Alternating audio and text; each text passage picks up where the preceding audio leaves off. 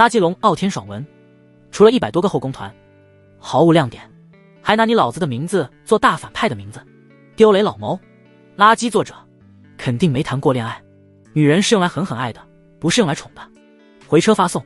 苏明宇手指动得飞快，一脸不屑的在末世女子监狱书本的评论区一连发了3条评论，冰冷的脸色才略有缓和。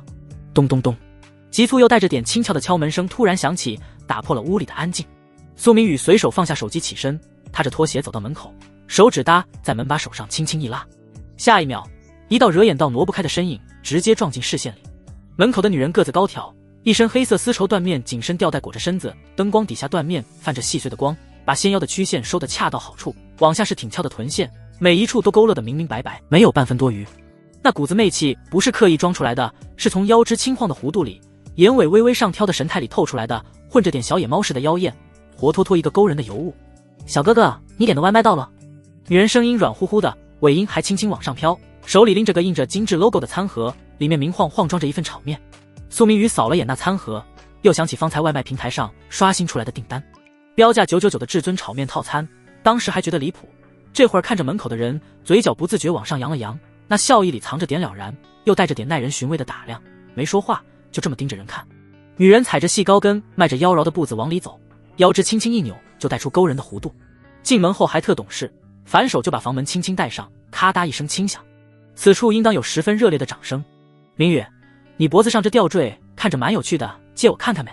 一道清冷里裹着点软意的御姐音突然响起，不疾不徐，却精准地把苏明宇的注意力从999炒面的思绪里拽了出来。苏明宇下意识抬眼，瞳孔先是微微一缩，随即直接瞪大了。女人站在客厅暖光灯下，一张精致到挑不出毛病的俏脸，眼尾自然上挑，不用刻意勾人，光是眨下眼都透着股妩媚劲儿，鼻梁挺得刚好，唇瓣涂着一层薄透的豆沙红，看着软乎乎的，偏生配上那清冷的声线，反倒有种反差感，越看越勾人。再往下看，更是让人移不开眼。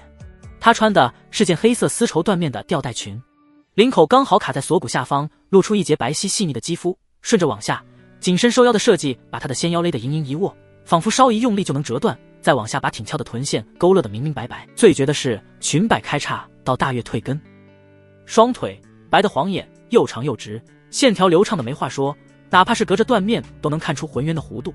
脚下踩着双黑色漆皮尖头高跟鞋，鞋跟是亮眼的红色，鞋头泛着细碎的光活，脱脱一个从画里走出来的尤物。苏明宇的眼神里瞬间浮出一抹金光，心里却有些不解，不对，这剧情不对啊。他脑子还没捋顺，嘴上先跟着发猛，不是，你这是给我干哪儿来了？话刚出口，苏明宇又觉得太直白，赶紧补了句，你是。沈清武听见这话，秀眉轻轻一蹙，原本还带着点笑意的脸瞬间垮了点，语气里裹着点娇嗔，苏大少还真是贵人多忘事啊，刚刚还答应人家让我好好欣赏欣赏你的吊坠呢，你忘了你自己说你这吊坠能发光的呀。他说着，身子微微往前倾了点，腰肢不自觉地晃了晃，那股子成熟女性的独特魅力直接扑面而来，不是小姑娘的青涩，是带着点风情又懂分寸的媚，举手投足间都在勾人，看得苏明宇都愣了愣神。苏明宇这才后知后觉地挑了挑眉，心里头个噔一下，沈清武这个名字怎么这么耳熟，像是在哪儿刚见过，又像是刻在脑子里一样，一听见就莫名亲切，不对，是莫名熟悉。他赶紧在脑子里翻找记忆，没几秒就想起来了，这不就是他今天下午摸鱼时看的那本末世爽文里的主角的老妈吗？书名好像叫《末世女子监狱》，里面的沈清武就是个媚骨天成的角色，怎么会出现在这儿？吊坠。苏明宇猛地反应过来，下意识低头看向自己的胸口，那里挂着个四四方方的金色吊坠，吊坠表面刻着9条龙，龙身缠绕交错，龙首朝着中心，看着威严又霸气，边缘还泛着淡淡的金光，是他从小带到大的东西。家里人说这是苏家的传家宝，叫九龙印。九龙印，沈清武，末世爽文。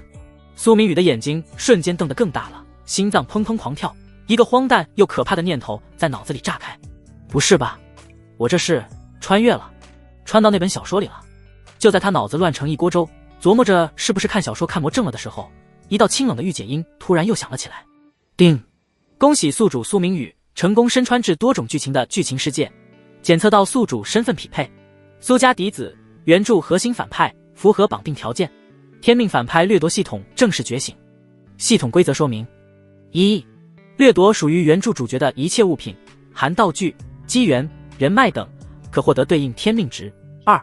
对原著主角的心态造成不可逆打击，如摧毁主角信念、抢走主角重要之人等，可额外获得天命值。3. 天命值可用于兑换系统商城道具，提升自身实力，助力宿主逆袭成为世界主宰。宿主好好干，把主角的东西全抢过来，让他哭着喊着求你。苏明宇听完这一连串的提示，先是愣了足足3秒钟，脑子里反复回荡着穿越、反派、掠夺系统这几个词，尤其是系统最后那声结的笑，怎么听怎么像反派专属的音效，完全没有半分正经系统的样子。他在心里默默吐槽，不是，这系统怎么回事啊？笑的也太不像是个好系统了，哪有系统这么笑的？生怕别人不知道他要搞事情是吧？吐槽归吐槽，苏明宇很快就接受了这个离谱的事实。毕竟眼前的沈清武、胸口的九龙印，还有脑子里的系统，都在明明白白地告诉他，这不是梦，自己是真的穿越了。他看了一眼不远处的镜子，还是自己那张帅气英俊的脸庞，还好是身穿。他愣了片刻，忍不住低声感叹了一句：那13有毒，可惜了老子的至尊炒面。一口还没来得及吃，这话声音不大，却刚好落在了沈清武耳朵里。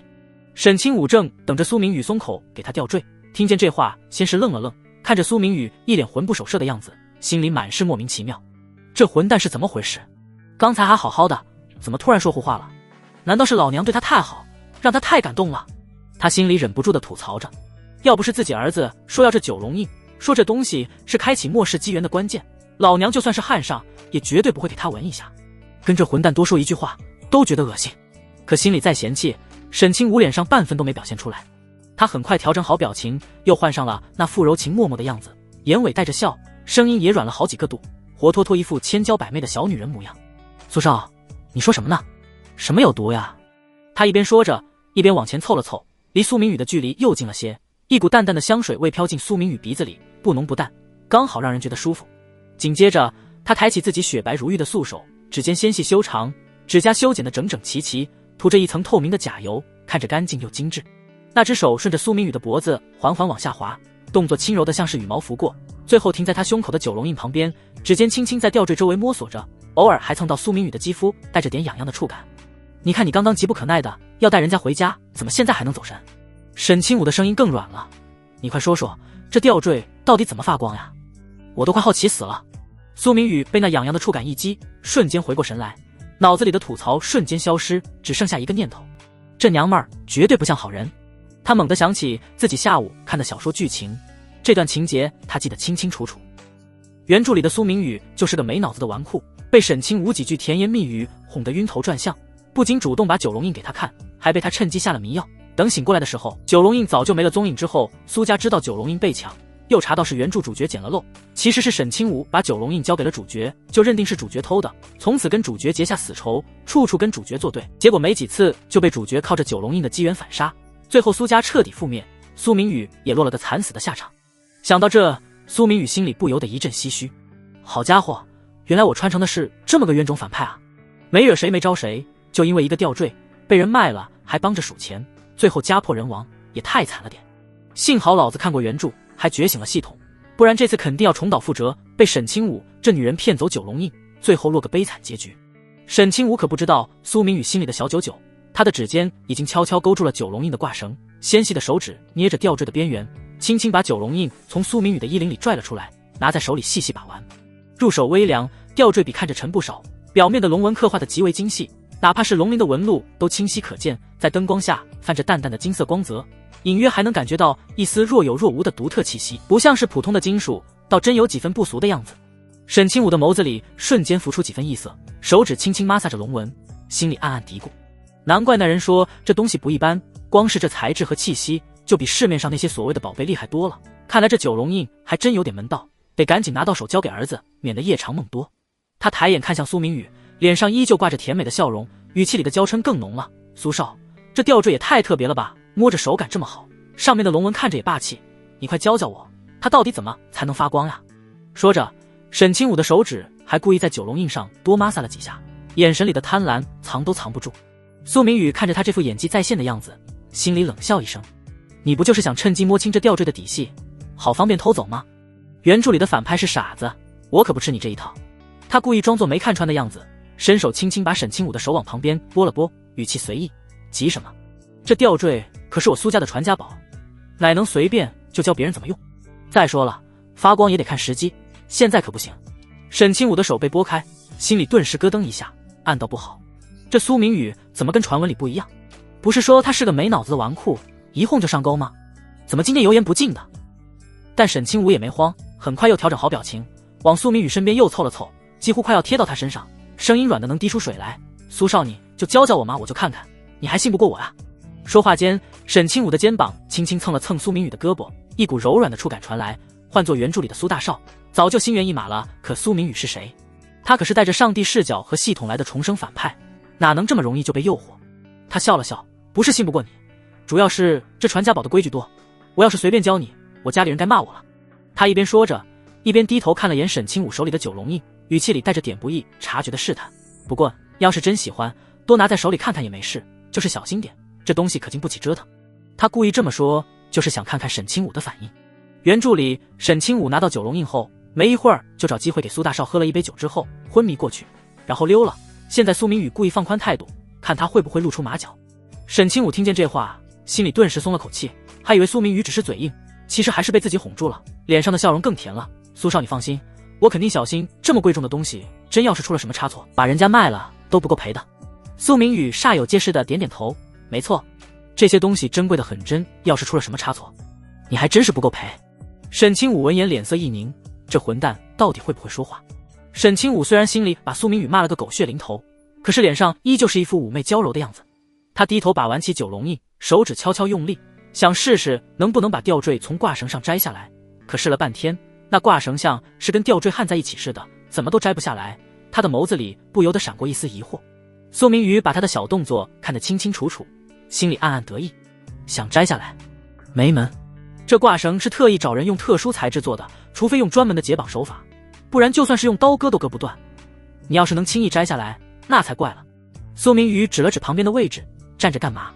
坐啊，既然想看吊坠，就慢慢看，反正我也没事。沈清武顺势坐在苏明宇身边，手里还捏着九龙印没撒手，借着仔细看吊坠的由头，大半个娇躯都往苏明宇身上贴，柔软的肩膀靠着他的胳膊，腰腹也轻轻蹭着他的侧身，连呼吸都带着点淡淡的香水味往人鼻尖里钻。这女人是真的媚骨天成，不用刻意做什么，光是这么轻轻一贴，就透着股勾人的劲儿。苏明宇能清晰感觉到她身上的软肉，还有缎面裙子下温热的肌肤，再想起那盈盈一握的纤腰，挺翘的臀线，心里不由得一阵火热，原本还保持着的距离感瞬间破了防。他没忍住，下意识伸出手，从沈清武身后绕过去，稳稳搂住了他的腰。指尖刚碰到那细腻的肌肤，就觉得触感极佳，纤细的仿佛一用力就能攥住，却又带着点丰腴的软劲，刚好舒服。沈清武被他搂住的瞬间，身子轻轻颤了一下，却没躲开，反而往他怀里又靠了靠，声音软乎乎的：“苏少，你怎么这么坏？”苏明宇轻轻捏了捏沈清武的腰，谁让你靠这么近，勾得人忍不住。讨厌。苏明宇心中一阵冷笑，既然这女人主动的送上门来，那倒不如先收点利息好了。沈清武指尖无意识地绞着真丝裙摆，冰凉的料子蹭过指腹，却压不住心底翻涌的恶心。苏明宇那只带着薄茧的大手正毫无顾忌地在他腰上摩挲，力道时轻时重，像是在把玩一件归自己所有的物件。沈清武腰肢本就纤细，常年练瑜伽又撑出了恰到好处的丰腴曲线，平日里裹在礼服里是藏不住的风情，此刻却成了苏明宇放肆的由头。每一次触碰都像有虫子在爬，沈清武恨不得当场拍开这只手，再赏他一个耳光，可嘴角的笑意却半点没淡，甚至还故意往苏明宇身边凑了凑，声音软得像进了蜜：“苏大少，您轻点，人家腰经不起您这么。”这话半真半假，腰是真的怕重，软语却是装的。沈清武的目光自始至终都没离开过苏明宇脖子上挂着的那枚九龙印，为了自己儿子的机缘，就算眼前这男人再龌龊，他也得咬着牙忍下去。苏明宇手上的力道轻了些，还是轻武懂事儿，比那些装模作样的女人强多了。苏明宇说着，又往沈清武身边凑了凑，酒气混着古龙水的味道扑面而来。沈清武强忍着没皱眉，只在心里骂了句混蛋。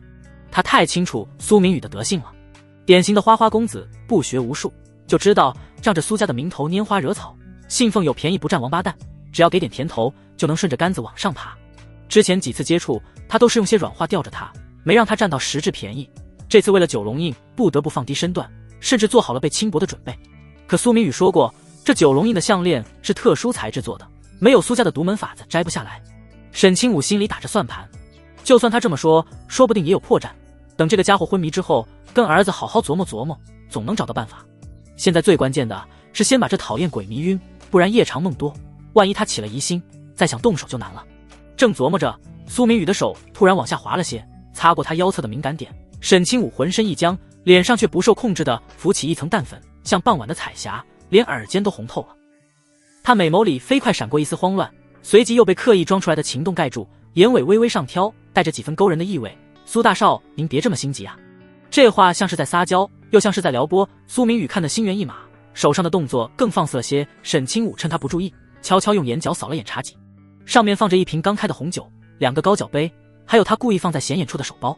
他的右手无名指上戴着一枚亮闪闪的钻戒，是前几天特意去定制的，看着华丽，其实戒托内部是镂空的，里面藏着一小撮白色粉末，那是他儿子弄来的迷药，无色无味，只要沾一点在酒里，喝下去不出10分钟就能让人睡死过去，半点反抗能力都没有。时机差不多了，沈清武脸上的笑意更浓，故意往苏明宇怀里靠了靠，让自己的娇躯贴得他更近，声音软得能滴出水。苏大少，聊了这么久，口都干了，不如咱们喝杯酒润润喉。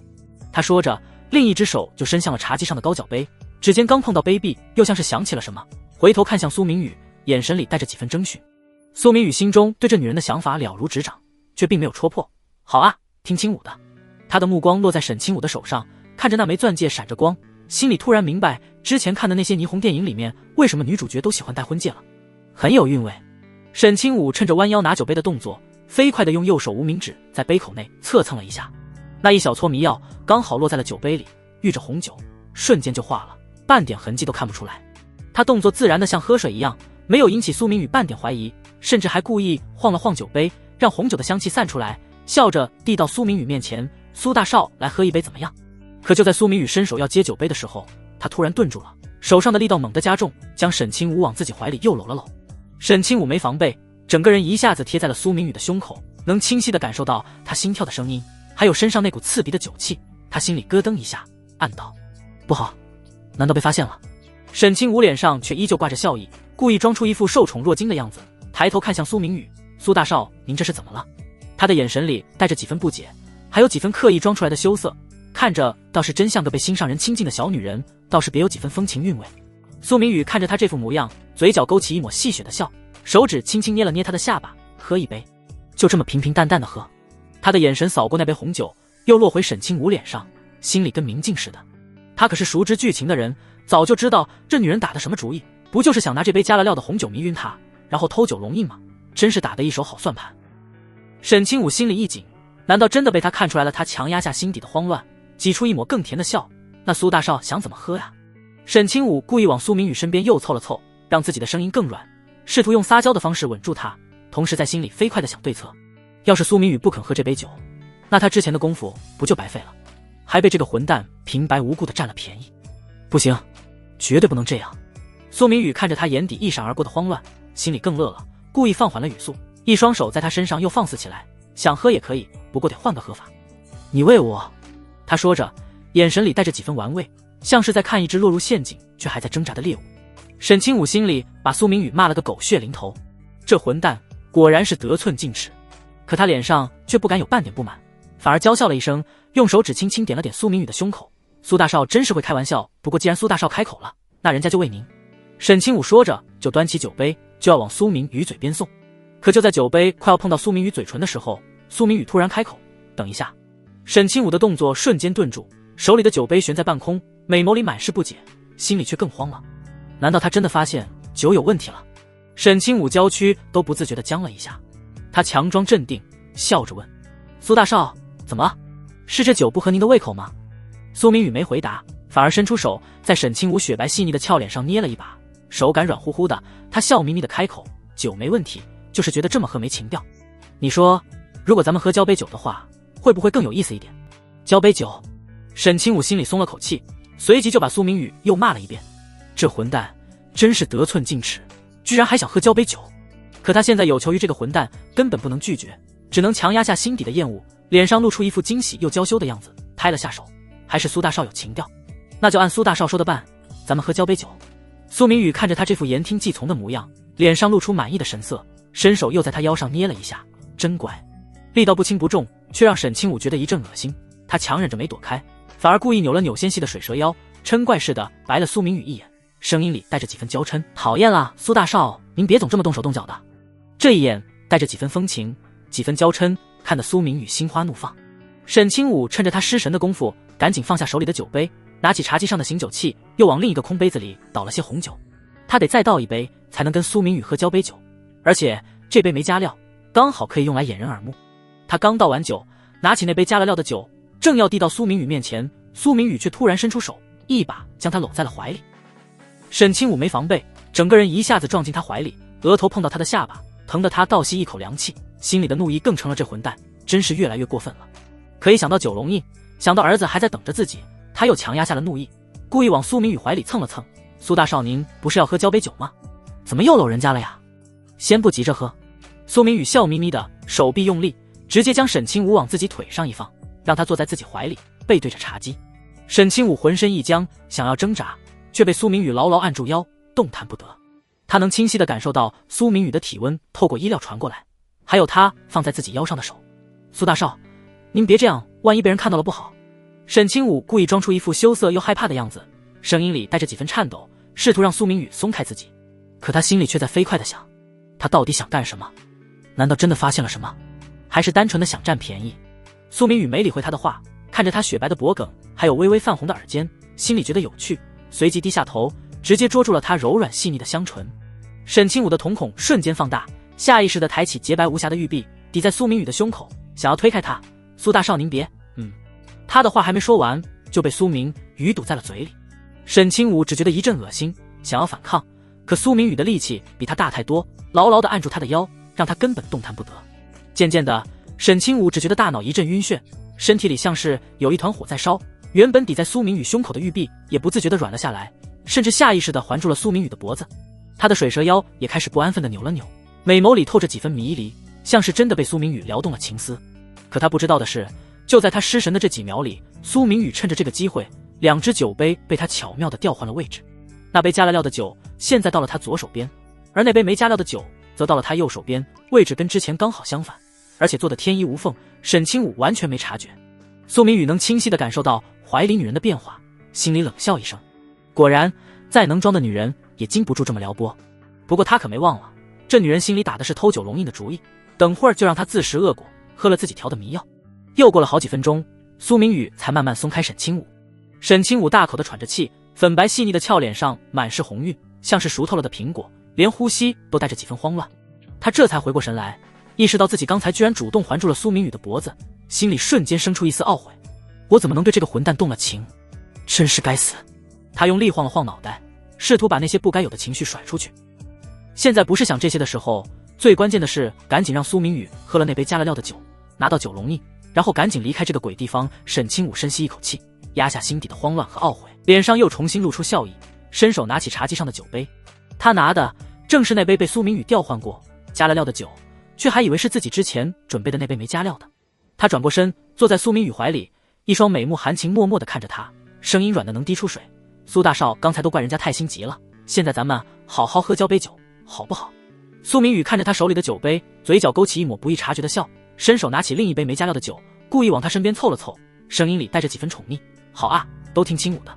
沈清武心里一喜，以为自己的计划就要成功了，赶紧将手里的酒杯递到苏明宇面前，然后伸出胳膊绕过苏明宇的胳膊，做好了喝交杯酒的姿势。苏明宇也配合着他，将胳膊绕过去，两只酒杯轻轻碰了一下，发出叮的一声脆响。苏大少，干杯！沈清武笑着说，然后仰起头，将杯里的红酒一饮而尽。他喝得很快，像是怕苏明宇反悔似的，喝完还故意把酒杯倒过来，示意自己喝光了，眼神里带着几分得意。等会儿这混蛋就该睡过去了，到时候九龙印就是自己的了。苏明宇看着他一饮而尽的样子，心里乐开了花，也慢慢将杯里的红酒喝光，同样把酒杯倒过来，笑着说，清武真能喝，比我还厉害。沈清武脸上的笑意更浓，心里却在默默倒计时，10分钟，只要再等10分钟，这混蛋就会睡死过去，到时候他就能好好找九龙印的破绽了。他故意往苏明宇怀里又靠了靠，用手指轻轻摩挲着苏明宇的胸口，声音里带着几分慵懒，苏大少，您脖子上的这枚九龙印真好看，能再让我摸摸吗？他想先试探一下，看看苏明宇对九龙印的防备心有多重，也想趁机看看项链的材质，找找能不能摘下来的办法。苏明宇早就料到他会这么问，故意把脖子往前凑了凑，让九龙印离他更近一些，却用手轻轻按住他的手，笑着说：“青武对我们家的传家宝很感兴趣。”他嘴上这么说，心里却在想，等会儿你喝了迷药睡过去，就算你想拿也没力气拿，到时候结。哎，我和那个狗系统学坏了。沈清武的手指刚碰到九龙印就被苏明宇按住了，心里虽然有些不满，却也没敢反抗，只能轻轻摸了摸九龙印的表面，感受着上面粗糙的龙纹，假装好奇地问：“苏大少，这东西能不能拿下来给人家看一看？我倒也想，不过这吊坠必须要我爷爷才能想办法打开，我自己甚至都没办法取下来。”苏明宇无奈道。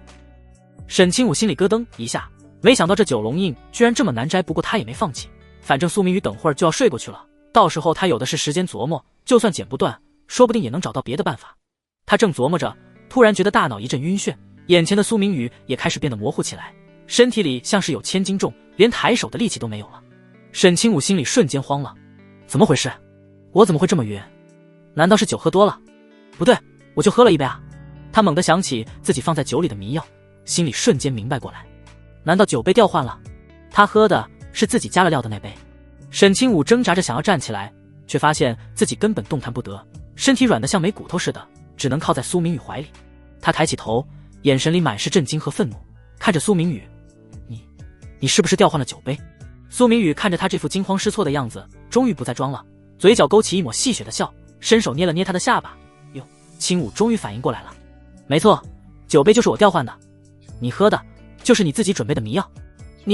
你怎么会知道？沈清武的声音里带着几分颤抖。他明明做得很隐蔽，苏明宇怎么会发现？苏明宇笑了笑，没有回答他的话，反而是笑眯眯地捏着沈清武的下巴，还是乖乖地睡一觉好了。沈清武听见这话，方才还带着几分冷傲的美眸里，瞬间掠过一丝藏不住的紧张。他抬眼定定盯着苏明宇，语气里又气又慌，却还强撑着几分底气，声音发颤，却依旧拔尖：“混蛋，你敢！”尾音还没完全落下，沈清武忽然觉得大脑一阵发沉，眼前的景象瞬间开始打转，耳边苏明宇的呼吸声也变得模糊不清。紧接着，一股浓重的困意裹住了他，眼皮沉重的再也撑不开，整个人软软的晃了晃，便晕沉沉的失去了意识，直直朝着沙发倒了下去。苏明宇上前一步，伸手虚虚拖了下他的腰，看着人彻底没了动静，眼中只剩下邪恶。他的目光像带着钩子似的，缓缓扫过沈清武瘫在沙发上的身影，长发散落在肩头，勾勒出纤细的脖颈线条，哪怕晕过去，脸颊也还带着未散的红晕，身上的裙子勾勒出丰满窈窕的曲线，每一处都透着风姿绰约的娇态。此处应当有激烈的掌声。3个小时后，苏明宇脑海里响起一道清冷御姐音，没有半分拖沓，自带一种机械却又勾人的质感。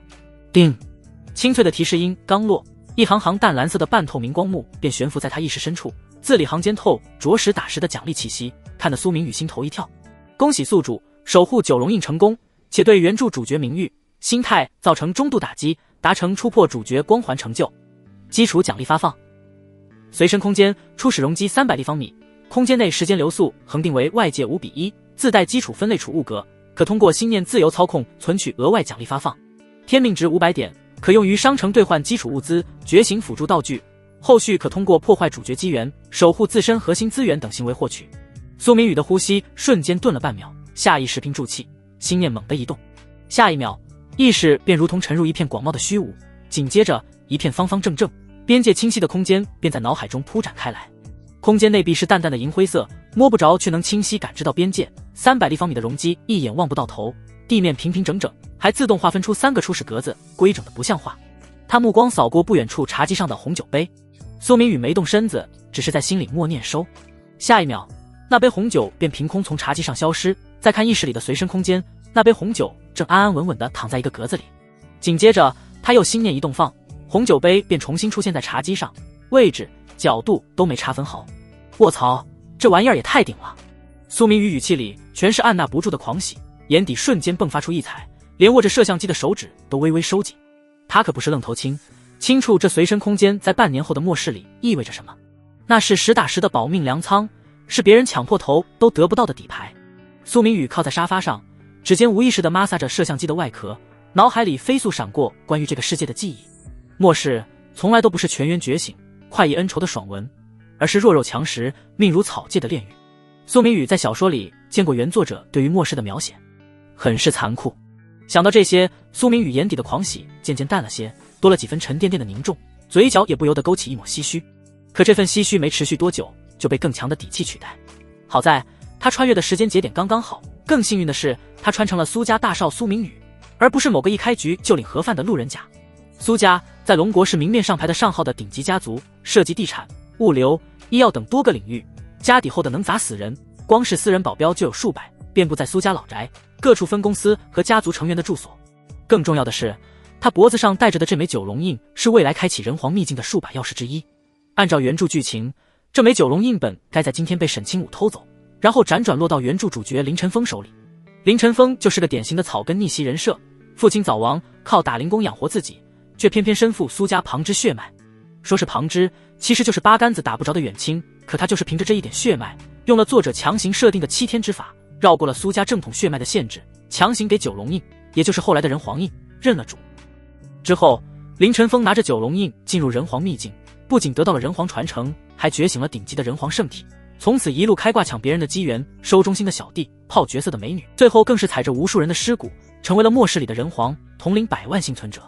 而他这个原著大反派苏明宇，本来就自带苏家正统的人皇血脉，天赋异禀到离谱，就算没有九龙印，没有人皇传承，也能靠着血脉一路打怪升级，最后成为末世里的一方领主，是少数能和林晨风抗衡的至高者之一。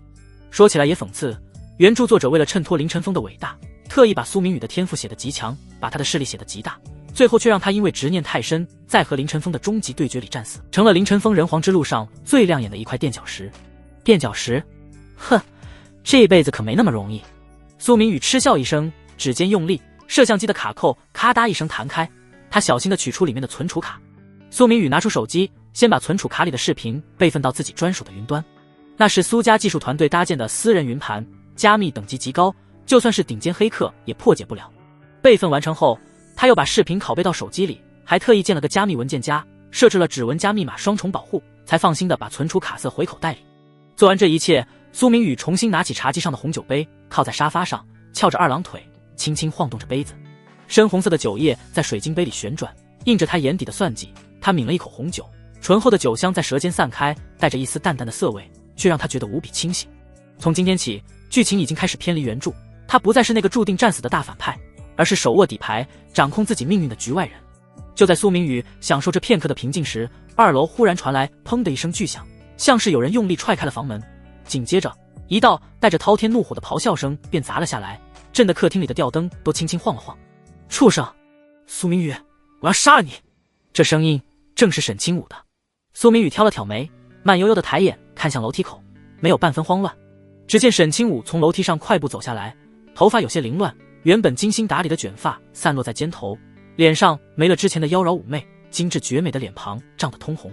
他美目圆睁，眼眶因为愤怒而微微泛红，眼神死死地盯着苏明宇，那目光里的怒火几乎要溢出来，像是要把苏明宇生吞活剥一般，连走路的步伐都带着一股想要同归于尽的狠劲。苏明宇则是一副事不关己的样子，依旧翘着二郎腿，晃动着手里的红酒杯，酒液在杯壁上留下淡淡的痕迹。他看着沈清武怒气冲冲的样子，嘴角勾起一抹玩味的笑，语气不疾不徐，像是在跟老朋友打招呼。醒了？我还以为你要多睡一会儿呢，你少和我装纯良。沈清武3步并作2步冲到苏明宇面前，因为跑得太急，胸口微微起伏，他俯身盯着苏明宇，一双美目里全是怒色，几乎要喷出火来，声音因为愤怒而微微发颤，却依旧带着几分咬牙切齿的狠劲。畜生，你设计我还敢，你不得好死！他说着伸手就要去抢苏明宇手里的手机，可苏明宇早有防备，手腕轻轻一抬就避开了他的动作。沈清武扑了个空，踉跄了一下，怒火更盛，转头又要去抢茶几上的摄像机，却被苏明宇伸脚拦住了去路。急什么？苏明宇笑眯眯地摊了摊手，眼神里满是戏谑。我可没逼你过来，是你自己带着目的偷偷摸摸跑到我家来偷东西，怎么现在计划失败了就开始撒泼打滚了？苏明宇的声音很轻，却像一把锋利的刀子，精准地戳中了沈清武的痛处。沈清武闻言脸色骤然一沉，原本就涨红的脸庞瞬间变得有些发白，美眸里的怒色更浓，可更多的是一丝被戳穿心事的慌乱。他咬着唇，娇躯因为愤怒和羞愧止不住地颤抖起来，手指紧紧攥着衣角，指甲几乎要嵌进肉里。是啊，他确实是带着目的来的。沈清武以为苏明宇只是个不学无术的纨绔子弟，很好对付，却没想到自己从一开始就落入了苏明宇的圈套。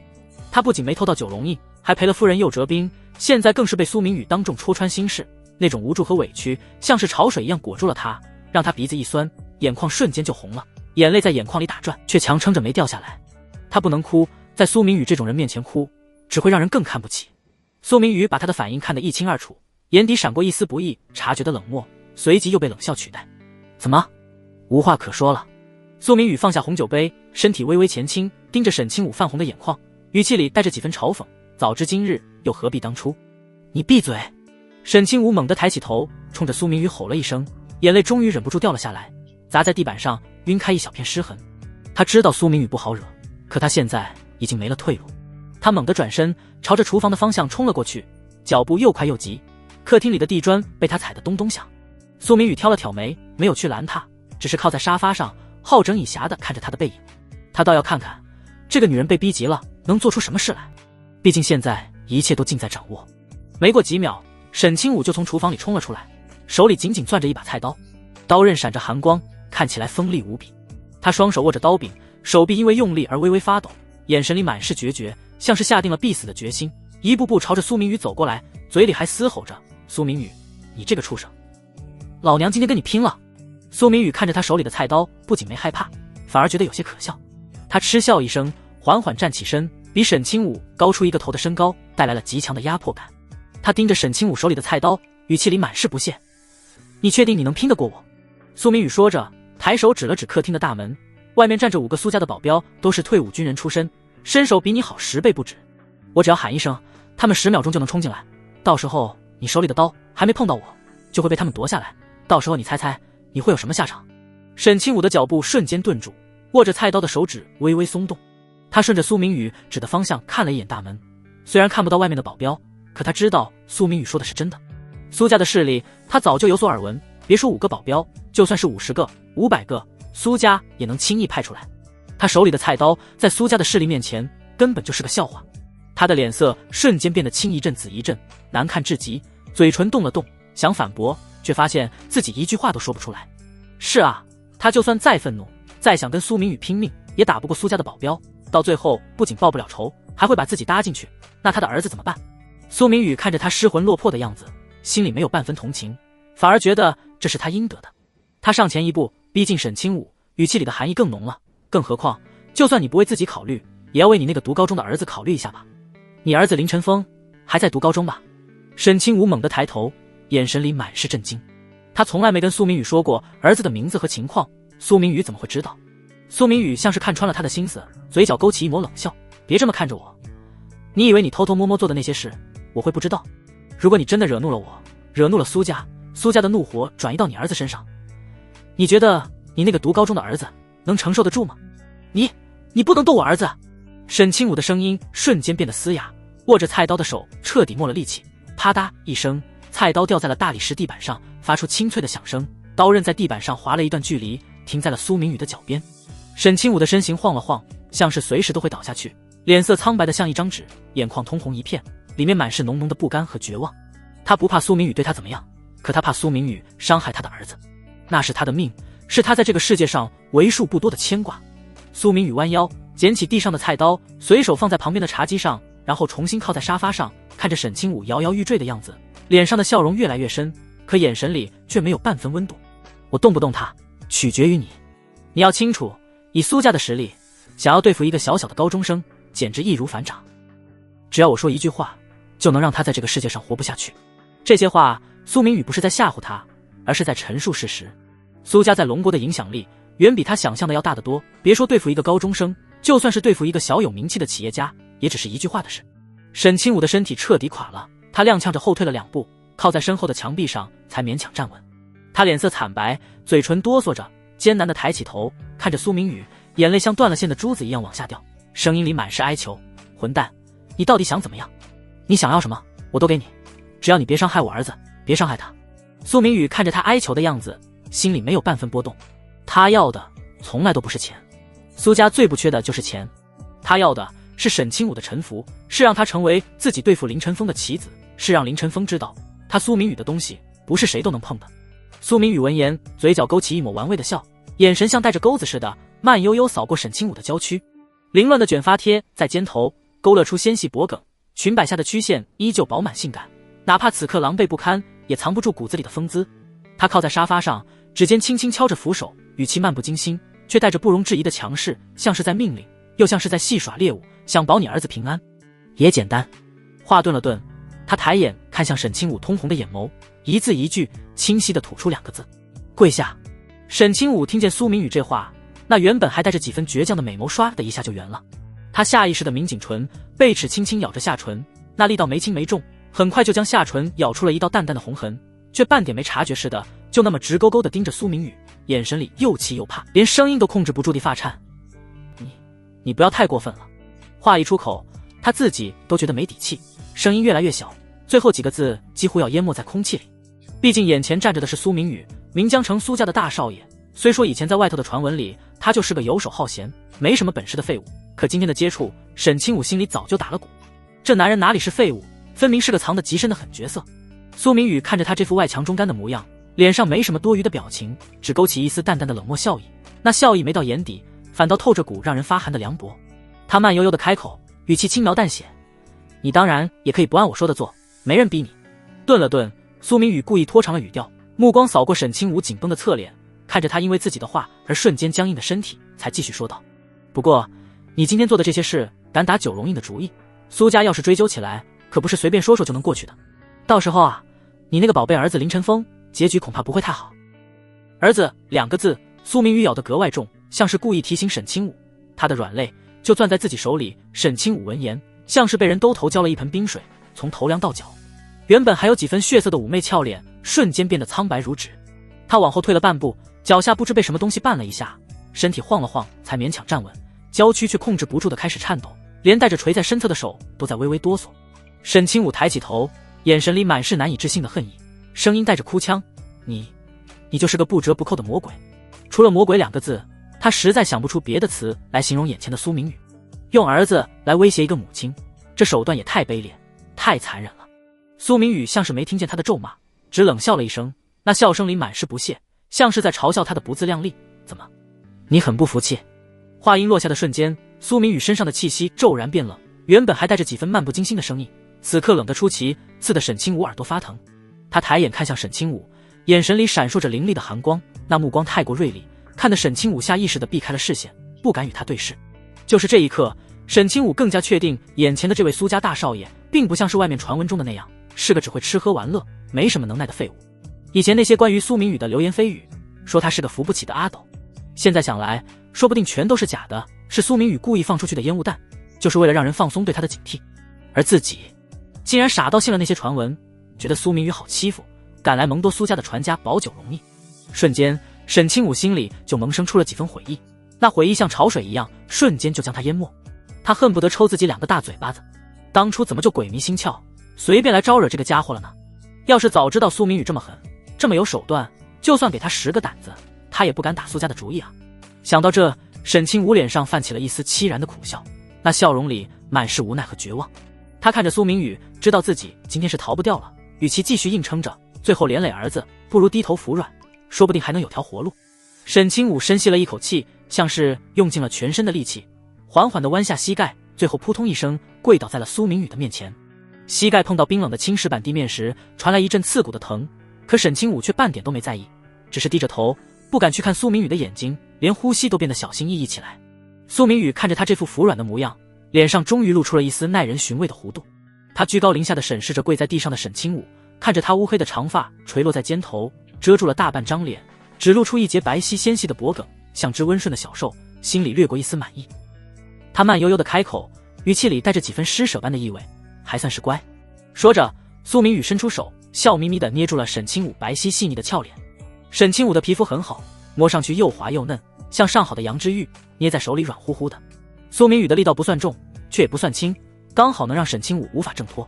他慢慢地将沈清武的头搬了起来，让他不得不抬头看着自己，才继续说道：乖乖地告诉我，你和你那个废物儿子林晨风到底是想死还是想活？沈清武闻言，雪白细腻的俏脸上又多了几分苍白。他抬头看着苏明宇，眼神里带着一丝茫然。沈清武张了张嘴，声音依旧带着几分颤抖：你这话是什么意思？苏明宇嘴角勾起了一抹意味深长的冷笑，他没直接回答沈清武的问题，而是话锋一转，说出了一句让沈清武心惊肉跳的话：你儿子林晨风的背后还有其他人吧？一个从古武势力当中逃出来的女人。这话一出口，苏明宇的脑海里就不由自主地回忆起了《末世女子监狱》这本书里的内容。书里明确写了，沈清武的儿子林晨风之所以会盯上苏家的九龙印，就是因为他那个古武世家的美女师傅。那个来自古武世家的女人，设定上是世家的嫡女，身份尊贵，天赋异禀，原本应该是集万千宠爱于一身的天之娇女。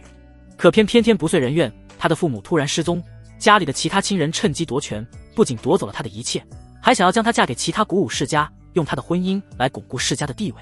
那个女人自然不愿意，趁着一次家族宴会的机会，偷偷逃了出来，一路辗转，最后逃到了岷江城。就是在岷江城，她遇到了当时还只是个普通人的林晨风，觉得林晨风根骨不错，是个修行的好料子，就收了林晨风当徒弟，还教他鼓舞。而且那个女人的血脉也很特别，是极为罕见的血脉。这种血脉不仅能让她自己修行速度远超常人，还能助人修行，关键的时候甚至可以让已经觉醒的鼓舞者无视自身的桎梏，直接提升一小阶。林晨风之所以敢这么嚣张，敢打苏家九龙印的主意，说白了就是仗着有这个鼓舞师傅撑腰。现在抓住了沈清武，刚好可以从他嘴里套出那个女人的下落。沈清武听到鼓舞势力逃出来的女人这句话时，瞳孔猛地一缩，原本就苍白的脸上瞬间闪过了一丝复杂的神色，有惊讶，有惶恐，还有几分掩饰不住的慌乱。他下意识地摇了摇头，声音有些发虚，哪有什么鼓舞世家当中逃出去的女人，从来都没有这回事。他怎么也没想到苏明宇竟然会知道儿子的师傅的存在。儿子的师傅的身份一直都是秘密，除了他和儿子林晨风之外，没有第三个人知道。苏明宇到底是怎么知道的？难道是师傅暴露了，还是说苏家早就盯上他们了？沈清武的心里乱糟糟的，越想越害怕，说话的时候连眼神都开始闪躲，不敢与苏明宇对视。苏明宇一看他这反应，就知道自己没说错，沈清武肯定知道那个女人的下落，只是不愿意说而已。他脸上的冷笑越来越深，捏着沈清武俏脸的指尖力道也越来越重。沈清武雪白细腻的下巴上瞬间就浮出了一道淡淡的红痕，看着格外显眼。你可要好好的想清楚。苏明宇的声音又冷了几分，带着浓浓的威胁意味，到底是继续嘴硬下去，让我连你儿子一起收拾，还是乖一点，把我想知道的全都告诉我。他可没耐心跟沈清武耗下去，要是沈清武一直不肯说，他不介意用点更狠的手段。反正林晨风这个天命主角在天命值没有被自己掠夺干净之前，未必能死得掉。沈清武感受到下巴上传来的疼痛，又听到苏明宇提到儿子，心里的挣扎和犹豫更甚了。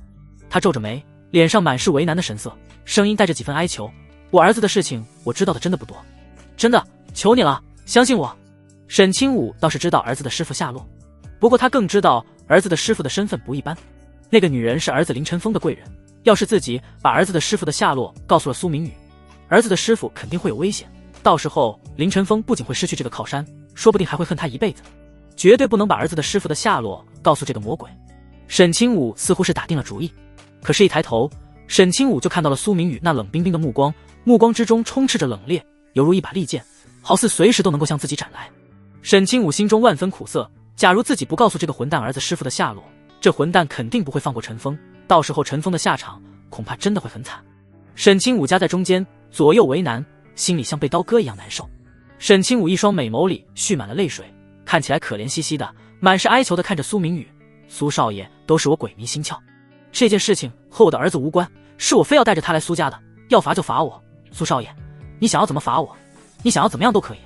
为了保住儿子，沈清武已经顾不得什么脸面了，他故意挺了挺胸，露出一截傲人的曲线，眼神里带着一丝凄然，又带着几分刻意的妩媚，可怜巴巴地看着苏明宇，一副委屈巴巴的样子，显然是想靠自己的姿色让苏明宇心软，放过林晨风。沈清武保养得极好，看着就像20多岁的小姑娘一样，皮肤白皙，身材丰腴，该瘦的地方瘦，该胖的地方胖，身上还带着一股成熟女人独有的韵味，比那些年轻的小姑娘更有吸引力。现在为了儿子，也只能豁出去了。苏明宇看着他这副刻意卖弄风姿的模样，心里没有半点波澜，反而觉得有些可笑。他冷笑了一声，目光阴森地扫过沈清武的身体，眼眸之中浮出一抹冷色。看在你的份上，那个孽种我可以不予理会，但是那个在背后一直觊觎我苏家传家宝的女人，我一定不会放过她。沈清武这点小把戏，在苏明宇眼里根本不值一提。他之所以会顺着沈清武的话往下说，就是为了让沈清武看到希望，然后乖乖地把那个女人的下落说出来。沈清武听到可以放过林晨风这句话时，眼睛瞬间就亮了起来，脸上的苍白也褪去了几分，多了一丝血色。他连忙抬起头，一双美眸里满是期待，又带着几分不敢相信的试探，小心翼翼地看着苏明宇，苏大少，您真的会放过我儿子？苏明宇看着他这副小心翼翼，生怕自己反悔的模样，淡然一笑，缓缓地点了点头，语气肯定地说道：当然，我这个人说得出就做得到，我说了会放过你儿子，就一定会放过你儿子。苏明宇说这话的时候，眼神很认真，看起来不像是在骗人。沈清武看着苏明宇的眼睛，心里的顾虑又少了几分。没什么是比自己儿子的性命更重要的，至于末世机缘是以后的事情，暂时先保住陈峰的性命，以后的事情以后再慢慢想办法。沈清武咬了咬牙，像是下定了莫大的决心一般，猛地抬起头，重重点了点头。好，既然苏大少这么说的话，那我相信苏大少。他决定了，为了儿子，只能对不起儿子的师傅了。苏明宇看着他终于松口，脸上的笑意更深了。他伸出手，顺势扶住了沈清武纤细不失丰腴的柳腰。沈清武的腰很软，抱在怀里手感极好。苏明宇微微用力，就把沈清武从地上抱了起来，放在自己的腿上。沈清武猝不及防，惊呼了一声，身体下意识地往苏明宇怀里缩了缩。坐在苏明宇的腿上，他能清晰地感受到苏明宇身上传来的体温，还有苏明宇身上淡淡的古龙水味，那味道不浓不淡，很好闻，让他的心跳不由自主地加快了几分。沈清武下意识地伸出一双洁白如玉般的藕臂，搂紧了苏明宇的脖子。雪白细腻的俏脸上泛起了一抹淡淡的彩霞，像是熟透了的苹果，透着几分娇羞。他轻轻推了推苏明宇的胸膛，声音带着几分软糯的撒娇意味：苏少别闹。沈清武感受着苏明宇难得的温柔，心里隐约的泛起一丝眷恋。我可没和你闹。苏明宇低头看着怀里的沈清武，眼神里带着几分玩味，这算是对你乖巧听话的奖励。说着，苏明宇不等沈清武反应过来，俯身低头，直接捉住了沈清武柔软细腻的烈焰红唇。沈清武的嘴唇很软，带着淡淡的口红香味，甜甜的像糖果一样。沈清武水蛇腰也不安分的扭了扭，想要推开苏明宇，可心里又隐隐有些期待。没过多久，沈清武就放弃了挣扎，伸出一双洁白如玉般的藕臂，下意识地勾住了苏明宇的脖子。直到沈清武快要喘不过气来的时候，苏明宇才慢慢松开了他。他看着沈清武脸颊通红，眼神迷离的模样，不由得一阵心猿意马，低头在沈清武的耳边轻声说道：现在可以告诉我那个女人在哪里了吧？温热的气息吹在沈清武的耳边，让沈清武的身体不由自主地颤抖了一下。他从苏明宇的怀里抬起头，眼神里还带着几分未散的迷离。他咬了咬下唇，犹豫了片刻，才缓缓开口：他叫叶清瑶，现在住在岷江城郊外的一处废弃仓库里。苏明宇意味深长地笑了一声：真乖。沈清武无暇的藕臂紧紧地勾着苏明宇的脖子：苏少你真坏，又欺负人家讨厌。沈清武尽了最大的努力讨好苏明宇。香舌灵巧，岷江城的城外从不会像市中心那样被钢筋水泥裹得密不透风，风裹着些微的凉意，掠过路边半枯的野草，带着泥土和青草混合的淡味。叶清瑶站在那片开阔的空地上，没穿什么花里胡哨的衣服，一件简单的白色纯棉 T 恤，领口是最普通的圆领，却偏偏被她穿出了不一样的味道。布料贴在身上，刚好勾勒出腰腹间流畅的曲线，没有一丝多余的赘肉。再往下是条高腰牛仔长裤，裤型是微喇的设计，顺着她笔直的长腿往下，刚好盖住脚踝，配着一双白色板鞋，清爽又利落。她本就生得高挑，净身高怕是得有1.7米往上，这一身穿搭更是把她的身材优势衬得淋漓尽致。可偏偏叶清瑶的气质又和这火辣的身材透着股反差感，她哪怕只是随意抬下手，侧个身都带着股清冷劲儿，像是从山间云雾里走出来的人，不沾半点烟火气，让人觉得好看是好看，却不敢轻易上前搭话。林晨风站在叶清瑶旁边，目光落在她身上时，眼神深处藏着股掩不住的炙热，那是少年人对美好事物的向往。可这炙热没持续几秒，他又赶紧收回了目光，假装去看远处的山景，耳朵尖却悄悄红了。他怕自己看得太久被叶清瑶发现。叶清瑶其实早就察觉到了林晨风的目光，却没戳破，只是微微转过身，负着手看向远处的岷江城方向。那座城市此刻还很平静，高楼大厦间车流不息，行人匆匆，没人知道半年后这里将会迎来一场天翻地覆的变化。他的声音很轻，却带着不容置疑的郑重：风儿，还有半年灵气就会开始复苏了。林晨风立马收回思绪，凑到他身边认真的听着。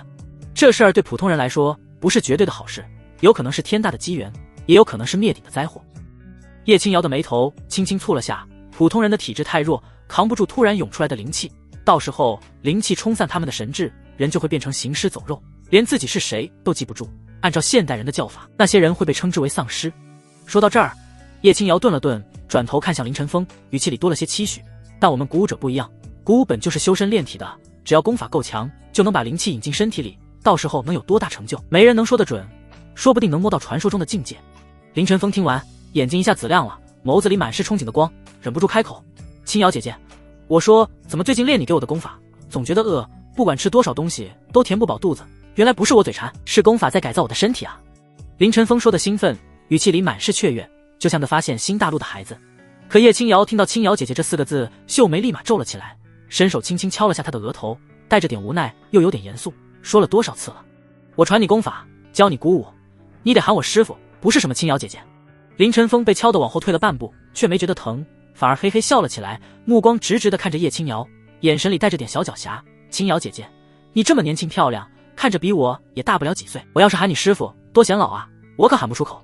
他这话倒不是奉承，叶青瑶也就20出头的样子，皮肤白皙，五官精致，尤其是一双眼睛清澈又明亮，笑起来的时候好看的紧，怎么看都不像传统意义上那种严肃刻板的师傅。叶青瑶自然知道林晨风心里的小九九，也没真的跟他计较，只是轻轻叹了口气，沉吟了片刻，又把话题拉回了修炼上。陈峰，我传你的元仙诀，你现在练到第几层了？提到功法，林晨风立马收起了玩笑的神色，挠了挠头，语气里带着点不好意思，徒儿愚钝，只练到第2层巅峰，再想往上走一步就跟卡了壳似的，怎么都突破不了，试了好几次都没用。林晨风说的时候有点沮丧，觉得自己是不是太笨了，辜负了叶青瑶的期望。可叶青瑶听到第2层巅峰这几个字，美眸里突然闪过一抹异色，像是没想到，又像是早有预料。她上下打量了林晨风好几眼，语气里多了些探究，短短不过1个月的时间，就能这么快练到第2层巅峰，倒不愧是传说中的人王体，看来你和岷江城的苏家渊源不浅啊。一提到苏家，林晨风脸上的沮丧立马没了，取而代之的是几分冷色，语气也沉了下来。哼，苏家在岷江城横行霸道，仗着自己是大家族，欺负了不少人，我才不愿意跟他们有牵扯，沾到他们的边都觉得晦气。叶青瑶看着他激动的样子，轻轻拍了拍他的肩膀，让他冷静下来，语气也变得凝重了些。其实是苏家后人也未必是坏事。林晨风愣了下，疑惑地看着叶青瑶，不明白为什么他会这么说。苏家的祖上是人皇。叶青瑶的声音放得更低了，像是在说什么秘密。只是后来天子带天行道，杀了人皇，末代人皇知道自己躲不过去，就用大神通把一部分族人藏到了秘境里，让他们改名换姓，这才没被清算。叶青瑶顿了顿，又补充道，末代人皇虽然被人骂了几千年，说他昏庸，但能做到人皇的位置，肯定留了不少后手。现在灵气要复苏了，当初人皇留下的秘藏说不定会慢慢显露出来，对你这个苏家后人来说，这可是别人求都求不来的机会。反应过来之后，林晨风立刻激动道，青瑶姐姐，要是照你这么说，我要是能拿到人皇的传承，是不是很快就能帮你报仇了？叶青瑶眼眸里闪过一丝复杂的神色，很快又恢复了平静。想开启末世的机缘，拿到人皇传承，得先找到九龙印才行，那是上古人皇的印玺，没他不行。林晨风听到九龙印，立马笑了起来，眼神里满是轻蔑。说起九龙印，苏家那群人根本不当回事，居然把这么重要的东西交给苏明宇那个纨绔保管。我之前跟我妈商量好了，让她去接近苏明宇，把九龙印拿过来，算算时间，说不定我妈已经得手了。林晨风说起苏明宇，语气里满是不屑，那家伙除了吃喝玩乐什么都不会，仗着家里有钱有势，到处惹是生非，把九龙印交给这样的人，苏家也是真够糊涂的。叶青瑶听完也轻轻点了点头，眼神里同样带着点轻蔑。这苏家还真是没丢了人皇的传承，好色的性子跟末代人皇一模一样，苏明宇那样的纨绔，怕是把苏家的脸都丢尽了。可不是嘛？林晨风立马附和，苏明宇就是个不学无术的废物，除了会花钱泡妞，啥本事都没有。要不是他生在苏家，早就被人打死了，哪还能这么嚣张？林晨风越说越生气，言语中带着几分嫉妒。叶青瑶看他情绪又要激动起来，没再多说什么，只是轻轻摇了摇头，示意他别太冲动。现在还不是跟苏家撕破脸的时候。就在这时，一阵急促的电话铃声突然响了起来，打破了城外的平静。林晨风掏出手机一看，是母亲沈清武打来的，他立马按下了接听键，语气里满是关切：妈，你那边怎么样了？九龙印拿到了吗？可电话那头传来的不是沈清武平日里爽朗的声音，而是带着几分疲惫，甚至还有点虚弱的语气。陈峰，我在益达商场，你先过来一下。林晨风的心一下子提了起来，急忙追问：妈，是不是出什么事了？是不是苏明宇发现了？你有没有受伤啊？他脑子里一下子闪过好多不好的念头。苏明宇虽然是个纨绔，但身边跟着不少打手，要是母亲被发现了，肯定要吃大亏。沈清武没正面回答他的问题，只是语气匆匆地说：没什么，你来了就知道了。说完，电话就被匆匆挂断了，只留下嘟嘟嘟的忙音。林晨风拿着手机愣在原地，眼眸里满是茫然和担忧。母亲从来不会这样，肯定是出了变故，可她又不肯说，这让她心里七上八下的。她抬头看向叶青瑶，语气里带着点急切：“青瑶姐姐，我妈让我去益达商场，不知道出了什么事，你要不要跟我一起去？”林晨风想着叶青瑶的功夫好，要是真出了什么事，有她在身边也能有个照应。叶青瑶轻轻摇了摇头，眼神里带着几分顾虑：“还是算了，苏家是明江城的第一大家族，势力盘根错节，保不齐他们跟叶家就有联络。我现在还不能暴露身份，要是进了明江城，万一被苏家的人认出来，再把我的下落告诉叶家，到时候我不仅帮不了你，还会惹上麻烦。”林晨风也知道叶青瑶的难处，虽然心里希望她能跟自己一起去，但也明白她的顾虑，只能轻轻点了点头：“既然这样，那好吧，我自己去，要是有什么事，我再给你打电话。”叶青瑶又瞥了他一眼，语气变得严肃起来，像是在叮嘱一件非常重要的事情：“记住，我的下落绝对不能告诉任何人，就算是你母亲也不可以。”林晨风听到这话，心头猛地咯噔一下，脸色微微一沉，心里瞬间乱了。他当初为了劝母亲去接近苏明宇，把叶青瑶的存在告诉了母亲，后来母亲一直追问，他架不住母亲的软磨硬泡，又把叶青瑶在城外的落脚点说了出去。那时候他觉得母亲是自己最亲的人，肯定不会出卖叶青瑶，更不会坏自己的前途。可现在叶青瑶特意叮嘱他不能告诉母亲，这让他心里一下子慌了。他想把这件事告诉叶青瑶，可又怕叶青瑶生气。林晨风在心里挣扎了半天，最后还是咬了咬牙，决定先把这件事瞒下来。林晨风相信母亲不会出卖他们，他定了定神，抬起头，眼神坚定地看着叶青瑶，点了点头：“青瑶姐姐，你放心好了，我绝对不会把你的下落告诉任何人，就算是我妈，我也不会说的。”叶青瑶看着他坚定的眼神，没看出什么异样，这才轻轻颔首，语气也缓和了些：“那就好，你赶紧去吧，路上注意安全，要是真出了什么事，别硬拼，尽量的把那些人引出城外，我来想办法。”“知道了，青瑶姐姐，那我走了。”林晨风立马应道。说完，林晨风就转身往路边跑，他得赶紧去益达商场看看母亲到底出了什么事，毕竟刚刚的电话让林晨风觉得自己的母亲有些奇怪。看着林晨风匆匆离去的背影，叶青瑶站在原地，眉头轻轻蹙了起来。他总觉得林晨风刚才的反应有点不对劲，像是在隐瞒什么，可又说不上来哪里不对。他轻轻叹了口气，转身看向远处的山林。灵气复苏在即，明江城很快就会不平静，苏家、叶家还有那些隐藏在暗处的势力都会慢慢冒出来，到时候怕是有一场大风暴要来了。另一边，林晨风一路跑到公路边，拦了辆回程出租车，一上车就急忙对司机说：“师傅，麻烦快点，去益达商场，越快越好。”司机师傅被他这话逗乐了，笑着说：“小伙子，你这是急着去办事啊？放心，我开快点，保证不耽误你事儿。”林晨风没心思跟司机开玩笑，只是点了点头，目光紧紧盯着窗外。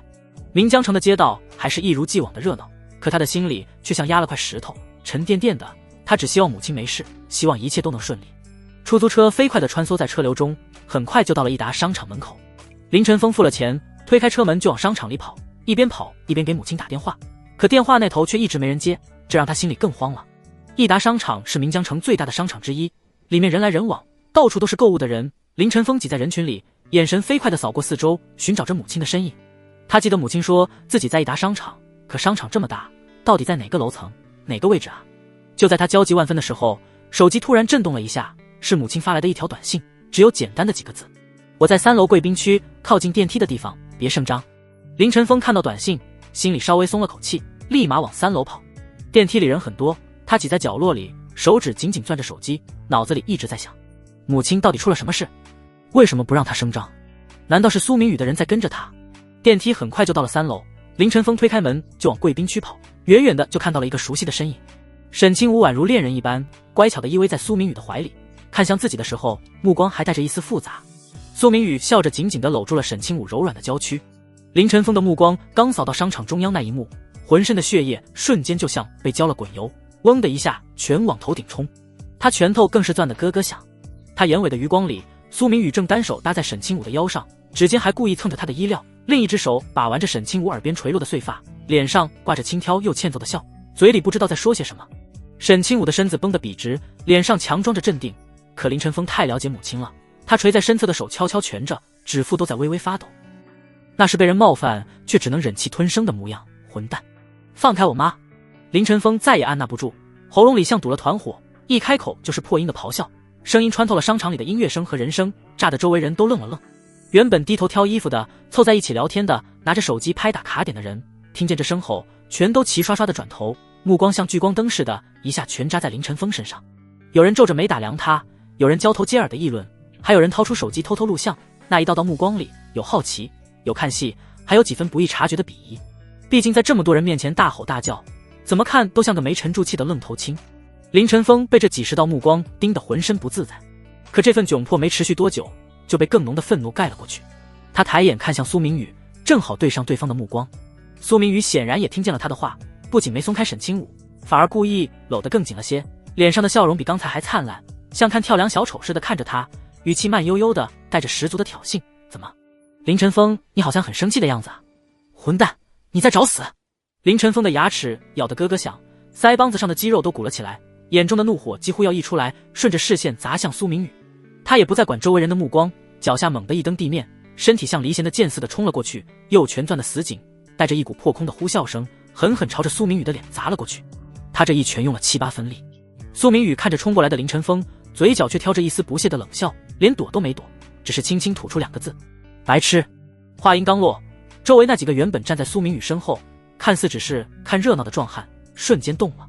他们穿着普通的休闲装，可动作却快得惊人，脚步落地没半点声响，10几个人像围猎似的从4面8方朝着林晨风扑了过去，伸手就去抓他的胳膊和腿，动作干脆利落，一看就是练家子。林晨风也没慌，毕竟学了鼓舞，真要论单打独斗，他还没怕过谁。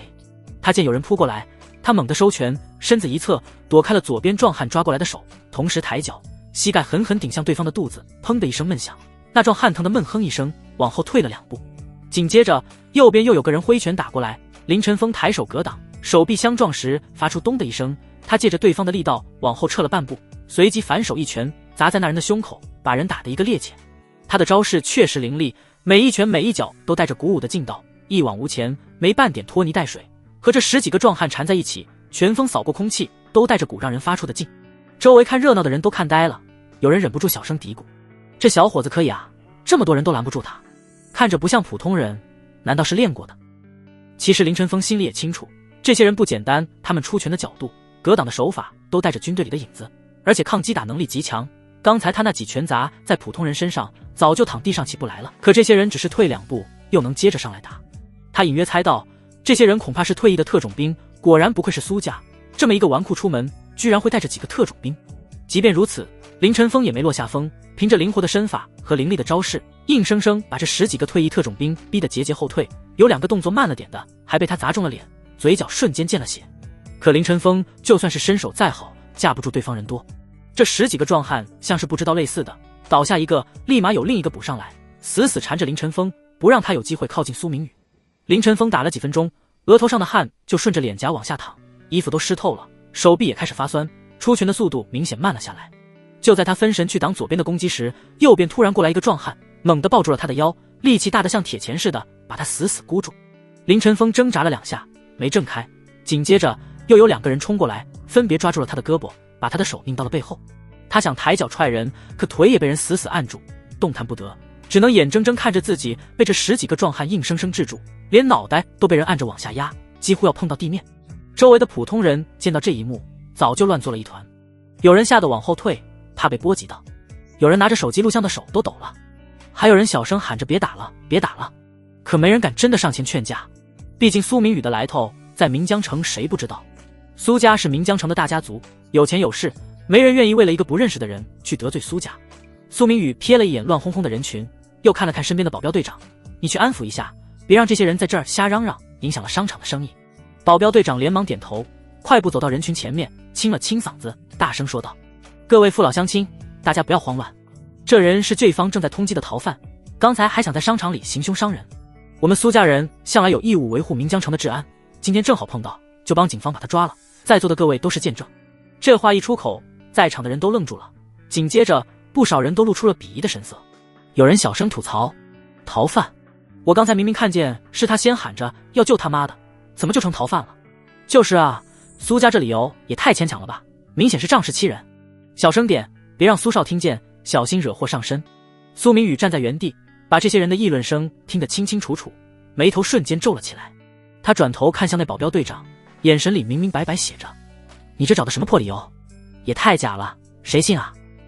可那保镖对长相是完全误解了苏明宇的意思，以为苏明宇是嫌他没把人安抚好，他咬了咬牙，深吸一口气，对着人群大吼一声：“大家静一静，今日所有在商场的消费，全由我们苏公子买单。”这话一出，刚才还在小声吐槽鄙夷苏家的人瞬间变了脸色，原本皱着的眉头舒展开了，鄙夷的眼神也变成了惊喜，紧接着一道道欢呼声就炸了出来，比刚才林晨风的咆哮声还响。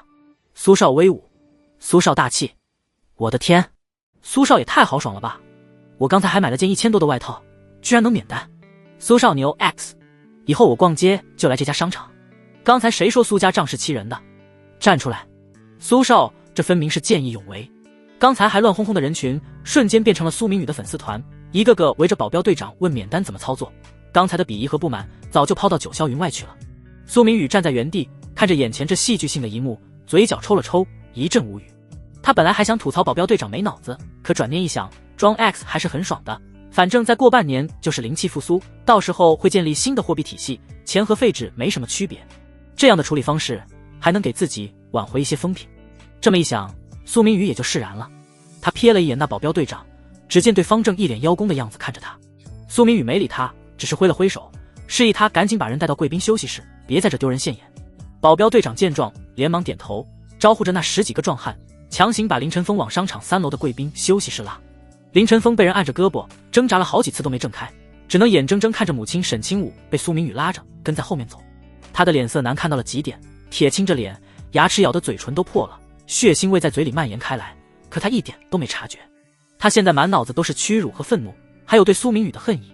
刚走进贵宾休息室，苏明宇的脑海里就突然响起了一阵清冷的御姐音，格外清晰。恭喜宿主打击天命之子林晨风的信心及尊严，成功将国粹转化为现实，完成首次有效打击，奖励天命值500点。检测到宿主天命值达到开启条件，功法改良系统正式开启。苏明宇的脚步顿了顿，眼底瞬间闪过一丝惊喜。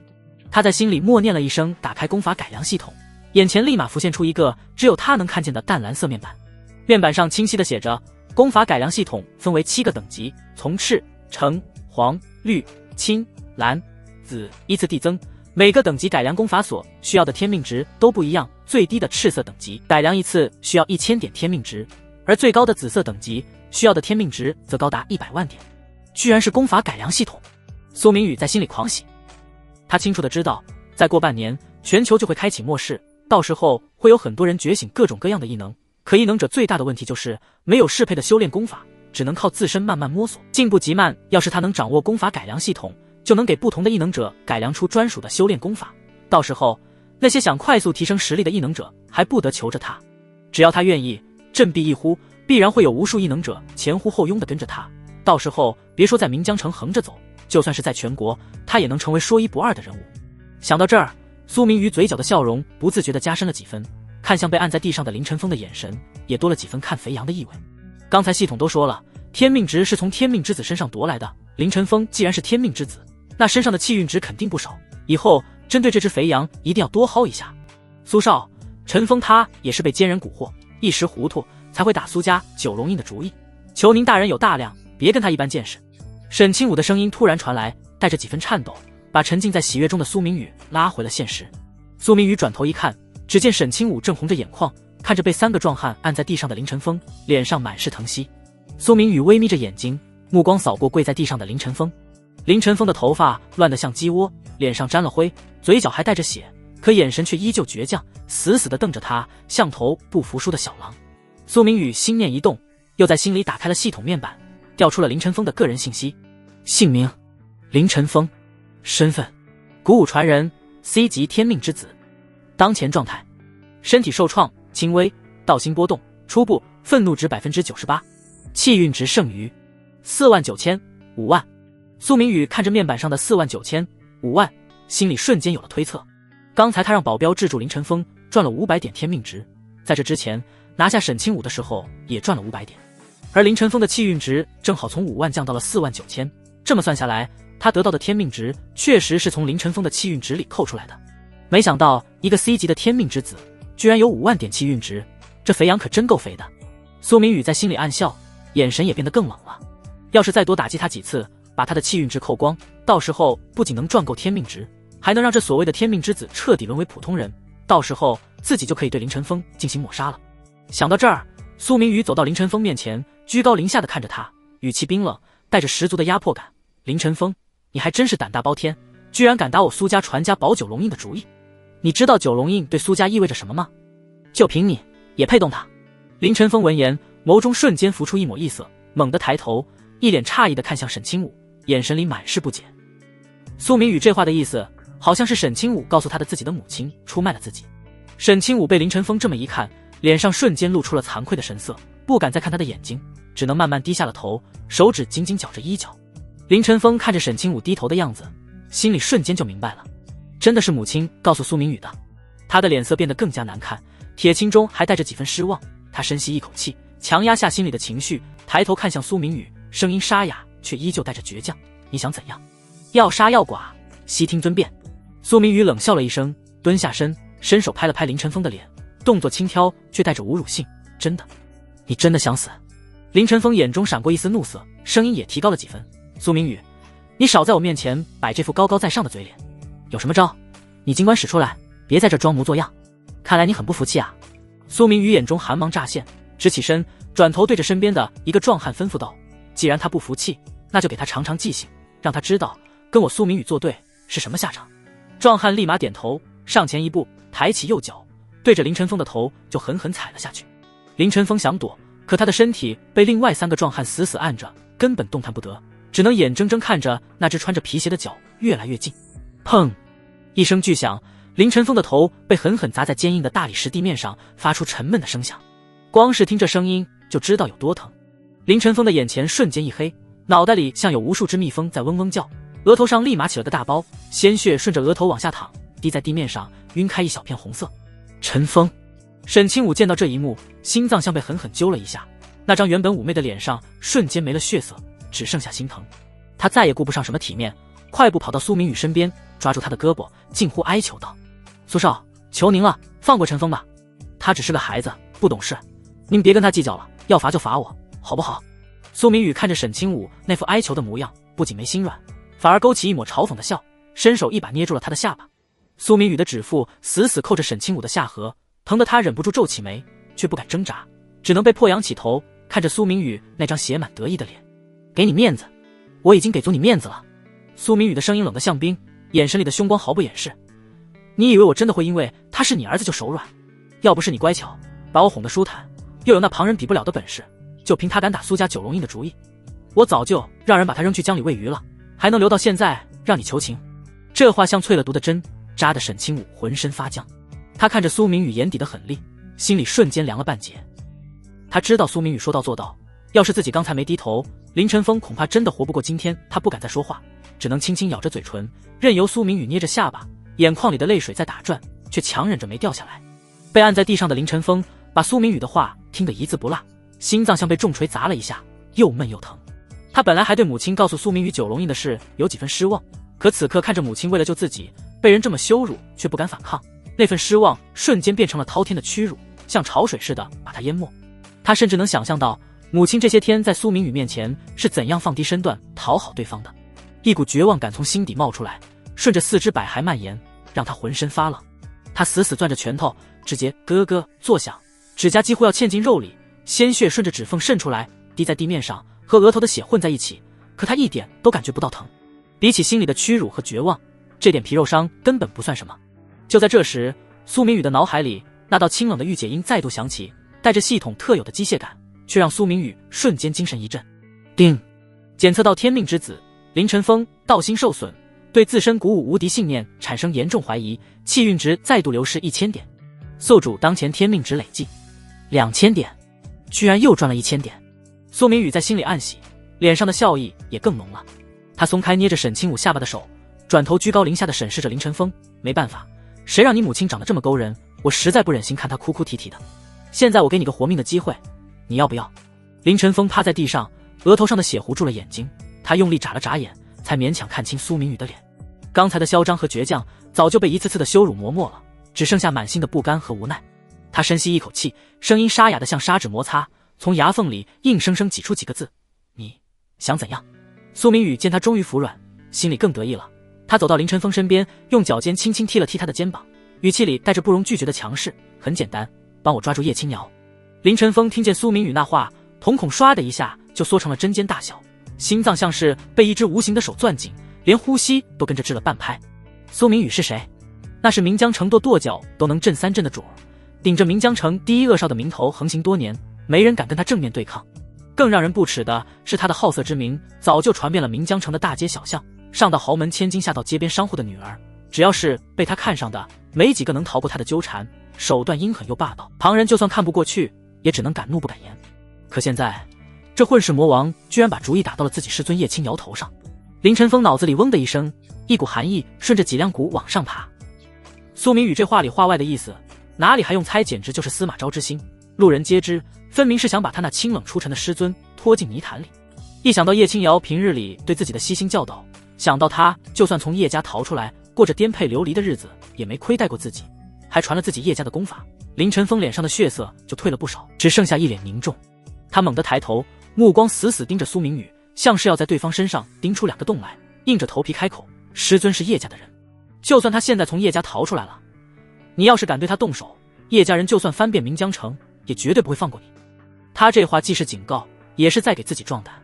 叶家是古武世家，底蕴深厚，苏家的人要是坏了叶家的联姻大计，苏家也讨不到好。他满心指望这话能让苏明宇有所顾忌，哪怕是暂时打消念头也好。可苏明宇听完，却只是意味深长地笑了一声，那笑声里满是不屑，像是在看一个跳梁小丑。他半眯着眼睛，目光慢悠悠地扫过林晨风，那眼神就跟毒蛇打量猎物似的，看得林晨风浑身发毛。所以呢，你跟我说这些，是想吓唬我，还是想替你师尊求情？林晨风攥了攥拳头，指节泛白，深吸一口气，努力让自己的声音平稳下来，定定地看着苏明宇，语气里带着几分恳求：还是就这么算了吧，师尊不会进岷江城，也绝对不会对你对苏家产生任何威胁，你就当放他一马。他心里清楚，自己现在就是苏明宇的阶下囚，根本没资格跟对方谈条件，可他还是想拼一把，哪怕只有1/1000的可能，也要保住叶青瑶。从拜叶青瑶为师的那天起，他就把对方当成了亲人，怎么能眼睁睁看着他落入苏明宇这个恶少手里？苏明宇却像是听到了什么天大的笑话，突然冷笑一声，原本还带着几分戏谑的眼眸里，寒光唰的一下就冒了出来。都到这地步了，你还想着保住叶青瑶，倒是个痴情种啊，有意思，真是太有意思了。他这话里的嘲讽像是针一样扎在林晨风心上，可更让林晨风心慌的是苏明宇眼神里的冷意，动了杀心。林晨风心里骤然一紧，后背瞬间就冒了一层冷汗，下意识地往后缩了缩，可他的胳膊被2个苏家保镖死死架着，根本动弹不得。没等林晨风再开口，苏明宇突然抬脚，狠狠一下踩在了林晨风的头上，砰的一声闷响，林晨风的脸直接被按在了冰冷的水泥地上，额头磕得生疼，嘴角瞬间就溢出血丝。别忘了，苏明宇的声音带着几分狠厉，脚下又加了几分力道。林晨风感觉自己的头骨都快要被踩碎了。你现在可是我的阶下囚，我让你往东，你敢往西，我让你做什么，你有的选吗？林晨风的脸贴在地上，粗糙的水泥磨得他脸颊生疼，额头上的青筋一根根爆了起来，浑身因为愤怒和屈辱不由自主地颤抖着。他咬着牙，从牙缝里挤出几个字，声音嘶哑又带着几分不甘：你不要太过分。过分？苏明宇笑着摊了摊手，眼神里的不屑更浓了。我看你是被叶青瑶灌了迷魂汤，连自己几斤几两都不知道了，敢跟我苏明宇叫板，你是想死吗？就在这时，依偎在苏明宇怀里的沈清武突然动了动，他脸上带着讨好的笑容，故意往苏明宇怀里扭了扭腰，声音柔得发嗲，还带着几分慌乱：苏少，您别生气，陈峰他不是这个意思，他就是年纪小不懂事，您别跟他一般见识。说着，沈清武又转头祈求似的看了一眼林晨风，眼神里满是苦涩与无奈，还有几分不易察觉的恐惧。陈峰，别任性了，乖，你就听苏少的话，把你知道的关于你师尊的事情全都告诉苏少吧。林晨风猛地抬头看向沈清武，那是他的母亲啊，是从小把他养大的人，可现在他却依偎在苏明宇这个恶霸的怀里，用那样讨好的语气跟对方说话，甚至还劝自己出卖师尊。一股难以言喻的屈辱感像是潮水一样瞬间淹没了林晨风，让他几乎喘不过气来。他看着沈清武那张熟悉的脸，此刻却觉得无比陌生，心里又疼又恨，到最后只剩下一片麻木。就在林晨风内心翻江倒海的时候，苏明宇的脑海里突然响起一道清脆的御姐音，还带着几分机械的提示感。叮！恭喜宿主再次使林晨风内心中产生屈辱的情绪，奖励天命值500点，当前天命值累计2500点。苏明宇嘴角的笑意瞬间就浓了几分，他一边想着，一边伸出一双大手，在沈清武纤细却又丰腴的柳腰上放肆地摩挲着，指尖划过对方细腻的皮肤，惹得沈清武一阵轻颤，却不敢有丝毫反抗。苏明宇看着沈清武那副又怕又讨好的模样，声音故意放软了几分，却满是威胁：美人，可不是我不给你面子，实在是你这儿子太不懂事了。要是他今天不同意我说的话，那我也没办法，只能把他丢到江里喂鱼了。沈清武闻言，脸色唰的一下就白了，额头上瞬间冒起一层冷汗，连声音都开始发颤。他急忙转头对着林晨风大声劝道：晨风，你糊涂啊，留得青山在，不怕没柴烧。你难道真的要为了那个叶青瑶丢了自己的性命吗？他就算是你师尊，也比不上你的命重要啊。在沈清武眼里，叶青瑶不过是个从家族里逃出来的落魄女人，就算长得再好看再厉害，也比不上自己儿子的性命。只要林晨风肯听话，出卖叶青瑶不仅能保住性命，说不定还能借着苏家的势力在岷江城站稳脚跟。沈清武现在就是这样的心思。林晨风看着母亲那腹急得快要哭出来，却满脑子都是保命的模样，牙齿咬得咯咯作响，牙龈都快要被咬破了。他眼神里的怒火翻腾着，像是要喷出来一样，一边是对自己恩重如山的师尊，一边是生养自己的母亲，一边是苏明宇的威胁，一边是内心的道德谴责。他犹豫了，挣扎了，心里像是被两种力量撕扯着，疼得厉害。良久之后，林晨风像是终于下定了决心，他猛地闭上眼，再睁开时，眼里的怒火褪去不少，只剩下满满的不甘和无奈，咬牙切齿地开口：好，我可以帮你找师尊。他心里想着，就算自己答应了苏明宇，到时候见到师尊，说不定还能想办法提醒他，让他赶紧跑。只要师尊能逃掉，就算自己被苏明宇报复也认了。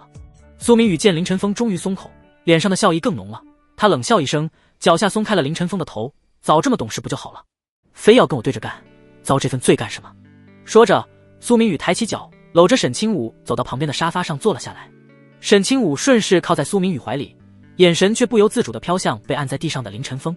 此刻的林晨风头发凌乱，脸上沾着灰尘和血迹，衣服也被扯得皱巴巴的，被三个穿着休闲装一看就是苏家保镖的人死死按在地上，整个人狼狈不堪，眼神里满是无措和屈辱。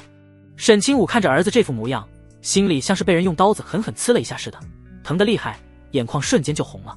他张了张嘴想说些什么，可看到苏明宇那副冰冷的眼神，又把话咽了回去，只能默默地低下头，手指紧紧攥着裙摆，心里满是愧疚，却又不敢反抗苏明宇。苏明宇靠在沙发上，手指还在沈清武的腰上轻轻摩挲着，一副悠哉悠哉的模样，像是在思考着什么。过了一会儿，苏明宇才慢悠悠地开口，从口袋里掏出几个迷你胶囊：我这里有特制的药剂，无色无味，只要你靠近他身边3米，把这药撒向他就可以了。林晨风趴在地上，抬头看了一眼那个小玻璃瓶，眉头瞬间就紧锁起来。这也太……林晨风没敢说卑鄙2个字。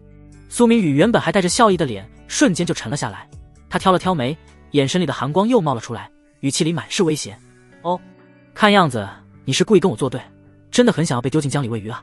林晨风感受到苏明宇眼神里的凶光，心里居然不自觉地生出了一股惧意。他知道苏明宇说到做到，要是自己再不听话，对方真的会把自己丢进江里。林晨风沉默了，他低着头看着地上的灰尘，手指紧紧攥着，指甲都快要嵌进肉里了。他脑海里不断闪过叶青瑶教导自己的画面，闪过师尊对自己的好，心里满是愧疚和痛苦。可一想到苏明宇的威胁，想到母亲的安危，他又觉得无比无奈。良久之后，林晨风像是终于接受了这个现实，他苦笑了一声，声音嘶哑，带着满满的绝望：好，就按你说的办。苏明宇见林晨风彻底答应，嘴角的笑意瞬间就蔓延到了眼底，他满意的点了点头，把那几个迷你胶囊扔到林晨风面前的地上：这样才乖吗？走吧，我们现在就一起去郊外，我倒要看看你这位清冷绝世的师尊到底长什么样。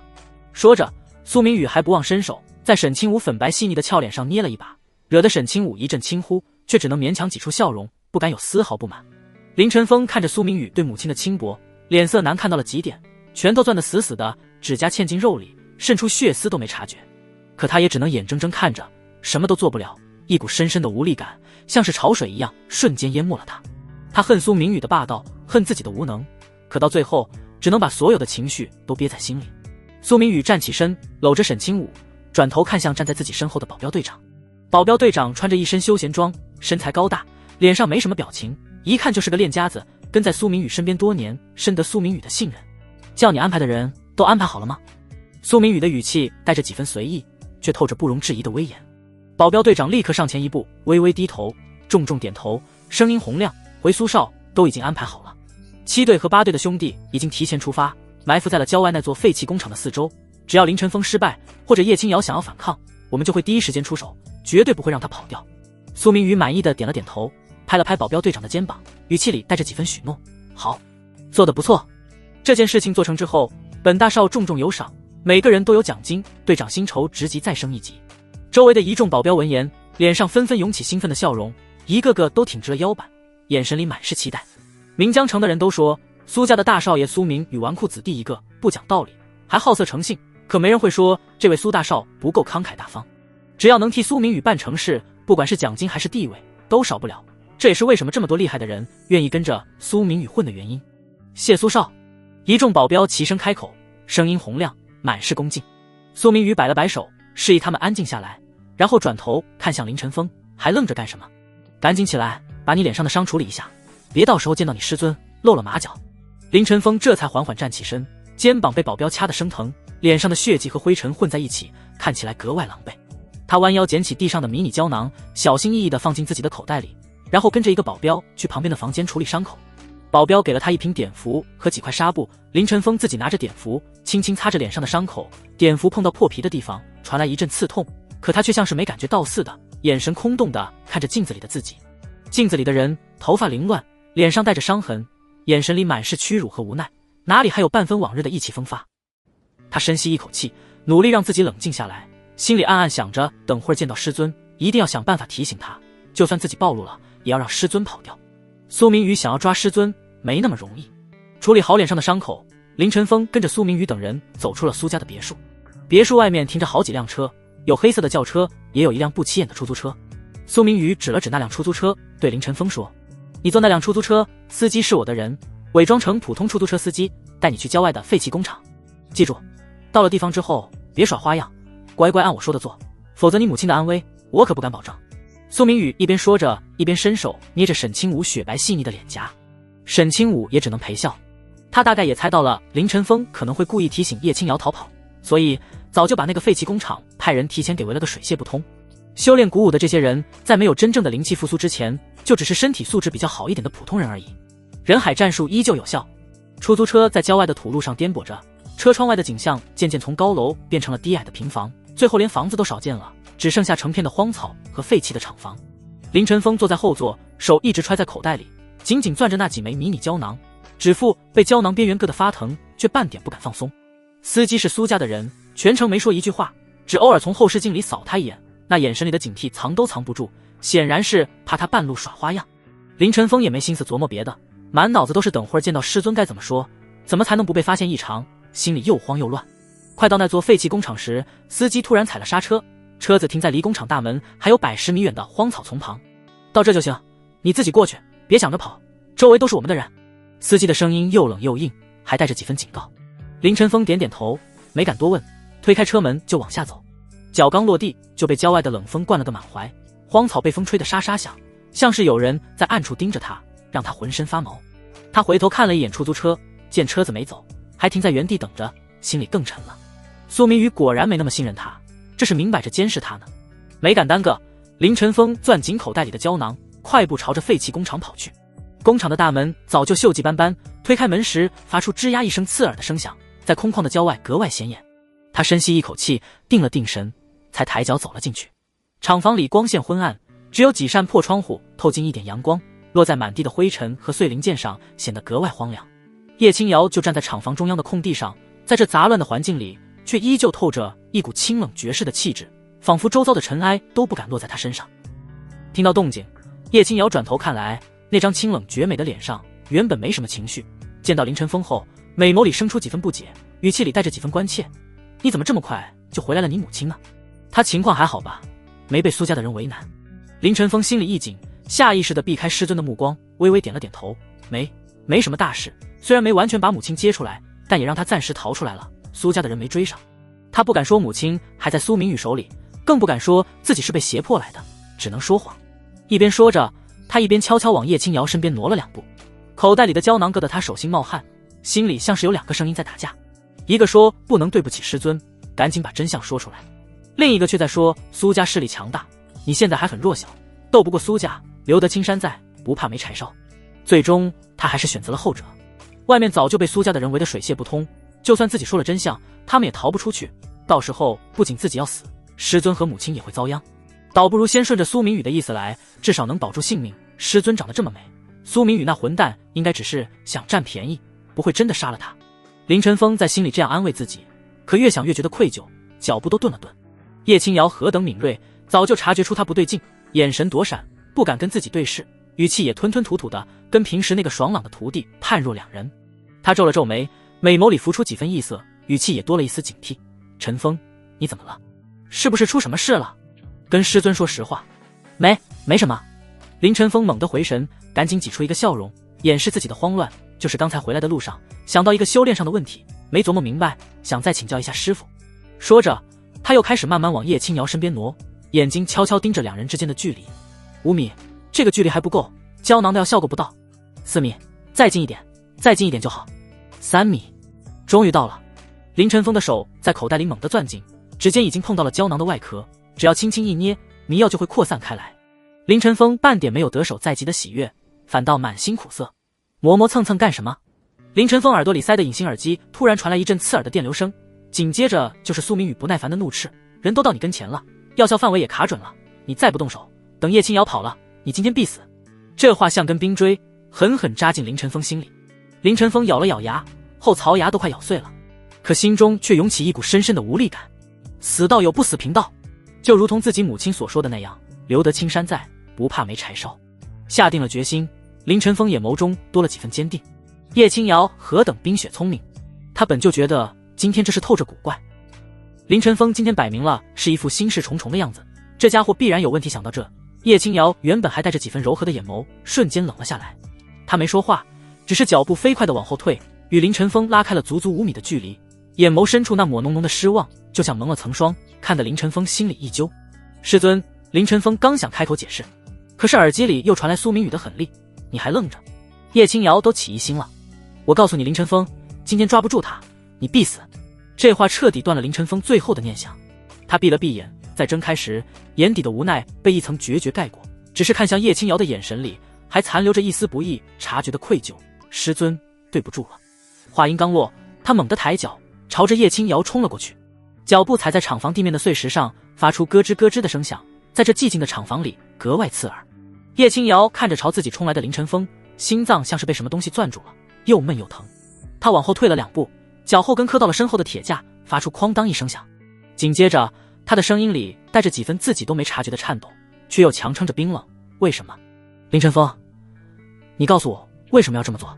我教你鼓舞，带你入门，待你如亲弟一般，你为何要背叛我？叶清瑶越说越激动，最后几个字几乎是咬着牙说出来的，美眸里像是藏着2团火，又有泪光在眼底打转，却硬是没掉下来。叶清瑶这辈子最恨的就是背叛，尤其是来自自己最信任的人的背叛。林晨风的脚步顿了顿，看着叶清瑶眼底的怒火与失望，心里像被针扎似的疼。他苦笑了一声，声音沙哑：师尊，我也是被逼无奈，我也有自己的苦衷，还希望师尊能够理解。理解。叶清瑶像是听到了什么天大的笑话，突然冷笑一声，那笑声里满是嘲讽，也满是心碎。拿你的性命威胁你，你就来害我？林晨风，你可知我若落在苏明宇手里会有什么下场？师父，你是叶家的人，苏明宇不会杀你。林晨风苦笑了一声，可是我不一样，我毫无背景可言，真的惹怒了他，他真的会杀我。叶清瑶的美眸里瞬间寒芒乍现，语气冷得像冰。好，既然你选择背叛我，那从今日起，你我师徒之情恩断义绝。说完这话，叶清瑶不再看林晨风一眼，转身就朝着厂房那扇破窗户冲去。窗户上的玻璃早就碎光了，只剩下生锈的铁矿。他翻身跳了出去。他知道再跟林晨风纠缠下去，只会给苏明宇更多围堵的时间，必须尽快逃出去。林晨风看着叶清瑶的背影，心里一紧，哪敢有半分犹豫。他猛地迈开大步，朝着叶清瑶的方向追了过去，脚步飞快，眼看就要追上叶清瑶，距离刚好缩到3米。这是迷药药效最强的范围。林晨风闭了闭眼，猛地攥紧了手里的胶囊，咔嚓一声轻响，胶囊被捏碎在掌心，一股淡蓝色的烟雾瞬间从他掌心弥漫开来，带着淡淡的杏仁味，却又透着一股刺鼻的气息。那是苏家特制的迷药，哪怕只是吸进去一口，也会让人头晕目眩，意识模糊。叶青瑶刚要翻身跳上窗台，就闻到了这股奇怪的味道，瞬间反应过来是迷药。他勃然大怒，猛地转身，一边屏住呼吸，一边抬起雪白纤细的玉手，运起体内仅存的内力，狠狠朝着林晨风的胸口拍了过去。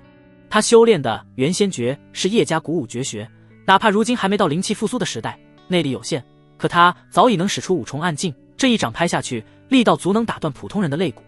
林晨风根本没来得及躲闪，只觉得胸口像是被一块巨石砸中，一股剧痛瞬间蔓延开来，紧接着整个人就像断线的风筝似的往后飞了出去，砰的一声撞在身后的砖墙上，一口鲜血直接喷了出来，染红了身前的地面。他捂着胸口，疼得龇牙咧嘴，却还是挣扎着想要爬起来。他知道苏明宇布置的人肯定就在外面，叶青瑶跑不了。果然，叶青瑶没心思跟林晨风计较，拍飞他之后，转身就翻出了窗户，双脚落地的瞬间就朝着厂房外的树林里冲去。他的脚步飞快，身形轻盈的像只燕子，可刚跑出去没几步，就觉得头晕乎乎的，眼前开始发黑。刚才捏碎胶囊时，他还是不小心吸进去了一口迷药。想跑？叶青瑶，你也太天真了。一道嚣张的笑声突然从树林里传来，紧接着上百名穿着黑色西装的保镖从树后钻了出来，手里拿着铁棍，围成一个圈，将叶青瑶堵在了中间。苏明宇则双手插在裤兜里，慢悠悠地从保镖身后走了出来，脸上带着志在必得的笑容。叶青瑶停下脚步，看着眼前的天罗地网，心里咯噔一下。他怎么也没想到，苏明宇居然布置得这么周密，连他逃跑的路线都算好了。苏明宇，你早就设好圈套等着我了。叶青瑶强撑着精神，声音依旧冰冷，可仔细听能察觉到一丝不易察觉的虚弱。苏明宇挑了挑眉，目光在他身上肆无忌惮地打量着，从他精致的脸蛋到他丰满婀娜的身材，眼神里透着毫不掩饰的贪婪与邪恶。不然呢？叶大小姐，你以为凭你那点小聪明能那么容易找到九龙印的线索？那都是我故意放出去的，就是为了引你过来。叶青瑶咬了咬牙，不再跟苏明宇废话，赶紧闭上眼睛，运转体内的元仙诀，想要将吸进去的迷药逼出来。可如今毕竟是末法时代，还没到灵气复苏的时候，他没办法吸收天地灵气补充内力，体内的内力本就有限，刚才拍林晨风那一掌又耗掉了不少，此刻想要彻底逼出迷药，根本就是杯水车薪。他能感觉到那股迷药的药力正在顺着经脉蔓延，脑袋越来越沉，眼前的景象开始变得模糊，身形也忍不住摇晃起来，娇躯踉跄着，就像水中无根的浮萍，随时都可能倒下。怎么，撑不住了？苏明宇看着叶青瑶的模样，笑得更得意了。叶青瑶，你也别白费力气了，我这迷药是特制的，就算是你这种古武高手，吸进去一口也撑不了10分钟。叶青瑶没理会苏明宇的嘲讽，猛地睁开眼睛，眼底闪过一丝狠劲。他毕竟是叶家培养出来的古武高手，就算中了迷药，骨子里的傲气和韧性也没丢。上，给我拿下他！苏明宇挥了挥手，对着身边的保镖吩咐道。2名保镖立刻朝着叶青瑶冲了过去，手里的铁棍朝着他的肩膀砸了下来。叶青瑶强撑着晃了晃脑袋，勉强看清了铁棍的轨迹，侧身一躲，紧接着抬起腿，狠狠踹在左边保镖的膝盖上，咔嚓一声，那保镖惨叫一声，抱着膝盖倒在了地上。右边的保镖见状，手里的铁棍改砸为刺，朝着叶青瑶的胸口刺来。叶青瑶伸手一抓，死死攥住了铁棍的末端，紧接着用力一拧，铁棍瞬间从保镖手里脱落，他顺势将铁棍砸在保镖的脑袋上，那保镖闷哼一声也倒了下去。有点意思。苏明宇抱着胳膊靠在树上看着，脸上依旧带着玩味的笑容，看来叶大小姐的底子确实不错，中了迷药还这么生猛。说话间，又有4名保镖冲了上去，这次他们不再单打独斗，而是分成2组，左右夹击叶青瑶。叶青瑶咬着牙，手里的铁棍挥舞得虎虎生风，挡住了左边保镖的攻击，可右边的保镖趁机一拳砸在他的腰上，一股剧痛传来，叶青瑶踉跄着退了2步，手里的铁棍也掉在了地上。他捂着腰，疼得额头上冒出了冷汗，意识也越来越模糊，眼前的保镖身影开始变得重叠。可他还是没放弃，伸手抓住身边1名保镖的胳膊，用力一拽，将那保镖拉到自己身前，挡住了另1名保镖的铁棍，紧接着抬手一掌拍在身前保镖的胸口，那保镖喷出一口血，倒在了地上。就这样，叶青瑶强撑着精神，打退了一波又一波的保镖。地上倒了10几名惨叫的保镖，可苏家的保镖实在太多了，前一波刚倒下，后一波又冲了上来，像潮水似的没完没了。叶青瑶的体力越来越不支，内力也几乎耗尽，身上又添了好几处伤，胳膊被铁棍划了一道口子，鲜血顺着胳膊流了下来，染红了他的 T 恤。他的脚步越来越慢，动作也越来越迟钝，刚才还能轻松躲过的攻击，现在只能勉强避开要害，身上被砸了好几下，疼得他几乎要失去知觉。终于在打退第3波保镖之后，叶青瑶再也支撑不住了，他踉跄着后退了2步，脚下一软，扑通一声倒在了地上，双手撑着地面，想要挣扎着爬起来，可手臂却像灌了铅似的，怎么也用不上力。苏明宇见状，脸上的笑容越发得意，他慢悠悠地从树上直起身，语气带着几分戏谑：“叶青瑶，这下你没力气反抗了吧？”叶青瑶抬起头，一双美目死死地盯着苏明宇，眼神里怒火中烧，声音沙哑却依旧带着威慑力：“苏明宇，我可是叶家的人，你要是敢动我，叶家绝不会放过你。”他知道自己现在已经没了反抗的力气，只能搬出叶家来威慑苏明宇。虽然他之前因为不满叶家的联姻安排，跟家族闹了矛盾，几乎算是叛出了叶家，可他毕竟是叶家的大小姐，只要叶家还认他，苏明宇就不敢轻易动他。可苏明宇闻言，像是听到了天大的笑话一般，突然狂笑起来，笑得前仰后合，眼泪都快出来了。笑了足足半分钟，他才停下，擦了擦眼角的笑泪，眼神里满是不屑：“叶家的人，叶青瑶，你真是好大的威风。不过据我所知，你因为不满家族让你跟其他家族联姻，早就跟叶家闹掰了，现在就是个叛逃家族的弃子。你觉得叶家的人会为了你一个叛徒，跟我苏家正式翻脸吗？”叶青瑶的脸色瞬间变得苍白。苏明宇说的是实话，这也是他最担心的地方。他紧咬着银牙，不甘心地说道：“苏明宇，你别忘了，若是我回归叶家，答应联姻，那我还是叶家的大小姐，到时候叶家肯定会为我出头。”回归叶家，苏明宇意味深长地笑了笑，眼神里满是算计：“好啊，如果你真能回归叶家，那我倒是想要问问叶家的人，你们叶家人打我苏家九龙印的主意，这件事情该怎么算？”苏明宇的底气十足，九龙印是苏家的传家宝，这种事情真若是追究起来，那2个家族可真就是不死不休的死仇。为了一个叛逃出叶家的女人和苏家这样的世俗大家族为敌，显然不是明智的打算。苏明宇手里握着叶青瑶觊觎九龙印的证据，就算叶家真的认叶青瑶这个大小姐，也不敢轻易跟苏家翻脸，毕竟理亏的是叶家。叶青瑶看着苏明宇得意的模样，气得浑身发抖，可却一句话也说不出来。迷药的药力彻底发作了，他的脑袋越来越沉，眼前的苏明宇身影开始变得模糊，意识也像被拖进了深渊，仿佛随时都能够睡过去。苏明宇的目光落在叶青瑶那丰腴曼妙的娇躯上，嘴角边挑着几分玩味，眼神里的邪恶越来越浓。行了，叶青瑶，你也别硬撑了，看你这样子也支撑不住了，兄弟们，尽快拿下这个女人，谁要是能先抓住她，本大少重重有赏。在场的保镖闻言，眼睛瞬间亮了起来，看向叶青瑶的眼神里满是贪婪。苏明宇的赏钱可不是小数目，而且若是能讨好苏明宇，以后在苏家也能有好日子过。他们立刻朝着叶青瑶冲了过去，进攻的动作比之前更快，也更犀利。叶青瑶在打退了2拨人之后，终于还是撑不住了。他想要继续挣扎，可身体却像被定住了似的，怎么也动不了。他能感觉到意识正在快速消散，眼前的一切都开始变黑。就在这时，他突然想起了一个办法，故意装作晕倒，等苏明宇靠近的时候，再趁机偷袭他，说不定能有机会逃走。想到这里，叶青瑶索性不再挣扎，闭上眼睛，身体一软，彻底倒在了地上，呼吸也变得平缓起来，装作已经晕过去的模样。可他千算万算，还是没算到苏明宇的小心谨慎。苏明宇见叶青瑶晕倒之后，并没有第一时间靠近他，而是从口袋里掏出了一支麻醉针，装在了麻醉枪里。别装了，叶青瑶。苏明宇冷笑一声，你这点小把戏还想骗我？就算你晕过去了，我也得再给你加2针，省得你等会儿醒过来闹事。话音刚落，他举起麻醉枪，对着叶青瑶的胳膊咻咻就是2枪，2支麻醉针精准地扎进了叶青瑶的胳膊里，药液瞬间注入了他的体内。叶青瑶的身体猛地僵了一下，原本还在盘算着偷袭的心思，瞬间被这2支麻醉针浇灭了。他最后的意识就定格在苏明宇举着麻醉枪的模样，心里又气又恨，暗呼：苏明宇，老娘他本来打算故意装作晕倒，看看有没有机会接近苏明宇，抓住苏明宇威胁苏家的这些人，趁机偷袭逃走。结果却不想这个混蛋居然这么谨慎，直接又给自己打了2枪麻醉针。要知道，苏明宇这麻醉针的剂量可不是一般的大，每一支针剂都足以放倒一头成年公牛。也就是叶青瑶修炼了叶家的古武功法，身体比普通人强悍数倍，否则的话，别说2支，就算是1支，他的身体也扛不住。可就算他身体强悍，2支麻醉针下去，也彻底没了反抗的力气。药液顺着血管蔓延开来，比之前的迷药更加强劲，他的意识瞬间被黑暗吞噬，彻底失去了知觉。苏明宇看着彻底晕过去的叶青瑶，脸上露出了志在必得的笑容。他站起身，拍了拍身上的灰尘，然后弯腰伸出手，将叶青瑶那丰腴曼妙的婀娜娇躯横抱了起来。苏明宇把叶青瑶抱进自己的迈巴赫，安放在副驾驶上，发动了车子。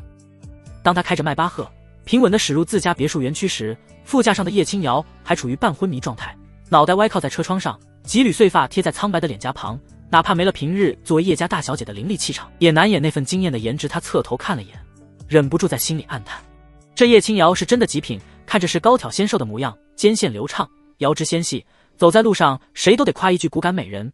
可刚才把人扶上车时，才发现人家是实打实的穿衣显瘦 XXXX， 属于那种手感绝好的丰腴类型，偏偏肉都长在该长的地方，曲线火辣的让人移不开眼。车子稳稳停在主别墅门口，苏明宇下车绕到副驾，伸手将叶青瑶打横抱起，入手温热柔软，还带着淡淡的花香，应该是他常用的熏香味道。他脚步没停，径直走进别墅，熟门熟路的朝着2楼最里面的房间走去。那是他特意改造的特制房间，墙面做了隔音处理，门窗都是加固过的合金材质，里面还备着各种工具。推开门，房间里没开灯，只有窗帘缝隙透进来的几缕夕阳，勉强能看清里面的布局。正中央放着一把沉重的实木椅子，椅子腿牢牢固定在地板上，旁边还放着一卷加粗的尼龙绳，韧性极强，寻常暗劲高手都别想挣断。苏明宇绑好了叶青瑶，做完这一切，苏明宇拍了拍手，退后2步打量了一眼，脸上露出满意的神色。他没再多看，抬手在虚空中轻轻一点，一道淡蓝色的光幕瞬间出现在他眼前。果不其然，光幕上很快跳出了新的提示，红色的字体格外显眼。恭喜宿主，天命之子林晨风与叶青瑶师徒反目，成功掠夺天命值2500点。当前宿主剩余天命值5000点，原2500点加新增2500点。紧接着，光幕上又弹出了林晨风的个人信息：姓名林晨风，天命之子等级 C 级，当前世界主流天命之子等级从高到低分为 S、A、B、C、D、E 6级，气运值剩余45000、5万。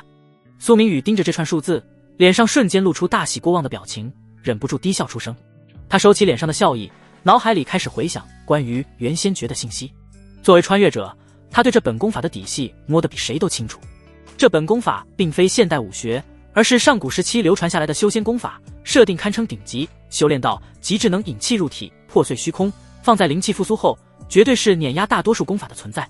可惜的是，叶家传承了几百年，手里握着的元仙诀只是残本，不仅修炼速度慢，还存在诸多隐患，稍有不慎就会走火入魔。按照原著剧情，再过半年，全球就会进入末世变异阶段，天地间的灵气开始复苏，各种怪物层出不穷，人类也开始觉醒异能。而林晨风就是在那个时候机缘巧合下进入了叶家祖地，找到了元仙诀的完整版本之后，他拿着完整功法回到叶家，一边假装帮叶青瑶洗清冤屈，一边讨好叶家的几位长辈，最后不仅获得了所有人的支持，还顺势帮叶青瑶重新坐上了家主之位。当然，这只是他的伪装，他真正的目的是掌控叶家的势力，把元仙诀据为己有。苏明宇摸了摸下巴，心里盘算着，他对修炼元仙诀没什么兴趣，毕竟他的系统自带功法改造功能，与其修炼别人的功法，不如自己改造出更适合自己的。元仙诀的底子摆在那，要是能通过系统把残本补全，再稍微改造一下，不管是用来交易还是用来拉拢势力，都是绝佳的筹码。想到这，苏明宇不再犹豫，转身走出了特制房间，拿起手机给手下打了个电话，去苏家医院把林晨风那边的情况跟我说下。电话那头很快传来回复：苏少，林晨风已经醒了，沈清武一直在旁边守着，医生说他没什么大碍，就是有些皮外伤。知道了，我马上过去。苏明宇挂了电话，心里再次感叹，这天命之子的气运是真的离谱。林晨风现在不过是明境阶段，连内境都没摸到，而叶青瑶已经是暗境五重，两人动手时，叶青瑶明显没留手，可结果呢？叶青瑶被他设计弄晕，到现在还没醒，林晨风居然只是受了点伤，醒得比叶青瑶都快。要是换做别人，被暗境五重的高手揍一顿，就算不死也得躺半个月，也就林晨风这主角命才能这么抗造。苏明宇开车赶往苏家医院，路上又在系统里确认了一遍林晨风的气运值45000点，虽然少了5000点，但依旧处于极为昌盛的状态，看来想要彻底掏空他的气运，还得慢慢来。半小时后，苏明宇走进了医院的 VIP 病房，病房里很安静，沈清武正坐在床边，手里拿着棉签，小心翼翼地给林晨风擦着脸。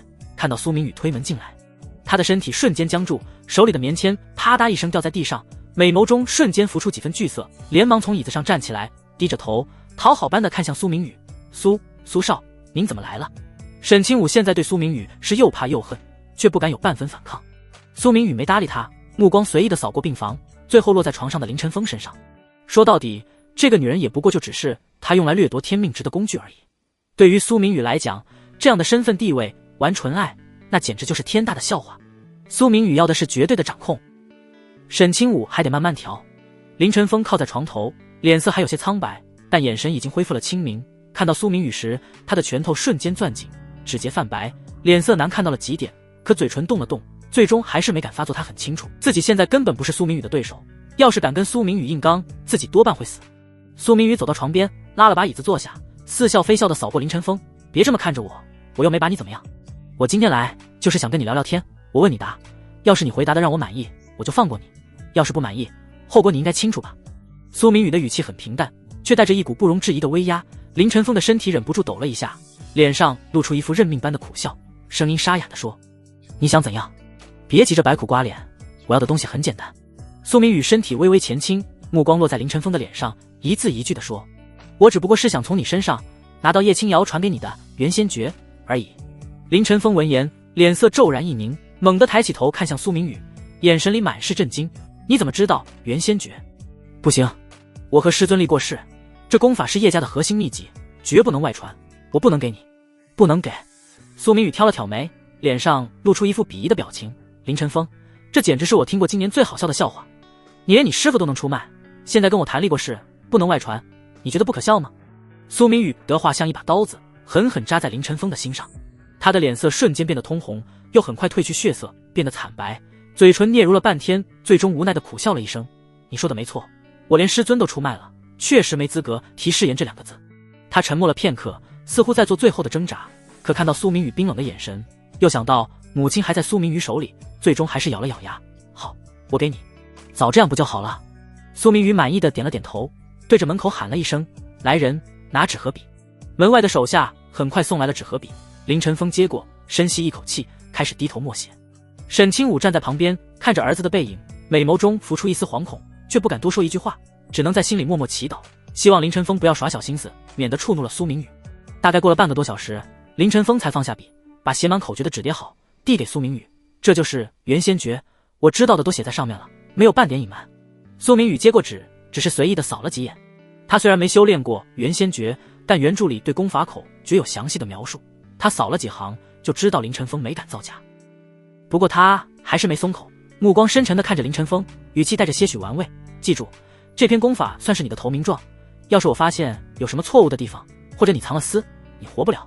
沈清武闻言连忙上前一步，拉着林晨风的胳膊，美眸中满是惶恐，对着林晨风说：晨风，你可千万不要耍什么小心思，元仙诀该写的都写下来，千万不能触怒苏少。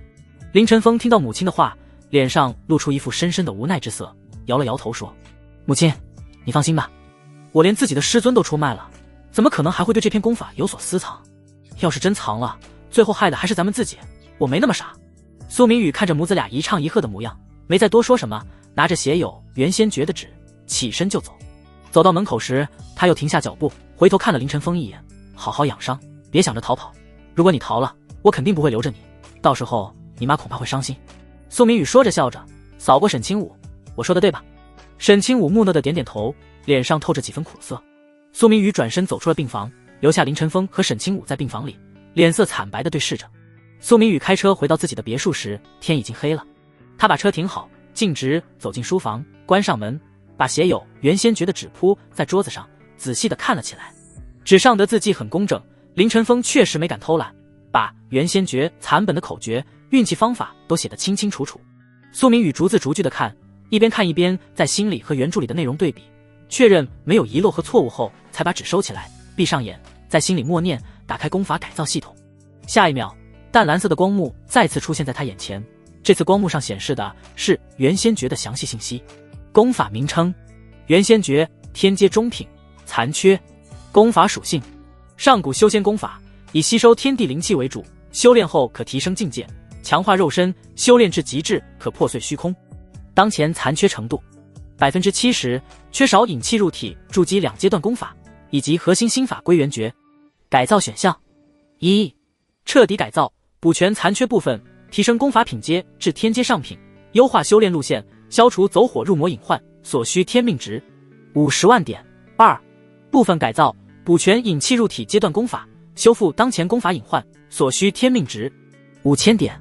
苏明宇盯着光幕上的天阶中品和50万点天命值，不由得瞪大了眼睛，目光中流露出一抹深深的震撼，忍不住倒吸了一口凉气。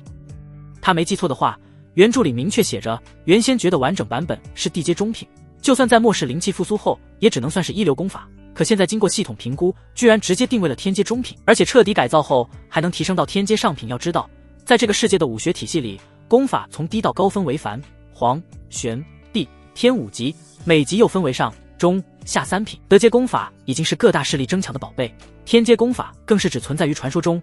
要是他真能拿出一本天阶上品的功法，就算是那些隐藏的古老家族，也得对他俯首称臣。苏明宇的眼神瞬间变得火热起来，心脏砰砰直跳。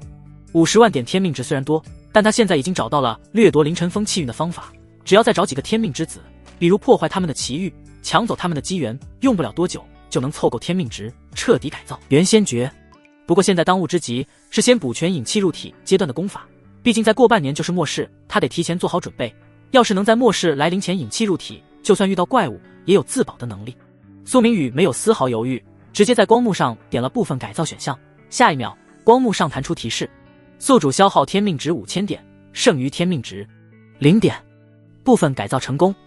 已补全元仙诀、引气入体阶段功法，修复当前功法隐患，改造后功法等级天阶中品，残缺度 60%， 改造后功法已存入系统背包，宿主可随时提取查看。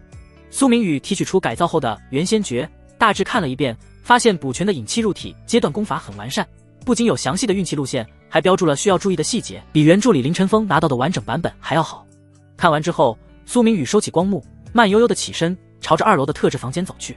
叶清瑶应该也快醒了，他得去跟这位天命之子的美女师尊好好聊聊，看看能不能从他嘴里再套出点叶家祖弟的消息。推开门，房间里依旧没开灯，只有月光透过窗帘缝隙洒进来，落在叶清瑶的身上。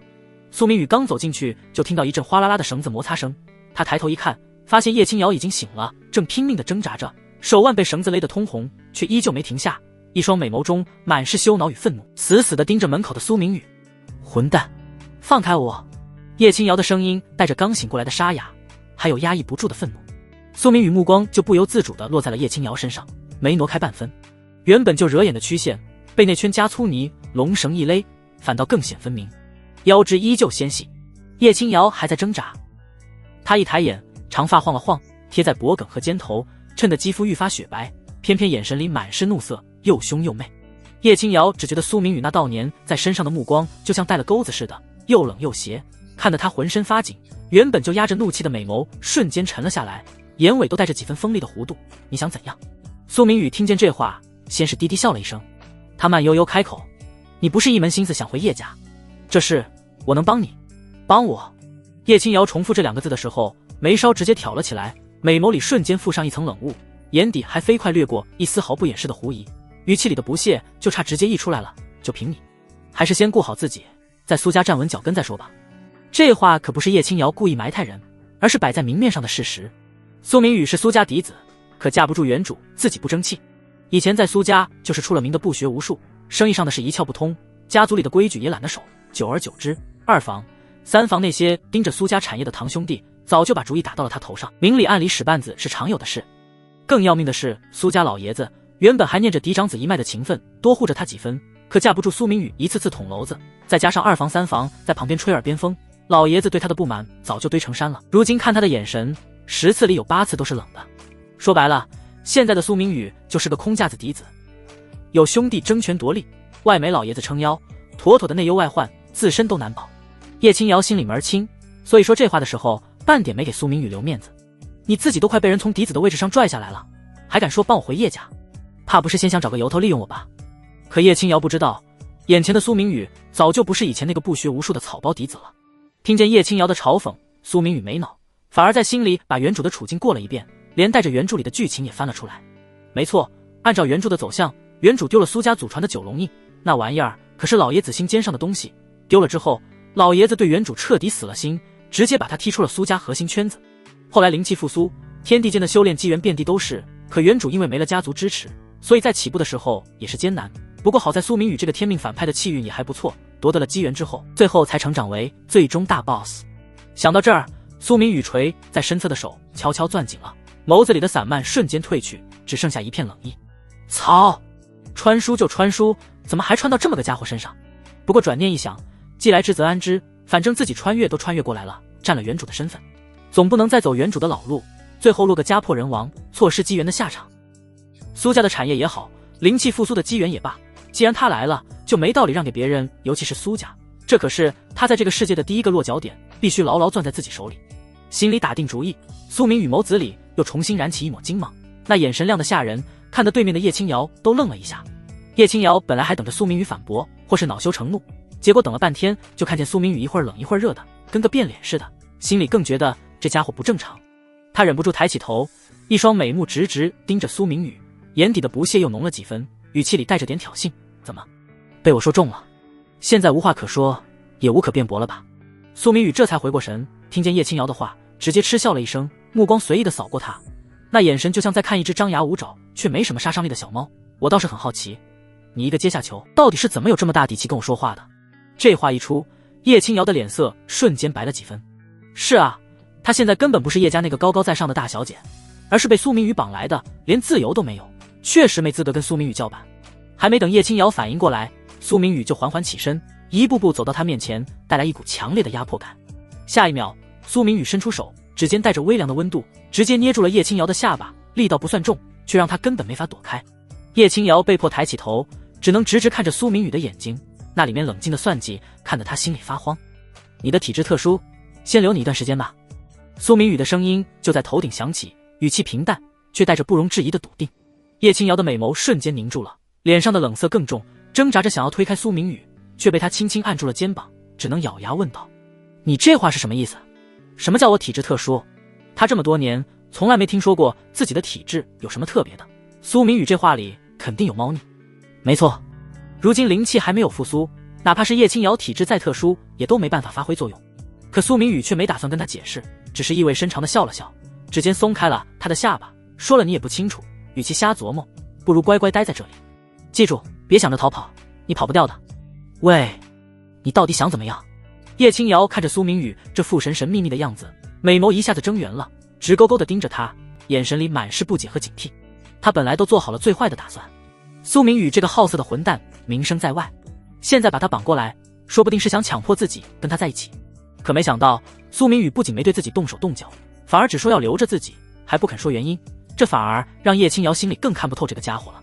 苏明宇却没再理叶青瑶，只是又意味深长地笑了笑，丢下一句：到时候你就清楚了。转身往门口走，叶青瑶看着他的背影，美眸里浮起几分复杂的异色，心里头那股不好的预感越来越强烈。他皱着眉琢磨了半天，还是想不通苏明宇的心思。苏明宇可没心思管叶青瑶的想法，走出房间关上门的瞬间，脑子里就开始飞速盘算起来。叶青瑶的体质在原著里可是个大秘密，她是罕见的先天灵体，体内自带精纯的灵气，就像一株人形大药，要是能在突破关键境界的时候吸收她体内的灵气，不仅能100%突破成功，还能打下远超常人的根基。不过现在还不是时候，她得先把自己的实力提上来。按照原著的时间线，灵气复苏还有不到半年的时间，在那之前，他必须先把古武境界练到暗境巅峰，然后利用叶青瑶的体质突破到筑基，这样才能和那些老家伙有竞争之力，可以进入第一批复苏的遗迹。古武境界，现在这个时代的古武早就不是上古时期的修炼体系了，只留下了明境、内境、暗境3个阶段。其实往根上算，这3个境界对应的就是上古的炼体、炼气、凝气，只不过因为现在天地灵气稀薄，后人把修炼方法简化了而已。这3个境界不用消耗太多灵气，只要有合适的功法，就算在灵气复苏前也能修炼，可难就难在引气入体。现在的天地灵气实在太稀薄了，不仔细找根本感受不到，所以现在能真正踏入古武门槛的人少得可怜，大多都是些古武世家的子弟，靠着家族传下来的功法和资源才能勉强修炼。至于凝气之后的筑基境界，那就更难了，必须要调动天地灵气来冲刷经脉，稳固根基，才算真正踏入修者的行列，寿命也能从普通人的几十年延长到200多岁。根据原著的描写，那些古武世家其实都藏着老怪，这些老怪大多是100多年前的人，当年靠着家族先祖留下的带灵气的宝贝，勉强突破到了筑基期，活了下来。可因为天地灵气不够，他们的生机早就匮乏了，平时都躲在家族的密地里面沉睡，等着灵气复苏的时候再出来抢机缘。可就算是这样，这些老怪一旦醒过来，实力也远超普通人。要是苏明宇不能在灵气复苏前突破筑基，到时候和这些老家伙根本没有一争之力，必然会失了先机。不过，要是自己突破了筑基期，比那些老怪突破的好处大得多。年轻人的经脉更有韧性，吸收灵气的速度更快，突破后能更快适应灵气复苏后的天地，抢占更多的资源。所以他必须尽快修炼，最多1个月，一定要达到暗境巅峰。想到这儿，苏明宇的脚步更快了，直接往自己的房间走。回到房间，苏明宇直接把房门反锁，又拉上了窗帘，房间里瞬间暗了下来，只剩下窗外透进来的一点微光。他走到大床中间，盘腿坐了下来，腰背挺得笔直，闭上眼睛，开始在脑海里回忆原先诀里引气入体的法门。引气入体说起来简单，其实就是调整呼吸频率，让自己的气息和天地间的灵气产生共鸣，然后把那丝微弱的灵气引到自己体内，顺着经脉流转，最后汇入丹田。可难就难在感受灵气。现在除了一些古武时期的名门望族，大多用的是玄阶或者地阶的功法，感应灵气的范围小，效率还低。有些人就算练了几年，也未必能感受到一丝灵气。但苏明宇不一样，他的元仙诀经过改造过后是天阶上品功法，比那些古武世家传下来的玄阶、地阶功法高了好几个档次，感应灵气的范围更广，效率也更快。只要这个世界还有灵气，就逃不过他的感知。苏明宇按照元仙诀里的法门，慢慢调整自己的呼吸。吸气时绵长缓慢，就像要把周围的空气都吸进肺里；呼气时轻柔平稳，连带着身体里的浊气都慢慢排了出去。一开始他还能感觉到周围的声音，比如窗外的风声、楼下佣人走动的脚步声，可随着呼吸越来越平稳，那些声音渐渐远了，他的注意力越来越集中，整个人都沉浸在了自己的世界里。时间一点点过去，转眼1个小时就过去了，苏明宇还是没感受到灵气，可他没急。他知道引气入体最忌心浮气躁，要是着急了，反而会打乱气息，更难感应到灵气。他继续调整呼吸，脑海里只有元仙诀的法门，身体也渐渐放松下来，就像一块海绵似的，慢慢舒展着，等待着灵气的出现。又过了40多分钟，就在苏明宇快要以为自己是不是哪里弄错了的时候，指尖突然传来一丝微弱的清凉感，就像夏天里不小心碰到了冰块似的，很轻却很清晰。来了！苏明宇心里一喜，却没敢动，依旧保持着呼吸的节奏，小心翼翼地用意念去感知那丝清凉。灵气虽然只有一丝，比头发丝还细，却带着一股精纯的气息，在他的指尖轻轻游走。苏明宇按照元仙诀的指引，用意念慢慢引导着这丝灵气，一点点往自己的手臂经脉里引。灵气刚进入经脉的时候，他只觉得手臂有点发麻，痒痒的，但是却很舒服。随着灵气慢慢在经脉里游走，那种麻痒感渐渐变成了清凉感，顺着经脉一路往下，最后慢慢汇入了丹田。就在灵气进入丹田的瞬间，苏明宇突然觉得浑身一震，就像干涸了很久的土地突然浇了水似的，身体里的每一个细胞都开始欢呼雀跃，原本有些僵硬的四肢也变得灵活起来，甚至有一种轻飘飘的感觉，就像要飞起来似的。这种感觉太奇妙了，苏明宇忍不住沉浸在里面，继续用意念感应周围的灵气。有了第一丝灵气的指引，周围的灵气就像找到了方向似的，开始慢慢往他的身边聚集。虽然依旧微弱，可胜在源源不断。苏明宇一边维持着呼吸节奏，一边引导着这些灵气进入体内，顺着经脉流转，最后汇入丹田。每多一丝灵气，他就觉得自己的身体更有力一分。原本因为原主常年不锻炼而有些虚弱的身体，也在慢慢变得强壮。他甚至能清晰地感觉到自己的力量在一点点提升。原本只能勉强搬起几十斤东西的手臂，现在似乎能轻松举起300多斤。原本跑几步就喘气的心肺，现在就算维持着高强度的呼吸，也没觉得难受。时间过得飞快，窗外的天色从微亮变成了中午，又从中午变成了傍晚。房间里的光线越来越暗，可苏明宇丝毫没有察觉，依旧沉浸在修炼的状态里，甚至隐约有一种超脱于身体之外的感觉，仿佛整个世界只剩下他和身边的灵气。不知道过了多久，当苏明宇再次引导着一股灵气汇入丹田的时候，丹田突然传来一阵温热的感觉，紧接着一股比之前强了好几倍的力量从丹田爆发出来，顺着经脉流遍全身。他甚至能听到自己骨骼发出咔咔的轻响，就像在重塑骨骼似的。突破了！苏明宇猛地睁开眼睛，眼底闪过一丝惊喜。他能清晰地感觉到自己的境界已经从原来的俗体凡胎，直接跳到了明镜三重。要知道，就算是那些古武世家的天才子弟，靠着家族的资源，从引气入体到明镜三重，最少也要3年的时间，可他只用了不到7个小时，这就是天阶功法的恐怖之处。苏明宇慢慢站起身，活动了一下手脚，只觉得浑身充满了力量，他忍不住挥了挥拳头，空气里甚至传来了轻微的呼呼声。他走到镜子前，看着镜子里的自己，还是那张俊朗的脸，可眼神里的散漫和迷茫早就没了，取而代之的是冷静和锐利，整个人的气质都变了变成了一个眼神坚定、自带气场的强者。苏明宇满意的笑了笑，又在心里盘算起来。明镜三重只是开始，接下来他要加快修炼速度，争取1个月内达到暗境巅峰，然后在灵气复苏前做好吸收叶清瑶先天灵体灵气的准备。到时候他不仅能突破筑基，还能够顺势进驻苏家，抢在所有人前面进入苏家遗迹，在这个灵气复苏的时代闯出自己的一片天。想到这儿，苏明宇的眸子里又燃起了一抹金光，转身走到床边，打算休息一会儿，晚上继续修炼。他可没那么多时间浪费，每多练一天，他就能在灵气复苏后多一分优势。而另一边，被关在房间里的叶清瑶脑海中的想法开始变得混乱起来。他一直思考着苏明宇说的体质特殊到底是什么意思，可想来想去，不仅没想出个所以然，反而更担心了。他总觉得苏明宇留着他肯定没什么好事，可他现在就算想反抗也没什么办法，毕竟自己被捆得牢牢的，根本无法挣脱夜色渐深。苏家的别墅渐渐安静下来，只有苏明宇的房间里还透着微弱的光。他休息了不到1个小时，就又盘腿坐在了床上，闭上眼睛，再次沉浸在了修炼之中。房间里的灵气又开始慢慢往他的身边聚集。5个小时后，苏明宇突破到了明镜5重，他呼出一口浊气，眸中闪过一抹金芒。他知道自己该停下来了，进境太快，必须要有一段时间的适应。苏明宇起身，可是脚下的瓷砖像是不受控制一样，居然直接多出了几道裂痕。苏明宇一阵无语，他只能慢慢地适应着自己体内这股强大的力量。看样子没个3-5天，自己是没办法适应这力量了。不愧是天阶上品的功法，不到1天的时间，自己居然突破了5个小境界。苏明宇每走一步，脚下碎裂的瓷砖都会多上一块。好在他这个苏家大少爷倒也并不在乎。苏明宇小心翼翼地控制着自己的力量，拿起一部手机，咔嚓，手机瞬间变形。一连报废了将近5个手机之后，苏明宇这才算是勉强地控制住自己的力量，拿起了一部按键式的微图手机，拨通了沈清武的号码。嘟嘟嘟，忙音过后，电话那头传来沈清武小心翼翼的声音：苏少，您有什么吩咐吗？半个小时之内来我家，记得穿黑丝。病房外的走廊里，沈清武握着手机的手指泛了白，指节因为用力而微微凸起，屏幕上还停留在苏明宇3个字的通话界面，听筒里传来的声音却像淬了冰，一下下扎在他心上。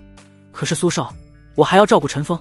沈清武的声音放得很轻，带着几分不易察觉的颤抖，绝美的俏脸上拧着为难，眼尾那点天生的媚态此刻也被焦虑压得淡了些。果然，电话那头立刻传来一声冷笑，那笑声里的轻蔑毫不掩饰。怎么，你要违背我的意思？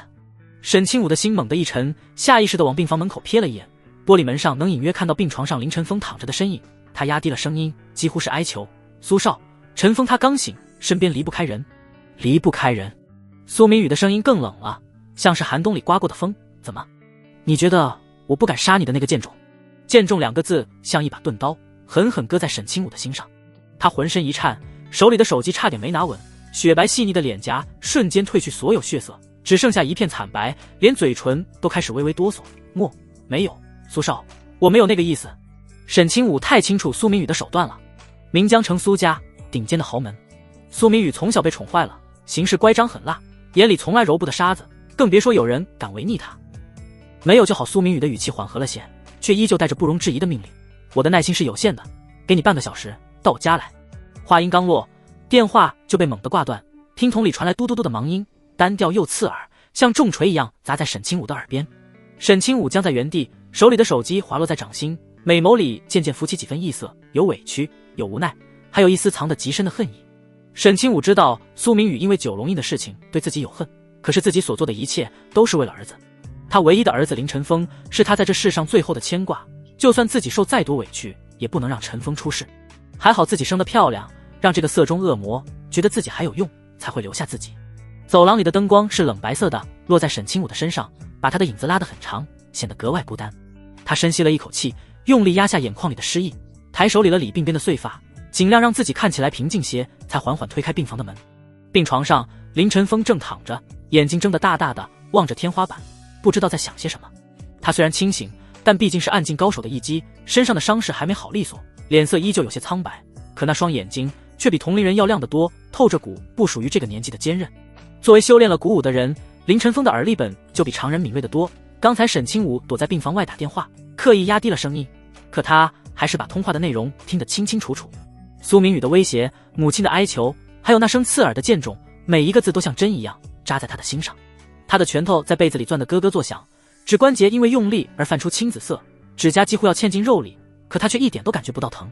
一股怒火从林晨风心底猛地窜了上来，烧得他浑身发烫，眼神里闪过一丝凶狠，死死地咬着牙，在心里默念：苏明宇居然敢这么威胁我妈，还敢骂我，这笔账我林晨风记下了，总有一天我要让你付出代价，绝不放过你。他知道自己现在还不够强，还不能保护母亲，只能眼睁睁看着母亲被人威胁，被人欺负，这种无力感比身上的伤势还要让他难受。沈清武走到病床前，看着林晨风的侧脸，脸上露出一丝苦涩，声音带着几分不易察觉的颤抖：晨风，妈还有事情要去做，你自己照顾好自己，要是渴了饿了就按床头的呼叫铃，找护士帮忙。林晨风缓缓转过头，目光落在沈清武的脸上，他看到母亲眼底的红血丝，看到他强装出来的平静，也看到了他藏在嘴角的无奈。他知道母亲要去做什么，苏明宇给的时间那么紧，母亲肯定是要去赴约，去受那屈辱，可他现在除了点头什么都做不了。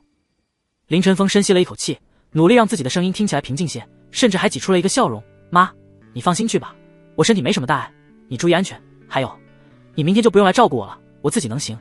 他不想再让母亲因为自己一次次被苏明宇威胁，更不想再听到母亲为了他向别人低声下气。林晨风暗暗下定决心，一定要尽快养好伤，努力修炼鼓舞，变得更强，强到能保护母亲，强到能让苏明宇不敢再动他们母子一根手指头。沈清武听到林晨风的话，心中微微一紧，他怎么会不知道儿子的心思？陈峰从小就懂事，什么事都替他着想，可正是这份懂事让他心里更难受。沈清武后悔了，后悔当初自己为什么要接近那个魔鬼，可是这天底下却没有后悔药给他吃。沈清武张了张嘴，想说些什么，可话到嘴边又咽了回去。苏明宇给的时间太紧了，沈清武不敢浪费一分一秒，要是迟到了，谁知道那个疯子会做出什么事情来。沈清武强忍着心里的酸涩，脸上勾出一丝无奈的苦笑，伸手摸了摸林晨风的额头，轻声说：那你好好休息，别胡思乱想，妈很快就回来。说完，沈清武转身快步离开病房。林晨风看着母亲的背影消失在门口，脸上的笑容瞬间消失，眼神里的凶狠又重新浮现出来。他猛地坐起身，牵动了身上的伤口，疼得他倒吸一口凉气，可他却不管不顾，掀开被子想要下床。他不能就这么待在医院里，他要去救母亲。可刚走到床边，他就觉得眼前一黑，浑身发软，差点摔倒在地。他扶着床头，大口大口地喘着气，才意识到自己的伤势还没好，根本没办法出去，更别说和苏明宇对抗了。该死！林晨风一拳砸在床头，发出砰的一声闷响，眼里满是不甘和愤怒。苏明宇，你给我等着！与此同时，沈清武已经快步走到了医院楼下，晚风带着几分凉意，吹在他的脸上，让他打了个寒战。就在这时，一辆黑色的迈巴赫缓缓停在他的面前，车窗降下，露出一张穿着黑色西装的女人的脸。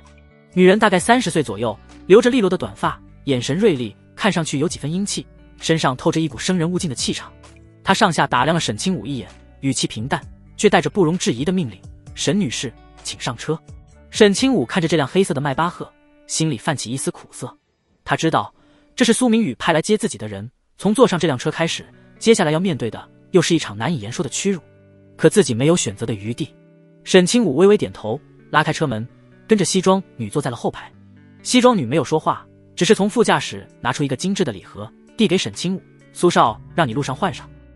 沈清武接过礼盒，手指碰到礼盒的瞬间，就感觉到了里面布料的光滑。他打开礼盒，里面放着一件红色的紧身收腰包臀长裙，裙摆开叉很高，旁边还放着一双黑色的高跟鞋和一双黑色的丝袜。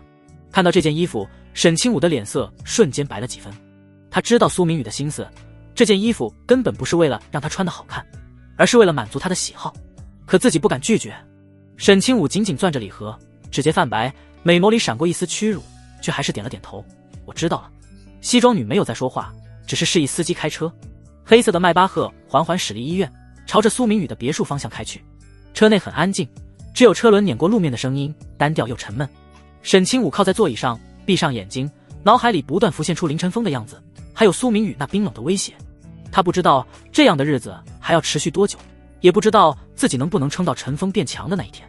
与此同时，苏明宇的别墅，苏明宇正坐在沙发上，手里拿着一杯红酒，轻轻摇晃着，红色的酒液在酒杯里打着转，映着他脸上玩味的笑容。他穿着一件黑色的真丝睡衣，头发随意的散着，少了几分平日里的张扬，多了几分慵懒，可那双眼睛里却依旧透着精明和算计。就在这时，他的脑海中突然响起了一道清冷的御姐音：没有任何感情，却带着几分机械的质感。叮！恭喜宿主天命之子凌晨风心态产生剧烈的波动，内心极为屈辱，掠夺天命值2000。姓名凌晨风，天命之子等级 C， 气运值剩余43000、5万。宿主当前天命值2000。苏明宇听到这声音，嘴角的笑容瞬间扩大了几分。他停下摇晃酒杯的动作，眼底闪过一丝得意。果然，一切都如他所料的一般。凌晨风那小子听到他威胁沈清武的话，心态肯定会崩。才2000天命值，看来这小子的心态还挺能扛的。苏明宇抿了一口红酒，眼神里闪过几分玩味。不过没关系，慢慢来。这只天命之子的羊毛还得好好的薅一薅，总有一天我要把他的气运薅得一干二净。他打开系统面板，看着自己2000的天命值，心里盘算着，现在的自己虽然比不上那些顶尖的鼓舞高手，但对付一般的鼓舞者已经没什么问题了。不过目前的凌晨风气运值还有43000，显然还没有伤筋动骨。想要彻底把凌晨风的气运夺过来，还得从他的机缘下手。苏明宇靠在沙发上，闭上眼睛，开始回忆原著的剧情。他记得很清楚，1天之后，岷江城的另一大家族李家嫡女李艳霜会受到鼓舞高手的袭击。按照原本的剧情，凌晨风会刚好路过，出手救下李艳霜，两个人就此产生羁绊。后来李艳霜家里发生内乱，凌晨风又出手帮了他一把，让他成功成为李家家主。在之后，凌晨风组建自己的势力，李艳霜作为李家家主给了他不少帮助，两个人的感情也越来越深。最后李艳霜成了凌晨风的老婆之一。李艳霜，苏明宇睁开眼睛，嘴角勾起一丝玩味的笑。这可是凌晨风的重要机缘之一，不仅能抱得美人归，还能得到李家的支持。这么好的机会，我怎么能让给凌晨风？不过很快苏明宇又皱起了眉头，因为按照原著的设定，李艳霜是他的未婚妻。当初苏家和李家双方家长一合计，就把他和李艳霜的婚事定了下来。可原著里的苏明宇恶名在外，不仅好色，还喜欢仗势欺人。李艳霜作为李家的嫡女，不仅长得漂亮，还很有能力，性格又清冷孤傲，自然看不上苏明宇，对他很是反感，甚至是厌恶，一直想解除婚约。要是按照原本的剧情，我去救下李艳霜，想要夺取她的芳心，恐怕是难如登天。苏明宇摸了摸下巴，心里盘算着，那女人对我印象太差了，就算我救了她，她也只会觉得我是别有用心，说不定还会更讨厌我。不过转念一想，苏明宇又觉得无所谓了。他本来就不是为了追求李艳霜才想去截胡这个机缘的，他想要的只是李艳霜背后的李家势力，还有凌晨风失去这个机缘后产生负面情绪，从而掠夺他的天命值。反正我也没打算对他百依百顺，更没兴趣娶一个讨厌我的女人。苏明宇嘴角的笑容变得更加玩味，攻心为下，攻身材为上。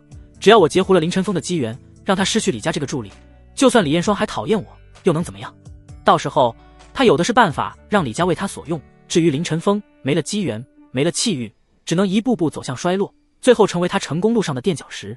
想到这里，苏明宇的心情更加愉悦了。他又抿了一口红酒，眼神里满是算计。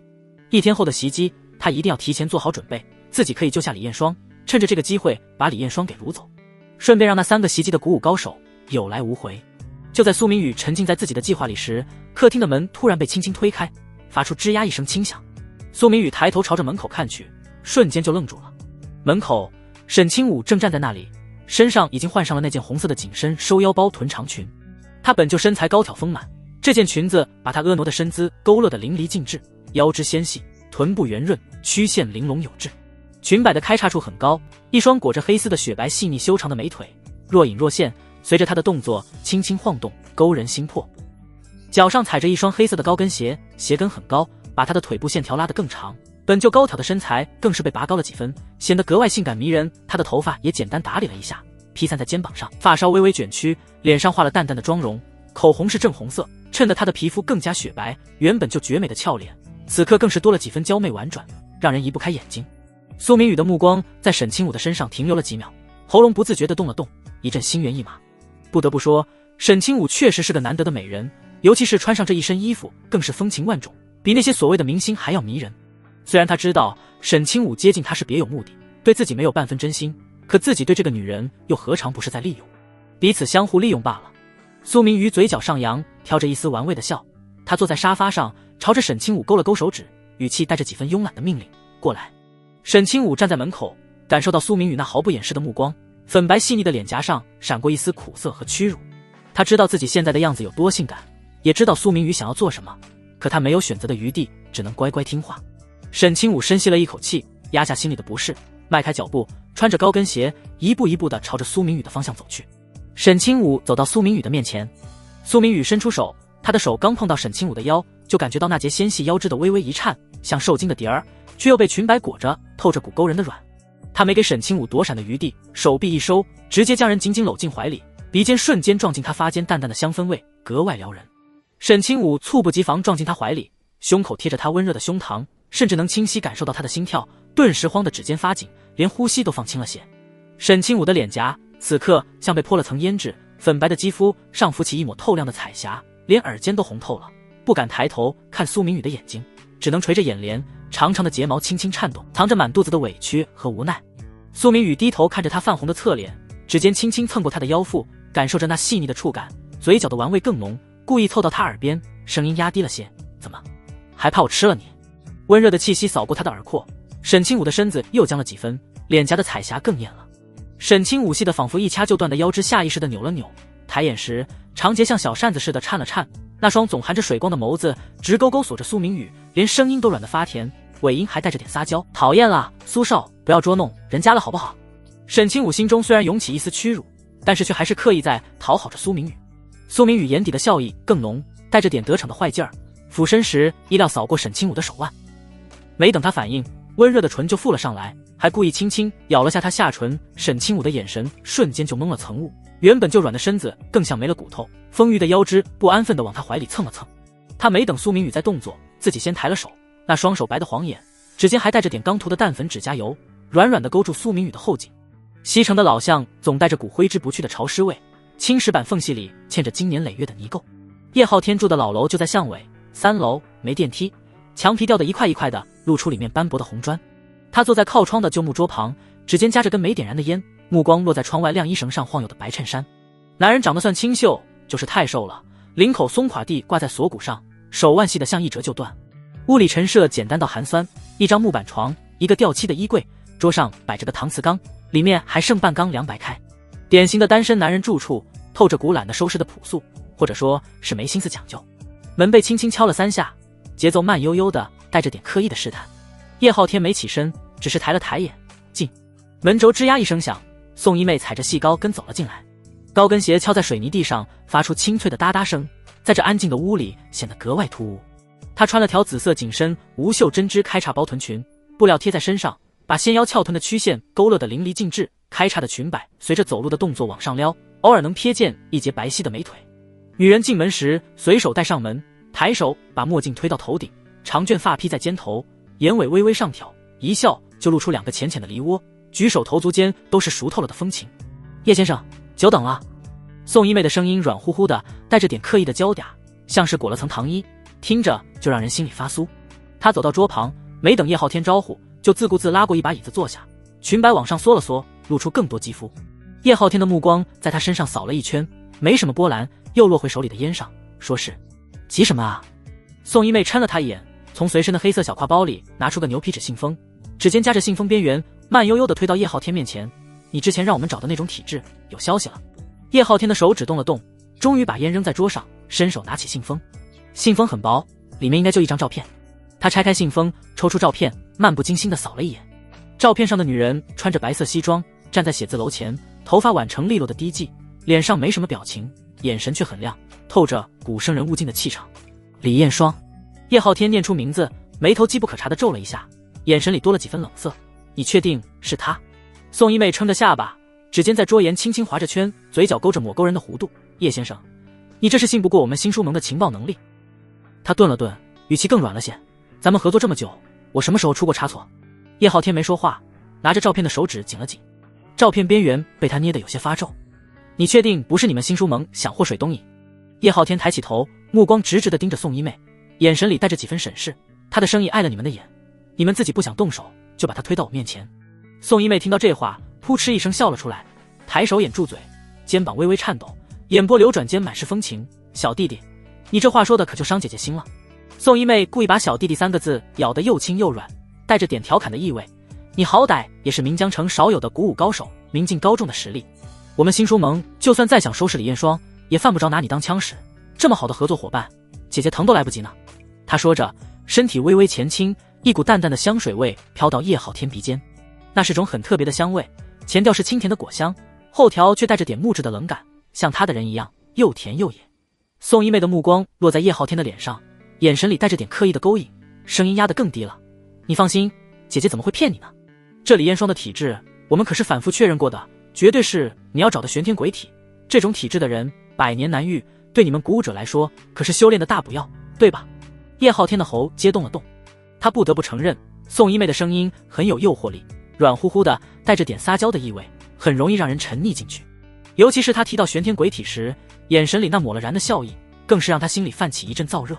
他修炼鼓舞多年，卡在明镜八重已经快半年了，一直找不到突破的契机，而玄天鬼体的人恰好能帮他打通经脉，突破到明镜九重，这也是他一直让新书盟找这种体质的人的原因。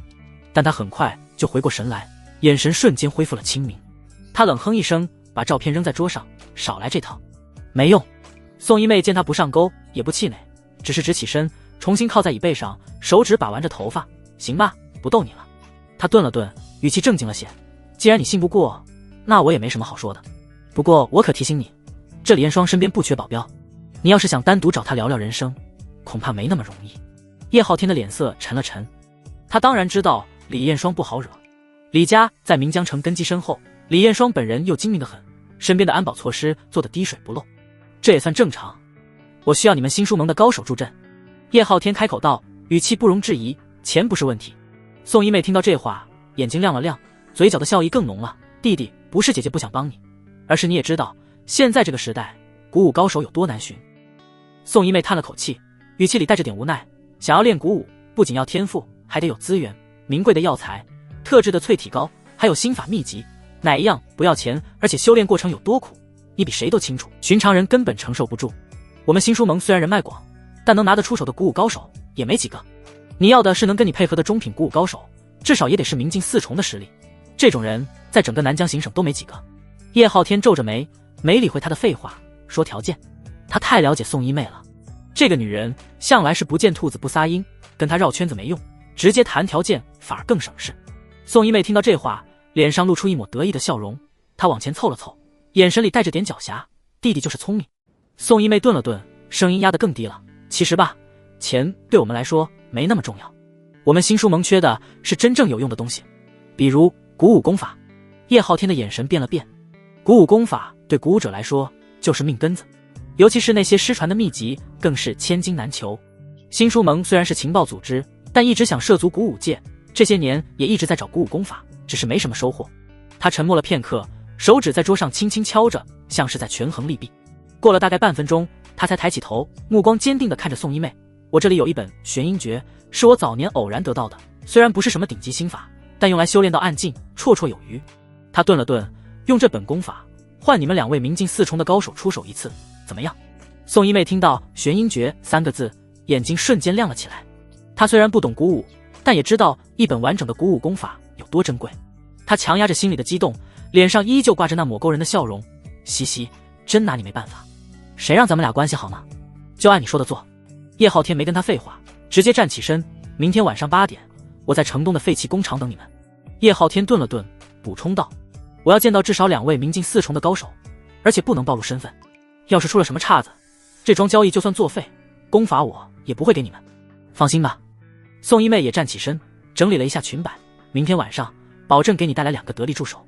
她说着，迈着妖娆的步伐走到门口，又回头看了叶浩天一眼，眼波流转，弟弟，等着姐姐的好消息哦。说完，他推开门，高跟鞋的哒哒声渐渐远去，消失在巷子里。叶浩天站在原地，看着紧闭的门，脸色阴沉。他走到桌旁，拿起那张李彦霜的照片，手指在照片上轻轻摩挲着。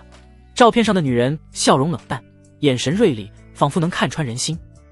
玄天鬼体，他低声呢喃着，眼神里闪过一丝贪婪。这次我一定能突破到明镜9重。他把照片放进怀里，然后从床底下拖出一个旧箱子，箱子上了锁，锁已经生锈了。他从口袋里掏出一把钥匙，打开箱子，里面放着几件旧衣服，还有一个用红布包着的东西。他小心翼翼地打开红布，里面是一本泛黄的古籍，封面上写着玄阴诀3个字，字迹已经有些模糊了。这功法是他在古墓当中找到的。身为天命之子，叶浩天自然也有自己的机缘。叶浩天把古籍重新包好，放回箱子里，然后锁上箱子，塞回床底下。他走到窗边，点燃了之前那根没点燃的烟，烟雾缭绕中，他的眼神变得越来越坚定。第二天晚上7点半，叶浩天提前来到了城东的废弃工厂。这里以前是个纺织厂，后来因为经营不善倒闭了，现在只剩下几栋破旧的厂房，里面空荡荡的，到处都是废弃的机器和垃圾，晚上很少有人来。他站在厂房的2楼，靠在窗边，目光盯着工厂门口的路。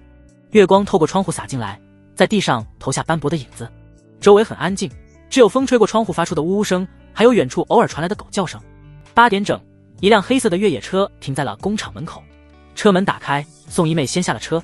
她今天换了一身黑色的紧身衣，把身材勾勒得更加火辣。她身后跟着2个男人，都是中等身材，穿着黑色的运动服，脸上没什么表情，眼神里带着点冷意。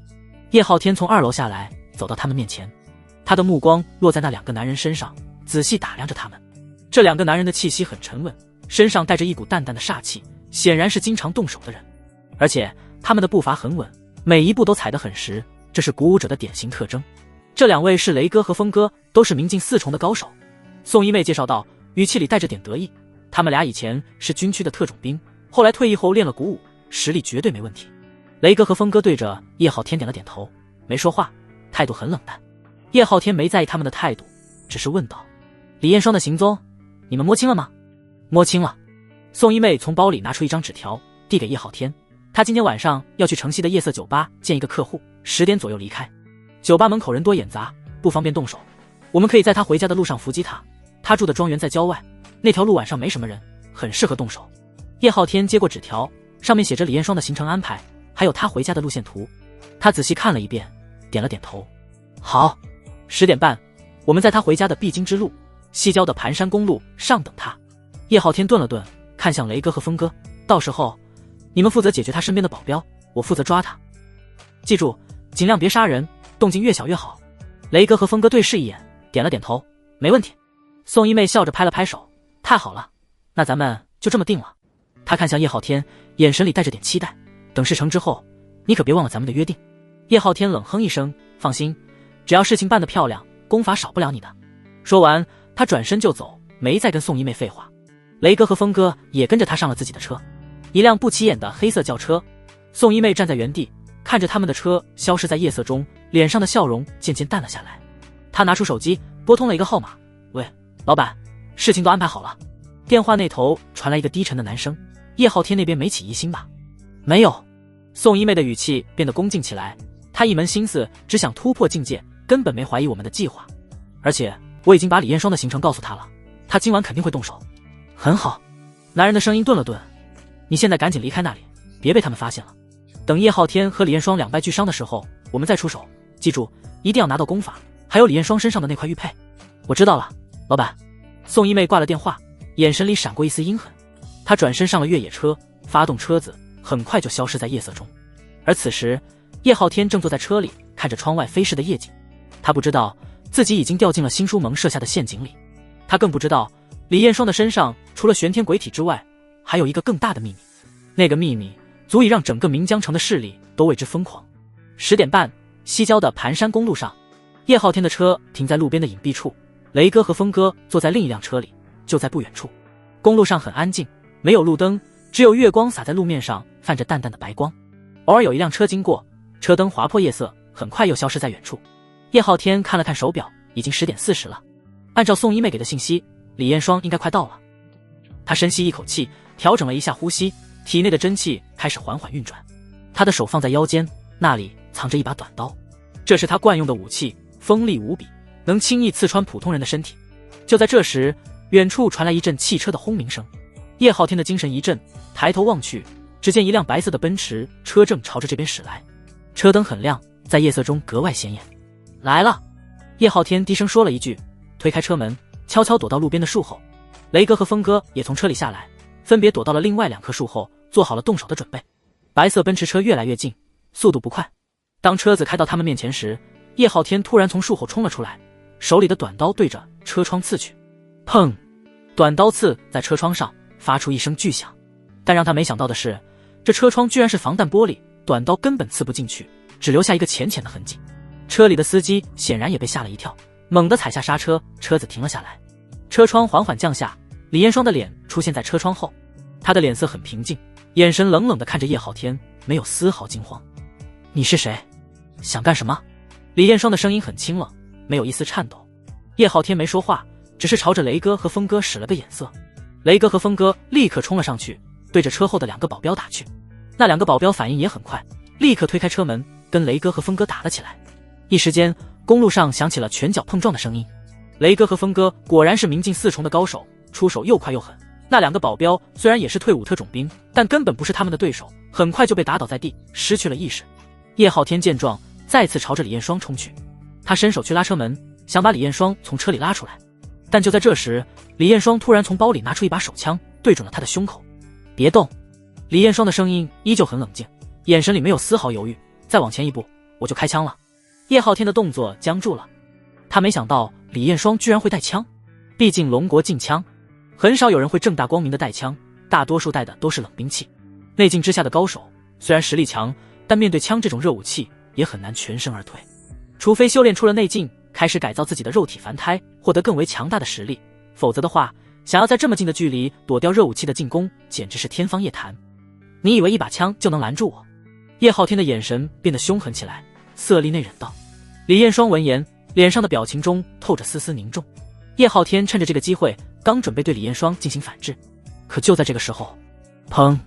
一声枪响传来，直接逼退了叶浩天。李彦双后背冒起一场冷汗。暗处，苏明宇远远地看着身段火辣高挑性感的李彦双，眼神中透着几分邪恶。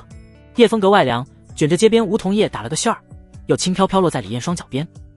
他刚从叶浩天那股带着很劲的掌风里稳住身形，后背还贴着冰凉的车鞘，指尖却因为骤然涌起的狂喜微微发颤。有人在暗处帮他。李彦双悄悄抬眼扫过周围，路灯在地面投下斑驳的光影，远处商铺的霓虹灯闪着虚浮的光，看着平静得很，可那股若有若无的守护感却没消失，像张无形的网悄悄把他护在了中间。另一边，叶浩天被子弹逼得连退3步，脚后跟磕在马路牙子上，差点没稳住。他脸上的嚣张劲儿瞬间退得一干二净，取而代之的是满脸阴鸷。他下意识地攥紧拳头，指节泛白，那双原本只盯着李彦双的眼睛，此刻像探照灯似的飞快地扫过周围的街角、树影，甚至是头顶的天台。到底是谁敢坏他的事？可还没等他找出藏在暗处的人，突然觉得后颈一凉，像是有什么东西正指着自己。他猛地低头，瞳孔骤缩，只见自己的胸口、胳膊上赫然多了好几个红色的小点，正随着他的呼吸微微晃动。明镜高手又怎么样？还不是怕枪子儿？暗处苏明宇压低了声音嘀咕，语气里满是不屑。叶浩天心里也清楚，他虽说练到了明镜，出拳带风，跑起来比普通快了不少，可本质上还是个肉身凡胎。子弹这东西，管你是明镜还是暗镜，挨上了照样得见阎王。他喉咙动了动，想放句狠话，可看着那些红点，话到嘴边又咽了回去，只能僵在原地，眼神里又恨又怕。现场的气氛一下子变得诡异起来。刚才还剑拔弩张的对峙，这会儿没人动也没人说话，只有晚风刮过树叶的沙沙声，反倒衬得这地方更安静，安静的让人心里发毛。宋一妹站在暗中，高跟鞋踩在地上，鞋跟敲出的轻响在这寂静里格外清晰。他身边的几个鼓舞高手也慌了神，刚才还想着怎么拿下李彦双，现在满脑子都是谁在搞鬼。其中一个留着寸头的男人率先开口，声音压得很低，带着几分急色：总管，有人搅局，现在怎么办？还动手吗？其他人也跟着点头，目光齐刷刷地落在宋一妹身上。他们都知道这次行动全听宋一妹的指挥，可现在情况突变，谁也拿不定主意。宋一妹抬手拢了拢耳边的碎发，指尖冰凉，她心里也在打鼓。这次她带的人里，最高水平就是那个明镜9重的高手，剩下的要么是明镜中低层，要么就是没练过鼓舞的普通手下。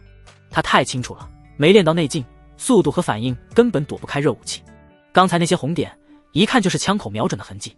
他转头看向身边那个穿着黑色中山装的男人，这人就是他带的明镜9重高手，平日里话不多，但出手极狠。宋一妹的声音里带着一丝不易察觉的紧张。你觉得现在的情况，我们能应付得来吗？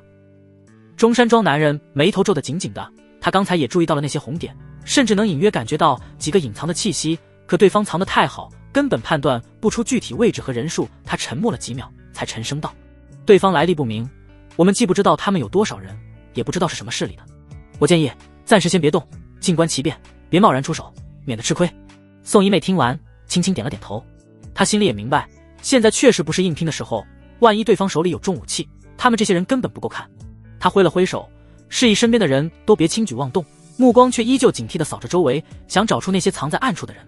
几百米外的一栋居民楼楼顶，苏明宇正举着叶世仪，把下面的情况看得一清二楚。叶世仪的绿光里，叶浩天僵在原地的样子，宋一妹等人都没逃过他的眼睛。他放下叶世仪，嘴角勾起一抹玩味的笑，对着身边的保镖队长李泰说道：“有意思啊，看来盯着这个女人的人还真不少。”李泰站在苏明宇身边，手里握着对讲机，脸上满是凝重。他刚才也通过望远镜看到了下面的对峙。听到苏明宇的话，他连忙劝道：“苏少，这里太危险了，下面又是古武高手又是枪，不如您先去后方的安全点等着，这里交给我们处理就行。”苏明宇靠在楼顶的护栏上，双手插在口袋里，听完李泰的话，忍不住笑了：“不必，我苏家在岷江城的势力你还不清楚，这点蛇虫鼠蚁还奈何不了我。”苏明宇语气轻松，可眼神里却没多少笑意，反而带着几分锐利。他早就想看看这些所谓的势力到底有几斤几两。李泰一听这话，头都大了，他又急又无奈，压低声音劝道：“苏少，您可别大意，刚才动手的那些人可是实打实的古武高手，这些人出手没轻没重，万一伤着您，放心，我有自保的手段。”苏明宇打断了李泰的话，语气笃定，自己现在已经达到了明镜五重，而且经过改造之后的元仙诀，甚至可以在当今这稀薄的天地灵气之下吸收一丝丝的灵气入体，所以现在苏明宇的战力大致能相当于明镜巅峰，这就是天阶功法的可怕之处。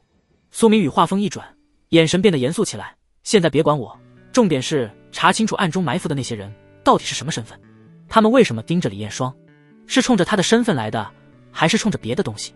李泰看着苏明宇认真的样子，心里暗暗叹气，他以为苏少这是对李艳霜上了心，想英雄救美呢，可也不能这么逞强啊。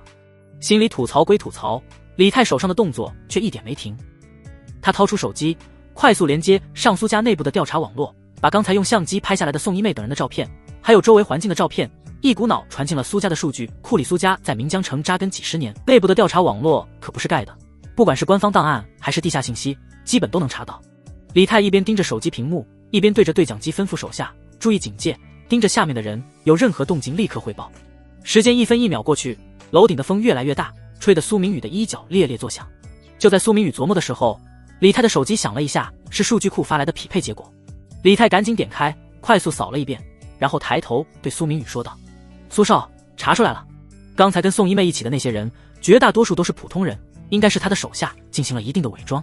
唯独宋一妹的身份特殊一点，她是岷江城女子监狱 C 监区的监区长。”岷江城女子监狱。苏明宇听到这几个字，眼神瞬间变了。他靠在护栏上，脑子里却在飞速运转。岷江城女子监狱的前身就是仁皇时期建立的狱，由仁皇亲手打造而成，专门关押那些身份不俗的大人物。后来经过几次改建，才变成现在的女子监狱。当然，这些都是绝密，因为太过于古老，除去一些古老的家族还知道这个秘密之外，后来大多数的人都不知道了这些。苏明宇的眉头紧紧皱了起来，脑子里的思路一下子清晰了。他记得天命之子林晨风就是机缘巧合之下进入了岷江城女子监狱任职，后来灵气复苏，林晨风因为体内有人皇血脉，激活了监狱里的部分上古功能，才一步步崛起的。可现在宋一妹居然在这个监狱里当监区长，这绝对不是巧合。苏明宇心里隐隐有个猜测，自己穿越到的这个世界不单单是自己原来知道的那一本小说的世界，而是多个小说世界融合后的产物。这个念头一冒出来，苏明宇的心里既兴奋又警惕。兴奋的是融合世界意味着更多的机缘和可能性，警惕的是世界融合后剧情会变得更加混乱，危险也会更多。就在这时，苏明宇的目光扫过叶浩天，姓名叶浩天，天命之子等级 D， 气运值剩余35000。看到这个叶浩天之后，他更加确定了自己之前的猜想。对于苏明宇来讲，这些天命之子倒是越多越好。没过多的理会叶浩天，苏明宇低头看了一眼楼下的宋一妹，心里暗暗想到，看来这个岷江城女子监狱我必须得去一趟了，说不定里面藏着解开这个世界秘密的关键。他定了定神，转头对李泰说道：“你现在去处理一下下面的情况，派人去警告叶浩天他们，把这些人给我惊走就行，别跟他们硬碰硬。记住，暗中可能还藏着其他古武高手，其中一个已经到了明镜9重，气血很浑厚，动手的时候一定要小心，别让兄弟们吃亏。既然叶浩天是天命之子，在目前拥有4方势力的情况下，自己没必要和这个天命之子起冲突，毕竟这些天命之子没有掠夺一定的天命值是杀不了的。李泰听到苏明宇的话，整个人都愣住了。他瞪大了眼睛，直勾勾地盯着苏明宇，脸上写满了不敢置信。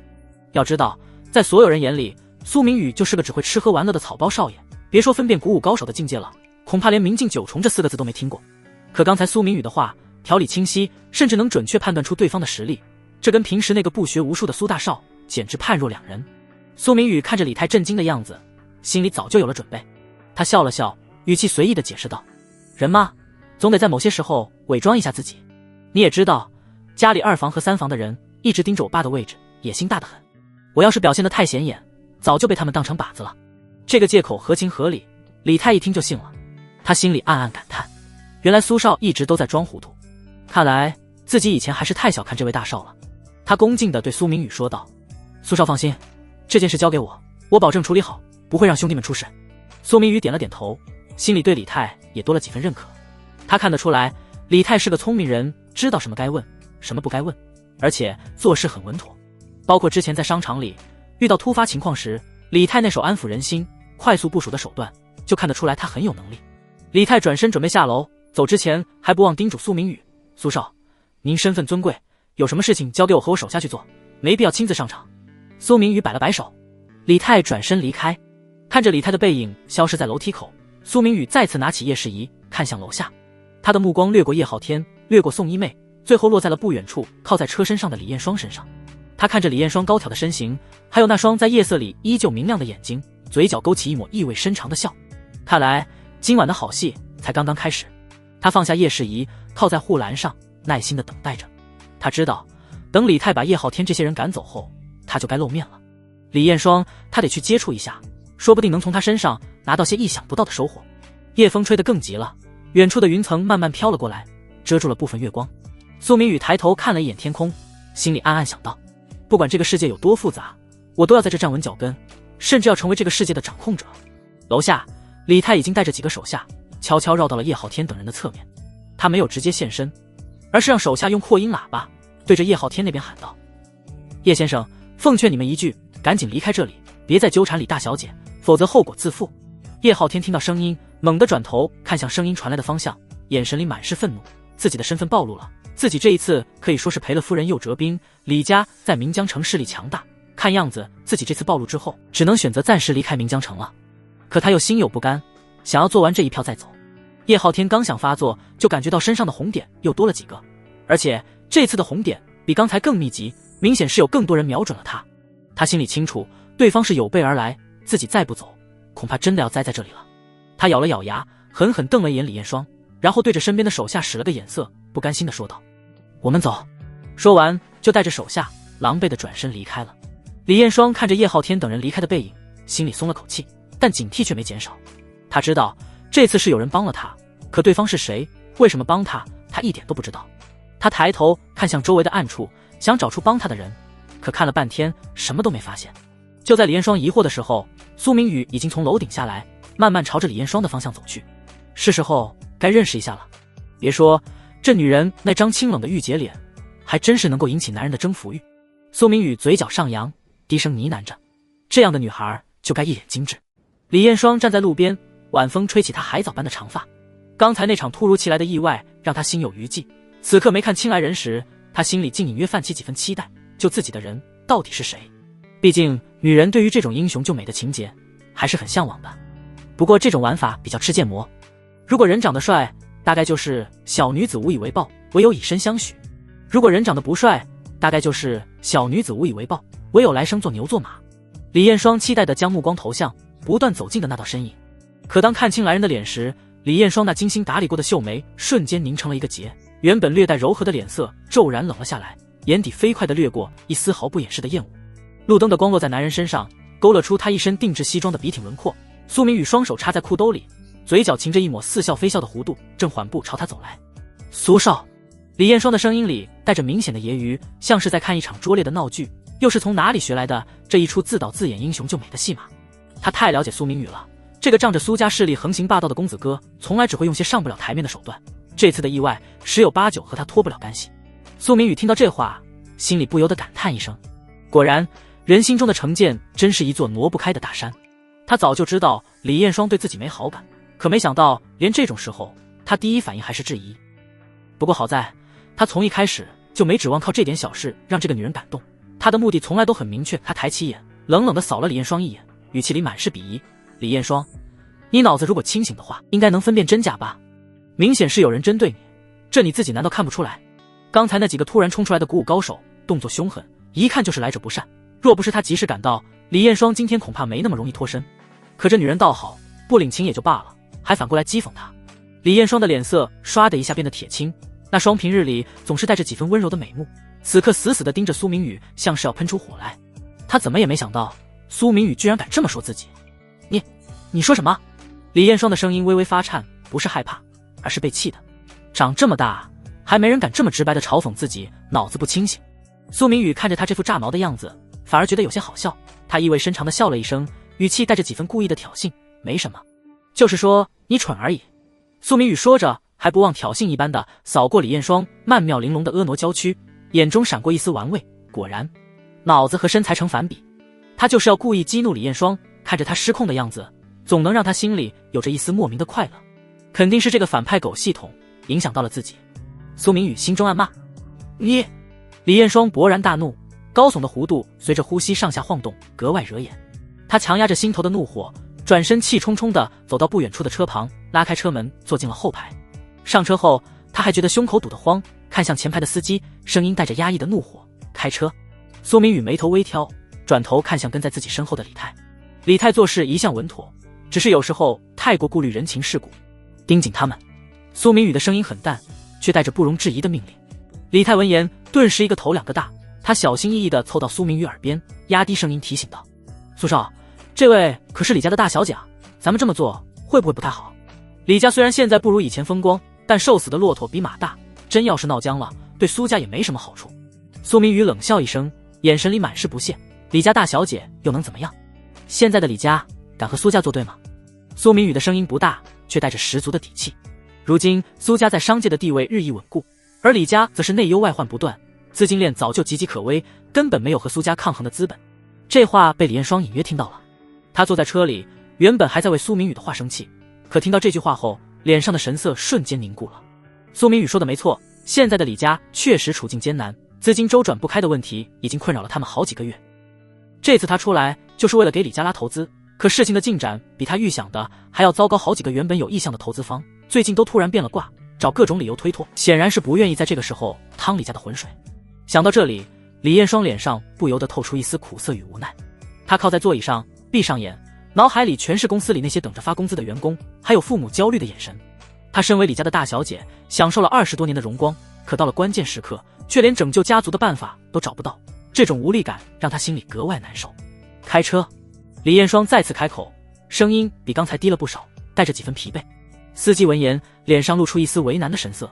他从后视镜里看了一眼李艳霜，小心翼翼地说道：“李小姐，苏公子好像不想让我们就这么离开，他还站在那里盯着我们呢。”李艳霜猛地睁开眼，顺着司机的目光看向车外，果然看到苏明宇还站在原地，双手抱胸，眼神冰冷地盯着他们的车，那架势显然是不打算让他们轻易离开。李艳霜的脸色瞬间又变得铁青，难看至极。犹豫了几秒，李艳霜深吸一口气，缓缓降下车窗。晚风吹进来，带着几分凉意，却没能让李艳霜烦躁的心冷静下来。她冷冷地扫了一眼站在外面的苏明宇，语气不善地问道：“你到底想怎么样？”苏明宇慢悠悠地走到车窗边，双手撑在车窗沿上，凑近李艳霜，脸上露出一抹得意的笑容：“我是你的救命恩人啊，对待救命恩人不该是这样的态度吧？”李艳霜紧咬着银牙，牙齿几乎要将下唇咬出血来。他看着苏明宇这副小人得志的样子，咬牙切齿地说道：“我真是要好好感谢你，我的救命恩人。”这话里的讽刺意味，傻子都能听出来。苏明宇眉头一拧，心里有些不耐烦了。若不是为了抢夺林晨风的天命值，他才懒得和这个脑子拎不清的女人在这里浪费时间。他揉了揉自己的太阳穴，目光再次冷了下来，扫过李艳霜那张写满抗拒的脸，语气带着几分不容置疑的强硬。2个选择，第一个选择，你现在离开，苏家名下的所有集团会第一时间撤资。第2个选择，你陪我1周，那笔投资继续留在你的账上。这话像是一道惊雷，瞬间炸响在李艳霜的耳边。她的美目中瞬间浮出一丝屈辱，那双原本就带着怒火的眼睛，此刻更是像淬了冰一样，冷冷地扫过苏明宇。混蛋，我就知道你不安好心。自己早就该想到，苏明宇不可能无缘无故的救自己，这个混蛋这么做根本就是早有预谋。苏明宇冷笑一声，脸上满是无所谓的态度。你知道又能怎么样？我担心你知道吗？苏明宇凑近李艳霜，眼神里带着几分危险。你别忘了，苏家的那笔注资是你当初答应和我订婚才拿到的，如果你不答应我，那么我们两家的婚约取消，苏家不介意痛打落水狗。说完，苏明宇不等李艳霜反应，就笑眯眯地拉开了后排座位的车门，一副胜券在握的样子。李艳霜坐在座位上，丰满火辣的娇躯因为愤怒和屈辱，此刻抖得像筛糠一样。她的脸色难看到了极点，心里更是无比的挣扎与纠结，到底要不要按苏明宇说的去做？理智告诉她，绝对不能答应苏明宇这种过分的要求，这简直是对他人格的侮辱。可情感上，他又不得不承认，现在李家的情况确实已经到了危急关头。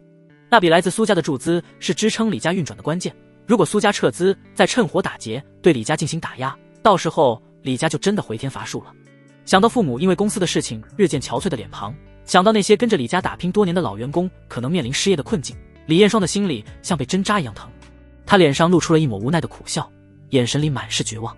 苏明宇半眯着眼睛，目光带着几分玩味的扫过李艳霜，语气里带着几分故意的催促。怎么样，李大小姐，这件事情很难决定吗？他就是要看着李艳霜在尊严和家族之间挣扎，这种掌控别人命运的感觉让他格外满足。肯定是狗系统在莫名的影响我，苏明宇心中暗道。李艳霜深吸了一口气，努力平复着自己的情绪。她抬起眼，美眸中浮出一抹复杂的异色，有愤怒，有不甘，还有深深的无奈，而眼眸深处那抹浓浓的厌恶却始终没有消散。你难道不觉得你这样做很无耻吗？李艳霜的声音很轻，却带着几分颤抖。苏明宇对此毫不在意，他冷笑了一声，脸上露出一副理所当然的表情，语气带着几分痞气。有关系吗？好男人得到名声，坏男人得到世界。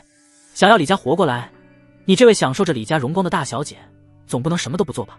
在苏明宇看来，李艳霜既然享受了李家带来的优渥生活，就该在家族危难的时候付出代价，这是天经地义的事情。李艳霜听到这话，娇躯不由得微微颤抖了一下，美眸中浮出了几分苦涩。苏明宇的话像一把刀子，狠狠扎进了他的心里。是啊，他享受了李家20多年的荣光，现在家族有难，他确实不能置身事外。覆巢之下无完卵，如果李家倒下了，他这个李家大小姐也会从云端跌落泥潭，到时候什么都不是。苏明宇看着他这副动摇的样子，知道自己的目的快要达到了。他笑眯眯地扫过前排的司机，语气带着几分命令，把车开去我的别墅。司机愣了一下，下意识地转头看向后排的李艳霜，等待他的指示。车厢里陷入了短暂的沉默，空气仿佛都凝固了。李艳霜坐在那里，手指紧紧攥着裙摆，指节因为用力而泛白。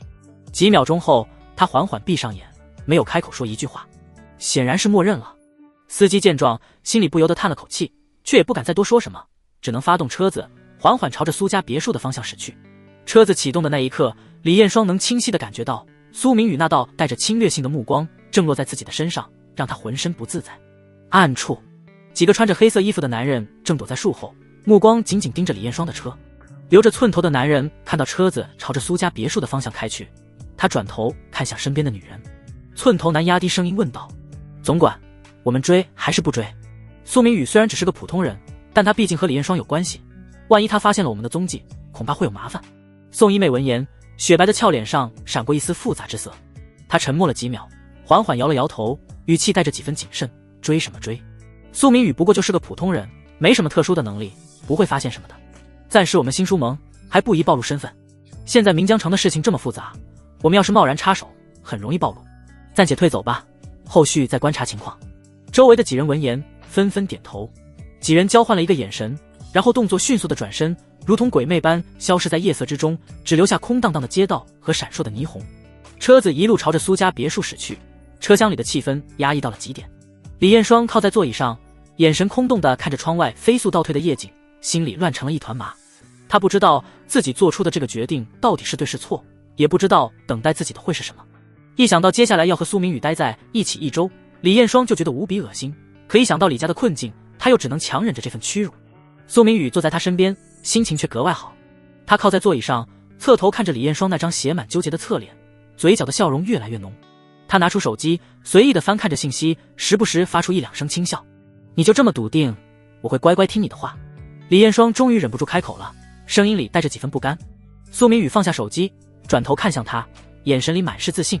不然呢？你有选择的余地吗？现在的李家离了苏家的投资撑不过1个月。你是个聪明女人，应该知道该怎么选。苏明宇就是吃定了李彦双不会拿李家的未来冒险，所以才敢这么肆无忌惮地提出要求。李彦双沉默了，苏明宇的话像一把锤子，狠狠砸在他的心上。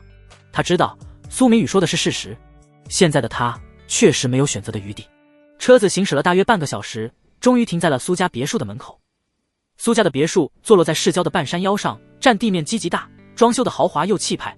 光是门口那2个巨大的石狮子就足以看出苏家的财力。苏明宇率先推开车门下车，然后转头看向车里的李彦双，语气带着几分催促：下车吧，李大小姐，从现在开始，这1周的时间你都得听我的。李彦双深吸一口气，缓缓推开车门，脚踩在柔软的草坪上，他抬头看了一眼眼前这座如同宫殿般的别墅，心里充满了复杂的情绪。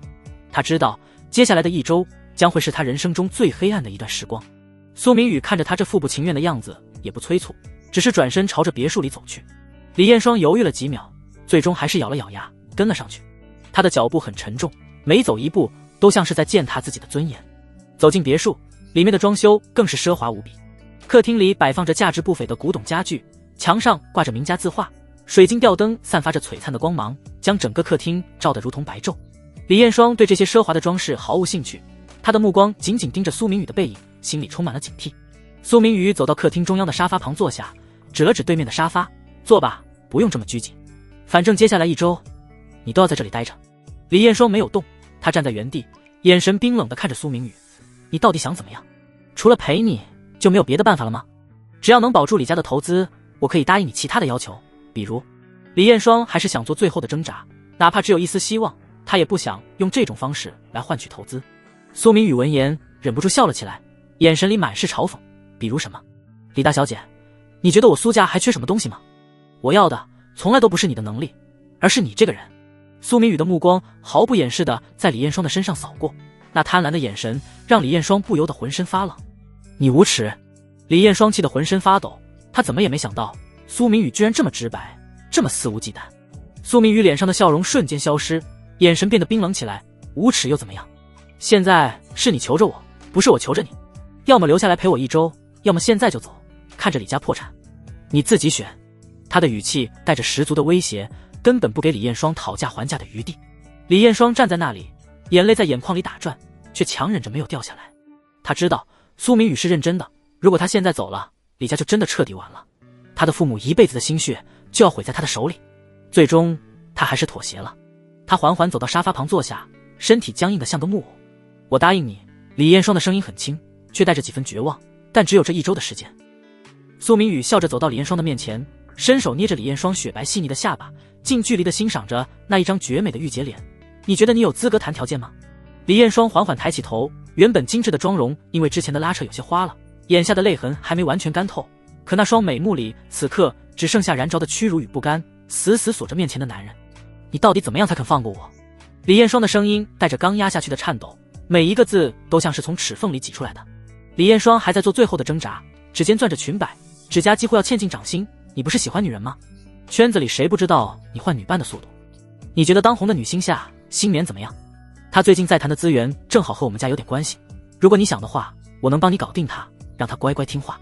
这话像根羽毛，轻轻扫过苏明宇的心间，却没掀起半分波澜。他低低冷笑一声，捏着李彦双下巴的力道骤然加重，指腹碾过她细腻的肌肤，留下几道红腻。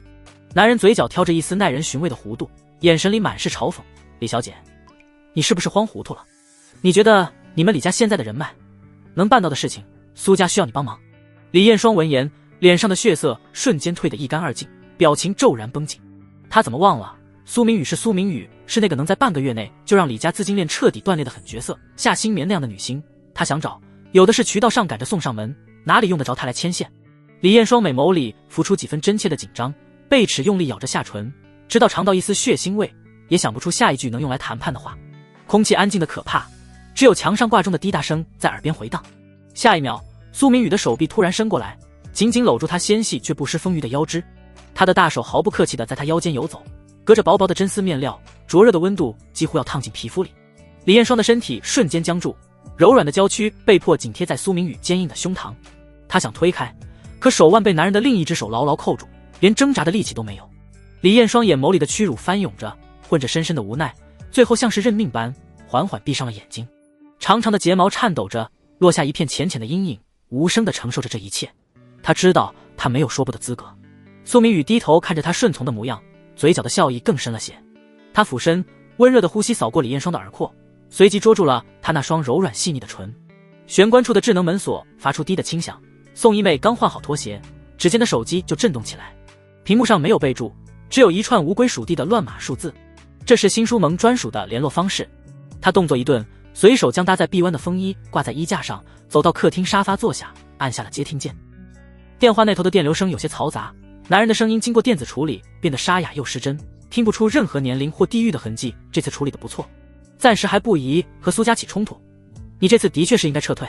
他的语气很淡，那个苏家大少爷倒不像圈子里传的那么废物，你多留点心眼是对的。宋一妹握着手机的指节微微收紧，精致的眉梢挑了挑，没有传言中那么废物。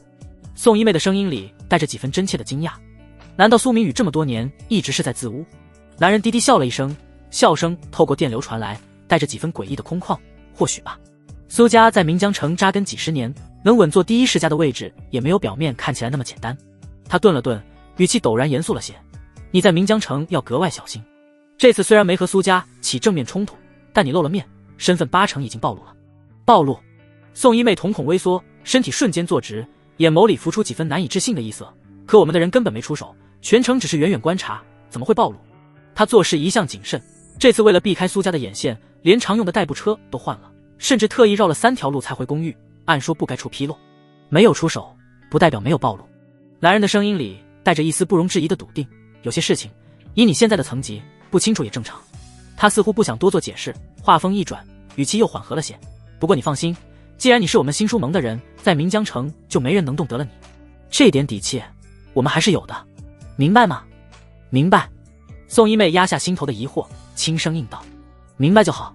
男人的声音又恢复了最初的平淡，接下来继续隐藏身份，别引起不必要的注意。如果有合适的机会，可以适当接触一下苏明宇，探探他的底。说完这句话，电话那头便传来咔嗒一声，直接挂断了。宋一妹盯着按下去的手机屏幕，指尖无意识地摩挲着冰凉的玻璃壳。客厅里只开了盏落地灯，暖黄的光线落在她脸上，却照不进她眼底的复杂。轰动整个岷江城的纨绔子弟居然还有所保留。宋一妹低声呢喃着，嘴角缓缓勾起一抹饶有兴味的弧度。有意思，真是越来越有意思了。她起身走到落地窗旁，拉开厚重的窗帘。窗外是岷江城的夜景，霓虹闪烁，车流如织。苏家老宅所在的方向隐在一片灯火深处。之前所有人都觉得苏明宇是个只会流连花丛、挥霍家产的草包，可今天的短暂接触让他清楚，那副玩世不恭的模样下藏着的是深不可测的心思。新书盟让我接触他，是想拉拢，还是想彻底摸清苏家的底牌？宋一妹手指轻轻敲着玻璃，眼神逐渐变得锐利。不管是哪一种，这场游戏都不会无聊了。宋一妹删掉了通话记录，又点开一个加密文件夹，里面存着几张苏明宇的照片，有他在酒会上搂着女星大笑的，也有他独自一人站在苏家老宅门口沉思的。宋一妹盯着照片里苏明宇的眼睛，忽然觉得或许用不了多久，岷江城的天就要变了，或许该适当性的寻找一个新的靠山，这位苏大少就是位不错的人选。想到这，宋一妹目光却落在落地窗映出的自己身上，她无意识的微微抬眼，舌尖轻抵下唇，缓缓扫过那抹精心勾勒的烈焰红，像是在品尝唇釉残留的甜香，又似带着几分漫不经心的勾人。眼尾的碎钻闪着微光，一双美眸里忽然浮出抹锐利的金光，瞬间冲散了几分柔媚，多了丝让人捉摸不透的冷艳。她歪了歪头，唇畔勾起若有似无的笑，既有成熟女人的妩媚妖艳，又藏着几分危险的魅惑，活脱脱一个让人挪不开眼的尤物，连自己都忍不住在心里暗叹自己的美貌拿捏。一个好色的大少爷简直就是轻轻松松。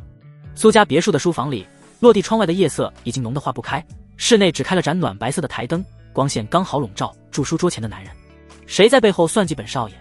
苏明宇鼻尖突然一阵发痒，他偏头打了个响亮的喷嚏，揉了揉鼻子，嘴角却忍不住向上扬。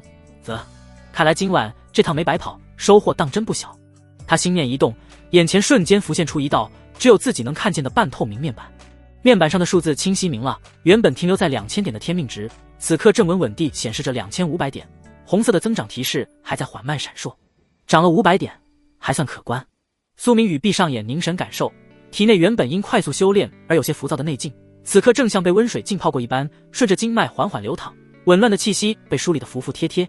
照这个速度，再用1天时间彻底稳住内劲，就能在系统里兑换新的天才地宝，继续突破了。他睁开眼，指尖在桌面上轻轻敲击。这系统的功能远不止改良功法那么简单，只要天命值足够，无论是百年人参、千年雪莲这类现实中难寻的珍品，还是能洗髓伐脉的灵髓液、加速修炼的聚气丹，都能在兑换列表里找到。有系统帮忙，说不定在末世，也就是天地灵气复苏之前，就能摸到筑基之上的门槛。想到这里，苏明宇的目光沉了沉，他收回思绪，重新闭上眼，双手结印，开始引导体内的内劲按照新改良的功法运转。内劲流过丹田时，温暖的感觉扩散开来，让他紧绷的神经稍稍放松。1个小时后，苏明宇睁开眼，眼神变得锐利。不过眼下，末世的布局也该提上日程了。对于修炼者而言，末世纪元是天地馈赠的天大机缘，灵气复苏，妖兽横行，处处都是突破的契机。可对于手无寸铁的平民来说，那就是一场毁灭性的灾难。苏明宇想起前世看到的惨状，眉头不自觉地皱紧。按照原本那本小说的剧情，末世开启当天，天地灵气会以狂暴的姿态涌入地球，普通人的身体根本无法承受这种冲击，丧失神智的比例高达80%。那些失去理智的人会变成只知杀戮和吞噬的丧尸。更可怕的是，天地灵气不仅会改造人类的身体，也会滋养这些丧尸。前世他就见过不少境界堪比筑基期的变异丧尸，皮糙肉厚，攻击力极强，连一些老牌修炼者都栽在他们手里。若是能提前做些准备，或许能改变不少人的命运。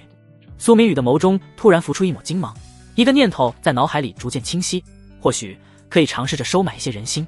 他从不觉得自己是悲天悯人的圣人，无论是掌控叶青瑶，还是提前布局末世，本质上都是为了让自己在乱世中活得更好，带有明确的目的性。但他并不觉得这有什么不妥，手指轻轻敲击着桌面，声音低沉而坚定：君子论行不论心，论心世上无完人。只要最终的结果是好的，能挽救更多人的性命，就算我抱着私心，又能怎样？他嗤笑一声，眼底闪过一丝嘲讽。再说了，当今这个天下真的有纯粹的圣人吗？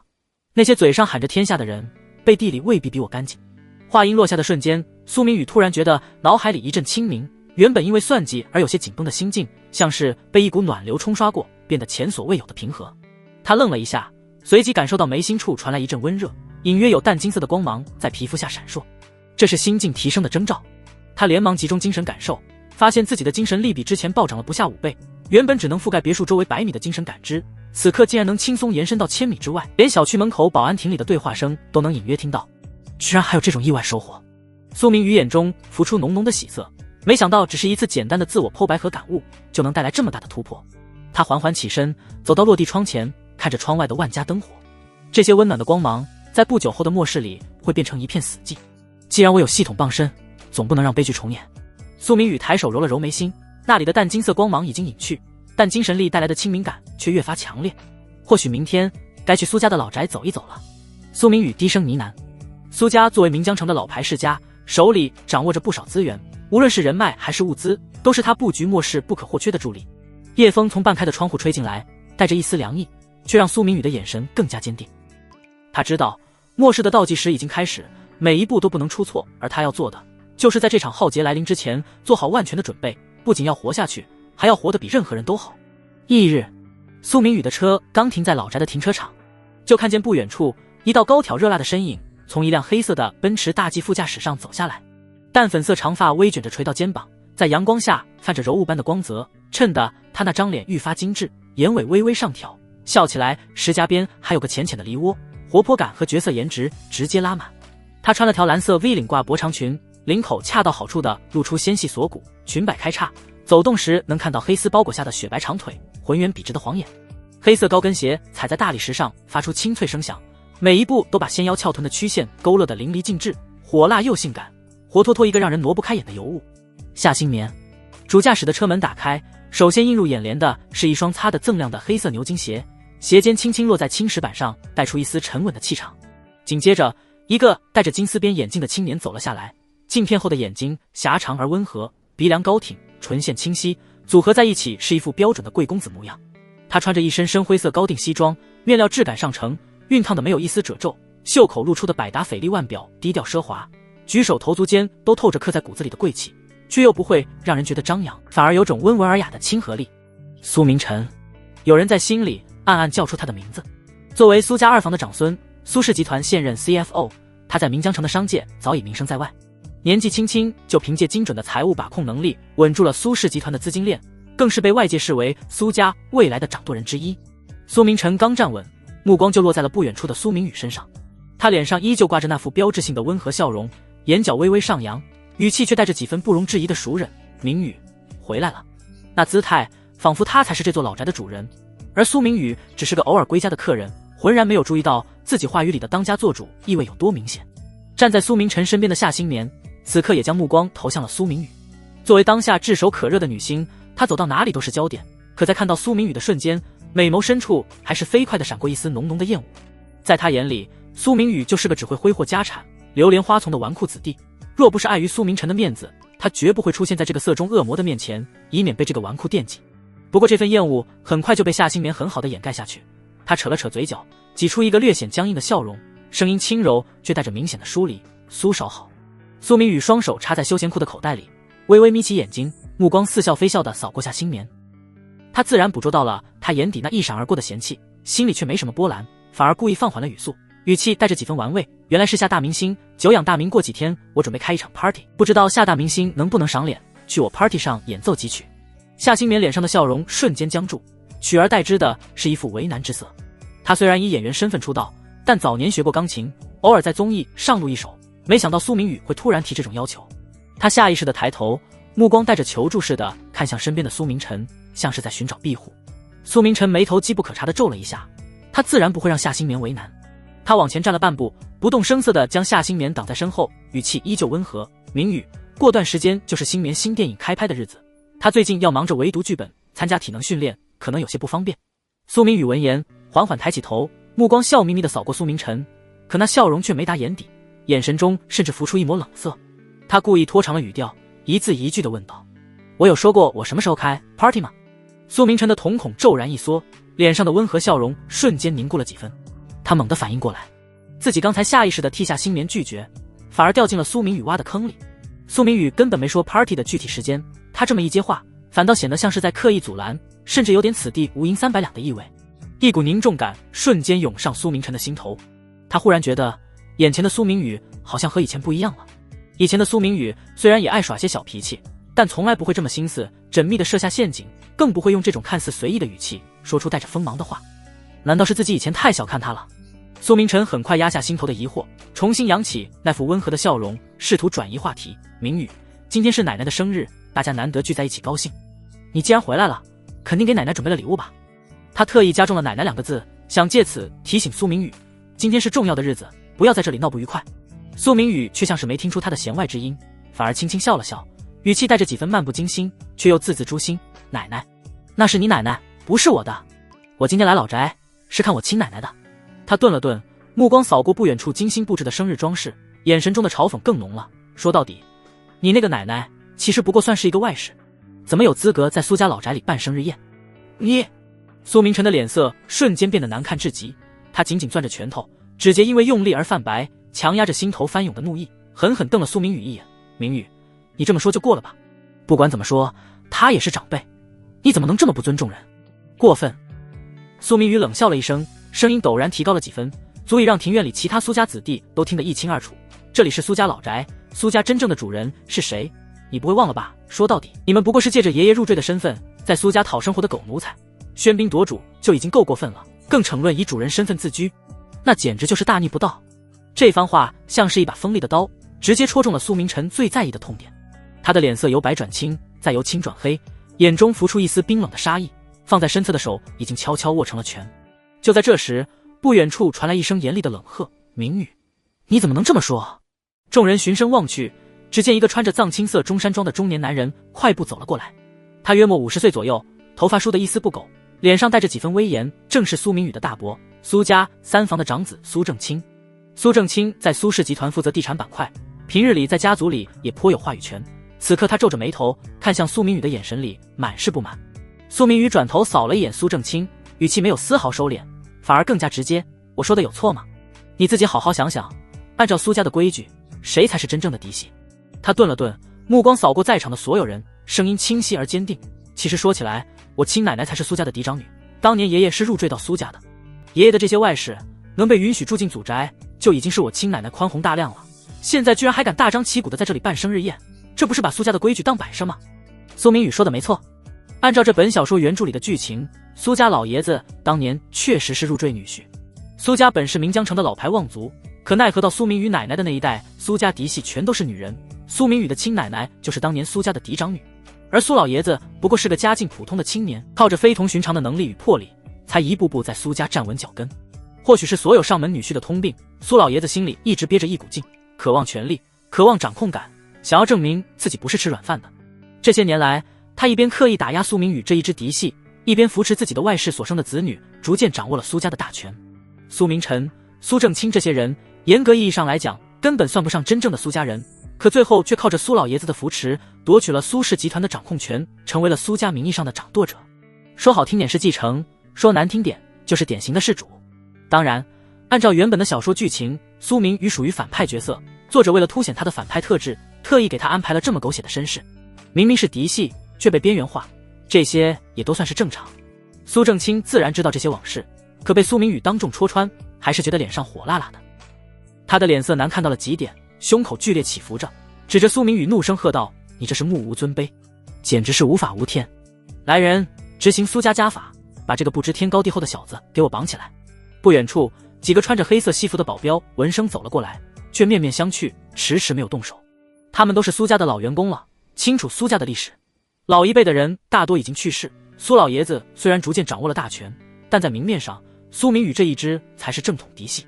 而且苏老爷子心里一直对苏明宇这一支有些介怀，平日里也没少暗示他们敲打苏明宇。可即便如此，这些保镖也不敢真的对苏明宇动手，毕竟嫡系主人的名分摆在那里，真要是动了手，以后万一苏家的权力格局发生变化，他们这些做下属的很可能会成为替罪羊。苏明宇见保镖们不敢动，面色一冷，往前大步流星地走了几步，在苏正清还没反应过来的时候，狠狠抬手抡圆了一巴掌抽在他的脸上。啪！清脆的巴掌声在寂静的庭院里格外响亮，几乎所有人都惊呆了。苏正清的脸上瞬间多出了一道鲜红的五指印，火辣辣的疼痛感让他猛地瞪大了眼睛，不敢置信地看着苏明宇，声音因为愤怒而变得嘶哑：“小畜生，你敢打我！”他可是苏明宇的大伯，是苏家三房的长子，在家族里辈分极高，什么时候受过这种屈辱？苏正清猛地转身看向身后的保镖，怒声嘶吼道：“苏家养，你们这些人都是吃干饭的吗？这个小畜生敢动手打我，你们还不出手拿下他，更待何时？”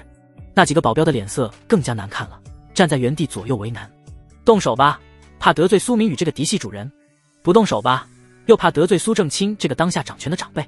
一时间，整个前庭的气氛都变得紧张起来，空气仿佛都凝固了。苏明宇却毫不在意，依旧是一副笑眯眯的样子，目光扫过那些犹豫不决的保镖，语气带着几分警告：“苏家的家奴敢对主子动手，你们是活得不耐烦了吗？”这句话像是一盆冷水浇在了那些保镖的头上，他们更加不敢动了，纷纷低下头，眼神躲闪，生怕被卷入这场家族纷争中。就在这时，人群中突然走出两个身材高大的壮汉，他们都是退役的特种兵，身材魁梧，肌肉线条明显，一看就不好惹。两人口中发出一声怒吼，语气带着几分义正言辞：“都是苏家的人，哪里来的什么主子家奴？苏少你目无尊卑，动手殴打长辈，今天我们两个人只能得罪了。”显然，这两个壮汉是苏正清的心腹，早就被他收买了。他们对视一眼，脚下发力，像两头猎豹一样朝着苏明宇飞扑过来，伸出大手就想抓住苏明宇的胳膊，将他制服。苏明宇看着扑过来的两人，嘴角勾起一抹冷笑。他现在可是明镜五重的古武高手，身体素质和反应速度都远超常人，对付这两个退役特种兵简直是手到擒来。他心里暗暗想着，看来这两条狗和苏家的三房是一条心啊。既然他们这么忠心护主，那今天就有必要好好清扫一番，让所有人都知道谁才是苏家真正的主人。面对两人的夹击，苏明宇没有多余的动作，既没有花哨的招式，也没有刻意的躲避，他只是微微侧身避开左边壮汉的抓握，同时右腿猛地发力，膝盖朝着右边壮汉的腹部顶去。紧接着他握紧拳头，对着两人的胸口分别打出一拳，动作简单直接，却带着十足的力量。砰砰，两声闷响几乎同时响起。那两个壮汉只觉得胸口像是被重锤击中，一股巨大的力量瞬间传遍全身，让他们根本无法抵抗。两人身体不受控制的向后倒飞出去，重重的摔在青石板路上，发出一声沉闷的响声，嘴角甚至溢出了一丝血迹。现场所有的人见到眼前的一幕，都不由得目瞪口呆，纷纷倒吸一口凉气。谁也没想到，一向被视为不学无术的苏明宇，居然有这么强的身手。苏明辰和苏正清两个人见多识广，一眼就认出了苏明宇刚才的动作，那不是普通的打架技巧，而是真正的鼓舞招式。他们的脸色变得更加凝重了，看向苏明宇的眼神里充满了震惊和疑惑。苏明宇什么时候开始修炼鼓舞了？他到底还藏着多少秘密？站在苏明辰身边的夏新棉，美眸中更是浮出了一丝前所未有的震撼。他愣愣地看着苏明宇，心里翻起了惊涛骇浪。这还是外界传闻中那个只会喝酒泡吧、不学无术的苏大嫂吗？刚才那利落的身手，那眼神中的冷冽和自信，简直和传闻中的形象判若两人。苏明宇根本没理会众人的反应，他缓缓收回拳头，走到苏正清面前，冷冷地扫了他一眼，语气带着十足的警告：苏家的家奴以下犯上，还敢动手对付主子，今天这件事情没完。说完，他转过身，目光落在了夏新棉身上。夏新棉被他看得心里一慌，下意识地想躲到苏明辰身后，可苏明宇却已经快步走了过去。他当着苏明辰的面，直接伸出手臂，紧紧搂住了夏新棉纤细却不失丰腴的水蛇腰。夏新棉的身体瞬间僵住，柔软丰满的娇躯被迫趴在了苏明宇的怀里。他能清晰地感受到苏明宇身上传来的体温，还有他手臂上的力量，一时间大脑一片空白，连挣扎都忘了。他怎么也没想到，苏明宇居然敢在众目睽睽之下做出这么大胆的举动。自己可是苏明辰的女朋友啊，这色胆包天的恶魔怎么敢的？苏明辰的脸色像是被泼了墨，瞬间黑得彻底。方才还挂在脸上的温和笑意消失得无影无踪，镜片后的狭长眼眸里只剩下浓得化不开的怒意。他的双手紧紧攥成拳头，指节因为用力而泛白，连手背的青筋都清晰地凸起，显然是在极力压制着内心的怒火。可方才苏明宇一拳击退2个退役特种兵的画面还在脑海里回放，那利落的身手、强劲的力道都让他不敢轻易动手。他很清楚，自己若是上前，恐怕连苏明宇的一招都接不住。苏明辰只能眼睁睁地看着苏明宇将夏新棉搂在怀里，看着自己的女朋友在别人的臂弯里僵硬发抖。苏明辰的心里像是有一团烈火在燃烧，烧得他五脏六腑都在发疼。可这份怒意却无处发泄，只能憋在心里，让他的脸色越发难看，连呼吸都变得粗重起来。被搂在怀里的夏新棉身体僵硬得像块石头，他能清晰地感受到苏明宇手臂的力量，还有他掌心贴在自己腰上的温度，那温度透过薄薄的连衣裙布料传来，烫得他皮肤发麻。苏明宇自然察觉到了怀里娇躯的僵硬，嘴角勾起一抹玩味的笑容。他微微低头，温热的呼吸轻轻吹过夏新棉的耳廓，带着几分痒意，声音压低却满是戏谑：夏大明星，现在是不是觉得去我的 party 演奏几曲也不是那么难接受了？夏新棉的身体猛地剧烈颤抖了一下，像是被电流击中一般，他的脸颊瞬间涨得通红，从耳根一直蔓延到脖颈，连耳垂都透着粉色。他张了张嘴，想反驳，想拒绝，可话到嘴边却怎么也说不出来。一方面是苏明宇的强势压迫，另一方面是周围投来的异样目光，让他只觉得又羞又怒，却又无可奈何。此刻的他就像是被架在火上烤，周围所有的目光都聚焦在他身上，有好奇，有同情，还有几分看好戏的意味。潜艇里的气氛再次陷入了死寂，连风吹过海棠树叶的声音都清晰可闻。所有人都僵在原地，看着眼前这戏剧性的一幕。苏明宇搂着夏新棉，姿态闲适，像是在炫耀自己的战利品。苏明辰站在一旁，脸色铁青，怒火中烧，却不敢发作。夏新棉则在苏明宇怀里，满脸通红，窘迫不已。没人敢说话，没人敢上前劝阻，生怕自己被卷入这场家族纷争中，引火烧身。苏明宇环视一圈，将所有人的反应都看在眼里，心里冷笑一声。他很清楚，今天这一战绝不仅仅是为了争夺一时的面子，更是为了在苏家树立自己的权威。以前的他是外界口中不学无术的纨绔子弟，是苏家2房、3房随意拿捏的对象。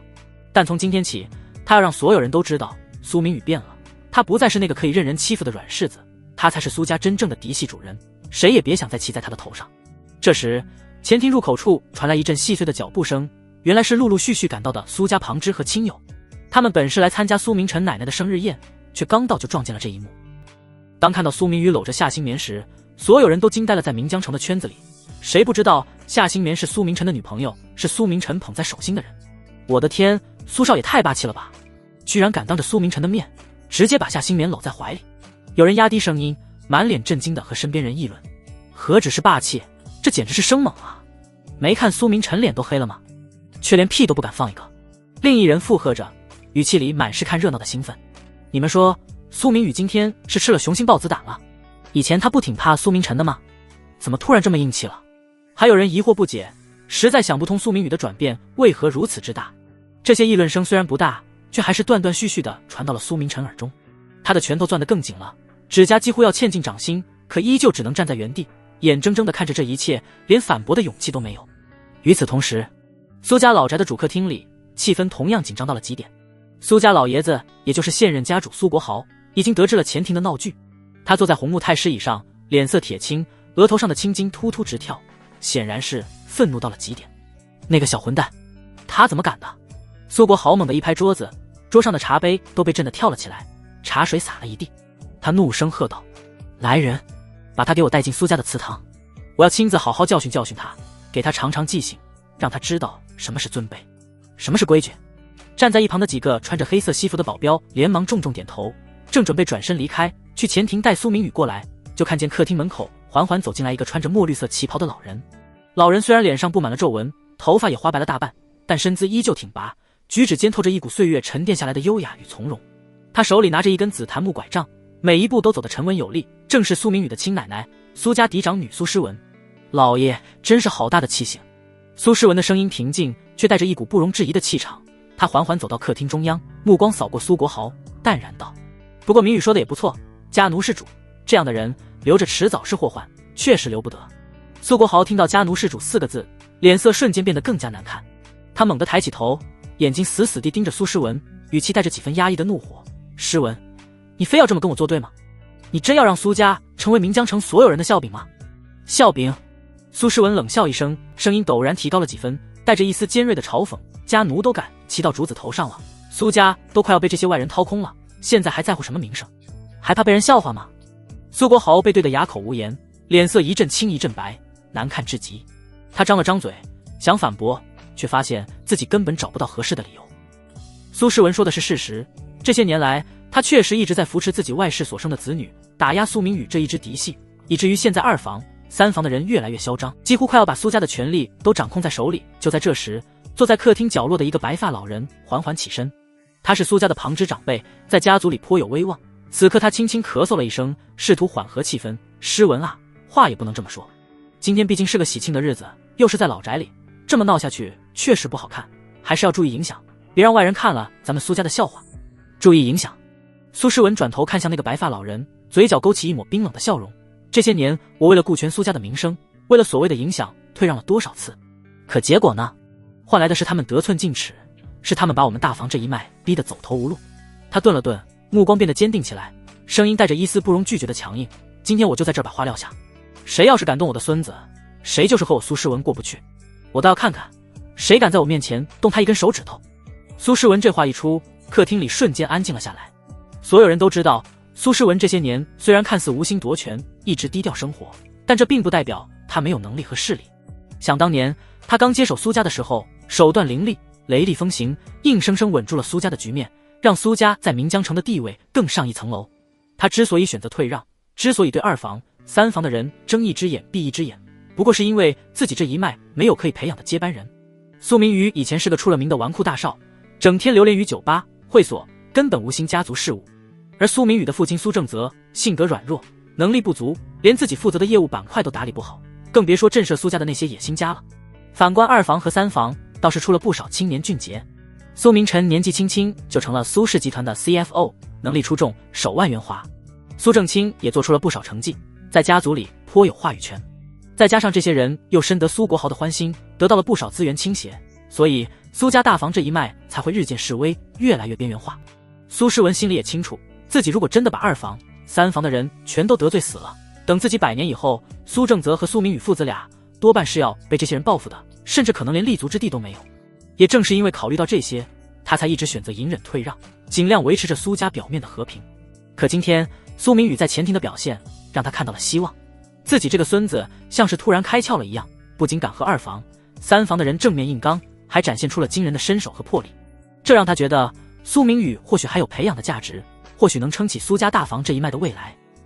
所以他不能再退让了，他要站出来为苏明宇撑腰，为大房这一脉争取应有的地位。苏诗文缓缓抬起头，目光直视着苏国豪，一步一步地朝着他走过去。每走一步，他身上的气场就强盛一分，直到走到苏国豪面前，他停下脚步，冷冷地盯着他，一字一句地说道：这个家主的位置是苏家嫡脉传下来的，是我的。他的声音不大，却带着一股穿透人心的力量。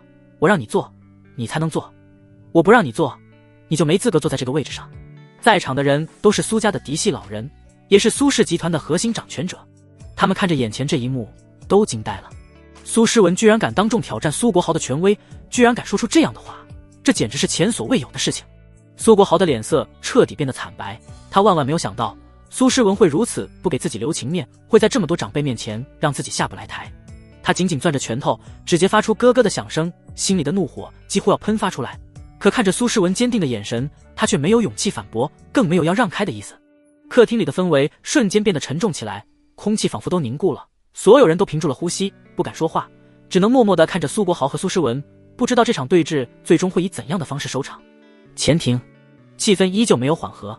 苏明宇似笑非笑地扫过怀里的夏新棉，眼神里满是戏谑。他的双手开始不安分起来，一双大手在夏新棉纤细却不失丰腴的腰肢上肆意游走，隔着薄薄的连衣裙布料，感受着她腰肢的柔软。夏新棉的身体瞬间变得更加僵硬，他能清晰地感受到苏明宇掌心的温度和力道，那触感让他浑身发麻，心里充满了屈辱和恐慌。他下意识地抬起双手，雪白如玉的素手抵在苏明宇的胸口，试图推开他，美眸中浮出一丝慌乱和哀求，声音带着几分颤抖：“苏少，请你自重，这里人太多了。”他的声音又轻又软，带着几分委屈，可苏明宇却像是没听见一样，不仅没有停下动作，反而搂得更紧了。他低头看着夏新棉泛红的眼眶，嘴角的笑容越发玩味：“人多又怎么样？大家都是来看热闹的，多看看也无妨。”夏新棉的眼泪在眼眶里打转，却强忍着没有掉下来。他知道自己现在说什么都没用，苏明宇就是故意要羞辱他，故意要让苏明晨难堪。他只能无助地站在原地，任由苏明宇摆布，感受着周围越来越多的异样目光，心里的绝望越来越深。苏明晨站在一旁，看着这一幕，心里的怒火已经燃烧到了极点。他再也忍不住了，猛地往前踏出一步，指着苏明宇怒声喝道：“苏明宇，你别太过分了，快放开新棉！”苏明宇转头看向苏明晨，嘴角勾起一抹嘲讽的笑容：“过分？我哪里过分了？夏大明星还没说什么呢，轮得到你在这里指手画脚吗？”他顿了顿，故意搂紧了夏新棉，语气带着几分挑衅：“再说了，我和夏大明星之间的事，是我们两个人的私事，跟你有什么关系？你不过是他的前男友而已，现在已经没资格管他的事情了。”在场所有的人都似笑非笑地看着眼前的一幕，这苏少果然霸气。明明苏明晨才是夏新棉的正牌男友，结果一句话的功夫，苏明晨就变成了前男友。你……苏明晨被对得说不出话来，脸色涨得通红，却又无可奈何。他很清楚自己根本不是苏明宇的对手，只能眼睁睁地看着夏新棉被欺负，心里的愤怒和无力感交织在一起，让他几乎要崩溃。苏明宇却毫不在意周围人的看法，他低头看着怀里的夏新棉，嘴角挑着一丝邪笑：“夏大明星，我再问你一次，我的 party 你到底去不去？如果你答应，我现在就放了你；如果你不答应，那我可就不知道接下来会发生什么了。”苏明宇也知道自己的目的达到了，这场闹剧也该收场了，否则的话，说不定会有什么变故。至于这个女明星，这里可是岷江城，她逃不掉的。夏新棉的身体剧烈的颤抖了一下，她抬起头，看着苏明宇玩味的眼神，又看了看一旁怒不可遏却无能为力的苏明晨，心里充满了绝望。他知道自己没有选择的余地，只能被迫答应。他深吸一口气，强忍着心里的屈辱和委屈，声音带着几分颤抖：“我去你的 party 演奏。”听到夏新棉的回答，苏明宇嘴角的笑容越发灿烂。他松开搂在夏新棉腰上的手，轻轻拍了拍她的肩膀，语气带着几分戏谑：“这才对嘛，早答应不就好了，何必让大家都这么难堪呢？”夏新棉连忙后退几步，拉开了和苏明宇的距离。他低着头，不敢看苏明宇，也不敢看周围的人，只能快步走到苏明晨身边。苏明晨看着夏新棉委屈的样子，心里的怒火更盛，却又无可奈何：“没事了，新棉，没事了。”苏明宇看着两人的互动，嘴角勾起一抹冷笑。他知道今天的目的已经达到了，他不仅在苏家树立了自己的权威，还狠狠羞辱了苏明晨和夏新棉，让所有人都知道了他的厉害。接下来他要做的就是趁热打铁，进一步巩固自己的地位，为苏家大房这一脉争取更多的利益。他要利用苏氏集团来打造自己的势力。此刻苏明晨只觉得脸颊火辣辣的，像是被人当众甩了10几个耳光，连耳根子都烧得发烫。他将在原地能清晰地感受到周围投来的目光，那些目光里没有同情，只有毫不掩饰的嘲讽和看戏的玩味，仿佛他不是苏家二房的长孙，而是个穿着滑稽戏服在舞台上洋相百出的小丑。他下意识地攥紧了拳头，指甲几乎要嵌进掌心，可指尖的刺痛根本压不住心底的屈辱，方才的画面在脑海里反复回放。苏明辰这胆子也太小了吧，自己女朋友被人这么拿捏，连屁都不敢放一个。可不是嘛，还以为二房这2年靠着苏老爷子硬气了，原来还是软骨头。要我说，还是苏明宇够劲儿，这才像苏家嫡系该有的样子。窃窃私语声像蚊子似的钻进耳朵里，每一个字都让苏明辰的脸色更阴沉一分。他瞥见不远处几大家族的掌权人正似笑非笑地看向他，那眼神里的轻蔑几乎要溢出来。在这些人眼里，恐怕要重新考量一下和苏家二房的合作了。夏新棉的心更是提到了嗓子眼，他能感觉到苏明辰身上越来越重的低气压，生怕他把这股火气撒到自己身上。他偷偷抬眼看着苏明辰紧绷的侧脸，那双平日里总是带着几分温柔的水灵大眼睛里，此刻写满了惶恐，连呼吸都放轻了几分。终于，苏明辰咬了咬牙，牙齿磨得咯咯作响。他猛地转头，冷冷的目光扫过夏新棉，跟我走。夏新棉吓得一哆嗦，连忙低下头，怯生生地跟在苏明辰身后，像个做错事的孩子。他能感觉到周围的目光还粘在自己身上，那些目光里的嘲笑和同情，让他恨不得找个地缝钻进去。与此同时，苏家老宅的大厅里气氛也有些微妙。苏明宇眼神似有若无地瞟向不远处的苏国豪，嘴角噙着一抹若有若无的笑。他心里清楚，苏国豪此刻的反应和他预料的差不太多。铁青着脸，双手攥着拐杖，指节都泛了白，却偏偏没敢发作。在场的人都心知肚明，虽然苏国豪名义上是苏家的家主，但严格意义上来讲，真正能做主的人是坐在主位上的苏诗文，苏明宇的亲奶奶，苏家如今辈分最高，手里握着实权的人。这些年，苏家大房一脉虽然因为苏明宇父亲能力才情不足而有些失势，但有苏诗文在，其他2脉就算心里不服气，也不敢太过于嚣张。所以今天苏明宇做的这件事，看似是当众打了苏国豪的脸，让二房下不来台，实则也是帮苏诗文出了一口恶气。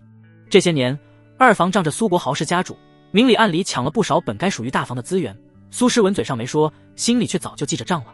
苏国豪深吸了一口气，努力压下心底的怒火，他抬眼看向走进来的苏明宇，目光里迸射出一股寒光，像是要把人洞穿似的。可苏明宇却像是没看见似的，依旧是那副笑眯眯的样子。他慢悠悠地走到苏诗文面前，微微躬身：“奶奶。”苏诗文正端着一杯热茶，闻言抬了抬眼，看着眼前这个从小宠到大的孙子，无奈地摇了摇头，语气里却没多少责备，反倒带着一丝宠溺：“你呀，还真是不让人省心。”苏明宇笑了笑，顺势坐到苏诗文身边的椅子上，声音不大不小，却刚好能让在场的人都听见：“奶奶，这里是苏家，是咱们苏家人的苏家主子训家奴，好像也没什么大不了的吧？”这话一出，大厅里瞬间安静了下来，所有人都面面相觑，眼神里满是惊讶。苏国豪的脸色瞬间变得难看至极，他放在膝盖上的手猛地攥紧，指节因为用力而泛白，可他终究还是隐忍不发。在场的众多宾客这才后知后觉地反应过来，原来即便苏国豪平日里再嚣张，终究也只是个上门女婿，苏家真正的权力还是牢牢掌控在苏诗文的手里。之前那些还想着巴结苏国豪的人，此刻都悄悄收回了目光，心里开始重新盘算起来。苏明宇环视了一圈四周，目光扫过那些神色各异的宾客，嘴角的笑意更浓了。这里是苏家的老宅，今天本是请各位来做客的，至于那些不是苏家人办的宴会，还是改到别处去吧，别在咱们苏家的地盘上扰了清静。说着，他转头看向苏诗文，眼神里带着几分询问：“奶奶觉得我这个提议怎么样？”苏诗文放下手里的茶杯，满意的点了点头，轻笑了一声，声音清晰的传遍了整个大厅：“明宇说的没错，今天的生日宴就不办了，大家都留下，晚上咱们好好聚一聚，聊一聊。在场这么多老朋友，这么多年没见，正好在一起叙叙旧。”苏诗文这话算是一点没给二房留脸面。谁都知道今天的寿宴是为二房的老太太谭雨婷办的，苏诗文这话一出口，就等于直接否定了这场寿宴，也代表着苏家本家的态度。二房说了不算，他说了才算。现场所有人的目光瞬间都集中到了苏国豪的身上，眼神里有同情，有嘲讽，也有看热闹的。尤其是二房的老太太谭雨婷，她脸色惨白，坐在椅子上，身体都在微微发抖，一双眼睛里满是慌乱。她下意识地看向苏国豪，眼神里带着明显的求助。她知道现在只有苏国豪能帮她挽回一点颜面了。苏国豪的脸色难看到了极点，他深吸了一口气，努力让自己的声音听起来平静一些。他看向苏诗文：“诗文，别让客人看了苏家的笑话。”苏诗文却像是没听出他话里的恳求似的，轻笑了一声，脸上浮出一丝玩味。他端起茶杯抿了一口，慢悠悠地问道：“笑话？什么才算是笑话？是有人忘了自己的身份，在苏家的地盘上指手画脚，还是有人连自己的人都管不住，让外人看了咱们苏家的热闹？”苏国豪闻言，眼眸中当即浮出一抹怒色。他猛地转头看向苏明宇，明宇，还不快劝劝你奶奶，今天是你二奶奶的寿宴，你非要闹到让咱们苏家成为岷江城的笑柄才甘心吗？苏明宇却像是没感受到他的压迫似的，依旧笑得轻松。爷爷，您这话可就冤枉我了，我可没有要让苏家成为笑柄的意思，是苏明晨带来的那个戏子都敢瞧不起我。我只是好奇，这里到底还是不是苏家的地盘了？是不是什么阿猫阿狗都能在这里放肆了？说着，苏明宇话锋一转，他微微低下头，看向苏诗文，眼神里带着几分委屈巴巴的样子，声音也软了下来。奶奶，这里可是咱们苏家的老宅，是您从小看着我长大的地方，您忍心看您的孙子在这里受别人的欺负吗？苏国豪的脸色瞬间铁青，他怎么会听不出苏明宇是在转移话题？可他偏偏无力反驳。不远处，刚和苏明晨一起走进老宅的夏新棉，听到戏子2个字时，一张粉白细腻的俏脸上瞬间没了血色，变得惨白如纸。他攥着裙摆的手指更用力了，指甲几乎要把布料掐破，心里无比悔恨，自己当初干嘛要露出那样的表情，平白无故的被苏明宇占了便宜不说，自己和苏明晨之间的关系恐怕也……苏诗文的目光不由得扫了一眼身边的苏明宇，眼底闪过一丝赞赏。他这个孙子看似玩世不恭，实则心里比谁都清楚，什么时候该进，什么时候该退。苏国豪刚才那番话明显是在向他施压，可他3言2语就完美的转移了话题，还瞬间把矛头指向了2房的长孙苏明晨，既避开了苏国豪的锋芒，又把自己摆在了受害者的位置上，这手段比他预想的还要高明几分。苏国豪深吸了一口气，努力压下心底的怒火，他知道再和苏明宇纠缠下去也没什么用，只能转头瞪向站在不远处的苏明晨，语气里带着几分咬牙切齿。明晨，到底是怎么回事？你给我说清楚。苏明晨的脸色笔直还白，他站在那里，感觉自己像是被剥光了衣服扔在众人面前，浑身上下都不自在。今天这一趟他算是丢人丢到姥姥家了，女朋友被人轻薄，自己不敢出头，现在还要被爷爷当众质问，连一点尊严都没有。他心里清楚，这件事根本没法说清楚。要是说实话，承认夏新棉被苏明宇轻薄了，那他这个做男朋友的就是个懦夫；要是说假话，又怕苏明宇不依不饶。思来想去，他最终还是选择了妥协，声音低得像蚊子哼：爷爷，新棉他并没有半点不尊重明宇的意思，一切都是明宇误会了，真的只是个误会。苏国豪冷着脸转头看向苏明宇，语气里带着几分不耐烦：明宇，你听到了，这只是个误会，你还要再继续胡闹下去吗？苏明宇却像是没听出他话里的不耐烦似的，依旧笑得漫不经心：爷爷，我可没有胡闹啊，我只是和堂兄开个玩笑而已，我相信堂兄不会为了这么一个戏子跟我这个弟弟计较的吧。苏明晨的脸色瞬间变得难看至极，他站在那里，感觉自己像是被苏明宇架在了火上烤，这话可真不好回答。要是他说计较，那就是承认自己为了一个戏子和弟弟翻脸，不仅会惹苏诗文不高兴，还会坐实自己小心眼的名声。可要是他说不计较，那就等于默认了苏明宇对夏新棉的轻薄，也等于承认了自己的懦弱，明天一早就会沦为整个岷江城的笑柄。他偷偷抬眼看向苏国豪，发现爷爷的脸色已经阴沉的能滴出水来，眼神里的怒火几乎要喷出来，显然已经到了爆发的边缘。他又看向谭雨婷，发现二奶奶的脸色也很难看，一双眼睛里满是失望。苏明晨心里清楚，今天他只能认栽了。他深吸了一口气，努力挤出一个比哭还难看的笑容，皮笑肉不笑地看了一眼苏明宇。对，明宇和我只是开个玩笑而已，怎么会计较呢？苏明宇听到这话，脸上的笑容更灿烂了，他对着苏明晨举了举杯，眼神里的嘲讽几乎要溢出来。还是堂兄大度，难怪能找到这么漂亮的嫂子。一场闹剧就这样草草结束，苏明宇这个纨绔子弟的名声也算是彻底在岷江城打了出去。不过这次没人再觉得他只是个只会吃喝玩乐的草包，所有人都看出来了，这个看似玩世不恭的苏家嫡系子弟手里握着的权力和心思远比他们想象的要多。至于那场为谭雨婷办的寿宴，自然是泡汤了。苏家的家主虽然名义上是苏国豪，可真正的掌权者还是苏诗文。苏诗文不点头，苏国豪就算心里再不满，也不敢和苏诗文明着对着干。他很清楚自己这个家主的位置能不能坐得稳，全看苏诗文的态度。寿宴最终变成了一场交流会，苏诗文陪着那些来做客的老朋友聊天叙旧，谈笑风生，完全没把苏国豪和谭雨婷放在眼里。苏国豪和谭雨婷坐在角落里，脸色难看地看着眼前的一切，却什么也做不了。今天这场寿宴不仅没让二房长面子，反而让他们成了岷江城所有人的笑柄。晚上8点多，夏新棉和苏明晨在一起陪着几位手握资源的大佬谈笑风生，一切的一切就好像是白天的事情没发生过似的。夏新棉也认识了几位掌握着媒体资源的大佬。就当夏新棉快要遗忘这场噩耗的时候，手机就震动了一下，他拿起手机一看，屏幕上跳出一条苏明宇发来的短信，内容只有短短一句话：10分钟之内来7号别墅找我。夏新棉的心跳瞬间漏了一拍，他握着手机的手开始发抖，心里又害怕又疑惑。苏明宇找他做什么？是想继续羞辱他，还是有别的目的？他偷偷抬眼看了一眼坐在沙发上苏明晨。夏新棉犹豫了一下，最终还是没敢告诉苏明晨。他知道以苏明晨的性格，就算告诉了他，他也不敢去找苏明宇对峙，反而可能会把火气撒到自己身上，可不去找那个家伙，谁知道那个恶魔还会怎么对付自己。夏新棉深吸了一口气，手指在屏幕上敲了几下，回复了一个好字。他起身找了个借口说要出去买东西，然后拿起包快步走出了大厅。夜色渐浓，苏家老宅一片安静。夏新棉打车来到7号别墅门口，看着眼前这栋气派的别墅，心里不由得有些发怵。他站在门口犹豫了几分钟，最终还是鼓起勇气按下了门铃。没过多久，别墅的大门就开了，开门的是一个穿着黑色西装的保镖。保镖看了他一眼，面无表情地说：苏少在里面等你，跟我来。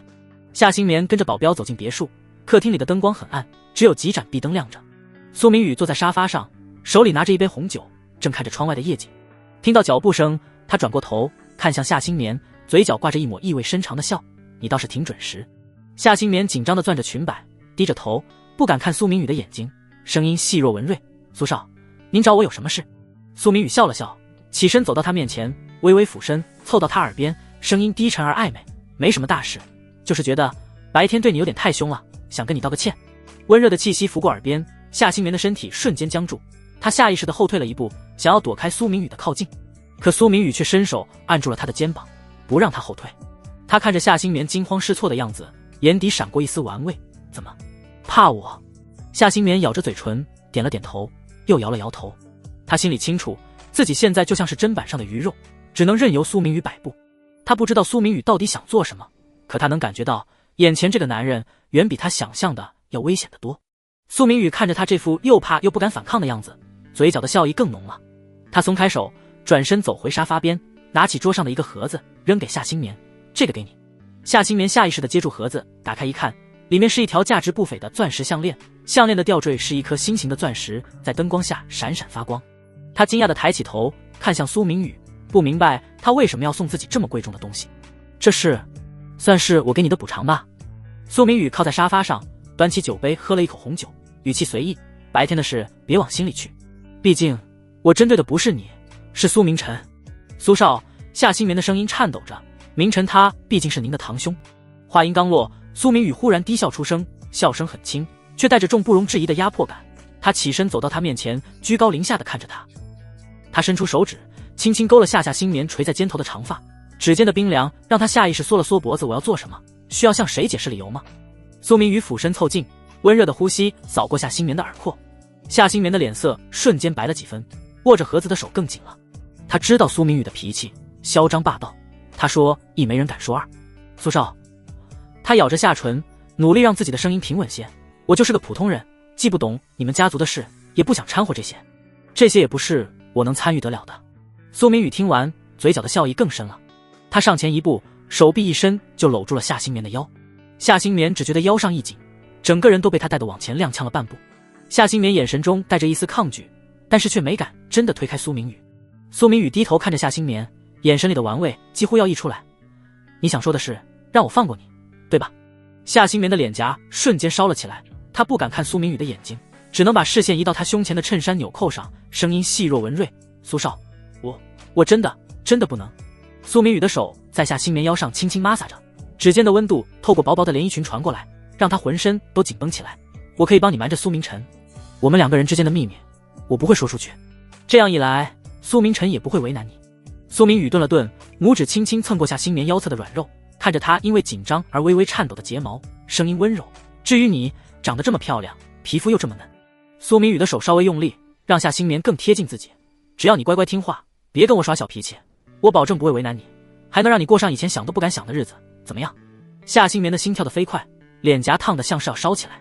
他能清晰地感觉到苏明宇掌心的温度，还有他身上传来的压迫感，让他几乎喘不过气。他想推开苏明宇，可手刚抬起来就被他的眼神制止了。苏明宇的眼神里没有怒意，却带着重冰冷的警告，仿佛在说：你敢推开我试试？苏少，别这样。夏新棉的声音带着哭腔，身体控制不住的颤抖起来。他知道自己现在的处境，要是得罪了苏明宇，别说自己的事业不保，恐怕连在这个城市待下去都难。可让他就这样顺从，他又不想背叛苏明晨。苏明宇却像是没听见夏新棉的话，手上的力气突然加大，直接把他整个人都拉进了怀里。夏新棉柔软的娇躯紧紧贴着苏明宇，他甚至能清晰地感觉到苏明宇沉稳的心跳，还有他身上越来越浓的压迫感。夏新棉的脑子一片空白，只能下意识地伸出手抵在苏明宇的胸口，想和他保持一点距离。怎么想推开我？苏明宇低头看着他，眼神里闪过一丝不悦。夏新棉，你可得想清楚了，忤逆我的代价可不是你能承受的。你觉得苏明晨能护着你？苏明宇的话像一盆冷水，浇得夏新棉瞬间清醒过来。是啊，苏明晨在白天的时候自己被苏明宇那么轻薄戏弄，苏明晨都不敢对苏明宇怎么样，怎么可能护着他？要是真的得罪了苏明宇，他的事业恐怕会瞬间土崩瓦解，所有的一切都会化为乌有。夏新棉看着苏明宇眼中的警告，心里的挣扎越来越激烈。就在他犹豫不决的时候，苏明宇突然收紧手臂，让他整个人都跌进了苏明宇的怀里。夏新棉的手还抵在他的胸口，却不敢再用力，他的脑子越来越乱。就在这时，苏明宇突然俯身，温热的唇质接附了上来。夏新棉的身体瞬间僵住了，眼睛瞪得大大的，完全没反应过来。夏新棉想推开他，可身体却像是被抽走了力气，连抬手的力气都没有。意识渐渐变得模糊，他能感觉到苏明宇的手轻轻抚过他的后背，带着安抚的意味。原本抵在苏明宇胸口的手不知何时慢慢垂了下来，最后竟不自觉地环住了他的腰。晚上11点，苏家老宅外的路灯晕开暖黄的光，却照不亮空气里残留的酒气和应酬的疲惫。苏明晨被两个发小勾着肩膀，脚步虚浮地走出大门，定制西装的领口被揉得有些皱，脸颊泛着酒后的潮红，眼底却藏着一丝挥之不去的倦意。明晨，如果你有什么需要帮忙的地方，尽管开口，哥们儿别无二话。旁边穿花衬衫的张扬拍着他的后背，声音带着酒劲的亢奋。苏明晨扯了扯嘴角，勉强挤出个笑容，谢了，改天我组局，咱去环球中心顶楼喝一杯。送走最后一个朋友，黑色的轿车消失在夜色里，苏明晨才扶着门框深吸了口气，试图压下胃里的翻腾。他转身走回大厅，原本热闹的客厅此刻只剩下几个佣人在收拾杯盘，水晶吊灯的光芒显得格外冷清。他扫了一圈，没看到那个熟悉的身影。夏新棉呢？苏明晨皱起眉，指尖下意识摩挲着手机边缘。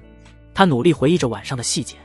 7点多陪李氏财团的 CEO 聊合作时，夏新棉说去卫生间，还笑着跟他说等下帮你挡2杯酒。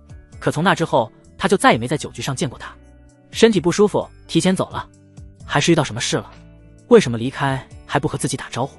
苏明晨掏出手机拨通夏新棉的号码，听筒里传来嘟嘟的忙音，一声接一声，像是敲在他的心上。他靠在楼梯扶手上，盯着屏幕上跳动的时间，直到忙音变成机械的女声提示您所拨打的电话暂时无人接听，才烦躁地挂断。不对劲，夏新棉从来不会不接他的电话，就算有事耽搁也会很快回过来。他又拨了第2遍，这次的忙音似乎比刚才更漫长，听筒里的电流声滋滋作响，让他的耐心一点点被磨掉。酒意散了大半，取而代之的是一种莫名的焦躁。他总觉得夏新棉没说实话。直到第3通电话，那边终于接通了，可传来的声音却让苏明晨的心一沉。夏新棉的声音断断续续的，带着点沙哑。明晨哥，怎么了？你在哪儿？苏明晨的声音冷得像冰，刚才的焦躁全变成了警惕。他能清晰的听到听筒那头有轻微的杂音。明晨，我太累了，想要休息一下，所以提前回家了。夏新棉的声音带着明显的颤音。苏明晨握着手机的指节泛白，他太了解夏新棉了，他撒谎时总会下意识放慢语速，声音发虚。好，苏明晨压下心里的火气，声音听不出情绪。那你早点休息。明晨，你也是，早点休息。夏新棉的声音更急了，说完这句话，几乎是立刻就挂断了电话。听筒里只剩下嘟嘟的忙音。苏明晨盯着按下去的手机屏幕，眸底的冷色越来越浓。他转身快步走向停车场，晚风一吹，酒意彻底消散，只剩下清醒的怒意和不安。黑色的奔驰大 G 引擎轰鸣，车灯划破夜色，苏明晨握着方向盘的手紧绷着，指腹因为用力而泛白。导航屏幕上显示着去夏新棉家的路线，可他心里却越来越沉。他刚才故意没拆穿夏新棉的谎言，就是想看看他到底在瞒着他什么。车子驶出苏家老宅的大门，沿着滨江大道疾驰。窗外的夜景飞速倒退，霓虹灯的光影在苏明晨脸上明明灭灭。他盯着前方的路，脸色难看至极。东城区的老胡同藏在高楼缝隙里，这屋子顶多50多平，家具都是最基础的款式，掉漆的木茶几照着洗得发白不糙的沙发，墙角堆着几个收纳箱，但每样东西都摆得整整齐齐。沙发上的青年手指攥着手机，指节泛白，前一秒还在和朋友发消息的嘴角突然僵成一条直线，脸色以肉眼可见的速度褪去血色，连呼吸都顿了半拍。如果苏明宇在这里，一定会一眼认出这家伙是 B 级的天命之子。这时玄关处传来钥匙转动的声音，青年猛地抬头，就见一个身影推门进来，瞬间让这简陋的屋子都亮了几分。许曼婷，许清安的母亲。她留着一头暗红色长波浪，高高扎成马尾，发梢那点自然卷垂在肩头，既有成熟女人的韵味，又透着鼓励落劲儿。她身上穿这件黑色的无袖包臀长裙，无袖设计露出线条优美的肩颈，收腰剪裁刚好卡在最细的腰肢上，开叉裙摆随着她的脚步轻轻晃动，露出一截裹着白色蕾丝花边渔网袜的小腿，浑圆的玉月腿又长又直，丝袜的蕾丝边衬得皮肤愈发雪白，每走一步都带着种说不出的风情。明明穿的是紧身裙，却半点不显俗气，反而被她走出了端庄的气场。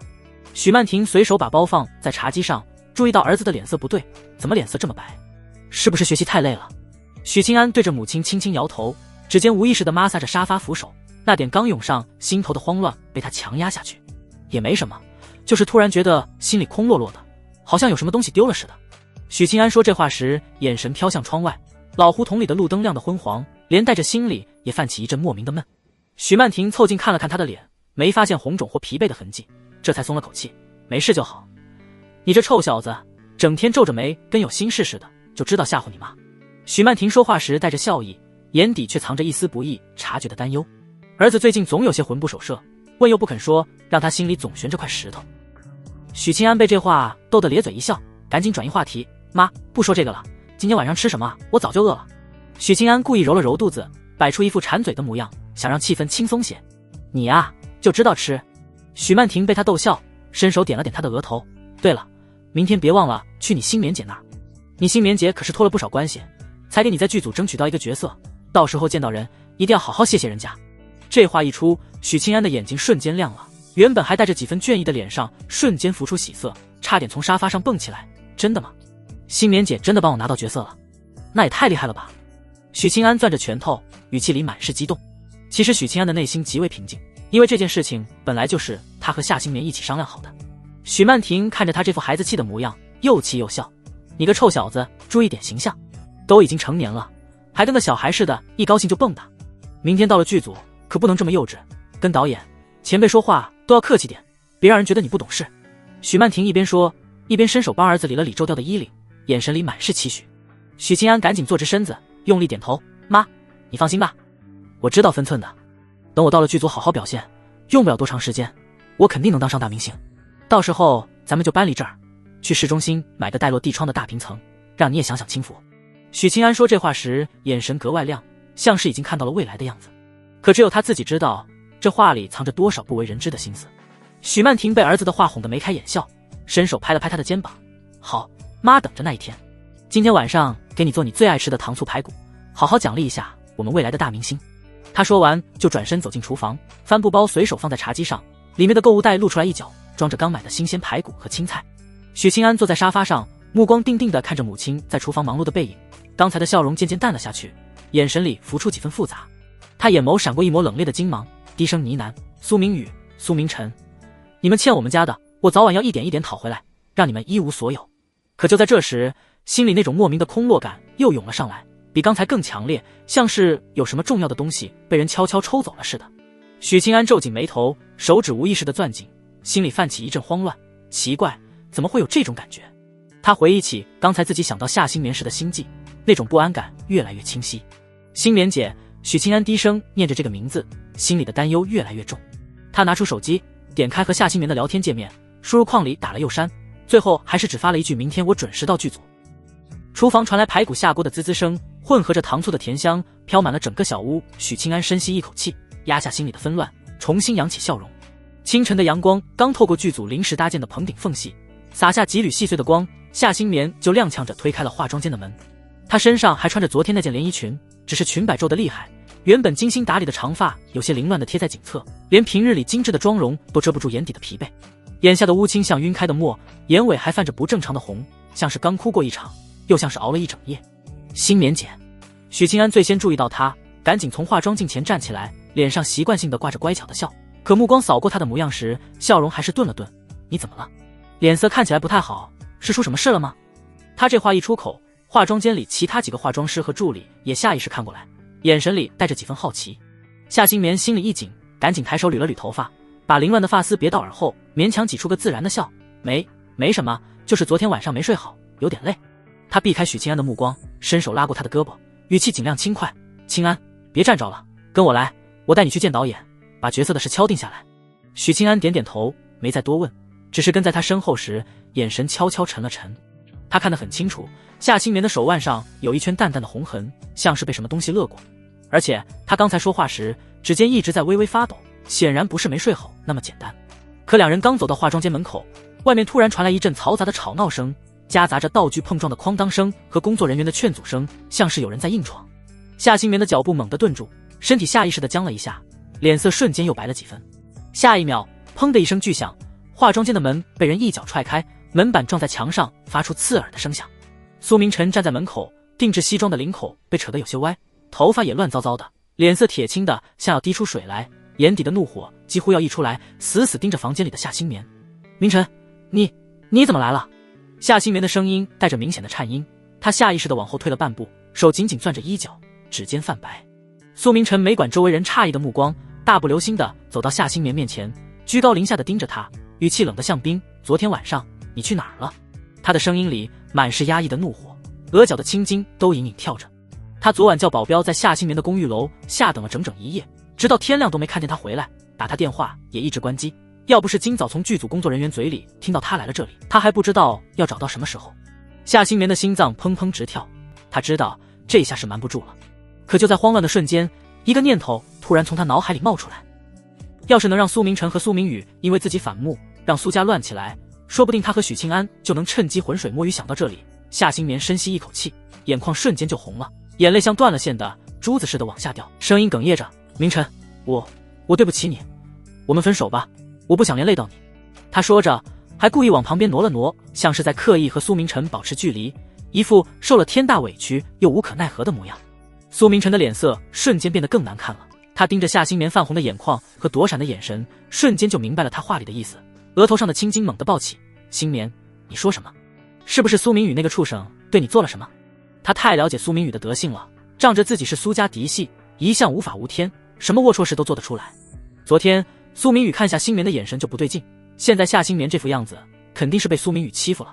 夏新棉没说话，只是红着眼眶小声啜泣，肩膀一抽一抽的，那副柔弱无助的模样，看得旁边的化妆师都忍不住露出同情的神色。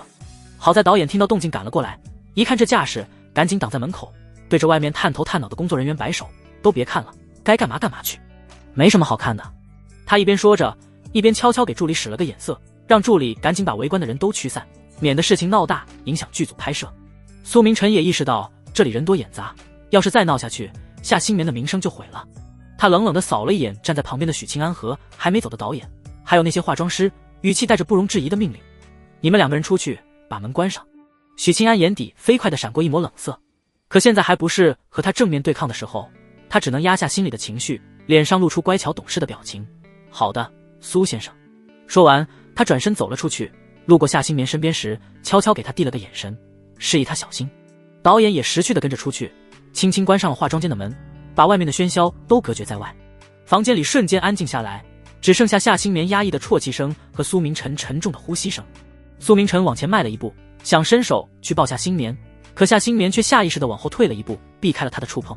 他低着头，声音带着哭腔：明晨，对不起，我真的没办法，毕竟苏明宇才是苏家的嫡系，他手里有那么大的权力，我根本反抗不了，我不想因为我让你也受到他的报复，真的不想。他说的情真意切，眼泪掉得更凶了，可心里却在冷笑。只要苏明晨和苏明宇彻底闹掰，苏家内部肯定会乱起来，到时候就是他和许清安的机会了。苏明晨看着他这副模样，心里的怒火和心疼交织在一起，脸色铁青的几乎要滴出水来。他攥紧拳头，指节泛白，牙齿咬得咯咯响，几乎是从牙缝里挤出几个字：苏明宇，我是不会放过他的。他怎么也没想到，自己刚表白成功的女朋友竟然被苏明宇那个混蛋捷足先登了，这笔账他一定要跟苏明宇算清楚。夏新棉还在小声啜泣着，眼神却悄悄观察着苏明晨的反应，见他彻底被激怒，心里暗暗松了口气。但他还是一直和苏明晨保持着一定的安全距离，他现在一点也不想让苏明晨碰自己。一想到昨天晚上，他就觉得浑身恶心，连带着对苏家的人都充满了厌恶。其实他和苏明晨所谓的男女朋友关系，不过是前天晚上苏明晨在酒局上盛情表白，他实在推脱不掉，才暂时答应的托辞。在这之前，他一直和苏明晨保持着若即若离的关系，毕竟苏明晨是苏家的人，他还需要利用苏明晨打探消息，不能把关系闹得太僵。夏新棉虽然在娱乐圈混迹了几年，但一直很干净。他最初是靠分享穿搭和生活日常在网上走红的，积累了一大批粉丝，带着流量走进娱乐圈后，也一直对外宣称自己是洁身自好、独立自强的大女主人设。她长相美艳，身材火辣，又自带高冷御姐气质，这样的人设让她圈粉无数，也成了不少豪门公子追求的目标。苏明晨就是其中一个。苏明晨当初会对她展开激烈的追求，可他万万没想到，自己刚把人追到手，就被苏明宇截胡了。想到这里，苏明晨的眼神里的怒意更盛，他深吸一口气，努力让自己的语气平静下来，对着夏新棉柔声道：新棉，你放心，我绝对不会让那个混蛋再欺负你，我会想办法保护你的，一定会把他对你做的事加倍还回去。夏新棉抬起头，眼眶红红的，脸上露出一副感动的模样，声音哽咽：明晨，谢谢你，可是苏明宇他那么厉害，我们斗不过他的，我真的很害怕。他一边说，一边悄悄拿出藏在口袋里的手机，趁着苏明晨不注意，快速编辑了一条消息发了出去。消息的接收人是苏明宇，内容很简单：苏少，苏明晨他好像要对我不利，我好怕。此刻苏家别墅的客厅里，苏明宇正靠在沙发上，手里把玩着一支钢笔。看到手机屏幕上弹出的消息时，他嘴角勾起一抹玩味的笑，低声呢喃着：看来这女人也有自己的打算，想让我和苏明晨起冲突吗？有意思。他早就猜到夏新棉会搞小动作，也知道苏明晨肯定会去找他，不过他一点也不担心，苏明晨那点本事根本不是他的对手，而且他苏明宇一向强势霸道，自己用过的东西绝对不会允许别人染指，哪怕只是用来消遣的也不行。苏明宇把钢笔扔在茶几上，站起身，整理了一下西装外套，朝着门口走去。别墅门口，李泰正带着几个穿着黑色西装的保镖站在那里，看到苏明宇出来，赶紧迎上去：苏少，你有什么吩咐？带上兄弟跟我走。苏明宇的语气平淡，却带着不容置疑的威严：去剧组看看我亲爱的堂哥又在搞什么花样。李泰点点头，不敢多问，赶紧转身走到停在门口的黑色劳斯莱斯幻影前，拉开了后排车门。苏明宇弯腰坐进车里，靠在柔软的真皮座椅上，闭上眼，手指轻轻敲击着膝盖。李泰坐到驾驶座上，发动了车子，后面几辆黑色的轿车也跟着启动，组成一支浩浩荡荡的车队，朝着剧组的方向驶去。化妆间的灯亮得有些刺眼，夏新棉垂着眼，长睫上还挂着未干的泪珠，像沾了晨露的蝶翼，轻轻颤动时都透着股惹人怜的脆弱。可只有夏新棉自己知道，那汪看似随时会决堤的泪湖里藏着多少精心算计的波澜。苏明晨站在他对面，指节因为用力攥紧而泛白，原本还算温和的眉眼此刻拧成一团，眼底翻涌的怒火几乎要烧穿理智。新棉，你放心。苏明晨的声音带着压抑不住的颤抖，不是害怕，是心疼到极致的失控。我一定不会放过那个混蛋，一定会为你报仇。这话落进夏新棉耳朵里，他心里没半分感动，只觉得可笑。这个男人永远都这么天真，永远都能被他的几滴眼泪骗得团团转。但夏新棉脸上的表情却做得越发到位，他轻轻吸了吸鼻子，肩膀微微瑟缩，像是被报仇两个字勾起了更深的恐惧，眼眶里的泪水终于啪嗒一声砸在衣襟上，晕开一小片深色的水渍。明晨，他故意拖长了语调，声音软得像没骨头，带着恰到好处的哽咽，我现在好怕。苏明晨见状，哪里还忍得住，往前一步就想伸手把人搂进怀里，可他的指尖刚要碰到夏新棉的肩膀，他却像被烫到似的猛地往后退了2步，后背抵上冰冷的化妆台，发出轻微的咚声。别！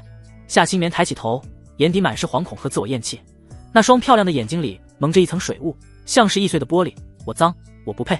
这句话像一把淬了冰的刀，精准地扎进苏明晨的心脏。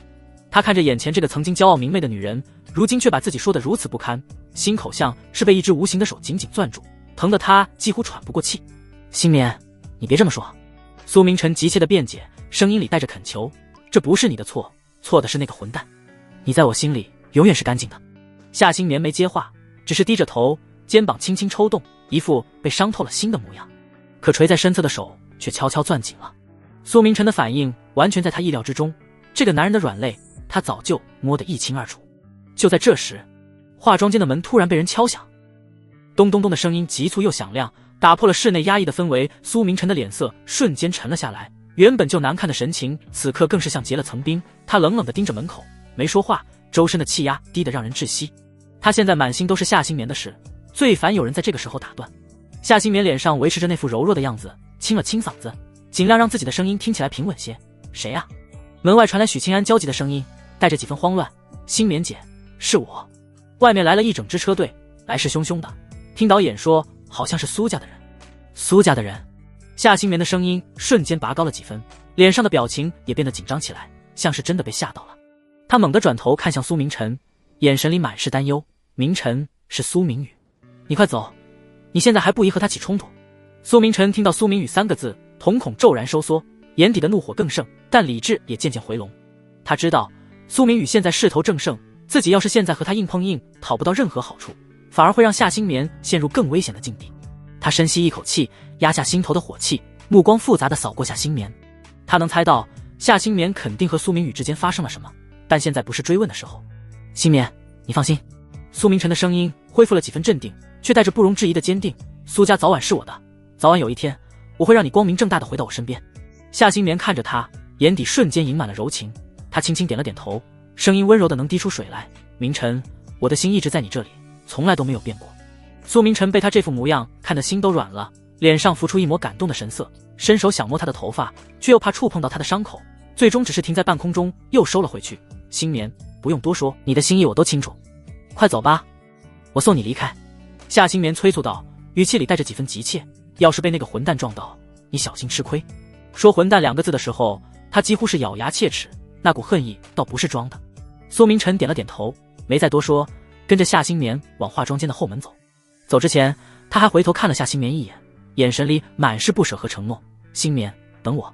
夏新棉站在原地，看着他的背影消失在后门，脸上的柔情瞬间褪去，取而代之的是一片冰冷。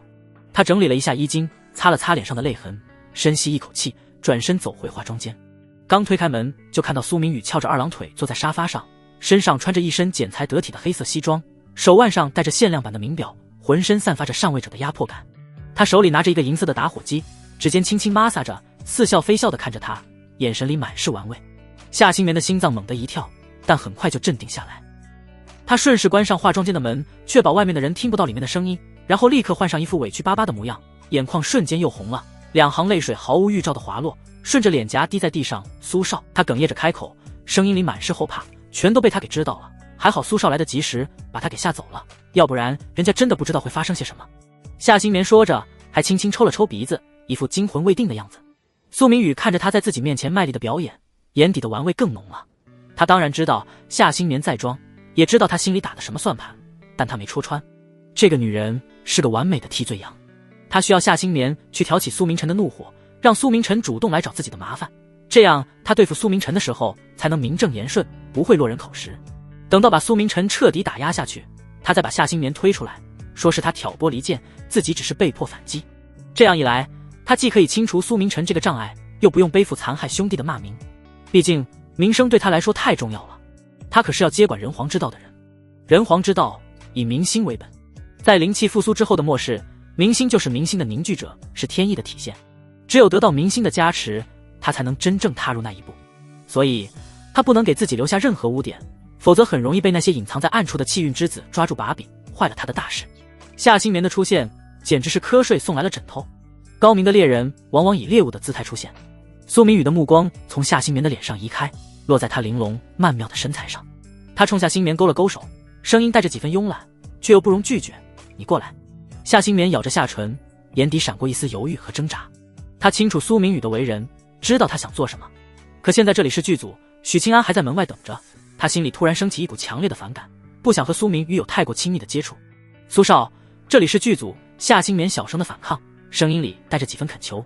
苏明宇微微眯起眼睛，那双鹰隼般的眸子锐利得仿佛能看透人心。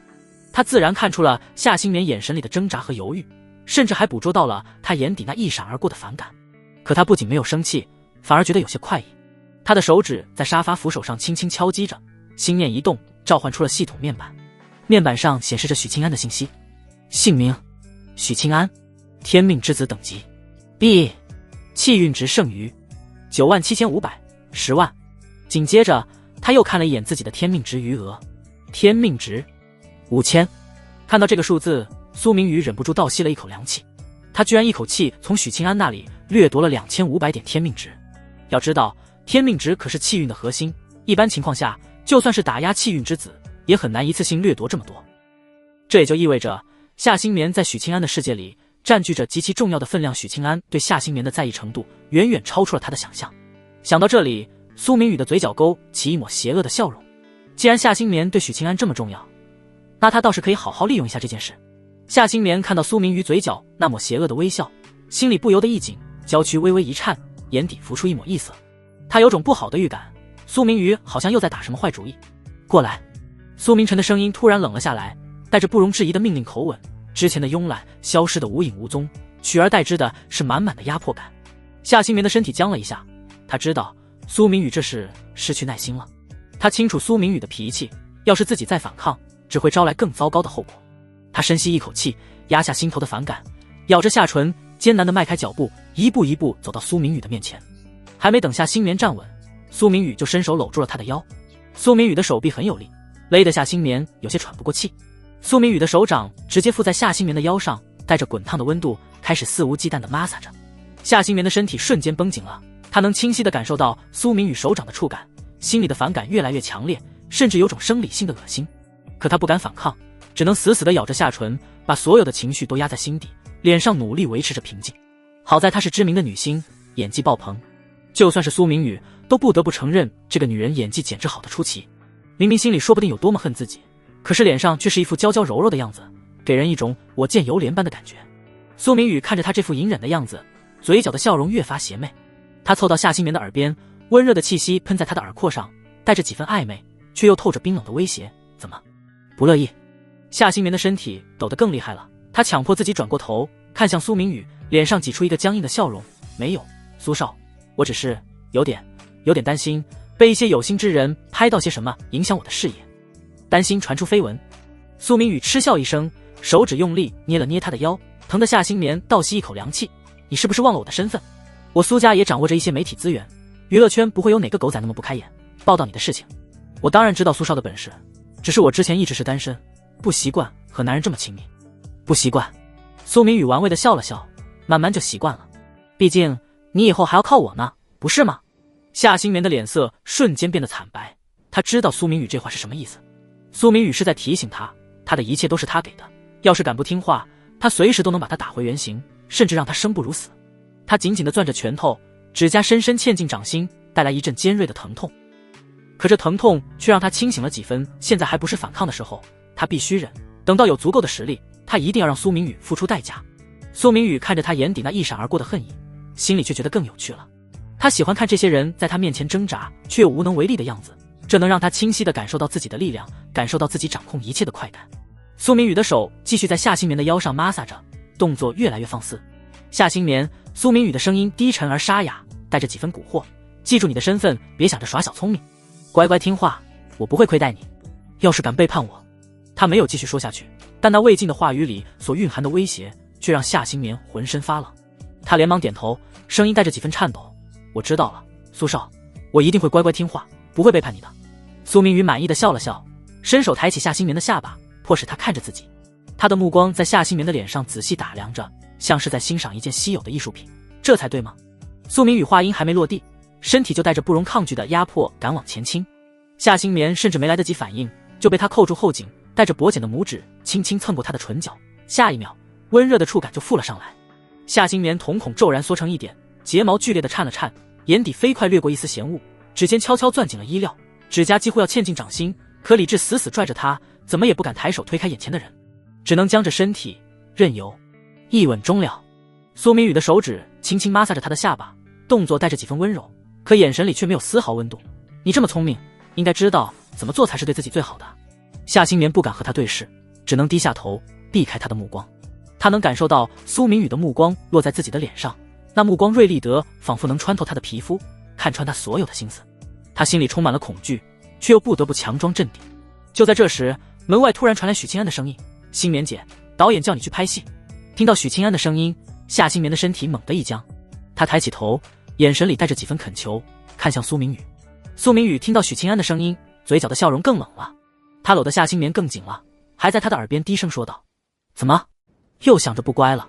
夏新棉闻言，娇躯猛地僵在原地，一言不发。说完，苏明宇抬起头，对着门口喊道：“我和新棉在谈点事，叫你们导演在外面等一等。”他的声音平静无波，听不出任何异样。门外的许清安愣了一下，总觉得里面的气氛有些不对劲，但苏明宇的语气不容置疑，他也不敢多说什么，只能应了一声：“好的，苏少。”听到许清安的脚步声渐渐远去，夏新棉心里的希望瞬间破灭了。苏明宇看着他眼底的绝望，心里的快意更甚。他低下头，凑近夏新棉的脸，几乎要贴上他的嘴唇。现在总算是安静了。夏新棉闭上眼睛，不敢再看苏明宇的脸，只能在心里一遍又一遍地告诉自己，忍下去，一定要忍下去。只要等到他找到机会，他一定能摆脱苏明宇的控制，一定能让他为今天的所作所为付出代价。苏明宇的嘴角上扬，苏明宇淡淡的说道，语气里带着几分疏离：“我会去警告苏明晨，让他不敢动你。”夏新棉听到这话，艰难地睁开眼睛，点了点头：“我知道了，苏少。”苏明宇没再看他，转身走向门口，拉开门走了出去。门关上的瞬间，夏新棉再也支撑不住，他双手抱着膝盖，把头埋在膝盖里，肩膀剧烈地抽动着，压抑的哭声从指缝里溢出来。他恨苏明宇的霸道和残忍，可他知道现在不是哭的时候，他必须尽快调整好自己的状态，继续扮演好自己的角色，才能在这场残酷的棋局里活下去，才能有机会实现自己的计划。过了好一会儿，夏新棉才慢慢抬起头，擦干脸上的泪水。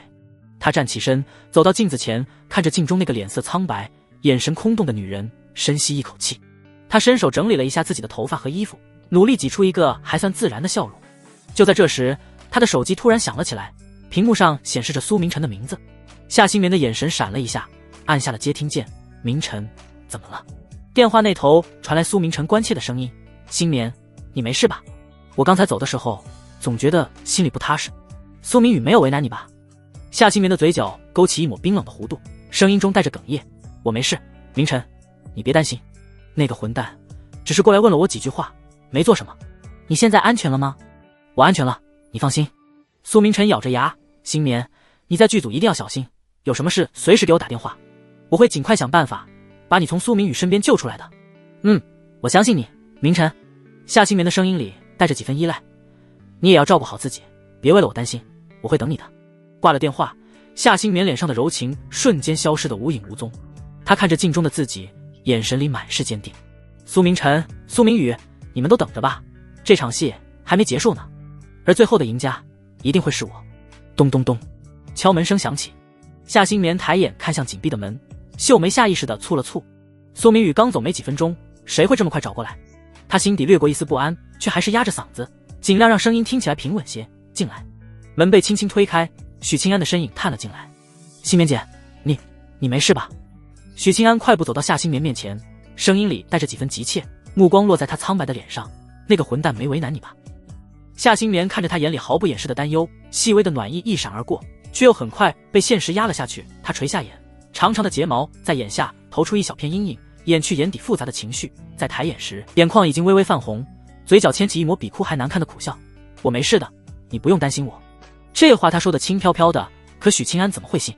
许清安盯着夏新棉眼底那抹藏不住的凄然，像是看到了他强撑着的脆弱，心里突然涌起一股莫名的怒意，还有一种想要保护他的冲动。“新棉姐。”许清安往前站了一步，声音压低了些，却带着不容置疑的坚定：“早晚有一天，苏家的一切都会是我们的，到时候无论是苏明宇还是苏明晨，都会为他们做过的伤害你的事情付出代价。”夏新棉听到这话，心里又是一震，抬眼看向许清安。这个平时看起来总是带着点青涩的男生，此刻眼神里满是认真，甚至还有几分不属于他这个年纪的狠劲。夏新棉看着他，苦笑了一下，轻轻点了点头：“清安，我相信你能做得到。”他顿了顿，眼神突然变得有些复杂：“你先出去吧，我想一个人静静。还有，以后我们两个人要保持一定的距离。”许清安脸上的关切瞬间僵住了，他愣了一下，有些不解地看着夏新棉：“新棉姐，为什么啊？苏明宇那个混蛋，你又不是不知道。”夏新棉的声音沉了下去，带着几分无奈，也有几分刻意营造的担忧。他嚣张霸道的很，占有欲又极强。现在他把我当成他的人，要是看到我跟你走得近，万一盯上你，对你可没好处。我不想因为我让你陷入麻烦里。许清安深吸一口气，压下心里的酸涩，认真的点了点头：“新棉姐，我明白该怎么做，你放心，我不会给你添麻烦的。许清安知道现在不是任性的时候，夏新棉说的对，苏明宇现在势力太大，不能硬碰硬，只能先忍着。夏新棉轻轻应了一声，没再说话，只是重新靠回化妆台，闭上了眼睛，像是真的累了，想一个人待着。许清安看着他疲惫的样子，心里又疼又急，却也知道自己现在留下来只会打扰他。他犹豫了一下，还是轻轻退了出去。关门的时候特意放轻了动作，生怕惊扰到里面的人。门被关上的瞬间，夏新棉睁开了眼睛，眼底的疲惫和脆弱消失得无影无踪，只剩下一片冷静。他看着紧闭的门，手指轻轻敲击着化妆台的边缘。许清安的心思他不是不知道，可现在的他根本没有资格谈这些。保持距离，既是为了不让苏明宇起疑，也是为了不让自己陷进不该有的情绪里。他现在要做的只有忍耐和等待，等一个能彻底翻盘的机会。苏家别墅的顶层书房里，苏明宇的目光死死锁在眼前悬浮的半透明系统面板上，指尖无意识地在红木书桌上轻点，嘴角的笑意藏都藏不住面板上的数字清晰得很。姓名：许清安，天命之子等级 B， 气运值剩余97000、10万。再往下滑是他自己的天命值余额，天命值5500，又多了500点。苏明宇挑了挑眉，指尖在数字上虚点了2下，眼底闪过一丝玩味。他靠在真皮座椅里，双腿交叠搭在桌面上。以前看小说总觉得正派憋屈，现在自己成了反派，才明白这位置有多爽。正派从头到尾被剧情压着打，动不动就家破人亡，身负重伤，最后拼了半条命才换个看似完美的结局。反观反派，前期想怎么浪就怎么浪，资源、权力、实力随手拈来，唯一的死穴就是结局时的愚蠢操作。只要老子不犯蠢，那些所谓的天命之子还真拿我没办法。苏明宇轻笑出声，他的眼神越发锐利。现在手里握着5500点天命值，说是天命值土豪都不为过。现在正好借着这波资源，把实力再往上提一提。他想起之前让人安排的岷江城女子监狱，任职的是下周就要走马上任了。那地方鱼龙混杂，藏着不少古武世家的残余势力，没点硬实力镇不住场子，最好能在去之前突破到内境。苏明宇掐灭雪茄，起身走到书房中央的空地，意念一动，系统的兑换界面瞬间展开。密密麻麻的兑换列表看得人眼花缭乱，从神兵利器到功法秘籍，再到天才地宝，应有尽有。苏明宇手指快速滑动，目光在各种药材名称上扫过，最终停在了一个带着金色图标的物品上。元龙草，1500天命值。点开详情页，一行行介绍跳了出来。元龙草生长在龙脉之内，100年生一叶，9叶方成熟，可运养龙气，滋养体魄，洗精伐髓。服用方式：吞服。副作用：龙性本。好家伙，龙脉里长的，还9叶才成熟。苏明宇眼睛一亮，他知道这元龙草有多金贵，就算是在古武最鼎盛的时代，那也是皇室特供的炼体神药，尤其是运养龙气这一点，简直是为突破内境量身定做的。寻常武者洗精伐髓要忍受钻心之痛，还未必能成功，这元龙草居然能直接滋养经脉，简直是 bug 级别的宝贝。他没半点犹豫，手指在兑换按钮上一点，面板上的天命值瞬间减去1500，变成了4000。下一秒，一株巴掌大小、通体金黄的草药凭空出现在他掌心，草叶上隐约能看到9条迷你小龙在缓缓游动。凑近闻一下，一股清冽中带着霸道的气息直冲天灵盖，让他精神一振。苏明宇走到书房角落的蒲团旁坐下，盘腿凝神。他之前修炼元仙诀已经到了明镜5重，现在有了元龙草，正好一举突破。他深吸一口气，张开嘴将整株元龙草直接吞了下去。系统标注的吞服简单粗暴，他也懒得琢磨其他用法。草药入口即化，一股温热的气流瞬间从喉咙滑入丹田，紧接着这股气流像是被点燃的炸药，瞬间扩散到四肢百骸。苏明宇能清晰地感觉到无数精纯的金色龙气在经脉里奔腾，原本有些狭窄的经脉被一点点拓宽滋养，那种感觉不是痛苦，反而像是泡在温热的温泉里，浑身的毛孔都舒展开来，连之前修炼留下的细微暗伤都在慢慢修复。爽！苏明宇忍不住在心里感叹一声，连忙集中精神运转元仙诀，引导着龙气按照功法路线循环。金色龙气像是有了意识，顺着经脉快速流动，每循环1周，他体内的真气就浑厚一分，境界的壁垒也在一点点松动。不过片刻，他体内突然传来咔的一声轻响，像是某种桎梏被打破。苏明宇睁开眼，眼底闪过一丝精芒。明镜5重巅峰，仅仅一口龙气就让他冲到了巅峰，这元龙草的效果比他预想的还要强。他不敢懈怠，继续运转功法，引导着剩余的龙气继续冲击。金色龙气越来越汹涌，在经脉里奔腾不息，不断冲刷着他的体魄。很快，第二道壁垒被打破，明镜6重，紧接着是明镜7重、明镜8重，每一次突破都顺理成章，没有丝毫滞涩感。当最后一丝龙气被吸收殆尽时，苏明宇体内的真气突然暴涨，一股更强的气息从他身上散发出来，书房里的空气都仿佛被压缩了几分。他猛地睁开眼，眼中金光一闪而逝，周身隐约有龙形气浪环绕。明镜9重，一株元龙草，直接让他连跨4个小境界，从明镜5重冲到了明镜9重。苏明宇缓缓站起身，活动了一下手脚，只觉得浑身充满了用不完的力量。他下意识地往下跺了一脚，砰的一声闷响，脚下坚硬的石板地面瞬间裂开蛛网般的纹路，裂痕还在不断蔓延，连旁边的水泥地面都没能幸免，出现了一道道清晰的缝隙。他抬手握拳，感受着拳头上蕴含的力量，嘴角的笑容越发张扬。现在的他不仅境界提升，体内还多了一股淡淡的龙气威压，寻常内境的武者在他面前恐怕连动手的勇气都没有。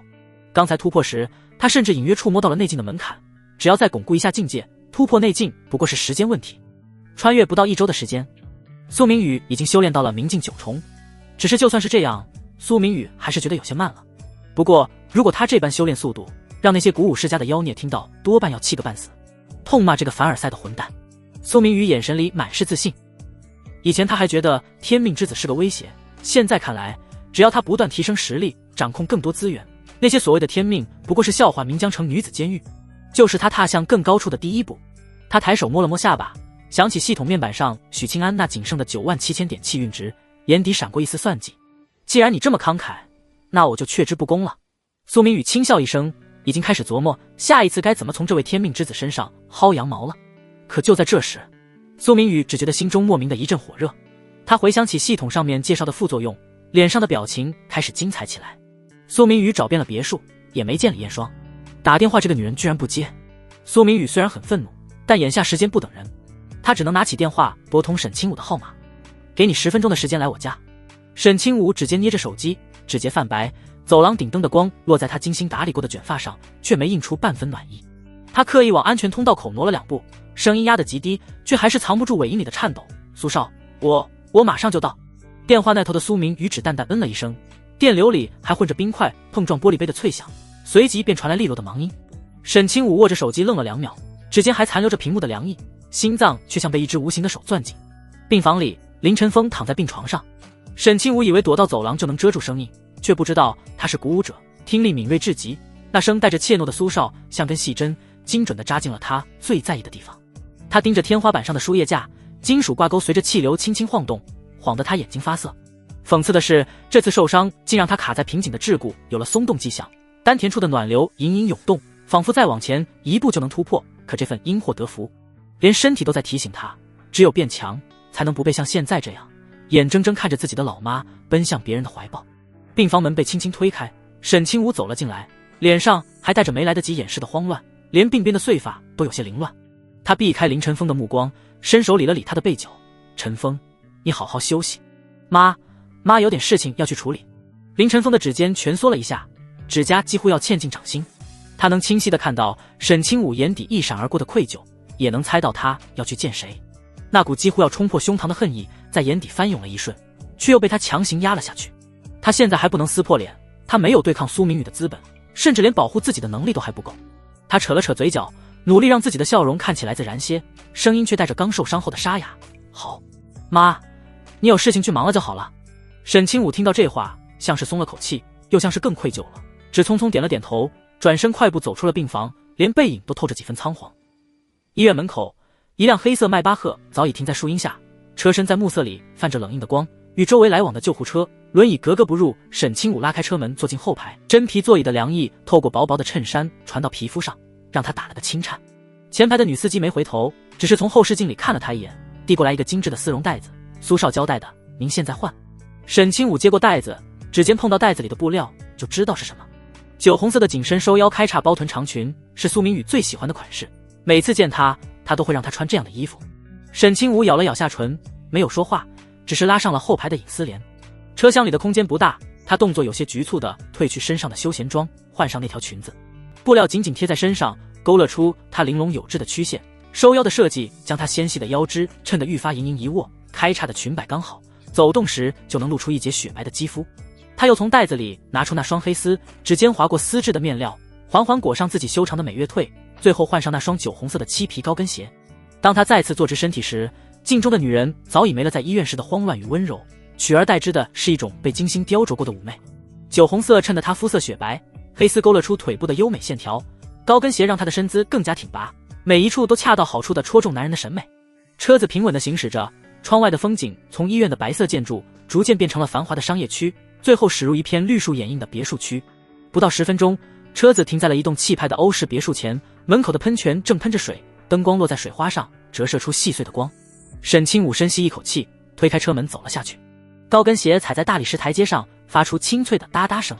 他走进别墅，客厅里的水晶灯亮得晃眼，昂贵的波斯地毯铺满了地面，空气中弥漫着淡淡的雪茄和高档香水混合的味道。苏明宇坐在沙发上，他的双目赤红，显然是等得有些不耐烦了。看到沈清武走进来，苏明宇立刻站起身，大步朝他走了过来，没等他反应，就伸手搂住了他纤细却不失丰腴的腰肢。沈清武的身体瞬间僵了一下，随即又放松下来。他能清晰地感受到苏明宇掌心的温度，透过薄薄的裙料传过来，带着一种不容抗拒。沈清武柔软的娇躯紧贴着苏明宇，能闻到他身上那股淡淡的烟草味，还有那让他无比熟悉的属于权力与金钱的味道。这么慢？苏明宇的声音带着几分沙哑，热气喷在他的耳后，让他的身体不由自主地轻颤了一下。没等沈清武回答，苏明宇俯身低头，直接捉住了他那双柔软细腻的香唇。沈清武的大脑有瞬间的空白，苏明宇的手臂却收得更紧了。沈清武的一双美眸逐渐变得迷离起来，长长的睫毛像蝶一般颤抖着，洁白如玉般的藕臂下意识地勾住了苏明宇的脖子，丰腴的腰肢也跟着不安分地扭了扭。李氏集团顶层会议室的空调温度调得很低，冷气从出风口无声地漫出来，却压不住满室的焦灼。李彦双坐在长桌主位旁的椅子上，指尖无意识地摩挲着冰凉的会议桌边缘，秀眉拧成了一个深深的川字，连平日里精心打理的鬓发都仿佛跟着染上了几分烦躁。不远处，几个穿着定制西装的中年男人正低声交谈，目光却时不时飘向李彦双，眼神里藏着各异的情绪，有期待，有观望，还有不易察觉的算计。会议室里的空气像凝固了一般，只有墙上挂钟的滴答声在寂静中显得格外清晰。彦双，你这次一定要和苏少好好聊聊，想办法让苏少帮帮我们。打破沉默的是李彦双的三叔李家伯，他往前凑了凑身体，语气里带着几分急切，甚至刻意放软了姿态。现在集团资金链都快断了，除了苏家，没人能帮我们度过这个难关。李彦双听到苏少2个字，指尖的动作顿了一下，脸上的表情瞬间变得复杂起来。他抬起头，一双美眸看向李家伯，长长的睫毛颤了颤，却没有立刻开口。坐在李家伯旁边的二叔李家冠闻言脸色骤然一冷，他重重地敲了敲桌子，声音带着几分怒意：老三，你说的是什么话？李家好歹也是传承了100年的企业，难道现在要把所有的担子都压在一个20多岁的小姑娘身上？我们这些大男人还没死呢。李家冠的目光像淬了冰一样，死死盯着李家伯。在场的人都知道，李家伯是2房所生，在李家一直处于边缘位置。老爷子去世的早，李彦双的父亲李家玉早早接管了集团，成为董事长。李家伯想要通过正常渠道拿到话语权，几乎是不可能的事。这些年，李家伯一直没闲着，四处和其他家族攀关系，想借外力为自己铺路。之前力主李家和苏家联姻，就是他的主意。他算准了苏家的实力能给李家带来好处，也料定李彦双的骄傲不会轻易低头，到时候无论是联姻成功还是失败，他都能从中渔利，甚至说不定能借机动摇李家玉的位置。当时这个提议一出来，李家玉和李家冠都明确反对，可架不住李家伯联合了几个家族里的长辈，打着为李家长远考虑的旗号，裹挟了大多数人的意见。毕竟那些叔伯辈更看重家族利益，觉得能和苏家攀上关系是天大的好事，根本没考虑过李彦双的想法。李彦双坐在椅子上，听着2个叔叔的争执，心里泛起一阵苦涩，去求那个让他既厌恶又无奈的男人。可转念一想，他和苏明宇之间该发生的不该发生的早就已经发生了，那些狼狈的难堪的瞬间早就磨掉了他最后的骄傲，现在再谈什么不好意思张口，反而显得有些可笑，毕竟他在苏明宇面前早就没什么不好意思可言了。李彦双深吸一口气，抬起头环视四周，原本复杂的眼神里多了几分坚定，声音清晰而沉稳：这件事情我来想办法，各位叔叔伯伯不用太操心，我既然坐在李氏集团 CEO 的位置上，就不会让李家毁掉的。坐在主位上的李家玉听到女儿这番话，不由得皱紧了眉头。他抬头看向李彦双，看着女儿眼底那抹强撑的决然，心里像被什么东西揪了一下，泛起复杂的情绪，有心疼，有愧疚，还有一丝无力。他其实早就想开口阻止，可话到嘴边又咽了回去。他太清楚家族里那些长辈的心思了，如果这个时候他站出来反对，那些早就看他不顺眼的人肯定会借题发挥，甚至可能联合起来投票罢免他的家主之位和集团董事长的职务。到时候不仅他自己会陷入困境，整个李家恐怕会乱得更厉害。李佳玉没有开口，只是沉默地站起身，拿起椅背上的西装外套，脚步沉重地走出了会议室。门被轻轻带上的瞬间，会议室里的气氛又变得微妙起来。李家冠当然知道自己哥哥心里在想什么，他看着大哥离开的背影，眼底闪过一丝无奈，随即又把目光转向会议室里的其他中年人，语气里满是怒火。你们看看你们现在的样子，一群大男人拿着高薪，占着高位，遇到事情却只会把担子推给一个20多岁的小姑娘，你们就不觉得丢人吗？李家伯却毫不在意李家冠的怒气，他抬起头，嘴角勾起一抹冷笑，目光扫过李家冠，语气带着几分嘲讽。二哥，话可不能这么说，一个20多岁的小姑娘能坐稳李氏集团 CEO 的位置，难道不就是因为她能和苏家搭上关系吗？有多大的能力就担任什么样的职位。二哥，你觉得我说的怎么样？他这话看似在质疑李彦双的能力，实际上是在暗讽李佳玉是靠联姻才保住董事长的位置，顺便把自己之前力主联姻的事包装成有远见的决策。李家冠气的脸色铁青，他猛地一拍桌子，指着李家伯的鼻子，声音都有些发颤，别以为我不知道你的想法，你不就是想借着苏家的事搅乱李家，好趁机夺我大哥的位置吗？李家伯，你也不掂量掂量自己，你配吗？好了，李彦双突然开口，打断了两人的争执。他站起身，目光冷冷地扫过李家伯，语气里带着不容置疑的警告。三叔，我又没说不同意去找我的未婚夫聊，现在最重要的是解决集团的危机，不是在这里争来吵去，一切都适可而止好了，别太过分。未婚夫3个字从李彦双嘴里说出来的时候，会议室里的人都愣住了，面面相觑，眼神里满是惊讶，尤其是李家伯更是像被雷劈了一样，心里大吃一惊。他太了解自己这个侄女的性格了，骄傲要强，从骨子里厌恶苏明宇。之前每次有人在他面前提起苏明宇是他未婚夫，他都会当场翻脸，甚至会因为这件事失了理智，和人争执不休。可今天李彦双居然主动承认了苏明宇是他的未婚夫，这份态度的转变实在是太微妙了。李家伯心里打了个问号，不知道李彦双这是真的想通了，还是在打什么别的主意。李彦双没心思理会众人的惊讶，也没兴趣和李家伯继续纠缠，他转身就往会议室门口走，所有人的目光都追随着他的背影，心里各有盘算。李彦双快步走出会议室，沿着铺着地毯的走廊回到自己的办公室。他推开门，随手把平板放在办公桌上，刚想坐下喝口水，目光就落在了桌上的手机上。屏幕亮着，显示有一通未接来电，来电人备注是苏明宇。如果是在以前，别说他再开会没接到这通电话，就算是他当时没事，看到是苏明宇打来的，也绝对会毫不犹豫地挂断，甚至可能直接把手机调成静音，连看都不想看一眼。可现在不知道为什么，当看到苏明宇这3个字的时候，李彦双的心头居然微微一紧，一种莫名的情绪涌上心头。他几乎是下意识地拿起手机，手指在屏幕上点了一下，回拨了过去。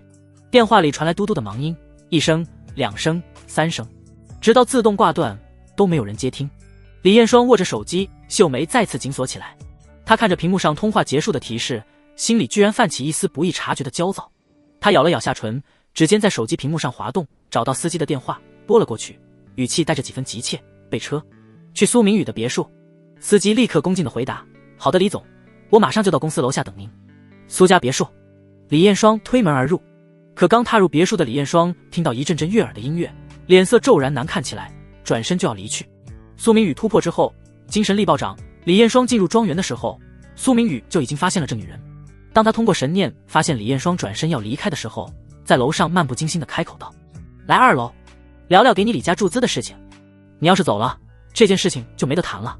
李彦双站在苏家别墅的1楼客厅，指尖几乎要嵌进掌心，一双平日里总是带着几分清冷傲气的凤目此刻圆睁着，眼尾微微泛红，连带着精致的眉梢都拧成了一团，脸上的怒色像是要溢出来似的。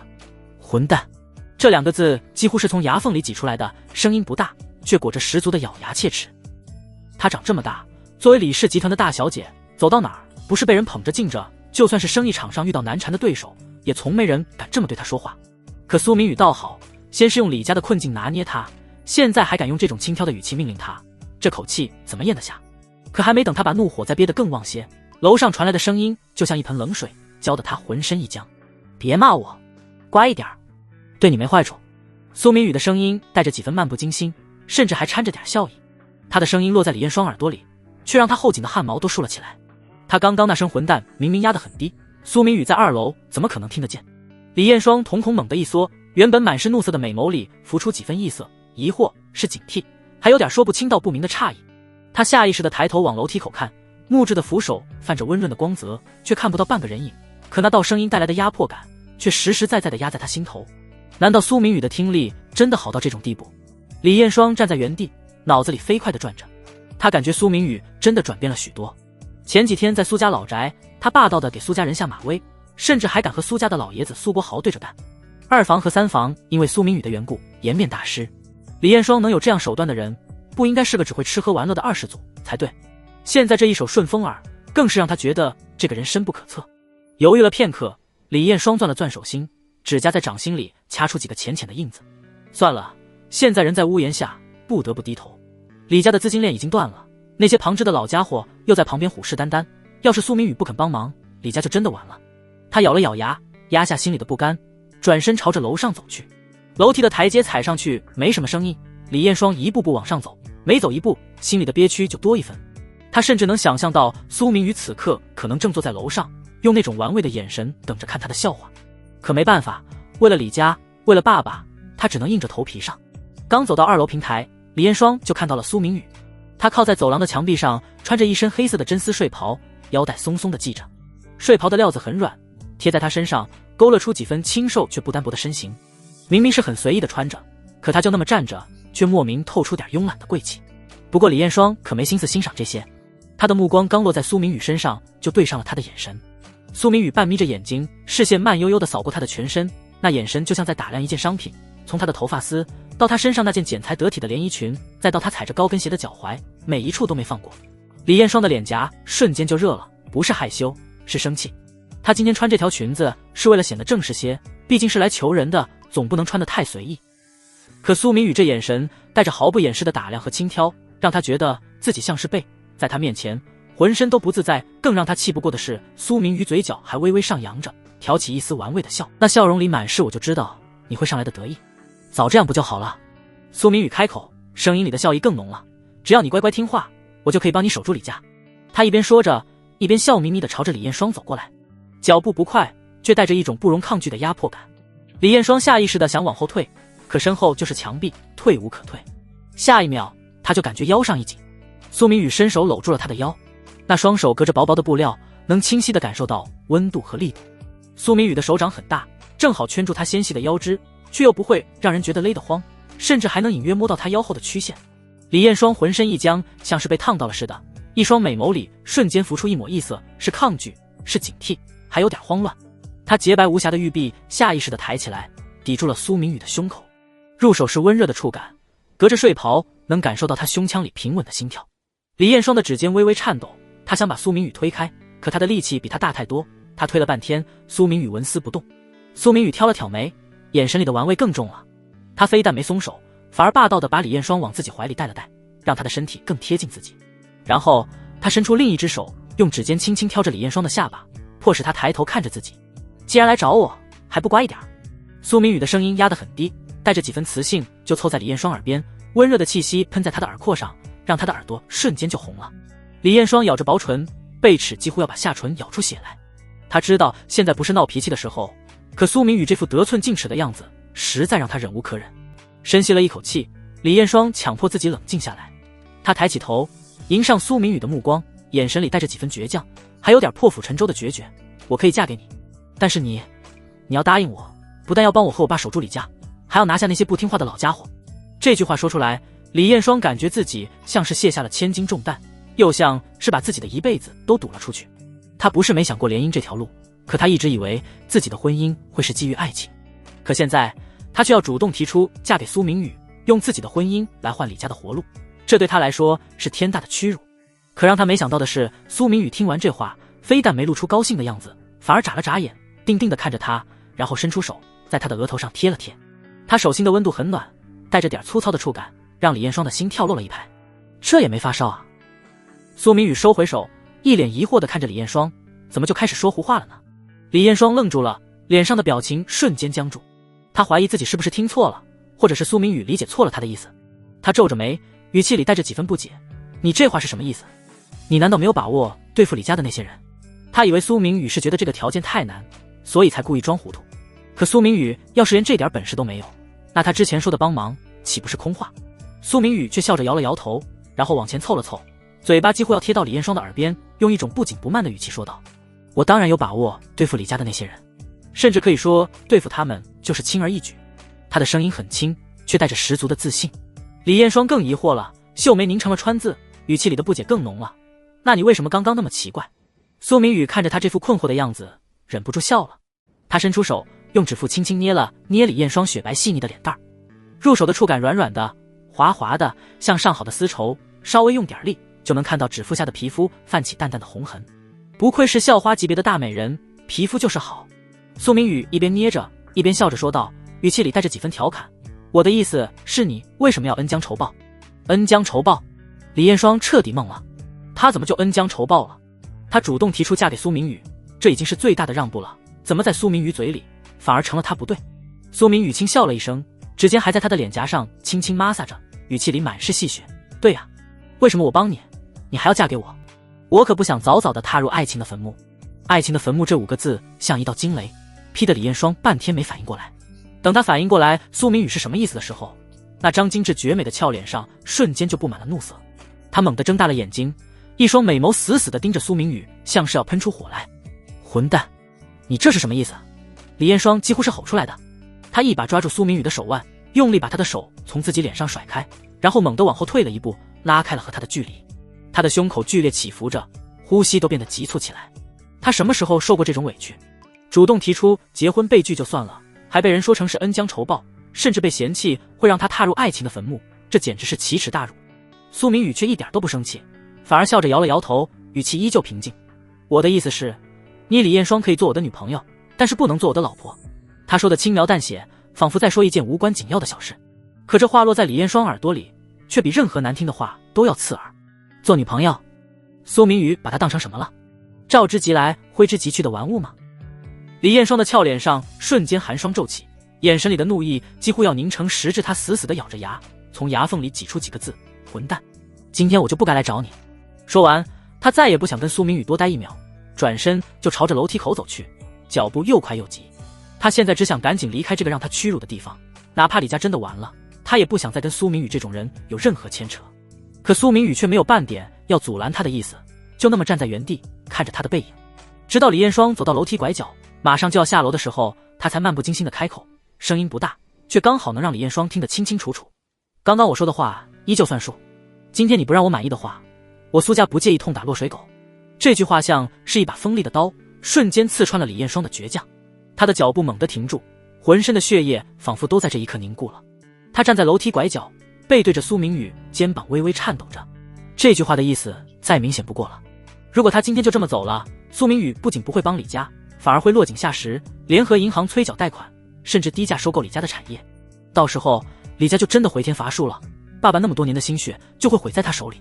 李彦双的银牙咬得咯咯作响，婀娜的娇躯因为愤怒和无力，此刻正不断地颤抖着。他深吸了一口气，努力平复着自己的情绪，然后缓缓地转过身，一双美眸冷冷地盯着苏明宇，眼神里满是屈辱和不甘，还有点被逼到绝境的绝望。“混蛋，你就是个不折不扣的混蛋，你到底想怎么样？”李彦双的声音带着几分颤抖，却依旧努力维持着最后的骄傲。他知道自己现在没有资格跟苏明宇谈条件，可他还是想知道苏明宇到底要怎么样才肯放过李家，才肯帮他。苏明宇的嘴角微微上扬，勾起一抹意味深长的笑。他半眯着眼睛，视线又一次扫过李彦双的全身，那眼神比之前更直白。“你难道不清楚我到底是什么想法吗？”苏明宇的语气带着几分揶揄，好歹也是李家的大小姐，不会那么天真单纯吧？他说完，也不管李彦双是什么反应，转身朝着客厅走去。苏家的2楼客厅很大，装修得很奢华，却不显得俗气。墙边放着一个巨大的酒柜，里面摆满了各种各样的红酒，琳琅满目。苏明宇走到酒柜前，打开其中一瓶已经醒好的红酒，用开瓶器打开，然后倒了一杯。红宝石色的酒液在水晶杯里轻轻晃动着，散发出淡淡的酒香。苏明宇端着酒杯走到客厅中央的沙发上坐下，然后翘着2郎腿，把酒杯放在膝盖上，就那么笑眯眯地看着站在楼梯口的李艳霜，眼神像是在欣赏一件稀有的艺术品，慢悠悠地扫过她性感的火辣娇躯。李艳霜站在原地，看着苏明宇这副悠然自得的样子，心里的火气又上来了。她之前还觉得苏明宇在前几天苏家老宅的时候，面对苏家二房时的霸气，还算是有几分可取之处，可现在看来，他真是瞎了眼。这个混蛋根本就是个不折不扣的纨绔二世祖，除了用家族的势力欺负人，用李家的困境拿捏他，还会什么？可恶至极！李艳霜在心里把苏明宇骂了千百遍，可脸上却不敢表现出太多。他知道自己现在没有资本跟苏明宇叫板，只能忍着。苏明宇根本不在意李艳霜心里是怎么想的，他依旧是那副从容淡然的样子，端起酒杯，轻轻抿了一口红酒，然后慢悠悠地开口：“我的耐心是有限的，乖乖听话，你李家就还是李家。如果不乖的话，你们现在的资金链断了，如果找银行催缴贷款的话，你们的窟窿只会更大，到时候就只能拿抵押物抵债。我亲爱的李大小姐，到时候你怕不是要露宿街头了？”苏明宇的语气很平淡，像是在陈述一个事实，可每一个字都像一把锤子，狠狠砸在李艳霜的心上。他知道苏明宇说的是真的，李家现在的情况根本经不起任何折腾。李艳霜的背齿紧紧咬着下唇，嘴唇已经被他咬得有些发白。他抬起头看向苏明宇，一双精致的美眸里已经噙满了泪水，晶莹的泪珠在眼眶里打转，却倔强的没有掉下来。他长这么大从来没有这么无助过，也从来没有这么委屈过。此刻的苏明宇根本没注意到李艳霜的眼泪，或者说他根本不在意，他的注意力都放在了眼前突然出现的淡蓝色系统面板上。面板上天命值3个字后面的数字正在不断上涨，从之前的4500点一点点往上涨，很快就突破了5000点，最后停在了6000点的位置。看到这个数字，苏明宇的心里乐开了花，他满意的笑了笑，端起酒杯又喝了一口红酒。看来这个系统还挺好用的，不单单是那些天命之子会给他提供天命值，这些天命之子原本的红颜知己，只要产生剧烈的负面情绪波动，也能让他从天命之子身上掠夺天命值。就像现在李艳霜愤怒、委屈、绝望，负面情绪这么强烈，自然能给他带来不少天命值。这一次足足掠夺了2000点，加上之前从沈清武那里得到的，现在他的天命值余额已经达到6000点了。苏明宇心里不由得感慨，自己现在越来越像是个反派了，又是拿捏别人的软肋，又是逼迫人家的红颜，这要是放在以前，他绝对做不出来这种事。都怪这个狗系统，要不是为了天命值，他明明是个好人。仿佛是听到了他的心声，系统面板上突然跳出一行小字：好你 X。 苏明宇看到这行字，忍不住翻了个白眼。李艳霜还站在原地，呆呆的，像是被抽走了所有的力气，他的脑子里一片混乱，一会儿想着李家的困境，一会儿想着爸爸期待的眼神，一会儿又想着苏明宇那副嚣张跋扈的样子。他不知道该怎么办，不知道该怎么选择。苏明宇皱了皱眉，看了一眼不远处墙上挂着的中世纪古董吊钟，吊钟的指针正在缓缓移动，发出滴答滴答的声音，在安静的客厅里显得格外清晰。我的时间很宝贵。苏明宇的语气冷了几分，5分钟之内要么乖乖听话，要么就有尊严的离开。他说着又笑眯眯地扫过李艳霜，语气里的揶揄更浓了。你李大小姐的尊严好像很值钱的样子。李艳霜僵在原地，原本就没什么血色的脸，此刻更是白得像张纸，连唇瓣都失去了往日的红润，只剩下一片近乎透明的苍白。客厅里的古董吊钟还在滴答滴答地走着，那声音像是催命符，一下下敲在他的心上。5分钟说长不长，说短不短，却足够让他把所有的骄傲和倔强都碾碎，再踩进泥土里。他心里像塞了团进了苦水的棉花，又闷又涩。其实答案早就摆在眼前了，不是吗？李艳霜闭了闭眼，在睁开时，眼底的挣扎和不甘已经淡了些，只剩下一片死水般的平静。他深吸一口气，像是用尽了全身的力气，缓缓地抬起手，撑着冰冷的墙壁，踉跄着走向苏明宇。他低着头，长长的睫毛垂下来，遮住了眼底的所有情绪。1步2步3步，距离沙发越来越近，他能清晰地闻到苏明宇身上淡淡的红酒味。这些味道混在一起，本该是很迷人的，可此刻落在李艳霜鼻子里，却只让他觉得窒息。直到走到苏明宇面前，他才停下脚步，依旧维持着低头的姿势，像是在等待审判。苏明宇看着他这副顺从的样子，嘴角勾起一抹满意的弧度，那笑容里带着毫不掩饰的得意。他放下手里的红酒杯，杯底和茶几碰撞，发出一声清脆的响声，在安静的客厅里格外刺耳。这样才对吗？苏明宇的声音带着几分慵懒，却又透着不容置疑的强势。在这个世界上，尊严是最不值钱的东西。你是李家大小姐，别人自然会尊重你，会捧着你，会叫你名江商业女神，会夸你是最年轻的女 CEO。可如果你不是呢？除去了李家的光环，你觉得单凭你自己又有多少价值？每一个字都像针，狠狠扎进李艳霜的心里。她猛地抬起头，紧咬着银牙，唇瓣因为用力而泛起了白痕，连带着脸颊都微微颤抖。她张了张嘴，想要反驳，想要说自己不是靠李家，想要说她在李氏集团这一年里也做过不少漂亮的项目，也为公司赚过钱。可话到嘴边却怎么也说不出口。是啊，她是做过项目，是赚过钱。可如果不是顶着李家大小姐的头衔，那些合作方会愿意给她机会吗？会愿意相信一个刚毕业没多久的小姑娘吗？那些曾经对她阿谀奉承的人，到底是尊重她这个人，还是尊重她背后的李氏集团？这些问题她不是没想过，只是一直不愿意承认。可现在被苏明宇戳破，她连自欺欺人的余地都没有了。李艳霜的肩膀垮了下来，脸上露出一抹比哭还难看的苦笑，那双曾经满是傲气的美眸此刻也失去了光彩，只剩下一片暗淡。她定定地看着苏明宇，你还真是擅长玩弄人心。苏明宇却笑着摇了摇头，他微微轻身凑近李艳霜，目光直直地锁着她的眼睛。不，我想你是误会了，我只是善于讲述事实，仅此而已。事实？多么残忍的2个字。李艳霜又苦笑了一声，声音里带着浓浓的自嘲。是吗？或许吧。她不想再争辩了，也没有力气争辩了。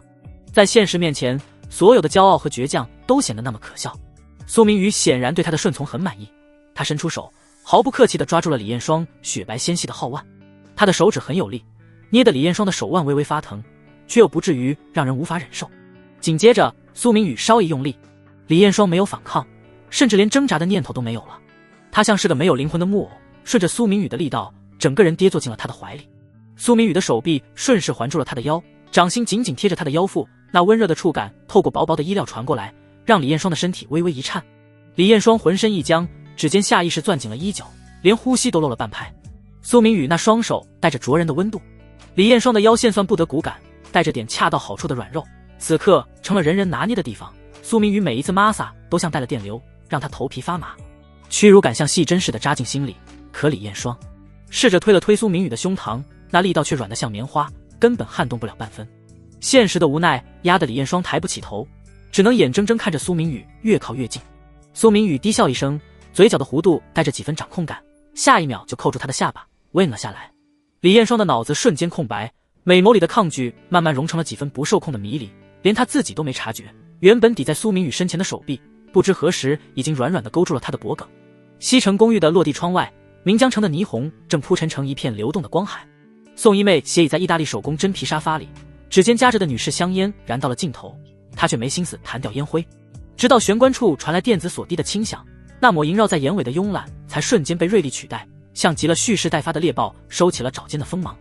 叶先生倒是准时，他把烟蒂摁进水晶烟灰缸，起身时裙摆扫过沙发边缘，露出一截线条流畅的小腿。定制款香奈儿套装被他穿出了几分野性，领口微开的设计恰好露出锁骨处一枚小巧的珍珠项链，那是去年新书盟年度考核第1的奖励，此刻正随着他的呼吸轻轻晃动。叶浩天反手带上房门，目光在客厅里快速扫过，墙上挂着的莫奈复刻画，茶几上摆放的82年拉菲，甚至角落里不起眼的空气净化器都是瑞士进口的品牌。宋一妹的生活品质向来和她在新书盟的地位一样，透着股不容置疑的精致。她收回视线，落在宋一妹脸上，宋主管的公寓倒是比我想象中更有格调。比起叶先生上次带来的惊喜，这点格调算不得什么。宋一妹接过名片夹却没打开，随手扔在茶几上。她重新坐回沙发，翘起2郎腿时特意调整了坐姿，恰到好处地展现出腿部的优美曲线。怎么，这次又有什么好生意要跟我谈？她说话时带着刻意放缓的语速，尾音微微上挑，像是在撒娇，又像是在试探。叶浩天太清楚这种话术了。宋一妹在新书盟以笑面虎著称，表面上风情万种，实则心思比谁都缜密。当年能在3个月内把岷江城地下情报网攥在手里，靠的可不只是美貌。叶浩天拉过对面的单人沙发坐下，身体微微前倾，语气却依旧轻松。生意谈不上，就是想找宋主管帮个小忙。叶浩天顿了顿，看着宋一妹逐渐收起笑容的脸，一字一句道：我想进岷江城女子监狱。叶先生，岷江城女子监狱可是关押女人的地方，招一个男的管教进入的话，很有可能会引起不可知的影响。宋一妹道：更何况在这种关键的时刻，新书盟也不想要出风头，可他心里却已经掀起了惊涛骇浪。岷江城女子监狱在普通人眼里不过是关押女性罪犯的场所，可在新书盟内部，那是标注着最高机密的据点。宋一妹手指无意识地摩挲着杯壁，脑子里飞速运转。叶浩天能知道这个地方绝不是偶然，难道说他已经提前感知到了监狱里的异常？宋一妹压下心头的惊涛骇浪，重新扬起那抹标志性的笑容，只是笑意没达眼底。叶先生应该是和我开玩笑吧？这话说的滴水不漏，既点明了不合规矩的客观原因，又搬出了新书盟不想高调的理由，看似婉拒，实则堵死了所有退路。叶浩天却像是没听出他的弦外之音，半眯着眼睛靠在沙发上。这么说，宋主管是不想帮我，还是说那监狱里藏着什么不能让外人知道的东西？他的语气很轻，却像一根针，精准地刺中了宋一妹的要害。宋一妹心头一惊，不过脸上表现的却很是平静。叶浩天一定是知道了什么。叶先生，话可不能这么说。宋一妹放下水杯，身体微微前倾，眼神里多了几分认真。现在还没到灵气复苏的时候，所有势力都在低调布局，新书盟也不例外。不是我不想帮你，是真的没办法，总不能为了你的个人需求，让整个新书盟陷入被动吧。他以为这番话能让叶浩天知难而退，可没想到叶浩天却突然笑了起来，笑声不大，却带着一股莫名的穿透力，让宋一妹心里直发毛。宋主管，我既然赶来找你，就不会没准备。叶浩天说着，从口袋里掏出一个锦盒，轻轻放在茶几上。你猜猜这里面是什么？宋一妹的目光瞬间被锦盒吸引，那是一个暗红色的紫檀木盒子，上面雕刻着繁复的云纹，一看就不是凡品。他强压下打开的冲动，故作镇定地问：叶先生这是想贿赂我？新书盟可不兴这套，贿赂谈不上，只是一点诚意。叶浩天打开锦盒，里面顿时透出一股淡淡的荧光，一块鸽子蛋大小的淡绿色玉石静静躺在丝绒衬里上，玉石表面流转着细微的光泽，仿佛有生命一般。灵玉，听过吗？叶浩天不紧不慢道。灵玉。宋一妹猛地站起身，声音都有些发颤。她从事灵气相关的研究多年，对灵玉的了解比谁都深。这东西是灵气复苏后最稀缺的资源，不仅能加速修炼，还能激活体内的灵气种子。一块高品质的灵玉，足以让一个明境高手突破到内境，甚至有可能冲击暗境。新书盟总部库里这种灵玉存量也不多，而且大多都不完整，像叶浩天手里这样完整的，他还是第一次见。他的呼吸瞬间变得急促，美眸死死盯着那块灵玉，手指微微颤抖。叶浩天把他的反应尽收眼底，心里暗自得意。他早就料到灵玉对新书盟的诱惑有多大，尤其是对宋一妹这种渴望突破的高手。宋主管，这块灵玉的价值不用我多说吧？叶浩天合上锦盒，轻轻推到他面前，只要你帮我进女子监狱，它就是你的。宋一妹的目光在锦盒上停留了足足半分钟，才缓缓抬起头，眼神里充满了复杂的情绪，有渴望，有犹豫，还有一丝警惕。他深吸一口气，努力让自己的声音恢复平静。叶先生，我刚才说的情况确实存在，女子监狱招男管教，一旦被人举报，后果不堪设想。这样，我先向总部请示一下，看看能不能有其他办法。如果能成，我们就合作；如果不成……宋一妹没有把话说完，可意思已经很明显。她不想放弃灵玉，但也不敢擅自做主。叶浩天心里清楚，这已经是宋一妹能给出的最大让步了。不过他倒不介意提醒一下新书盟。对了，宋主管，我听说苏明宇最近也在找关系，想进女子监狱当管教。叶浩天道。宋一妹的身体猛地一僵。苏明宇，岷江城有名的纨绔子弟，谁都知道苏家不简单。如果苏明宇真的进了女子监狱，以苏家在岷江城的影响力，新书盟想要完全掌控监狱，简直是难如登天。他抬头看向叶浩天，眼神里充满了探究。他怎么会知道这件事？难道说他早就调查过女子监狱的情况？宋一妹压下心头的震惊，缓缓开口：你的意思我明白，但这件事太大，我一个人做不了主，必须向总部汇报。给我3天时间，我给你答复。这次他的语气里多了几分坚定。叶浩天知道苏明宇的名字彻底打破了他的犹豫。他站起身：好，我等宋主管的消息。说完，叶浩天收起锦盒，转身走向玄关。电子锁再次响起滴的轻响，房门缓缓关上，客厅里只剩下宋一妹一个人。他眼神里闪过一丝复杂之色。宋一妹指尖悬在手机屏幕上方，指尖的扣单在冷白的光线下泛着细碎的光泽。他盯着通讯录里那个没有备注，只有一长串乱码的号码，深吸了一口气。这个加密频道直通新书盟总部的。苏明宇、叶浩天。宋一妹又低声念了一遍这2个名字，嘴角那抹复杂的笑渐渐收了起来，取而代之的是一种近乎冰冷的冷静。他点开通话键，手机屏幕瞬间跳转为暗黑色的加密界面，伴随着细微的电流声，听筒里传来规律的嘟嘟声，像在倒计时，也像在敲打着他紧绷的神经。忙音持续了5秒，电话那头突然传来一道经过电子变声处理的男声，没有任何情绪起伏，像是从机器里直接蹦出来的音节。宋主管，用1级加密频道找我是出了紧急情况。宋一妹握着手机的手指紧了紧，身体不自觉地站直了些。这是副组长得专属通讯声线，据说此人从未在明面上露过面，却能精准掌控每个分区的动向。副组长，有2件事需要向您汇报，其中1件可能会影响我们对岷江城女子监狱的掌控。宋一妹刻意放慢了语速，每一个字都经过斟酌。苏明宇就是苏家的嫡系少爷，已经通过家族人脉打通了关系，准备入职岷江城女子监狱，担任总监区长。总监区长，电话那头的男生终于有了一丝波动，虽然依旧隔着电子滤镜，却能听出明显的惊讶。苏家这是想干什么？他们是不是察觉到了什么？宋一妹心里咯噔一下，她最担心的就是这个。如果苏家真的察觉到了岷江城女子监狱的秘密，那么他们新书盟在面对苏家的时候将会变得毫无优势可言。目前还没查到确实的证据，但苏明宇这次的动作很反常。他语气凝重地补充，之前他一直是岷江城出了名的纨绔，整天泡在会所和赛车场，这次突然要进监狱任职，而且一要就是总监区长的位置，不像是一时兴起。看来苏家是想在岷江城插旗了。男生沉默了2秒，接着传来纸张翻动的细微声响，通知下去，让情报组重点盯紧苏明宇，他的行踪、接触的人都要记录在案。灵气复苏前，绝不能让任何人打乱我们的布局。是，我立刻安排。宋一妹应道，心里却悄悄松了口气。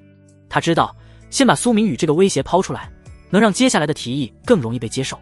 这是她在新书盟摸爬滚打多年总结出的经验，比起有好处，能解决麻烦更能打动总部的人。她顿了顿，像是在组织语言，又像是在刻意营造犹豫的氛围。副组长，还有一件事，之前和我们合作过的叶浩天，这次找到我，希望我们能帮他进入岷江城女子监狱。说到这里，他故意停顿了1秒，才压低声音，一字一句道：他说愿意用1块完整的灵玉作为交换。灵玉？电话那头的男生瞬间拔高，电子变声的滤镜都挡不住那份震惊，紧接着是长时间的沉默。宋一妹能听到听筒里传来的急促呼吸声，她知道这块灵玉戳中了总部的要害。新书盟现在最缺的就是灵气资源。沉默持续了将近半分钟，男生才再次响起，只是这次多了几分斟酌。完整的灵玉，你确定他手里的是真的？叶浩天这个人之前事件里就表现得很反常，说不定手里藏着其他秘密。我见过那块灵玉，表面有荧光流转，而且能感受到微弱的灵气波动，应该是真的。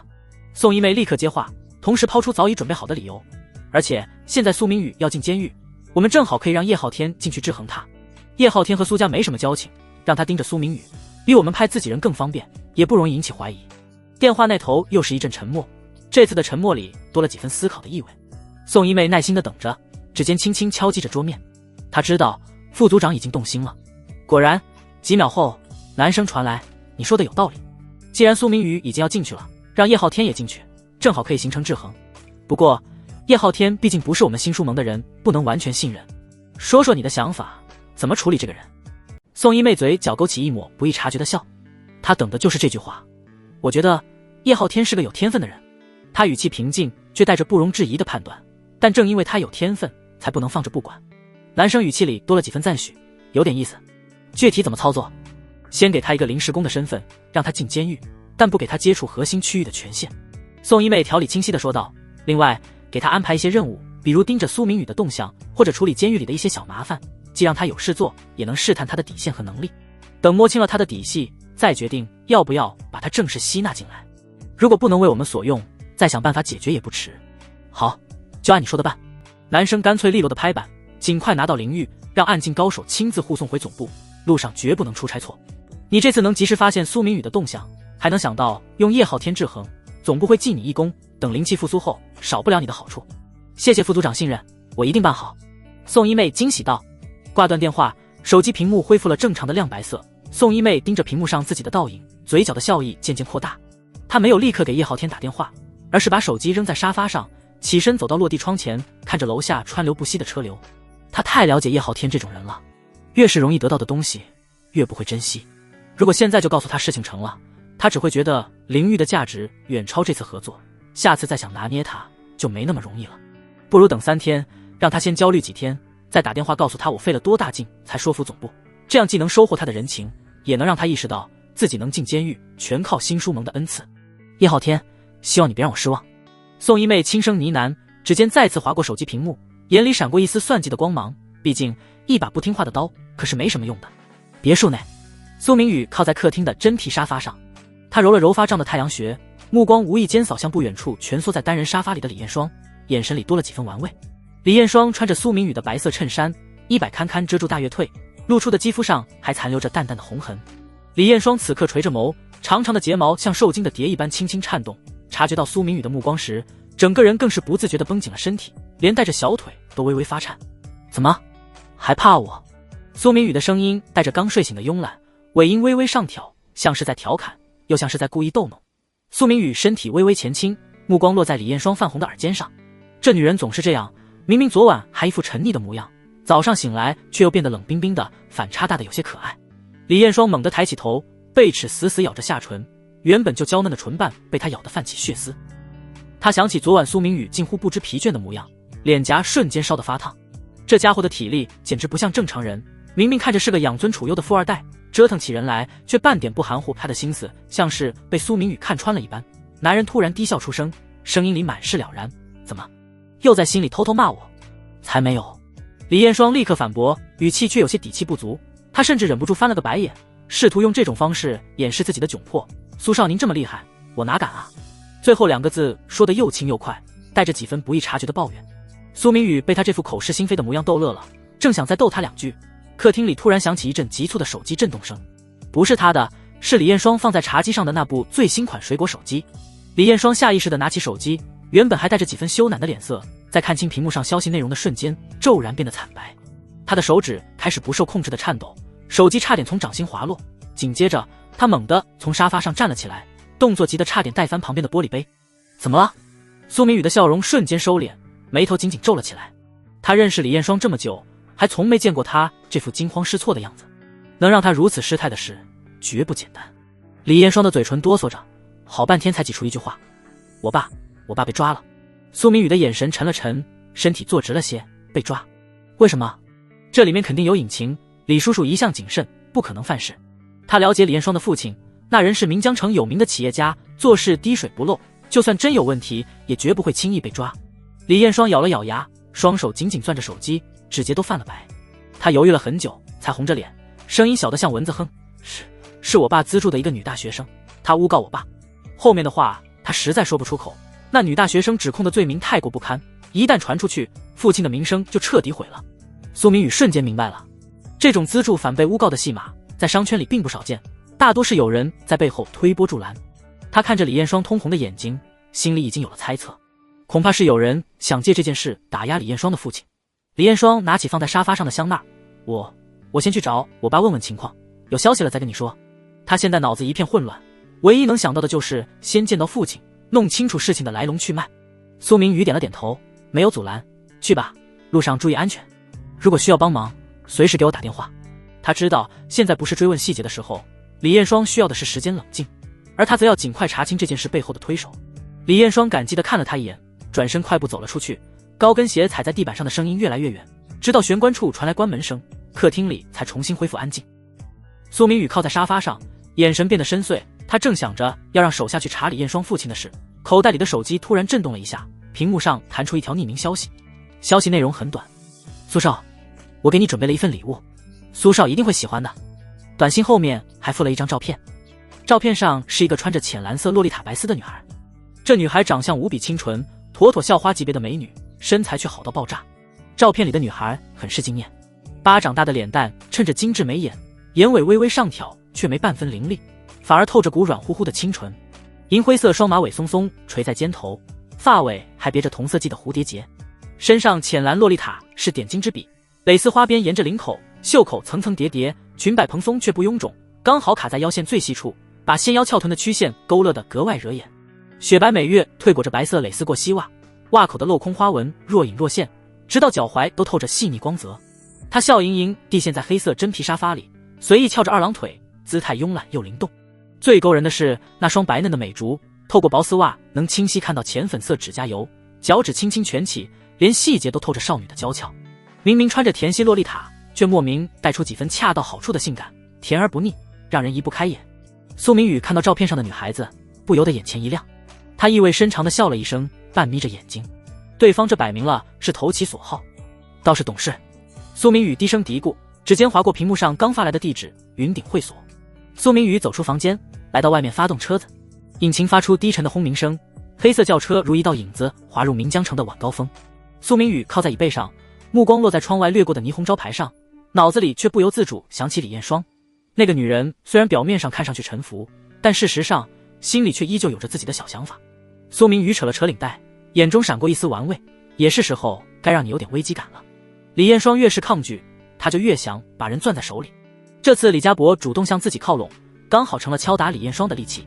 与此同时，云顶会所3楼的星空阁里，暖黄色的水晶灯洒在铺着天鹅绒的沙发上，空气中弥漫着淡淡的香薰味。白小棠坐在沙发边缘，手指紧张地绞着洛丽塔的裙摆。她今天本来该去学校上晚自习，却被李叔叔李家伯拦在了校门口。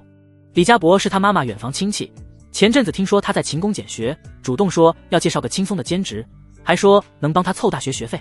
白小棠起初是犹豫的，但一想到妈妈卧病在床的医药费，还是跟着来了会所。可一进包房，他就觉得不对劲。这里的装修奢华的让他局促，红木茶几上摆着他叫不出名字的红酒，墙上的油画一看就价值不菲。李家伯坐在对面的沙发上，手里把玩着一个翡翠扳指，眼神时不时扫过他，让他浑身不自在。小棠啊，你最近在餐厅打工，1个月能挣多少？李家伯突然开口，语气带着刻意的温和。白小棠攥紧了裙摆，小声回答：2000多，够我生活费了。才2000多。李家伯皱了皱眉，从手提包里抽出一沓厚厚的现金，红色的钞票在灯光下格外扎眼。你看你这孩子就是太懂事了，女孩子家哪能这么委屈自己？这些钱你先拿着，买点新衣服，再给你妈妈买点补品。他把钱推到白小棠面前，2万块现金堆成小小的一摞，边缘还带着银行的崭新纹路。白小棠的呼吸猛地顿了一下，她长这么大从来没见过这么多现金。妈妈的医药费每个月要3000多，她打2份工才能勉强凑够，这2万块足够妈妈3个月的治疗费了。可是拿了这钱就要做什么？李家伯刚才只说陪位重要的客人聊聊天，可这包房的氛围还有他看他的眼神都让他心里发慌。白小棠咬着下唇，指尖碰到钞票的瞬间又缩了回来，睫毛轻轻颤动。李叔叔，我晚上还要上晚自习，作业还没写完呢。晚自习有什么要紧的？李家伯笑了笑，把钱往他那边又推了推。学习什么时候不能学？今天这事儿对你对我多重要。你想想你妈妈，要是知道你能帮她凑医药费，肯定开心。这句话像根针扎在了白小棠的心上。他抬头看向李家伯，对方的笑容里带着他看不懂的算计，可那沓钞票却像磁石一样吸引着他的目光。犹豫了足足有3分钟，白小棠终于缓缓伸出手，指尖触到钞票的温热时，心脏像是被什么东西揪了一下。我知道了。白小棠的声音细若文瑞，把钞票小心翼翼地放进书包最底层，仿佛那不是钱，而是沉甸甸的枷锁。李家伯见他收下钱，嘴角的笑容更浓了。他端起桌上的红酒抿了一口，心里盘算着，白小棠这姑娘长得清纯，气质又干净，苏少那种见惯了浓妆艳抹的人肯定喜欢。只要把苏少哄开心了，自己说不定能够趁着这个机会一举谋夺李家。至于白小棠，虽然这个女人让他也很心动，可还是自己的未来重要。时间1分1秒的过去，包房里的香薰味越来越浓。白小棠坐在沙发上，手心全是汗。她每隔几分钟就看一眼手机。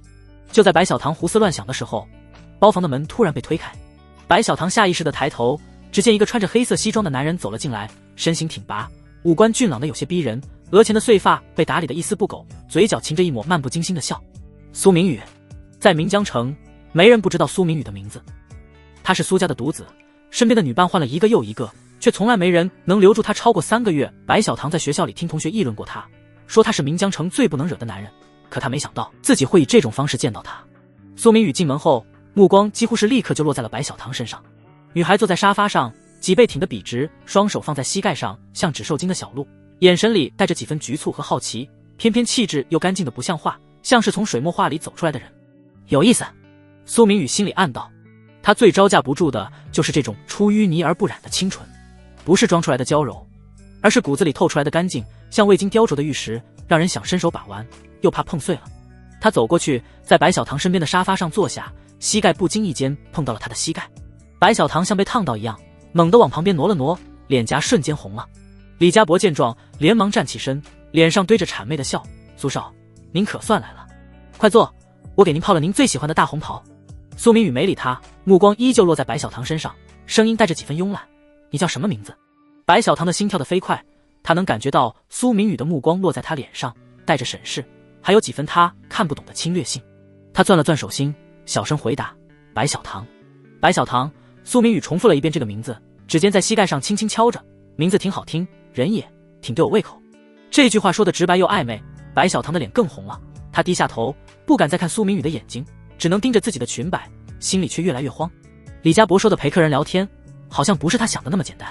李家伯见苏明宇对白小棠感兴趣，心里松了口气，连忙识趣地说：“苏少，您和小棠聊着，我去楼下看看菜好了没。”说完，他悄悄退了出去，还顺手关上了包房的门。包房里瞬间安静下来，只剩下水晶灯的光芒和两人的呼吸声。苏明宇靠在沙发上，侧头看着白小棠，目光从她的发顶扫到她的脚踝。“你是学生？”苏明宇开口，打破了沉默。“岷江大学的，大一。”白小棠的声音还是很小，他能感觉到苏明宇的目光落在他身上，让他浑身不自在。“大一啊。”苏明宇笑了笑，“晚上没有晚自习吗？”这句话像根刺扎在了白小棠的心上。他抬起头看向苏明宇，眼神里带着几分委屈，还有几分倔强。我是来兼职的。”“兼职？”苏明宇挑了挑眉，嘴角的笑容更浓了。“兼职需要陪男人喝酒聊天，还是说李家伯没告诉你，你是他送给我的礼物？”“礼物”两个字像重锤一样砸在白小棠的心上。他猛地睁大眼睛，不敢相信地看着苏明宇。“礼物？”苏明宇看着他震惊的样子，心里没什么波澜，反而觉得有点好笑。他伸手想碰白小棠的头发，却被女孩猛地躲开了。“苏少，请您自重。”白小棠的声音带着颤抖，却依旧保持着镇定。“我只是来兼职的，要是您需要别的服务，我可以走。”说完，他站起身想拿起包离开，可苏明宇却伸手抓住了白小棠的手腕，他的手指很凉，力气却很大，让他根本挣不开。“走。”苏明宇的语气沉了下来，眼神里带着几分不悦。“李家伯把你送给我，你以为你能说走就走？”白小棠的手腕被攥得生疼，他看着苏明宇，眼里泛起了泪光。“苏少，我知道您很厉害，我不能做这种事。那2万块钱我可以还给您。”“2万块？”苏明宇嗤笑一声，“你觉得我缺那2万块？”他松开白小棠的手腕，靠回沙发上，从口袋里掏出钱包，抽出所有的现金，扔在茶几上。“这些钱够你妈妈住最好的病房，够你以后不用再打工。只要你留下来，这些钱都是你的。”茶几上的现金至少有10万，红色的钞票堆在一起，刺眼的让白小棠睁不开眼。他看着那些钱，又想起妈妈在病床上痛苦的样子，心里像被撕裂一样疼。留下来，妈妈就能得到最好的治疗，他也不用再打2份工。可是这样做，他和那些丢失了尊严的金丝雀还有什么区别？白小棠的眼泪掉了下来，砸在洛丽塔裙摆上，晕开一小片湿痕。他站在原地，身体微微颤抖，不知道该怎么选择。苏明宇看着他哭，心里没有丝毫怜悯，反而觉得这种挣扎的样子很有趣。他靠在沙发上，拿出手机，点开和李艳霜的聊天界面，手指飞快地敲着。“今晚在云顶会所遇到个很有趣的小姑娘，比你懂事多了。”发送成功后，他把手机扔在沙发上，目光重新落在白小棠身上，语气带着几分不耐烦：“想好了没有？”白小棠的眼泪流得更凶了，她看着茶几上的现金，又想起妈妈的医药费，终于缓缓地蹲下身，双手捂住脸，肩膀剧烈地颤抖着。苏明宇见他这样，知道他已经妥协了。他站起身，走到白小棠身边，伸手拍了拍她的肩膀，语气带着几分施舍：“这才对嘛，识时务者为俊杰。放心，只要你乖，我不会亏待你的。”白小棠没有说话，只是哭得更厉害了。他知道，从他收下那2万块钱的那一刻起，他就已经没有选择了。他的青春，他的骄傲，在现实面前碎得一败涂地。包房外，李家伯靠在走廊的墙壁上，听到里面传来的哭声，嘴角勾起一抹得意的笑。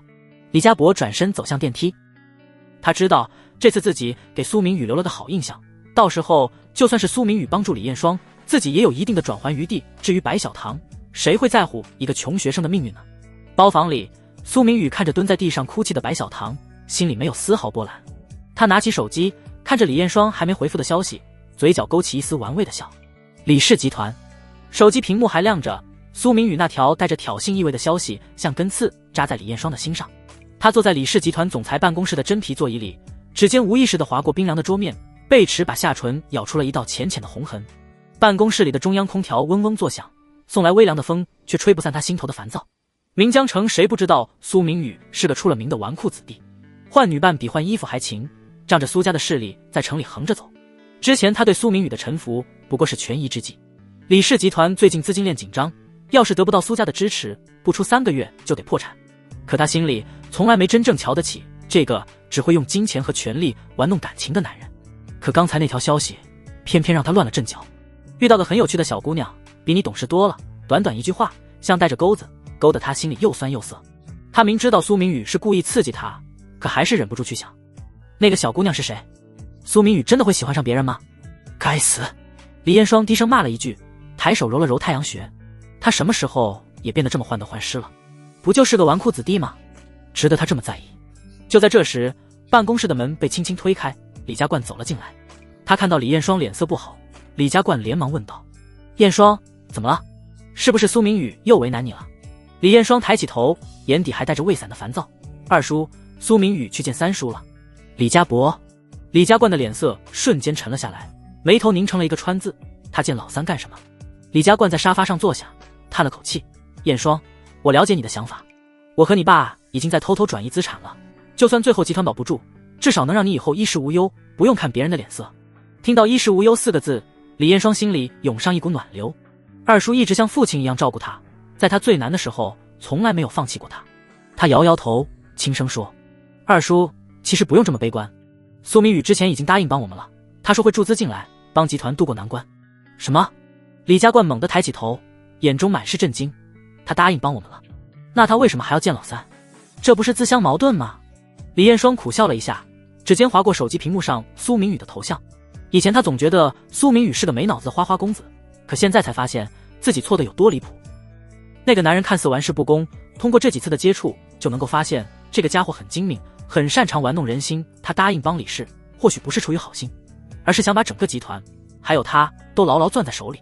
他是想掌控我。李彦双轻声说，语气里带着一丝无奈。他知道我对他不是真心的，所以故意去见三叔，故意发消息刺激我，就是想让我服软，让我真正依赖他。李家冠沉默了，他看着眼前的侄女，突然发现她好像一夜之间长大了。以前那个只会跟在他身后撒娇的小姑娘，现在已经能独当一面，甚至能看穿苏明宇的心思了。过了一会儿，李家冠像是想起了什么，心脏猛地一紧，声音也变得有些急促：彦双，你昨天晚上没回家吧？苏明宇那个混蛋没对你做什么吧？李彦双的脸颊瞬间红了，像染上了一层淡淡的彩霞。他想起昨天晚上的场景，心脏扑通狂跳。没有。李彦双连忙摇头，声音有些慌乱，没做什么出格的事。李家冠是过来人，怎么会看不出来他在说谎？可他没有戳破，只是眼神里闪过一抹愤恨与无奈。他攥紧了拳头，低声说：都是二叔没用，保护不了你，让你不得不去应付那种人。二叔，别这么说。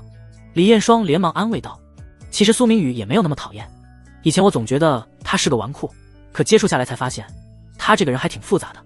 他虽然看起来吊儿郎当，可做事很有分寸。他顿了顿，声音变得有些轻柔：感情这种事情或许是可以慢慢培养的吧。李家冠看着他眼中的微光，心里五味杂陈。他知道侄女可能已经对苏明宇产生了不一样的感觉。你长大了。李家冠轻声说，语气里带着一丝欣慰，也带着一丝不舍。李彦双笑了笑，没有再说话。他关掉手机屏幕，站起身：二叔，我先下班了，还有点事情要处理。离开集团后，李彦双没有回家，而是开车去了市中心的商场。他不知道自己为什么会来这里，只是心里有个声音告诉他，他想改变一下自己。以前他总是穿着干练的职业装，头发一丝不苟地挽起来，像个随时准备战斗的战士。可刚才看到苏明宇的消息后，他突然想试试不一样的风格，就像那个很有趣的小姑娘一样，或许能让苏明宇眼前一亮。走进一家洛丽塔专卖店，店员热情地迎了上来：小姐，请问您想看看什么款式？我们最近刚到了几款新的，很适合年轻女孩子。李彦双有些局促地打量着店里的衣服，各种各样的蕾丝、蝴蝶结、蓬蓬裙，颜色鲜艳的让他有些眼花缭乱。以前他从来不会穿这种风格的衣服，觉得太幼稚，太不正式。可当店员把一条浅粉色的洛丽塔裙子递到他面前时，他的眼睛突然亮了。裙子上缀满了白色的蕾丝花边，领口处有一个大大的蝴蝶结，裙摆蓬松的像一朵盛开的花。我试试这条吧。李彦双接过裙子，走进了试衣间。穿上裙子的那一刻，李彦双看着镜子里的自己，愣住了。镜子里的女孩不再是那个雷厉风行的李氏集团总裁，而是像个18岁的少女，眼神里带着一丝青涩，还有一丝不易察觉的期待。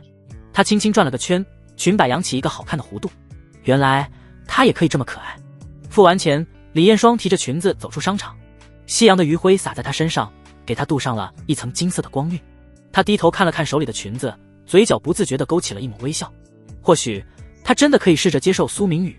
那个男人虽然复杂，虽然掌控欲强，可他偶尔流露出来的温柔却让他有些心动。开车回家的路上，李彦双打开手机，犹豫了很久，终于给苏明宇发了一条消息：你什么时候有空？一起吃个饭。发送成功后，李彦双紧紧攥着手机，心脏像揣了纸兔子一样砰砰直跳。而此时，云顶会所的包房里，苏明宇看到手机上的消息，嘴角勾起了一抹意味深长的笑，他语气带着几分慵懒，这女人还算是聪明。白小棠愣了一下，没明白他的意思。苏明宇没有回复，而是伸手紧紧地搂住了白小棠纤细不失丰腴的腰肢，轻轻地摩挲着。白小棠浑身一僵，像被按了暂停键似的，指尖下意识拳了拳。她没躲开，只是咬着下唇，唇瓣被牙齿割出一点红印，连呼吸都放轻了半拍。苏明宇眼尾带着点笑意。苏明宇没给白小棠太多反应时间，指尖轻轻托住她的下巴，低头就吻了上去。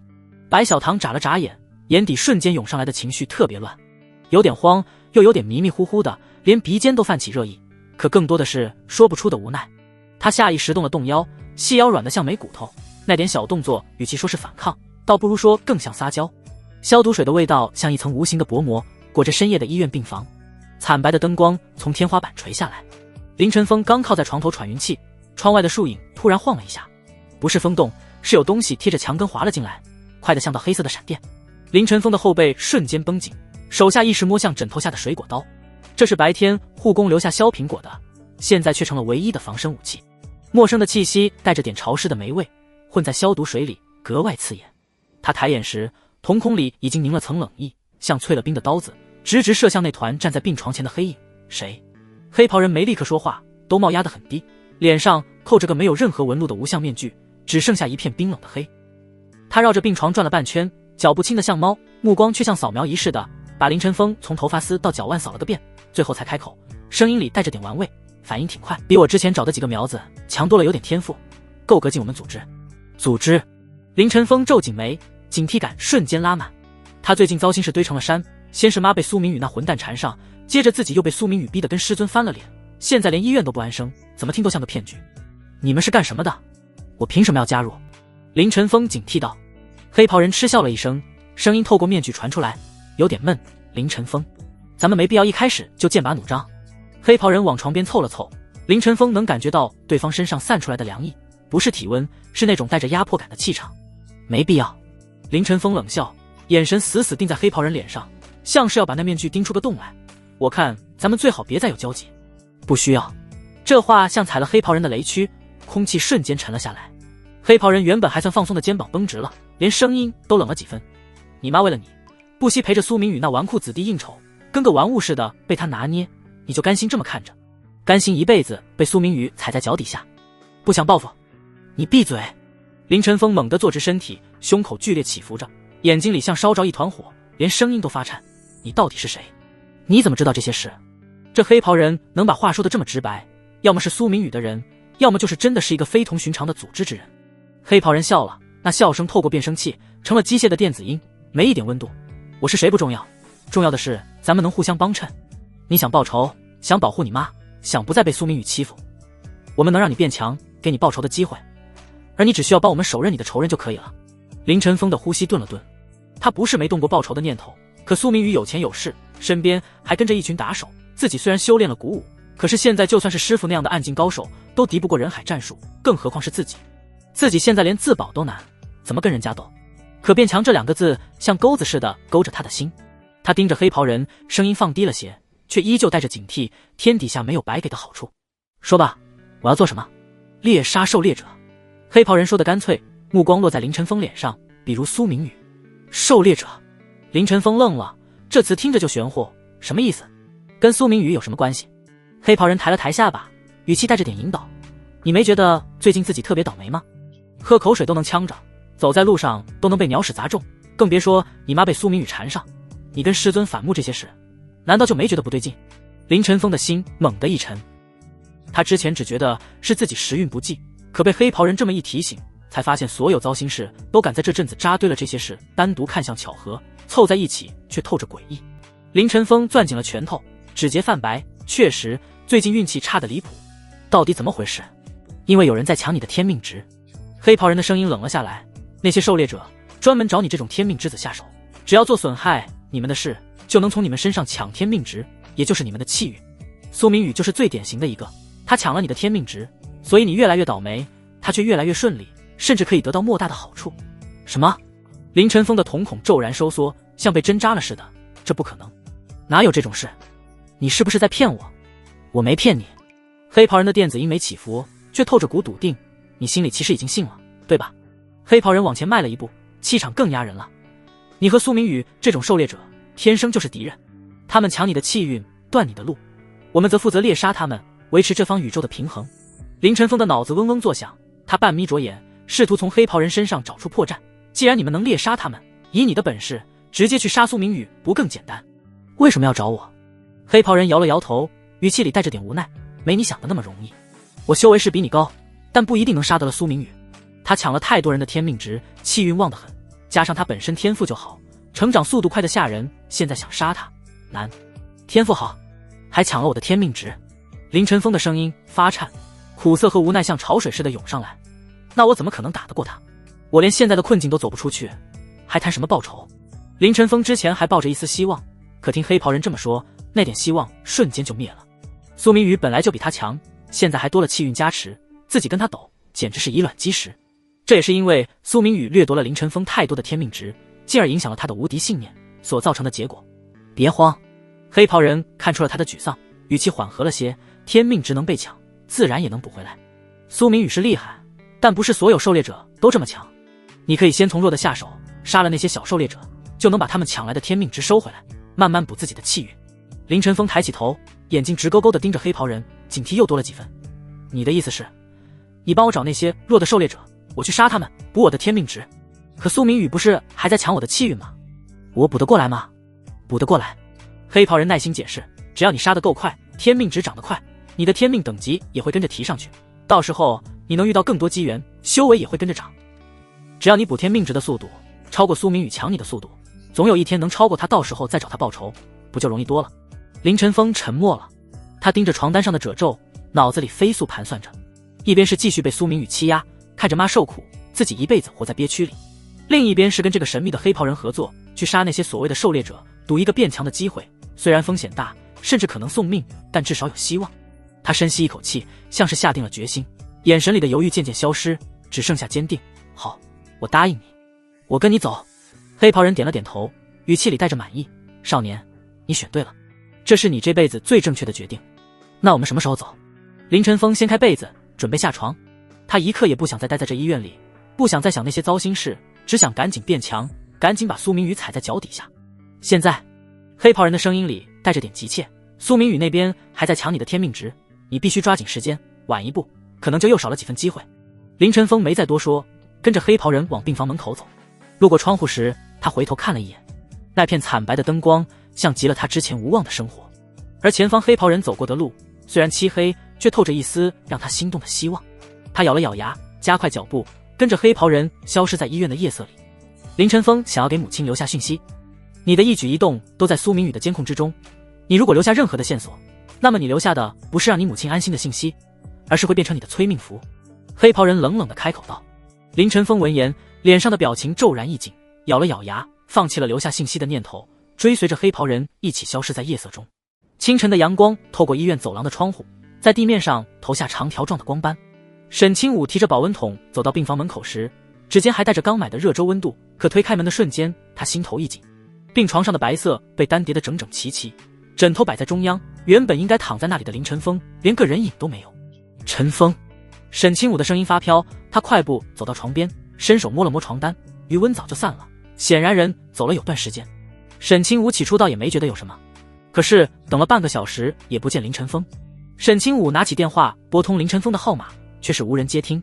这个时候沈清武才是真的慌了，他去哪儿了？怎么会突然不见？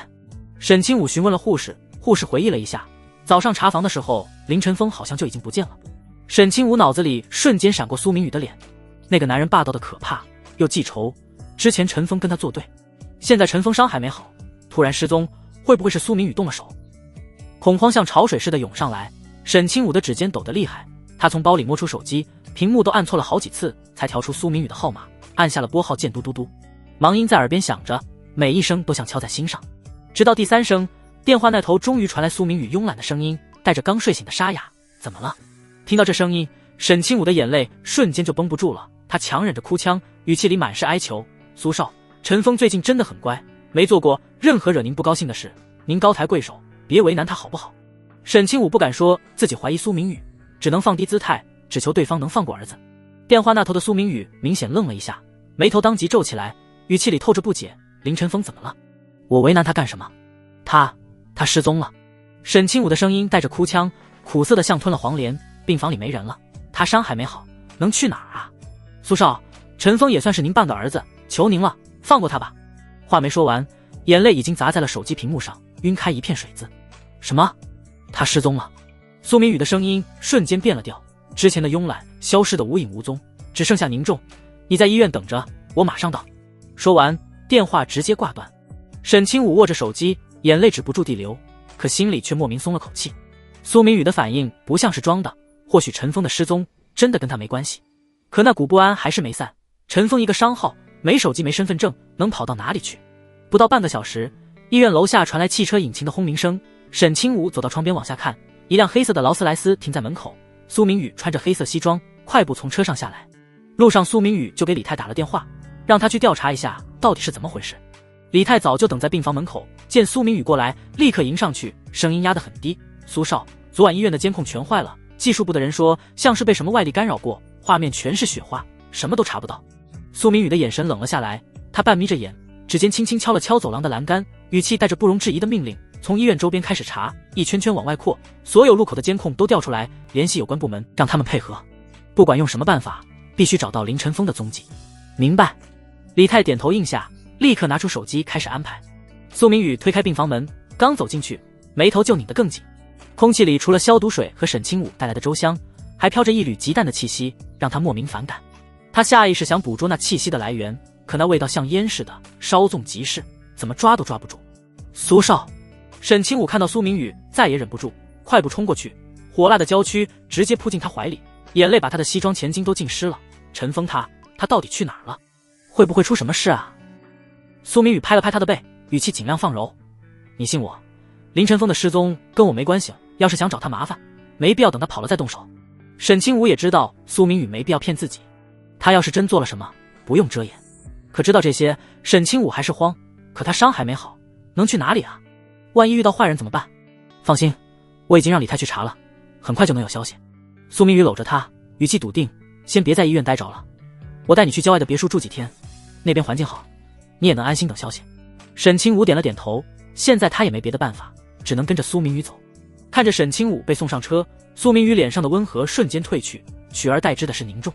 林晨峰可不是普通的小子，他是天命之子，自己还等着从他身上抢更多天命值，现在人突然失踪，肯定不知道是出了什么变故。刚坐进自己的车里，手机就响了，是李泰发来的一段视频。苏明宇点开，画面模糊的厉害，显然是从远处的监控里截下来的。夜里的街道上，一个穿着休闲装的青年走在前面，身形和轮廓看着很像林晨峰，他身边跟着个裹着黑袍的人，两人走得很快，转眼就消失在巷口。黑袍人，苏明宇的手指在屏幕上点了点，眼神冷了几分。看来林晨峰是被人带走了。还没等他细想，手机又响了，这次是李泰的电话：“苏少，查到点线索。昨天西城有个出租车司机被人打晕，丢在郊外，车子被抢了，我们顺着监控追，发现那辆车开到岷江城外的山里就被扔了，之后就没踪迹了，山里没监控，现在正安排人进山搜。”“不用搜了，让他们回来吧。”苏明宇皱着眉，心里已经有了数，能把车扔在山里还避开所有监控，显然对方是有备而来，进山搜也未必能找到线索。对了，给这次相关部门的人都送些购物卡。苏明宇淡然道：“好的，苏少。”李泰应下，挂断了电话。苏明宇靠在椅背上，手指轻轻敲着膝盖。黑袍人到底是什么来头？为什么要带走林晨峰？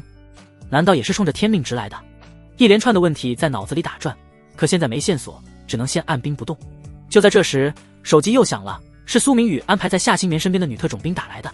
他按下接听键，电话那头传来一道利落的女声：“苏少，今天夏小姐休班，刚才许清安去她家了。”苏明宇语气平静：“知道了，这次辛苦你了。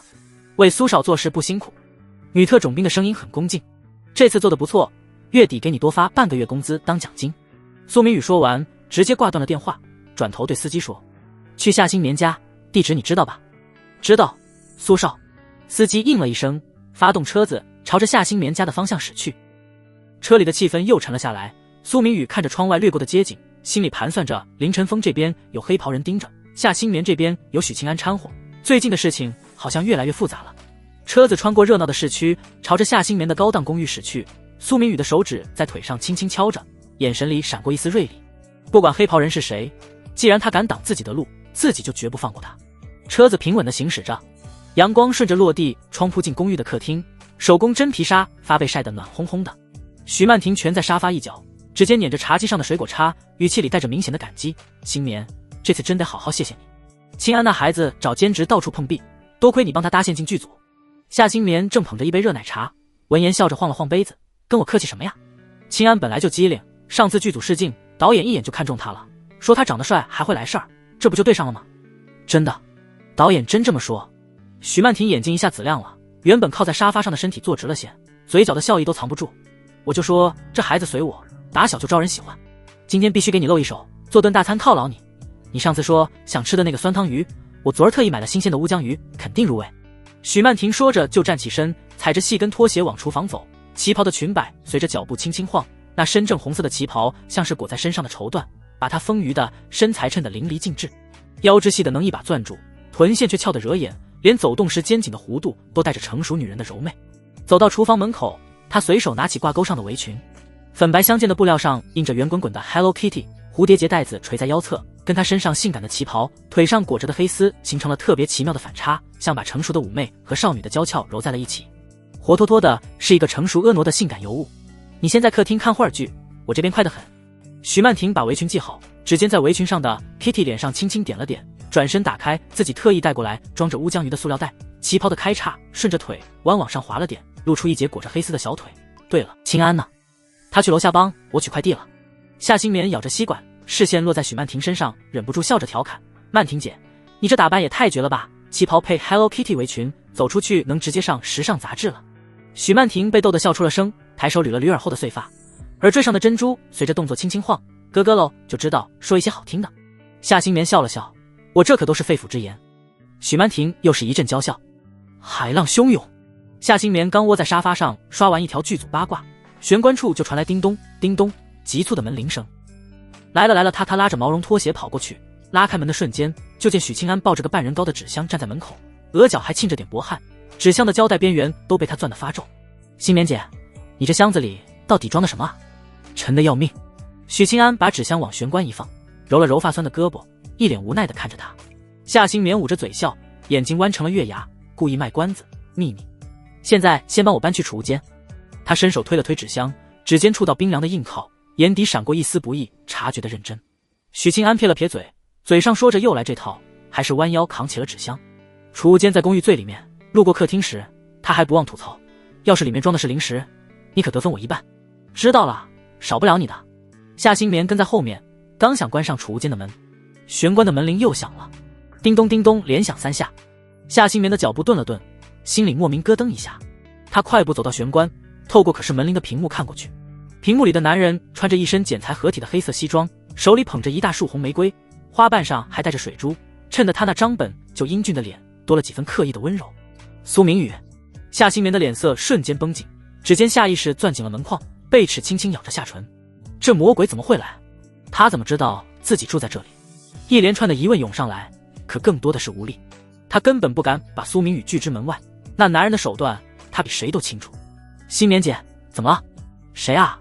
许清安从储物间走出来，见夏新棉站在门口不动，脸上还带着点慌，不由得皱起眉，语气里满是不解。夏新棉深吸一口气，转过身时，脸上已经罩上了一层无奈。是苏明宇。苏明宇。许清安的瞳孔骤然收缩，之前还带着点笑意的脸瞬间沉了下来。他攥紧了拳头，指节泛白，一股怒火从心底窜上来。可他又不能发作，苏明宇的势力太大，现在硬碰硬只会让自己和新棉姐更难办。他只能强压着情绪，闷闷地应了一声哦。说完，许清安默默转身走回沙发坐下，后背挺得笔直，却能看出紧绷的弧度。夏新棉看着他的背影，心里也不好受，可现在没别的办法。他调整了一下呼吸，伸手拧开门锁。门刚打开，苏明宇那束红玫瑰凑到他眼前，浓郁的花香很好闻，却让人有些窒息。新棉，送给你的，喜欢吗？苏明宇的声音放得很柔，像是在哄小孩子，可眼神里的贪婪却藏都藏不住。夏新棉是天生的演员，哪怕心里翻江倒海，脸上也能瞬间挤出惊喜的表情。他伸手接过玫瑰，指尖碰到苏明宇的手，下意识往回缩了缩，嘴上却笑着说：哇，这玫瑰也太漂亮了吧，看着就很贵重，你怎么这么破费啊？只要你喜欢，再贵也值得。苏明宇往前凑了凑，伸手就搂住了夏新棉的腰，她的腰很细，隔着薄薄的 T 恤能清晰地摸到腰线的弧度，带着点软乎乎的肉感，却不腻。以后我天天给你送，好不好？苏明宇笑着道。夏新棉的身体瞬间僵住，像被施了定身咒。他能感觉到苏明宇的手在腰上轻轻摩挲，那触感让他一阵恶心，可脸上还得维持着笑容，只能僵硬地站在原地，连呼吸都放轻了。沙发上的许清安把这一切看得清清楚楚，他的指甲几乎要嵌进掌心，眼底的怒火像要烧出来。可他知道自己不能动，他要是敢冲上去，后果不堪设想。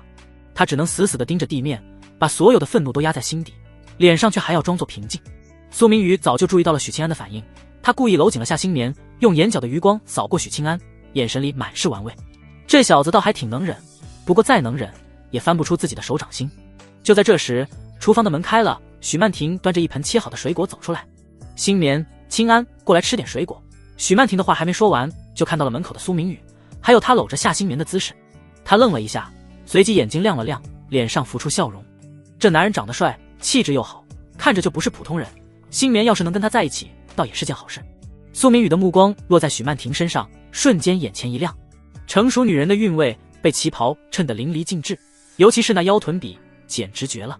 他的眸中闪过一丝精芒，心里已经开始盘算起来。夏新棉看到这一幕，心里咯噔一下，无奈像潮水似的涌上来。他只能在心里叹了口气：许阿姨，你自求多福吧。许清安坐在沙发上，把苏明宇的眼神看得一清二楚，那眼神跟看猎物没什么区别。他的拳头攥得更紧了，指甲已经掐破了掌心，渗出血丝，可他还是没动。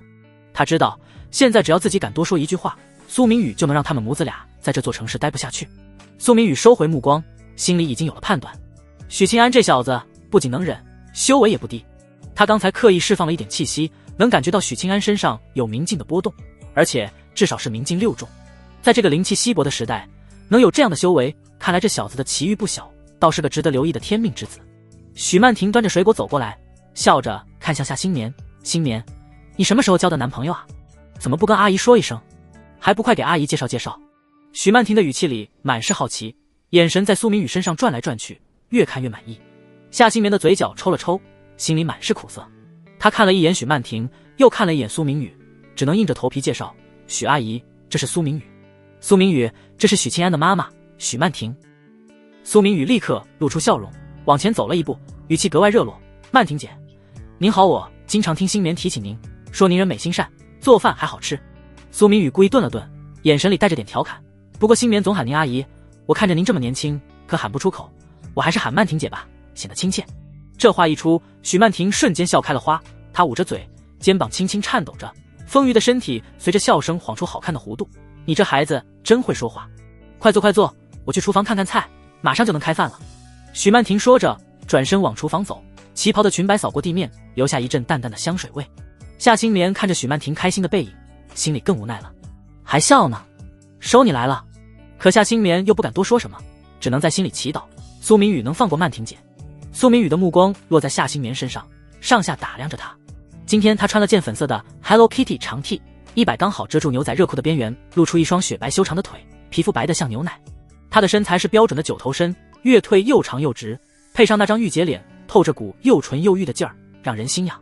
夏新棉被她看得浑身不自在，心里发慌，可还是硬着头皮挤出笑容：苏少，您要不要坐会儿？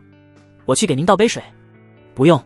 苏明宇打断他，语气瞬间冷了下来，带着不容置疑的命令：我有点私事，想跟你聊聊，去你房间。夏新棉的心头猛地一紧，美眸里满是挣扎和犹豫。去房间聊，他能有什么好事？可他又不敢拒绝，只能小声说：这不太好吧？曼婷姐还在厨房，清安也在客厅。苏明宇的眉头皱了起来，搂在他腰上的手用力捏了一下，语气里带着几分威胁和玩味：怎么，我说的话在下大明星这里不管用了是吗？苏明宇的指尖隔着 T 恤，能清晰地感觉到夏新棉腰上的肌肉在颤抖，这种掌控感让他很满意。不是，夏新棉的声音发颤，眼泪都快被逼出来了。他知道自己根本没有拒绝的余地。苏明宇不再废话，搂着夏新棉就往卧室走。他故意放慢了脚步，路过沙发时还不忘用眼神扫了一眼许清安，眼神里的挑衅和得意像针一样扎在许清安心上。许清安坐在沙发上，脸色铁青，双手死死地攥着，指节因为用力而发白。他看着苏明宇搂着新棉姐走进卧室，听着砰的一声巨响，房门被重重关上，心里的怒火几乎要爆炸。可他还是没动。他知道现在冲上去只会让事情更糟，他只能死死地盯着卧室的方向，眼底满是不甘和愤怒，牙齿咬得咯咯作响。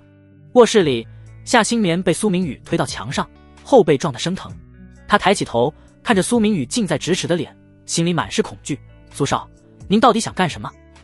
苏明宇盯着他的眼睛，嘴角勾起一抹冷笑。干什么当然是跟你聊聊正事。你以为我今天来这里只是为了送花吗？苏明宇的手顺着夏新棉的腰往上滑，停在他的肩膀上，用力捏了捏。我听说你最近跟许清安走得很近。夏新棉的身体更僵了，他下意识想躲开，却被苏明宇死死按住。我们只是朋友，我们平时只是互相照顾。朋友？苏明宇嗤笑一声，眼神里满是不屑。夏大明星，你了解我这个人，我用过的东西谁都不能碰。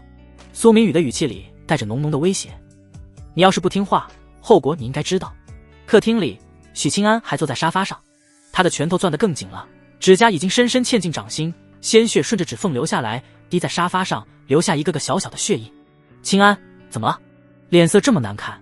许曼婷从厨房走出来，手里拿着一盘刚炒好的菜，看到许清安的样子，不由得皱起眉，是不是哪里不舒服？许清安赶紧把手藏到身后，勉强挤出一个笑容，妈，我没事，可能是刚才搬箱子扭到腰了。许清安不想让妈妈担心。许曼婷将信将疑地看了他一眼，把菜放在茶几上，那你赶紧歇会儿，饭马上就好。对了，新棉和苏明宇呢？怎么进房间这么久还不出来？他们可能在聊工作上的事吧。许清安低着头，不敢看妈妈的眼睛，声音也有些沙哑。您别担心，他们很快就出来了。许曼婷点了点头，没再多问，转身又回了厨房。她一边炒菜，一边在心里盘算着，苏明宇这孩子看着不错，要是能跟新棉成了，也算是郎才女貌。只可惜原本自己还想撮合他和儿子。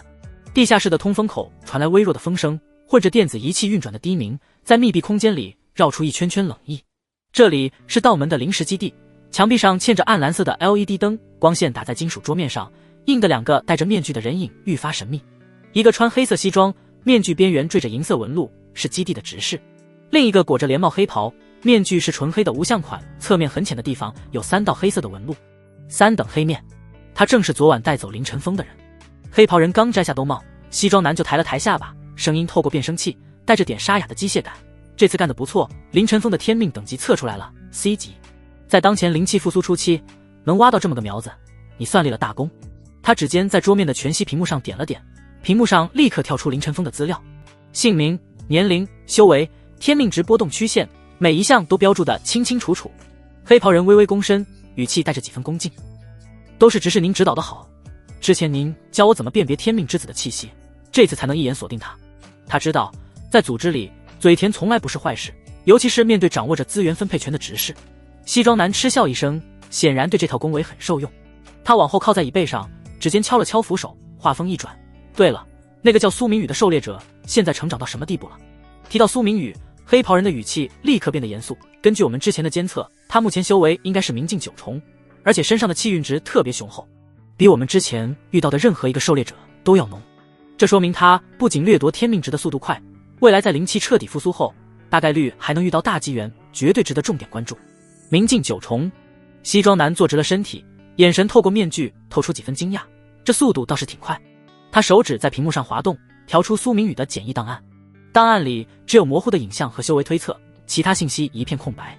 把林晨风交给你带，接下来让他先从低端狩猎者下手，别一上来就碰硬茬，先让他把天命值补回来，熟悉猎杀流程。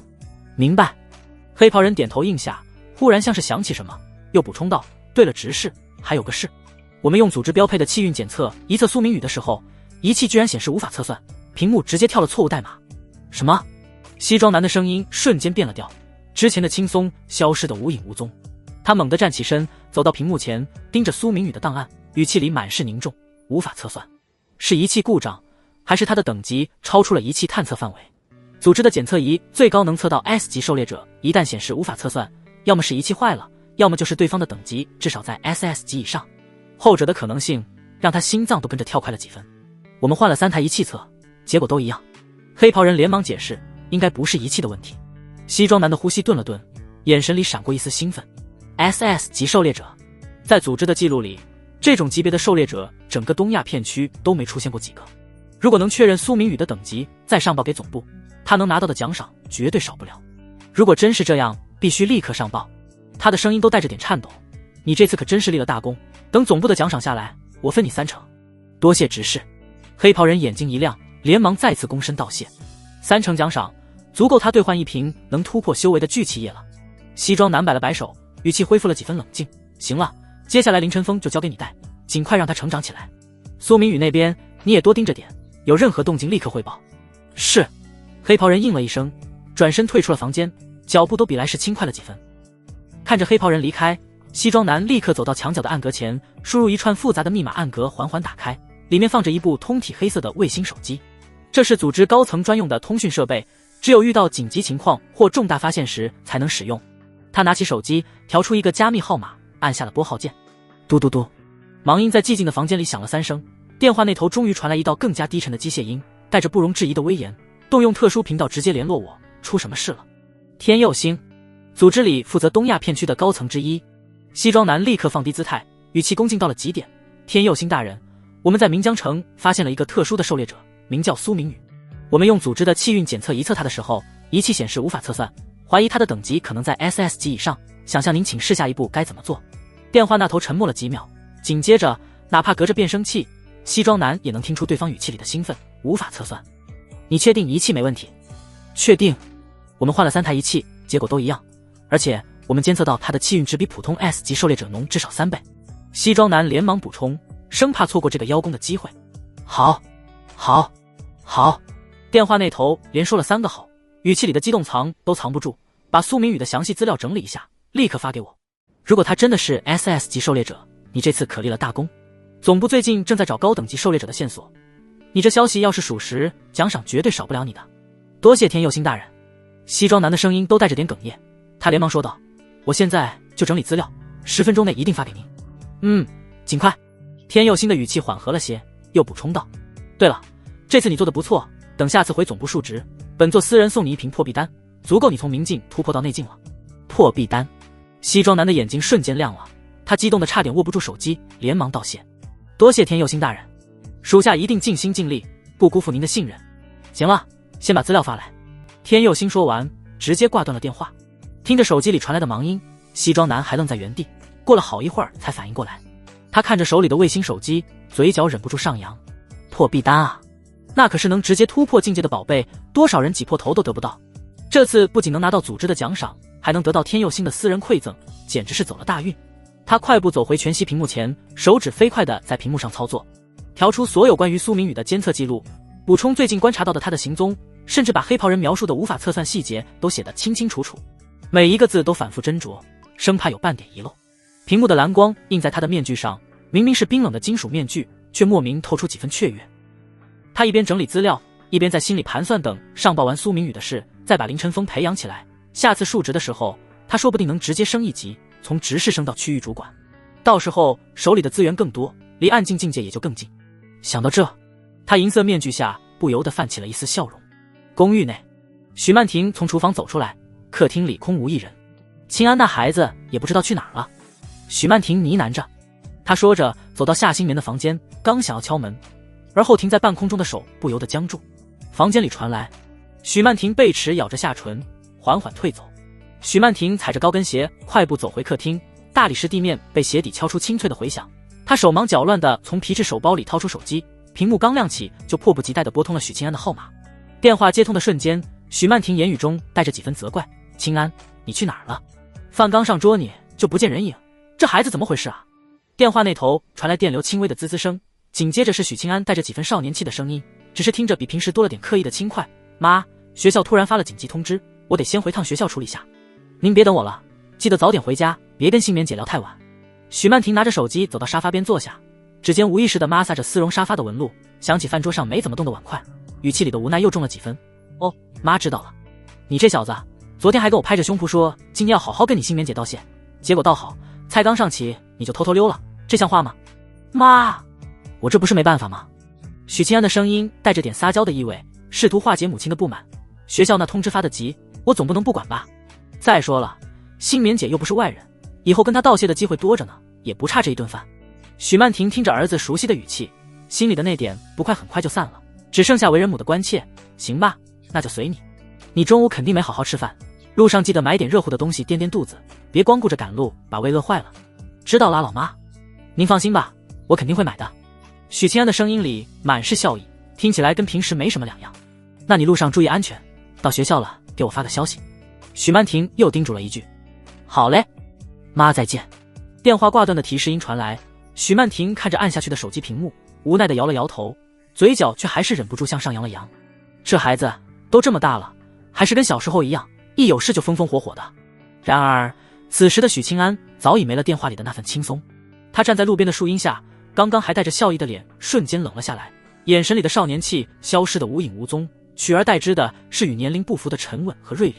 刚才跟母亲打电话时刻意装出来的轻快语气，像是从未存在过一样。他抬眼扫了一眼来往的车辆，目光快速锁定了一辆空在的出租车，抬手示意对方停下出租车，缓缓停在他面前，车窗降下，司机探出头来问道：小伙子，去哪儿啊？许清安拉开车门坐进后座，声音平淡却带着不容置疑的指令：去岷江城西郊，快点。司机愣了一下，那地方平时没什么人去，尤其是这个点，怎么会有人去那种地方？但看着许清安严肃的表情，他也没多问，只是点了点头。好嘞，您坐好，我这就开过去。车子启动，缓缓汇入车流。许清安靠在后座上，闭上眼睛，手指却在膝盖上轻轻敲击着，像是在思考着什么。刚才在饭桌上，他收到了基地发来的紧急消息，关于苏明宇的调查有了新的变故，这件事比他预想的还要棘手。他必须尽快赶回基地，弄清楚事情的具体情况，否则一旦出现意外，后果不堪设想。出租车在马路上疾驰，窗外的风景不断倒退，从繁华的市中心逐渐变成了相对冷清的郊区。大约1个小时后，车子停在了西郊。这里的厂房大多已经破败不堪，墙壁上布满了涂鸦，地面上散落着各种废弃的零件和垃圾，看起来荒芜又阴森。许清安付了车费，推开车门走了下来。他抬头看了一眼面前最高的那栋厂房，确认了位置后，快步走了过去。路上，他从口袋里掏出一个银色的面具，面具的表面光滑如镜，边缘线条流畅，看起来神秘又冷峻。他熟练地将面具戴在脸上，调整好位置后，推开了沉重的铁门。铁门吱呀一声缓缓打开，里面的景象与外面的荒芜截然不同。厂房内部被改造成了一个现代化的基地，墙壁上布满了各种线路和屏幕，地面干净整洁，几个穿着黑色制服、脸上戴着黑色面具的人正忙碌着。他们见到许清安走进来，纷纷停下手中的工作，转过身对着他微微颔首，语气恭敬：大人。许清安没有停下脚步，只是微微点头示意，径直朝着基地深处走去。他的脚步沉稳，每一步都踩得很实，身上散发出的冷冽气息让周围的空气都仿佛凝固了几分。走到一个穿着3纹黑色面具的人面前，他停下脚步，目光锐利地扫过对方，开门见山地问道：关于苏明宇的调查怎么样了？有什么新的进展吗？3纹黑面听到这个问题，身体微微一僵，语气也变得凝重起来：大人，情况有点不太好。之前有其他基地的人潜入苏明宇经常活动的区域，好像发现了他作为狩猎者的不凡之处，已经把这件事上报到总部了。什么？许清安的声音瞬间冷了下来，眼神里闪过一丝不易察觉的惊讶和恼怒。怎么会这样？那些人是干什么吃的？连这点小事都办不好。3纹黑面不敢抬头，只是低着头小声解释，对方好像是其他基地派来的暗线，行动很隐蔽，我们的人也是后来才发现的，想要阻止已经来不及了。许清安没有再说话，只是脸色阴沉地转身朝着自己的房间走去。他的脚步比刚才更快了几分，身上的怒气几乎要溢出来。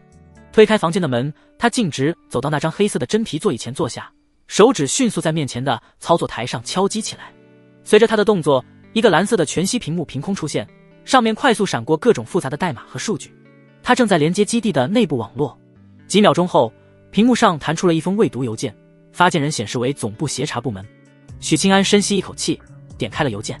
邮件的内容很简单，大致是说总部收到了关于苏明宇的特殊报告，怀疑其具有极高的狩猎者等级，要求各基地协助调查，并在必要时采取强制措施。看着邮件上的内容，许清安的脸色越来越凝重，手指紧紧攥成了拳头，指节因为用力而泛白。他低声自语道：苏明宇那家伙绝对是 SSS 级的狩猎者，如果能想办法杀了他，我的天命等级肯定能提升一大截，到时候在总部的地位也能更稳固。只是现在，他的话没有说完，但眼神里的不甘和懊恼却显而易见。他很清楚，一旦总部介入这件事，肯定会派更高级别的人来处理，到时候他想要独占这份功劳，几乎是不可能的事情。总部的那些人，一个个都跟饿狼一样，闻到一点血腥味就会扑上来，怎么可能会给他留下机会？可惜了新棉姐，许清安悠悠地叹了口气，语气里满是惋惜和无奈。本来还想借着他接触苏明宇，找机会下手，没想到计划全被打乱了，真是人算不如天算。一想到自己筹划了这么久的计划可能要付诸东流，许清安的心里就一阵烦躁。他猛地抬起手，狠狠一拳砸在了面前的操作台上。只听砰的一声巨响，坚硬的金属操作台瞬间被砸出了一个大洞，周围的屏幕也因为震动而闪烁了几下。他坐在椅子上，胸口剧烈起伏着，眼神里的冷意越来越浓。过了好一会儿，他才慢慢平复下来，重新看向屏幕上的协查通报。现在不是生气的时候，当务之急是想办法应对总部的介入，看看能不能在总部的人到来之前找到解决苏明宇的办法。他手指再次在操作台上敲击起来，屏幕上的数据快速滚动着，从苏明宇的基本信息到他的行动轨迹，再到他之前参与过的几次狩猎行动，每一个细节都被许清安仔细地分析着。他知道这是他最后的机会，如果不能在总部的人到来之前找到突破口，那他之前所有的努力都将白费。基地里很安静，只有许清安敲击键盘的声音和屏幕发出的微弱光芒。餐厅里暖黄的灯光洒在木质餐桌上，衬得一桌子家常菜格外有食欲下新棉捏着筷子的手指微微收紧，脸颊上泛着一层薄红。苏明宇坐在夏新棉身边，笑得像个没心没肺的阳光大男孩。他刚讲完一个笑话，逗得坐在旁边的许曼婷笑得前仰后合，胸都跟着轻轻颤动。许曼婷手里的汤匙还没放下，笑到眼睛都弯成了月牙，连声道：明宇，你这孩子怎么这么会讲故事，听得我都想赶紧去你们公司看看了。曼婷姐要是想去，随时都能去，我给你当导游。苏明宇顺着话茬接下去，语气自然又亲密，眼神里的笑意像是带着温度，看得许曼婷脸颊也悄悄红了。夏新棉悄悄叹了口气，心里那股无奈劲儿又上来了。他跟苏明宇认识这么久，太清楚他这副阳光开朗的模样背后藏着什么。刚才进门时他看许曼婷的眼神就不对劲，现在这嘘寒问暖讲笑话逗乐的样子，分明就是把主意打到许曼婷身上了。就在这时，一阵急促的手机铃声突然响了起来，打破了饭桌上的热闹氛围。苏明宇掏出口袋里的手机，看了眼来电显示，脸上的笑容瞬间淡了几分，起身走到角落接电话。喂，说。电话那头传来李泰压低的声音，带着几分急促。苏少，我们查到黑袍人的线索了，那伙人很可能来自一个叫道门的组织，建国前还挺活跃，后来被定性成邪能组织，就转地下了，现在跟过街老鼠似的，躲得特别严实。苏明宇靠在墙上，手指无意识地摩挲着手机边缘，眉头微微皱起。道门还有别的信息吗？有。李泰的声音顿了顿，继续说道，这个组织内部按面具分等级，黑面、银面、金面、玉面，一共4等。黑面是最低级的，基本上就是打杂的。金面有108位，说是对应天罡地煞，实力都不弱。最神秘的是玉面，从建国到现在，没人知道玉面到底是谁，连有多少个都不清楚。听到道门和4等面具这2个信息，苏明宇的瞳孔猛地一缩，心里咯噔一下。这个组织在原本的剧情里根本不存在。他穿越过来后，一直靠着对剧情的了解规避风险，可现在剧情居然开始偏离了，而且偏离得这么离谱。他们能找到林晨风，说明道门的人已经潜入明江城了。苏明宇的声音冷了几分，语气带着不容置疑的指令：你立刻安排人手在明江城周围展开搜捕，重点盯紧各个交通枢纽。另外，查清楚道门这次来明江城的目的，有消息第一时间告诉我。明白了，苏少，我这就去办。李泰说完就挂断了电话。苏明宇握着手机站在原地，脸上的表情凝重的能滴出水来。剧情偏离意味着他之前的计划都要重新调整，而且道门这个突然冒出来的邪能组织，实力不明，目的不明，就像一颗定时炸弹，随时可能炸响。更让他焦虑的是，自己现在的修为还不够，要是真跟道门的人对上，未必能占到便宜，必须尽快提升修为。苏明宇低声自语，眼神变得坚定起来。除了修炼现有的功法，他还得兑换一些武技，不然光有修为没招式，跟人交手还是吃亏。他深吸一口气，调整了一下表情，转身走回餐桌。刚坐下，夏新棉就凑过来，美眸里满是疑惑：明宇，是不是出什么事了？你接完电话脸色就不太好。苏明宇拿起筷子夹了一口菜，语气随意的像是在说无关紧要的小事。没什么，就是公司那边有点工作上的事，让他们处理就好。夏新棉盯着他看了几秒，分明从他眼底看到了一丝不易察觉的焦虑，但他没再多问。他太了解苏明宇的脾气了，他不想说的是再追问也没用，搞不好还会惹他不快。他只能轻轻点了点头，继续吃饭，心里却默默记下了这件事。饭桌上的气氛重新热了起来，许曼婷还在跟苏明宇聊家常，说到自己现在在超市做收银员，语气里带着几分无奈。当初因为没背景，公司裁员，直接就把我给裁了。到现在一大把年纪，那些公司也不愿意让我任职。哎，苏明宇抬眼看向他，眼神里带着几分认真。曼婷姐，你在超市做收银员，真是大材小用啊。你要是不嫌弃，不如来我苏氏集团做我的秘书，以你的能力，肯定能做得很好。这话一出，不仅许曼婷愣住了，连夏新棉都停下了筷子。整个岷江城，谁不知道苏氏集团？那是本地龙头企业，多少人挤破头都想进去。许曼婷瞪圆了眼睛，手里的筷子差点掉在桌上，声音都有些发颤。明宇，你说的是真的？你不是在拿姐姐寻开心吧？他跟苏明宇才刚认识，怎么也没想到对方会突然抛出这么大的橄榄枝。当然是真的。苏明宇笑了笑，语气真诚，我怎么会拿这种事跟曼婷姐开玩笑？听你这意思，是答应来我公司帮我了。许曼婷反应过来后，激动的脸颊通红，连连点头，答应，当然答应。明宇，太谢谢你了，你真是帮了我大忙了。他在超市做收银员这么久，早就厌倦了重复枯燥的工作，现在有这么好的机会摆在面前，怎么可能不抓住？不用谢。苏明宇摆摆手，语气轻松。那曼婷姐你准备一下，明天直接去苏氏集团找我报到就行。好，我明天一早就去。许曼婷激动的话都说不利索了，眼眶都有些泛红。她终于能摆脱现在的生活，做自己想做的工作了。夏新棉坐在旁边，看着眼前这一幕，心里的无奈又深了几分。他太清楚苏明宇的为人了，他从来不会做没有目的的事，突然给许曼婷这么好的工作，肯定有他的打算。可他不敢多说什么，只能跟着笑了笑，心里却暗暗替许曼婷捏了把汗。不知道这份好工作背后到底藏着什么。午后的阳光透过落地窗，在餐厅地板上洒下一片暖融融的光斑。许曼婷放下筷子，用纸巾轻轻擦了擦嘴角，眼神在苏明宇和夏新棉之间转了一圈，笑着站起身。明宇，新棉，我下午还有点事要去超市办，就不打扰你们俩了，先走了。夏新棉刚想开口挽留，苏明宇却先一步笑着点头。曼婷姐路上注意安全，明天上班我让司机去接你。许曼婷应了声好，拎着包快步走了出去，关门时还特意轻手轻脚，显然是故意给两人留空间。餐厅里瞬间安静下来，只剩下餐具碰撞的细微声响。夏新棉端起水杯抿了一口，指尖无意识地抠着杯壁，总觉得苏明宇的目光落在自己身上，带着一种看穿一切的审视。他正想找个话题打破尴尬，就听见苏明宇的声音慢悠悠地响起：你就没什么想要和我坦白的吗？夏新棉握着水杯的手猛地一顿，心脏咯噔跳了一下。他强装镇定地抬起头，美眸里带着恰到好处的疑惑，声音软下来：苏少，您这话是什么意思啊？我怎么有点听不明白？他垂下眼帘，不敢和苏明宇对视，生怕眼底的慌乱被看穿。苏明宇看着他故作无辜的模样，低低笑了一声，笑声里带着几分冷意。他身体微微前倾，手肘撑在餐桌上，目光缓缓扫过下新棉玲珑有致的身段，衣服勾勒出她丰腴的曲线，长发披肩，看起来柔弱又动人。谁能想到这副皮囊下藏着不简单的身手？之前没仔细探查，还没发现。苏明宇的声音压低了些，带着不容置疑的笃定：你居然是个鼓舞高手，看样子我们的夏大美女恐怕也没那么简单。鼓舞高手4个字像惊雷一样炸在夏新棉耳边，他的瞳孔瞬间缩成针尖大小，手指紧紧攥住了桌布。但他毕竟是见过场面的人，很快就强迫自己冷静下来，抬起头时，眼底的慌乱已经被委屈取代。苏少，您误会了，我一个女孩子家家，在娱乐圈摸爬滚打，总要学些自保的功夫。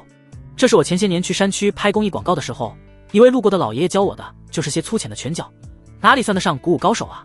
他说的情真意切，连眼眶都微微泛红，看起来像是被冤枉了一样。可苏明宇却不吃这一套，他慢悠悠地站起身，绕着餐桌走到夏新棉身边，居高临下地看着他，身上散发出的压迫感让夏新棉忍不住绷紧了身体，连呼吸都放轻了几分。去山里拍公益广告，苏明宇的指尖轻轻划过餐桌边缘，语气带着几分玩味：我倒是很好奇，那位教你鼓舞功法的老爷爷现在在哪儿？能传承真正鼓舞功法的人可都不是什么普通人，总不能是凭空冒出来的吧？夏新棉的脸色瞬间白了几分，他没想到苏明宇会追问的这么紧。他咬了咬下唇，努力维持着镇定：苏少，那个老爷爷神龙见首不见尾，当时教完我功法就走了，我后来再回去找过几次，都没找到他的踪影，连名字都没来得及问。哦，这样啊。苏明宇若有所思的点点头，脸上的笑容却越来越深，眼神里的冷意却更浓了。他盯着夏新棉的眼睛，一字一句地说道：“那这功法就只有你一个人会，就不能传授给别人？”夏新棉心里咯噔一下，连忙摇头：“没办法，我试过好几次，想教给身边的助理，可不管怎么教，他们都没办法入门，好像这功法只能我一个人练似的。”他说完，偷偷抬眼看向苏明宇，希望能蒙混过关。可苏明宇却突然收起了笑容，眼神瞬间冷了下来，像淬了冰一样。如果照你这么说的话，那许清安又怎么会和你使用的功法气息如此相似？这句话像一把尖刀，直接戳破了夏新棉所有的伪装。他的瞳孔猛地放大，美眸里满是震惊和慌乱，身体控制不住地颤抖了一下。他怎么也没想到，苏明宇连许清安的功法气息都察觉到了。不等他反应过来，苏明宇突然伸手一把抓住了他垂在肩头的粉色长发，力道之大让夏新棉疼得倒吸一口凉气，被迫仰起头看着他。苏明宇的眼神里没有了丝毫温度，只剩下冰冷的怒意。你还真是不乖，看样子真该给你点惩罚了。夏新棉指尖掐进掌心，指甲几乎要嵌进肉里，才勉强压下喉咙口那股翻涌的不甘。他怎么可能甘心？自己好歹也是一个一线女星，可是在苏明宇面前就好像是一个招之即来挥之即去的宠物。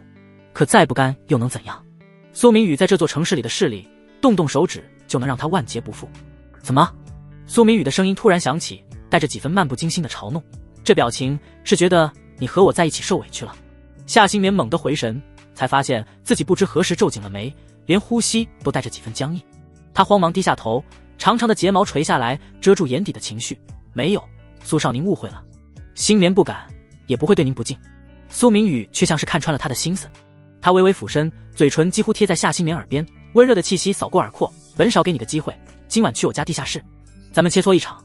要是你能赢我，以后我放你自由，还能额外答应你一个条件，只要我办得到。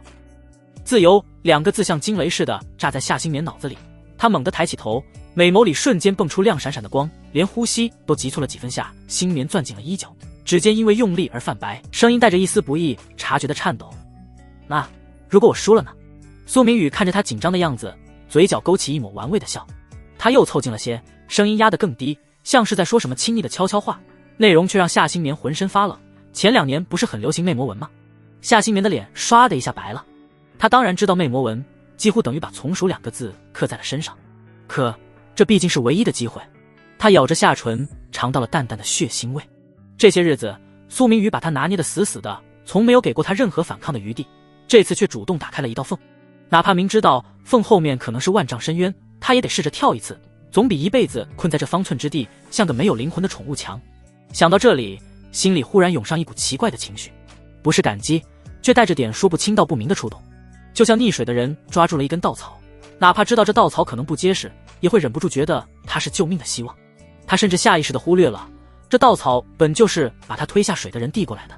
夏新棉深吸一口气，压下心里的杂乱念头，抬起头迎上苏明宇的目光，眼神里多了几分坚定。苏少放心，我明白该怎么做。苏明宇看着他这副懂事的样子，满意的笑了笑。他伸出手，指腹轻轻捏了捏他的下巴，动作带着几分轻佻，语气却不容置疑。晚上记得打扮漂亮点，别让我失望。夏新棉没说话，只是呆呆的点了点头。直到苏明宇的脚步声消失在门口，玄关处传来关门的轻响，他才像脱力似的瘫坐在沙发上，后背已经被冷汗浸湿。他抬手按了按太阳穴，试图理清混乱的思绪。刚才那瞬间的感动太荒谬了，他明明知道苏明宇是加害者，是把他困在囚笼里的人，可为什么会因为他给了一个虚无缥缈的机会，就产生这种不合时宜的情绪？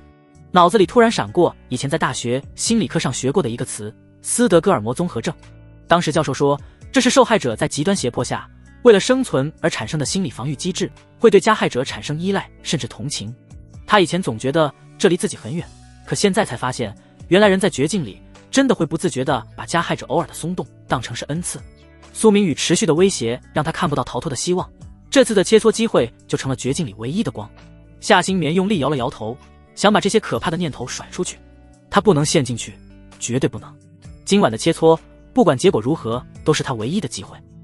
哪怕赢的概率微乎其微，他也要拼尽全力，不仅是为了苏明宇给的自由，只为了守住自己最后一点尊严。苏明宇当然没想这么多，他之所以要和夏新棉动手，其实就是为了熟悉一下许清安的功法，另一方面也有测试自己战斗力的打算。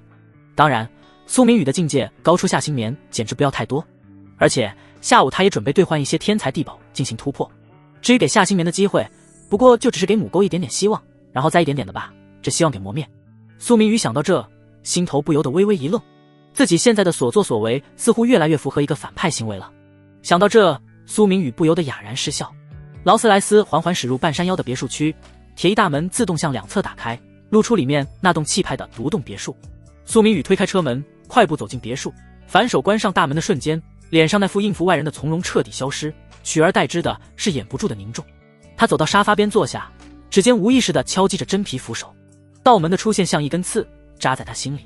原本以为靠着对剧情的了解能稳操胜券，可现在剧情偏离，还冒出这么一个实力不明的邪能组织，他必须尽快提升实力，才能掌握主动权。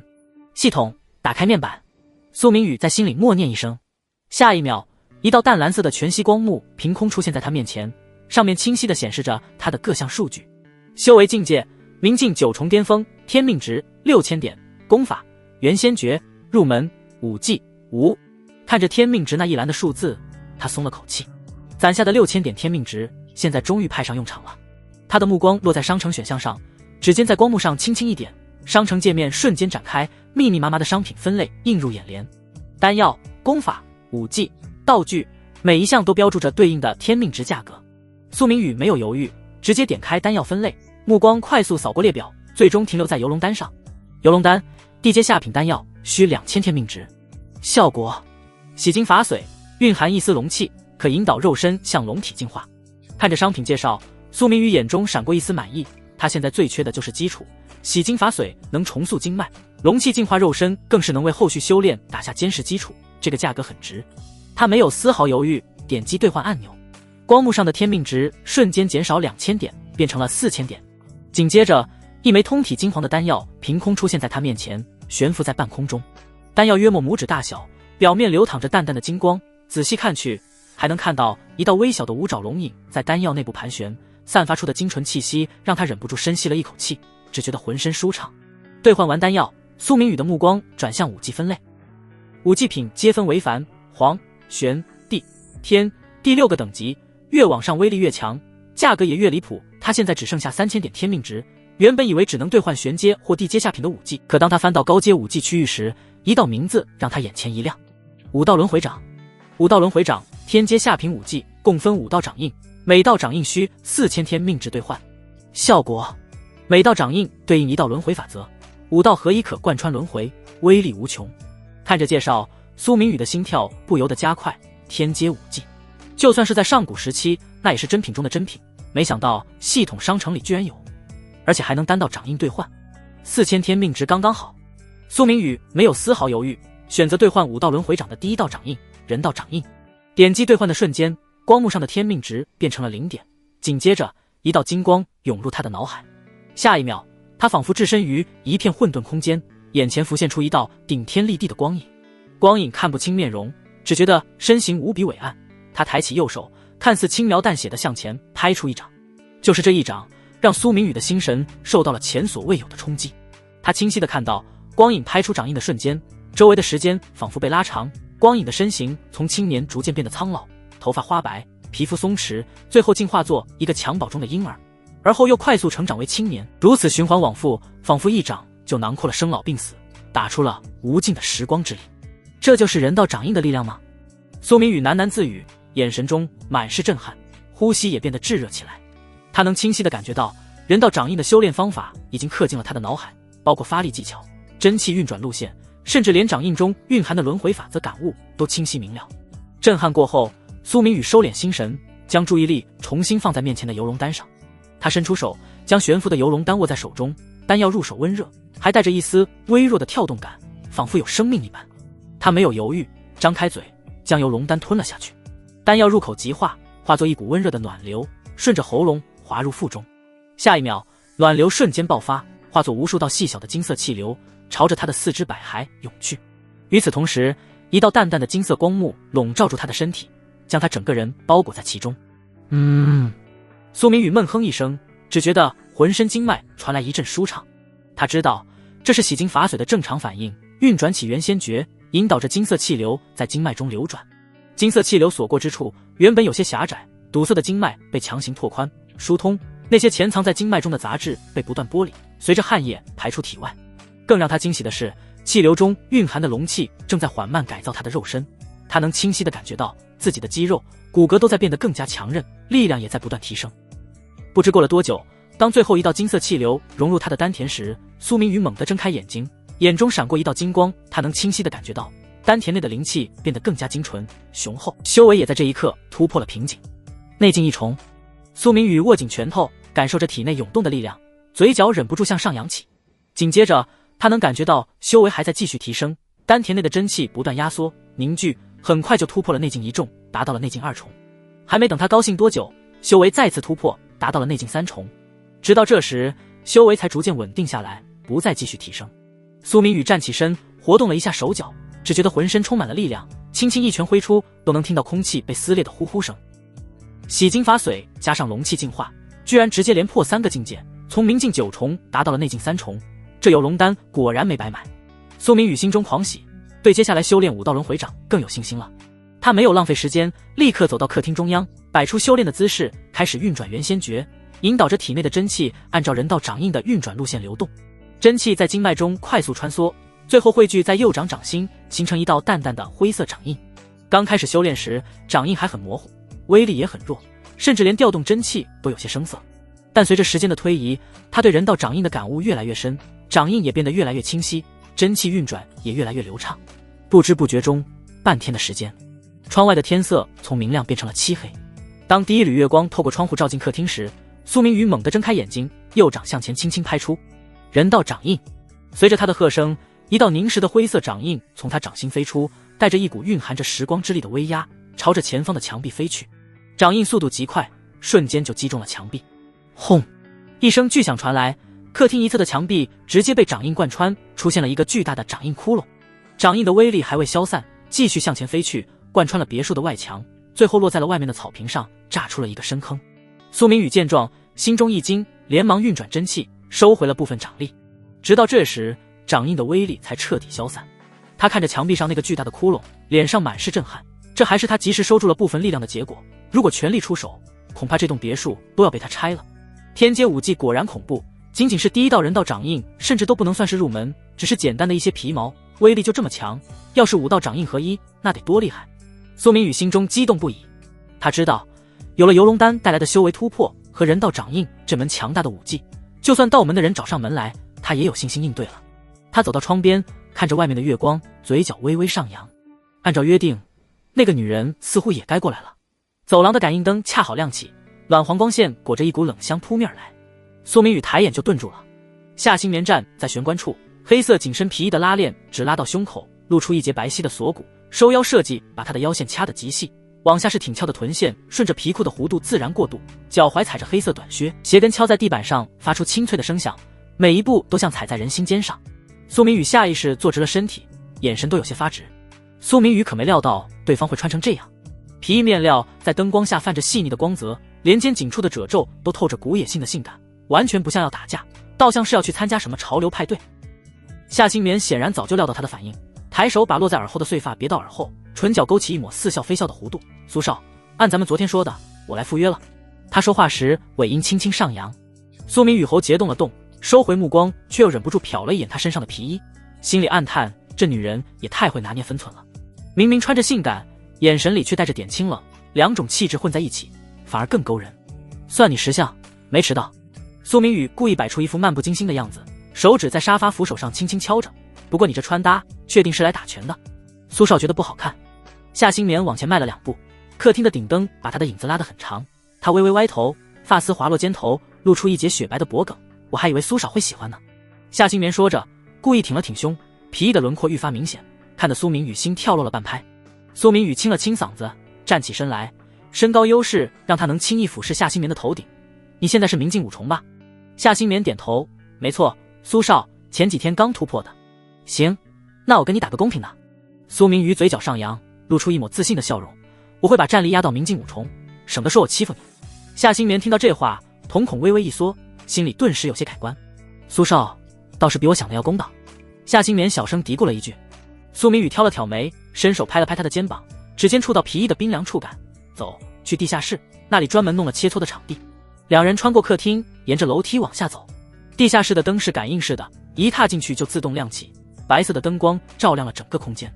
地面铺着厚厚的防震垫，四周装着黑色的防护栏，角落里还放着几个沙袋，看起来确实是专门用来练手的地方。这里怎么样？苏明宇活动了一下手腕，关节发出轻微的咔咔声，够宽敞，不用担心打坏东西。夏新棉环顾四周，点了点头，挺好的。他深吸一口气，往后退了2步，拉开架势。那我们现在就开始。苏明宇双手抱胸，好整以暇地看着他，我劝你等会儿动用全力，不然的话，可能连我一招都接不下来。夏新棉眼神一凛，显然被他的话激起了好胜心。他不再废话，双手迅速结印，口中默念心法口诀，周身的空气突然开始微微波动，一道道淡蓝色的星光从他体内溢散出来，像萤火虫一样围绕在他身边。苏明宇看到这一幕，眼神微微一凝。要知道，在现在这个末法时代，灵气稀薄的可怜，能引动灵气形成这般异象的，绝对不是普通功法，有点意思。苏明宇嘴角勾起一抹玩味的笑容，也开始运转元仙诀，一股淡淡的白色灵气从他掌心溢出，裹住了他的双手。看起来虽然没有夏新棉的星光那么显眼，却透着一股沉稳的力量。夏新棉没再犹豫，身形一晃，像一道蓝色的闪电般朝着苏明宇冲了过去。他的速度极快，在空气中甩出一道残影，左手握拳直取苏明宇的胸口，右手成掌则朝着他的腰间劈去，招式又快又狠，显然是动了真格。苏明宇却依旧站在原地，脸上不见丝毫慌张。就在夏新棉的拳头快要碰到他胸口的时候，他突然动了，右手闪电般伸出，精准地抓住了夏新棉的手腕，稍一用力就把他的动作拦了下来。夏新棉只觉得手腕一紧，一股强大的力量从苏明宇的掌心传来，让他根本无法挣脱。更让他震惊的是，当苏明宇的灵气侵入他体内经脉的瞬间，他原本运转顺畅的星河那元功突然滞涩起来，周身的星光也开始变得暗淡。这是怎么回事？夏新棉脸色大变，拼命想调动体内的灵气，可不管他怎么努力，灵气都像被冻住了一样，根本无法流动。他能感觉到，不是自己的灵气消失了，而是被某种力量锁定了，动弹不得。苏明宇看着他惊慌失措的样子，嘴角的笑容更浓了。这是元仙诀的特殊能力，锁元。只要对方的等级没有超过我，就算是同等级也能锁个3成。苏明宇顿了顿，故意凑近夏新棉的耳边，声音压低了几分。现在这末法时代，灵气本来就少，被我锁了3成，你觉得你还能调动多少？夏新棉这才恍然大悟，心中掀起了惊涛骇浪。他怎么也没想到苏明宇的功法居然还有这种能力，更没想到自己在他手里真的连一招都接不下来。他看着苏明宇近在咫尺的脸，眼神里充满了苦涩。他之前还觉得自己突破到明镜五重已经很厉害了，现在看来跟苏明宇比起来，自己还差得远。苏明宇轻轻一拉，夏新棉就失去了平衡，整个人跌进了他的怀里。苏明宇能清晰地感觉到怀里人的柔软，鼻尖萦绕着他身上淡淡的香水味，混合着灵气的清香，格外好闻。想不想学我的功法？苏明宇低头看着怀里的人，声音带着一丝诱惑。对于苏明宇来讲，元仙诀的珍贵，可是也没什么，毕竟才不过只是天阶中品。系统的兑换商城里面，天阶上品极品的功法比比皆是，这天阶中品的功法也不过就只是个过渡而已。当然，夏新棉想要学元仙诀也没那么容易，他要这女人对付许清安，杀人诛心才有意思。比如许清安，夏新棉的瞳孔猛地一缩，心脏砰砰地跳了起来。他当然想，要知道他现在修炼的星河那元功，还是许清安为了让他打入苏家做内应才忍痛交给他的。而元仙诀比星河那元功还要厉害，要是能学会这个，他的修为肯定能突飞猛进苏少。你没开玩笑吧？夏新棉抬起头，眼神里充满了难以置信。这功法这么珍贵，你真的愿意交给我？苏明宇伸手捏了捏他的下巴，指尖的触感细腻柔软，当然是真的。不过嘛，苏明宇故意拖长了语调，眼神变得暧昧起来。想学法术，总得付出点代价吧？只要你能让我开心，别说元仙诀，就算是更厉害的功法，我也能教你。夏新棉的心瞬间提到了嗓子眼，脸上泛起一抹红晕。他当然知道苏明宇这话是什么意思，可一想到元仙诀的诱惑，他又有些犹豫不起来。夏新棉咬了咬下唇，双手轻轻勾住苏明宇的脖子，身体微微前倾，把柔软贴在苏明宇的胸口，声音带着一丝娇媚：那主人怎么样才能开心呢？苏明宇看着夏新棉眼底的媚色，感受着怀里的火辣的娇躯，嘴角的笑容愈发深邃。他低头凑近夏新棉的耳边，温热的气息拂过他的耳廓，声音低沉而暧昧：这就看你的表现了。夏新棉指尖漫不经心地蹭过唇角，舌尖轻抬，慢动作般舔过那抹烈艳红，唇瓣被濡湿后更显饱满，连呼吸都带着点勾人的劲儿，看得人心脏漏跳半拍。夏新棉缓缓，东城区老旧小区的楼道里，声控灯随着沉重的脚步声次地亮起，又在身后缓缓熄灭，留下一串忽明忽暗的光影。许清安拖着略显疲惫的身躯爬上6楼，指尖刚触碰到冰凉的防盗门把手，门就从里面咔嗒一声拉开了。门后站着的是他的母亲许曼婷，往常这个时候，她多半还在厨房里忙着准备晚饭，围裙上沾着些许油渍，脸上带着挥之不去的倦意。可今天不同，许曼婷头发精心打理过，平日里略带憔悴的脸庞此刻容光焕发，眼角眉梢都溢着藏不住的兴奋，像是有什么天大的好事降临。许清安愣了一下，反手带上防盗门，换鞋的动作都慢了半拍。他上下打量着母亲，脸上露出几分困惑，笑着问道：妈，今天这是怎么了？打扮得这么精神，难道是买彩票中了大奖？许曼婷闻言，脸上立刻绽开一抹温和的笑容，那笑容衬得她本就端庄美艳的面庞更添了几分光彩。她伸手拍了拍许清安的胳膊，语气带着难掩的雀跃：你这孩子就知道彩票，不过说起来，这事儿跟中了彩票也差不多。跟中彩票差不多。许清安脸上的笑容微微一凝，心里泛起了嘀咕。家里的情况他再清楚不过，母亲在小区附近的超市做收银员，1个月工资也就4000多块，母子俩挤在这不到60平米的出租屋里，日子过得紧巴巴的，能有什么事堪比中彩票？他忍不住追问道：什么意思啊，老妈？您就别跟我卖关子了，快说说到底是什么好事？许曼婷拉着许清安走到客厅的沙发上坐下，脸上的笑意愈发浓郁。清安啊，咱们家的好日子马上就要来了。许曼婷顿了顿，故意吊了吊儿子的胃口，才继续说道：你新棉姐的男朋友明天叫我去苏氏集团做他的秘书。什么？许清安闻言，心头猛地一震，像是被一道惊雷劈中，脸上的表情瞬间僵住，刚刚涌起的轻松愉悦荡然无存。他豁然站起身，眼睛直勾勾地盯着许曼婷，语气里满是难以置信的急切：老妈，你知不知道那个家伙是谁？明江城苏明宇，你还不清楚他的身份和那些传闻吗？许曼婷看着儿子激动的样子，轻轻叹了口气，语气平静地解释道：我知道啊，外面的人都说苏少有多坏多坏，什么飞扬跋扈、私生活混乱之类的，可那都是外面的人嚼舌根当布的针。今天我见到苏少了，他待人特别温和，谈吐也很幽默风趣，一点都不像传闻里那样。更何况他还是你新棉姐的男朋友，总不能害我吧？许曼婷说着，脸上露出一副语重心长的神情，伸手拍了拍许清安的肩膀：清安啊，做人要有自己的判断，千万不能听风就是雨，人云亦云可不是什么好习惯。很多事情耳听为虚，眼见为实，我亲自接触过苏少，觉得他是个靠谱的人。许清安瞪大了眼睛，一脸难以置信地看着母亲，仿佛第一次认识他一样。他怎么也没想到母亲竟然会说出这样的话。苏明宇在明江城的名声有多差，稍微有点消息渠道的人都知道，那家火仗着家里的权势，在外面横行霸道，玩弄感情的事情更是屡见不鲜，说是恶名昭彰也不为过。母亲怎么会被他表面的温和给骗了？许清安深吸一口气，努力平复了一下翻涌的情绪，脸色凝重地说道：妈，很多时候事情根本不是你想的那么简单。苏明宇那个家伙就是一头披着羊皮的狼，表面上看起来人畜无害，背地里一肚子坏水。他平白无故邀请您去做秘书，肯定有他的目的。我担心他是想……后面的话许清安实在难以启齿。他清楚苏明宇的好色本性，母亲虽然已经30多岁，但保养得宜，风韵犹存，尤其是身上的那股成熟韵味，更是年轻女人不具备的。苏明宇提出这样的邀约，其用心简直昭然若揭。许曼婷听到儿子的话，脸上的笑容渐渐淡去，流露出一抹复杂的神情。她那双漂亮的眼眸定定地看着许清安，嘴角勾起一丝苦涩的笑意：清安，苏少不是那样的人。好了，别说这些了，快点吃晚饭吧。我今天做了你爱吃的红烧肉，妈有分寸，也有办法自保，你不用担心我。许清安看着母亲眼中闪过的那一丝坚毅，心里像是被什么东西堵住了一样难受，不由得攥紧了拳头。妈，听话。许曼婷的语气缓和了下来，眼神里带着一丝安抚。妈活了这么大年纪，什么大风大浪没见过，肯定会保护好自己的，你就别瞎操心了。许清安沉默着，双手不自觉地越攥越紧，牙齿紧紧咬着下唇。他在心里怒吼：那个混蛋就是个狩猎者，他绝对不会安什么好心，迟早会对您动手。到时候万一您出了什么事，只怕我的天命值也会受到严重影响。老妈，你怎么就这么糊涂？太糊涂了。许清安在原地站了片刻，大脑飞速运转，思索着能阻止母亲的办法。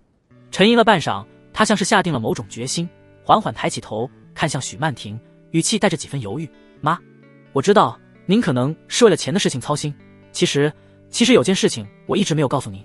许曼婷闻言，脸上露出几分不解的神色，疑惑地看着儿子：清安，到底怎么了？你瞒着妈做了什么事情？许清安的目光闪烁了一下，似乎在做最后的挣扎。片刻后，他像是卸下了沉重的包袱，缓缓开口道：“其实我前段时间中了大奖，足足有80万呢。PS， 头奖100万，个人意外所得税20万。”什么？许曼婷的眼睛瞬间睁大了，一双美眸中充满了诧异。她半眯着眼睛，直勾勾地盯着许清安，仿佛要从他脸上看出这话的真假。真的？你确定你没有骗我？中了80万？许清安重重地点了点头，努力让自己的表情看起来更加真诚。对啊，就是上个月我陪同学去彩票站，随手买了几张刮刮乐，没想到居然中了头奖，足足有80万呢。所以老妈，有了这笔钱，您根本没必要冒险去苏氏集团打工。苏明宇那个好色的混蛋，向来没什么原则可言，万一到时候他拿职位或者其他事情威胁您，那可就麻烦了。许曼婷听完儿子的话，眼眸中浮出几分复杂的异色，她依旧带着些许狐疑地盯着许清安，追问道：“你是什么时候中的80万？为什么之前一直不告诉妈？1个月前啊。”许清安立刻回答道，早就想好的说辞脱口而出，之所以一直没告诉您，是想着等这个月底您生日的时候，给您一个大大的惊喜，让您开心一下。许曼婷脸上的疑虑并没有完全消散，她半信半疑地看着许清安，语气带着几分担忧。可是清安，就算现在有了这80万，你将来娶老婆、买房子、买车，这些钱恐怕也不太够啊。咱们家底子薄，这点钱得好好规划着用。许清安见状，连忙趁热打铁道：“老妈，话不能这么说。有了这80万，咱们的日子至少能宽松很多，不用再像以前那样紧巴巴的了。而且我也没有拿这笔钱挥霍，一直好好存着呢。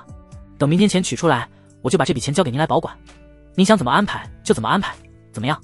他知道母亲最关心的就是自己的未来，也清楚母亲对家里的财务状况一直很焦虑，这番话应该能打动他。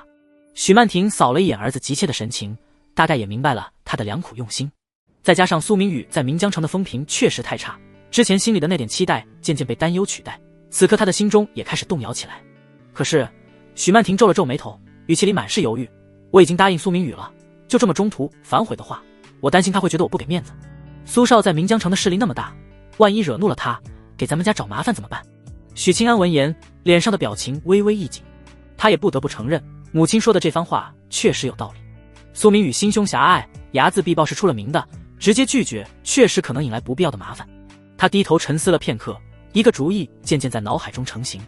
他抬起头看着许曼婷说道：“老妈，不如这样，您就说最近身体不舒服，需要在家休养。反正现在咱们有了这80万，超市收银那份又累又不赚钱的工作，您就暂时别做了，先在家里好好休息1-2个月。等过段时间，苏明宇应该也就忘了这件事情了。到时候您要是还想找工作，再慢慢找也不迟。”许清安没有说出口的是，根据他从组织那里得到的消息，最多再有1到2个月，组织一定会对他采取行动，将他彻底剿灭。等苏明宇倒台了，自然就不用担心他会对母亲下手了。许曼婷闻言，美目在儿子脸上扫过，仔细打量着他的神情，似乎在判断这个办法的可行性。他沉吟了片刻，最终还是微微点了点头：“好吧，那就按你说的办。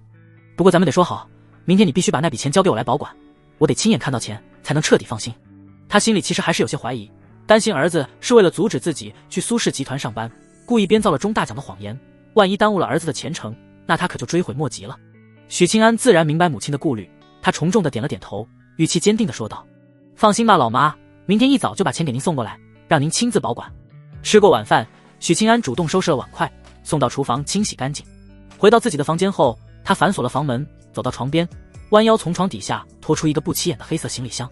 他打开行李箱，从里面拿出一部造型奇特的加密卫星电话。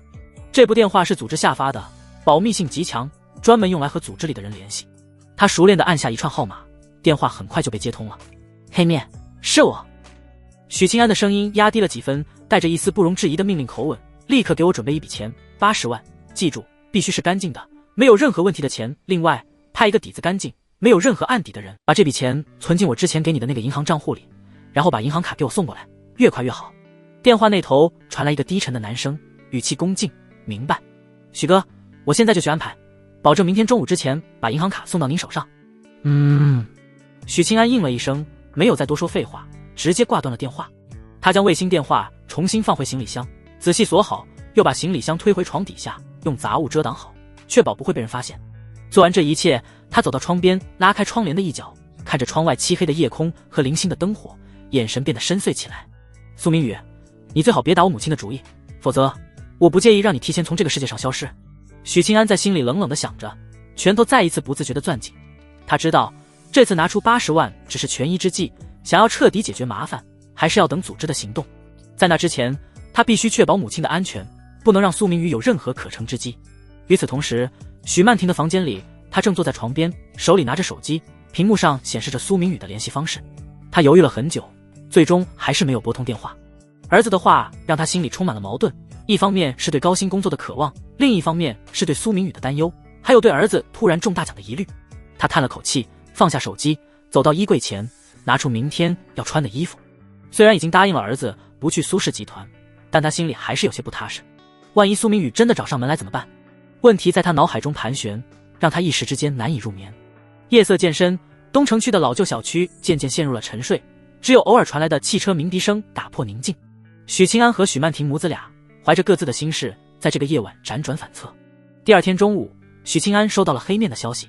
许清安特意把黑面约到了一个没监控的地方，两人见面。许哥，银行卡给您送来了。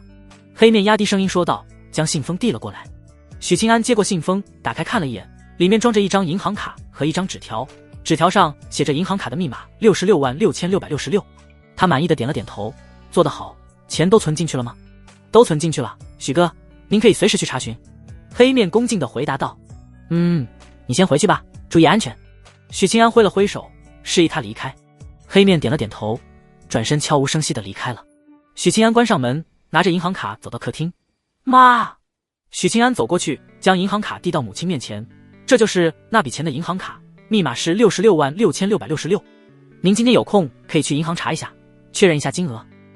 许曼婷停下手里的动作，转过身来，接过银行卡，手指轻轻摩挲着卡片表面，眼神复杂。她看着儿子，嘴唇动了动，最终还是说道：好，咱们两个人一起去银行看看。说完，许曼婷拿着银行卡出门了。大约1个小时后，许曼婷回来了，她的脸上带着明显的惊喜和释然，手里拿着一张银行的回执单。清安，是真的，里面真的有80万。许曼婷走到儿子面前，激动地说道，眼眶都有些湿润了。这笔钱对于她来说，不仅仅是改善生活的资本，更是一颗定心丸。看到母亲脸上的神情，许清安悬着的心终于放了下来。许清安笑着说道，我就说没骗您吧，现在您放心了吧，不用再去苏氏集团冒险了。放心了，放心了。许曼婷连连点头，脸上的担忧一扫而空，取而代之的是对未来的憧憬。有了这笔钱，你以后结婚也能有底气一些，不用再为彩礼和房子的事情发愁了。看着母亲开心的样子，许清安的心里也涌起一股暖流。他说道，是啊，这些事情都可以慢慢规划。您今天就在家好好休息，超市那边我去帮您辞职。好，好。许曼婷笑得合不拢嘴，连忙点头答应。许清安吃完早饭就去超市帮母亲办理了辞职手续。超市的经理对许曼婷的突然辞职有些意外，但在许清安的坚持下，还是很快办理好了相关手续。回到家，许清安看到母亲正在收拾房间，脸上满是干劲。他走过去帮忙，母子俩一边收拾一边规划着未来的生活，气氛温馨而融洽。然而他们都没有想到，麻烦已经在悄然逼近。1个小时后，许曼婷的电话铃声响起。许曼婷刚想要接电话，许清安抢先一步拿起电话接通。喂，请问是许曼婷小姐吗？电话那头传来一个男声。我是许清安，请问你是谁？许清安皱了皱眉头，问道。我是苏少的助理。对方的语气带着一丝居高临下。我们苏少让我问一下许曼婷女士，为什么今天没有来苏氏集团报道？是不是有什么困难？如果有的话，可以随时跟我们说，苏少会尽力帮忙的。许清安的眼神瞬间冷了下来。他早就料到苏明宇不会这么轻易放弃，没想到对方竟然这么快就找上门来了。他强压下心中的怒火，语气平静地说道，我母亲最近身体不太舒服，需要在家休养，所以没办法去上班了。之前没来得及跟苏少说明情况，实在抱歉。身体不舒服。对方显然有些怀疑，语气变得更加不客气。许先生，你确定是身体不舒服，而不是有其他原因吗？苏少亲自邀请许女士，这是给足了面子。你们这样中途反悔，是不是太不给苏少面子了？我母亲的身体状况确实不太好，这不是借口。许清安的语气也冷了下来。如果苏少觉得我们失礼了，我们可以道歉，但工作的事情确实没办法了。道歉就完了。男人语气不悦道，在明江城，可不是谁都能不给苏少面子的。那你想怎么样？许清安冷声道，你好像很嚣张的样子。在明江城，还没人敢在我们苏氏集团面前这么嚣张。助理开口道。许曼婷闻言，心头微微一紧，急忙从许清安手里拿过电话，一双美目冲着许清安使着眼色。许清安一脸无奈，只只能把电话交给了自己的母亲。许曼婷声音温和道：“是这样的，我多谢苏少的好意，只是我身体确实不太舒服，所以，许小姐，苏少的性格您也应该清楚，您这么不给苏少面子，苏少真的很生气。我看不如您自己去见见苏少，和他聊清楚这件事情，您觉得怎么样？”男人小心翼翼地开口道。许曼婷闻言，贝齿咬着下唇，美眸中浮出一抹异色。这好吧。许清安刚想要开口让母亲拒绝，可是电话那头的人已经挂断了电话。许清安定定地看着许曼婷：“妈，苏明宇的助手摆明了没安什么好心，您怎么能答应呢？”许曼婷无奈地看向许清安：“清安，这里是岷江城，我们得罪不起苏家。”许清安攥紧了拳头，可是他也不得不承认，哪怕是道门在岷江城的势力，也无法和苏家抗衡。傍晚，苏明宇的一位女助理亲自来了东城接许曼婷。许清安原本想要跟着一起，可是女助理却直接拦住了许清安：“许先生，苏少旨邀请了曼婷女士。”女助理开口道。许清安眼中浮出一抹冷色。许曼婷担心许清安和助理起冲突，立刻拉了拉许清安：“没关系，苏少应该不会不明事理。”许清安牙齿咬得咯咯作响，冷冷地看了一眼女助理之后，还是没有发作。之后，女助理亲自给许曼婷拉开了后排的车门。许曼婷坐在劳斯莱斯幻影的后排，女助理充当司机，车上只有2个人。女助理拿了一套爱马仕的套裙，还有一条黑色的蕾丝花边吊带渔网袜，以及一双 YSL 的尖头镂空高跟鞋，交给许曼婷：“曼婷女士，在车里换上吧。”许曼婷的指尖刚触碰到女助理递来的包装袋，就像被烫到一样缩了回去。她下意识地咬紧下唇，精致的眉峰微微蹙起，那双总是带着温和笑意的美眸里，此刻满是显而易见的犹豫。包装袋的质感细腻，一看就价值不菲，可在她眼里，这沉甸甸的袋子里装的不是礼物，更像是一份难以推脱的枷锁。女助理目光在她脸上扫来扫去，语气里带着毫不掩饰的施压：“曼婷女士，您该知道，苏少向来心高气傲，难得对谁这么给面子。这次您临时反悔不去上班，可把苏少惹得很不高兴。”许曼婷怎么会听不出这话里的威胁？苏明宇在岷江城的势力，她早有耳闻。如今对方主动示好被拒，恐怕不会善罢甘休。她轻轻咬着薄唇，眼神在挣扎与犹豫间反复拉扯，一边是儿子的担忧和家里刚到手的安稳，一边是得罪苏明宇可能带来的麻烦，一时间竟不知该如何抉择。片刻后，她像是泄了气一般，长长的叹了口气，声音里满是无奈：“哎，好吧，我明白了。”女助理脸上终于露出满意的神色，语气也缓和了几分，却依旧带着几分居高临下：“曼婷女士，您能想通就好，不是谁都有资格被苏少这么看重的，机会错过了，可就没下次了。”许曼婷勉强扯出一丝笑容，那笑容里藏着说不尽的苦涩与无奈。她微微颔首，声音低哑的回应：“我懂了，麻烦你转告苏少，这次是我考虑不周，我会亲自跟他道歉，一定安抚好他的情绪，不会让他再生气的。”女助理见他态度顺从，便也没再多说什么，继续开车。许曼婷握着那个包装袋，只觉得手里的袋子重得几乎要拿不住。黑色劳斯莱斯平稳地行驶在城市主干道上，隔绝了外界的喧嚣。许曼婷攥着包装袋坐在后排，指尖因用力而泛白，车厢里的静谧让她愈发心神不宁。女助理时不时会瞥一眼后视镜，像一道无形的催促。她深吸一口气，拉上后排的隐私隔断，指尖颤抖着拆开包装，里面是一套香槟色丝绒吊带裙，裙摆开叉，领口的设计带着恰到好处，奢华的面料在车内顶灯下发着柔和的光泽。许曼婷对着车内的小化妆镜，动作僵硬地换下自己的衣服，丝绒面料贴合肌肤，勾勒出她保养得宜的曲线，紧致的腰肢，流畅的肩背线条，再加上她本身高挑的身形，往日里端庄温婉的气质瞬间被妩媚性感取代。她下意识地拢了拢裙摆，镜中的女人眉眼依旧美艳，只是眼底藏着挥之不去的窘迫与不安。她轻轻叹了口气，指尖划过冰凉的裙面，心中满是身不由己的无奈。车窗外的霓虹透过车窗映在她身上，光影流转间，更衬得她身姿窈窕，却也更显孤立无援。苏家别墅依山傍水，占地广阔，夜色渐浓，别墅内灯火通明，却透着一股生人勿近的肃穆。书房里，价值不菲的红木书桌后，苏明宇慵懒地靠在真皮座椅上，指尖夹着一支雪茄，烟雾缭绕中，他那双深邃的眼眸里闪烁着探究的光芒。李泰站在书桌前，身姿挺拔，脸上带着几分凝重，恭敬地汇报着情况：“苏少，我们之前密切监控的道门组织成员，最近和许清安有过隐秘接触。”苏明宇夹着雪茄的手指微微一顿，抬眼扫过李泰，语气里带着一丝不易察觉的兴味：“哦，你的意思是，之前你们发现的那些道门的人，真的和许清安搭上关系了？”千真万确，李泰重点了点头，继续说道：“我们查到，那个道门成员私下给了许清安100万现金，许清安随后就把这笔钱存进了一张银行卡里。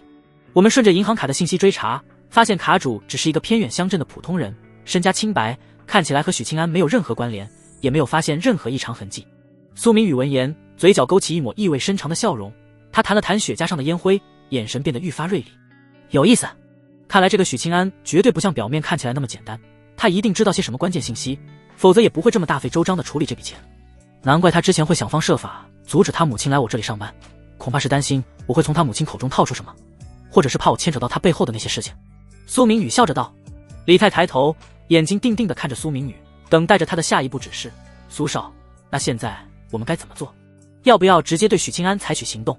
苏明宇转头随意地扫了李泰一眼，语气带着不容置疑的命令。别急，现在还不是打草惊蛇的时候，你立刻安排人手严密盯紧许清安，全方位监控他的行踪，看看他最近都和什么人接触，有什么异常举动。记住，事情一定要做得隐秘，不能让他察觉到任何蛛丝马迹。他顿了顿，补充道，道门的人可不是普通人，他们都是古武高手，不仅身手不凡，很可能还具备一定的反侦查能力，感知能力更是远超常人。一旦被他们发现我们在调查，后续的事情就麻烦了。我明白了，苏少。李泰重重点头，脸上露出坚定的神色。我这就去安排，保证把事情办得妥妥当当，绝对不会出现任何纰漏。说完，李泰转身，脚步沉稳地离开了书房。苏明宇看着他的背影，眸中浮出了几分欣赏。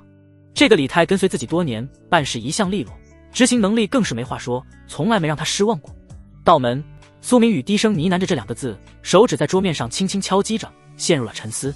他对这个神秘的组织早有耳闻，却一直没能摸清他们的底细。如今许清安和道门扯上了关系，事情似乎变得越来越复杂，也越来越有趣了。或许这件事情可以去找叶青瑶聊一聊。一个念头在苏明宇脑海中浮现。叶青瑶来自赫赫有名的古武世家叶家，而且还是嫡系子弟，以他的身份没理由不知道道门的事情。想到这里，苏明宇熄灭了手中的雪茄，起身整理了一下身上的外套，迈步朝着关押叶青瑶的房间走去。关押叶青瑶的房间位于别墅的西侧，装修奢华，却处处透着禁锢的意味。房间的门窗都经过了特殊处理，坚固无比，根本不可能从内部突破。苏明宇推开门走了进去，一眼就看到了坐在窗边沙发上的叶青瑶。她穿着一件黑色的真丝缎面吊带长裙，丝滑的面料紧紧贴合着她的身体，将她纤腰翘臀的性感火辣身材勾勒得淋漓尽致。那一张清冷绝美的御姐脸，带着拒人于千里之外的疏离，与她身上性感的服饰形成了鲜明的反差，更添了几分致命的诱惑。叶青瑶听到开门的声音，缓缓抬起头，当看到走进来的人是苏明宇时，美目之中瞬间浮出一抹冷色，眼神里充满了毫不掩饰的愤恨与厌恶。混蛋，有本事你就杀了我，否则早晚有一天我一定会杀了你。自从被苏明宇掳到这里，他就过着失去自由的日子，苏明宇的种种行径更是让他对这个男人恨之入骨。苏明宇看着原本清冷高傲的叶青瑶，此刻如同炸毛的小猫一般，眼神中闪过一丝玩味的笑意。他缓步走到叶青瑶面前，居高临下的看着她，还是不够乖啊。不过说实话，我倒是很喜欢你这副看不惯我又干不掉我的样子，很有趣。你无耻！叶青瑶气得浑身发抖，眼眸之中浮出一抹刺骨的冷寒之色。他再也无法抑制心中的怒火，没有丝毫犹豫，身形骤然一动，化作一道流光，狠狠挥拳朝着苏明宇的面门砸了过去。叶青瑶身为古武世家的嫡系子弟，身手自然不凡，这一拳又快又狠，带着凌厉的劲风，普通人根本无法闪避。但苏明宇显然不在此列，他只是微微侧身，轻松躲过了这迅猛的一拳，随即伸出手，随意地抓住了叶青瑶的手腕。叶青瑶只觉得手腕一紧，一股巨大的力量传来，让他根本无法动弹。也难怪，苏明宇担心叶青瑶逃脱，花了大价钱买了可以使人体脱力的药剂。叶青瑶如今最多能发挥不到30%的战力，自然不会是苏明宇的对手。紧接着，苏明宇用力一拉，便将叶青瑶狠狠地摁在了冰冷的墙壁上，另一只手则按住了他的肩膀，让他彻底失去了反抗的能力。放开我！你个畜生，有本事就杀了我！叶青瑶被摁在墙上，动弹不得，只能咬牙切齿地怒吼着，眼神里满是屈辱和恨意。苏明宇冷笑了一声，眼神变得阴鸷起来。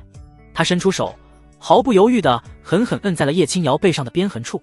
交错的鞭痕是之前他反抗时被苏明宇用鞭子抽打留下的伤口，此刻还未愈合。死！剧烈的疼痛瞬间席卷了全身，叶青瑶疼得倒吸一口凉气，额头上瞬间冒出了细密的冷汗，脸色也变得苍白起来。他的背上鞭痕交错纵横，此刻被苏明宇这么一按，更是痛得他几乎晕厥过去。苏明宇看着他痛苦的模样，嘴角边的笑意越来越深，语气里带着一丝残忍的愉悦。我还是喜欢乖一点的女孩子，可惜你太不乖了，所以就只能想办法让你变得乖一点了。叶清瑶听到苏明宇这么说，心中瞬间升起一股强烈的不祥预感，一种深入骨髓的恐惧蔓延开来。她太清楚这个男人的残忍了，他绝对做得出来更过分的事情。果不其然，苏明宇说完便松开了按在他肩膀上的手，转身从墙角拿起了一根早已准备好的。不要，你别过来。叶清瑶的声音里带着一丝颤抖，眼神中充满了恐惧。他拼命挣扎着，想要挣脱苏明宇的束缚，却只是徒劳。苏明宇没有理会他的求饶，脸上带着冷漠的笑容，扬起了手中的。破空之声不断响起，狠狠落在叶清瑶的背上，手臂上留下一道道狰狞的血痕。叶清瑶的惨叫声此起彼伏，房间里弥漫着绝望的气息。他从最初的怒吼反抗，渐渐变得虚弱不堪，只能无力地承受着这一切。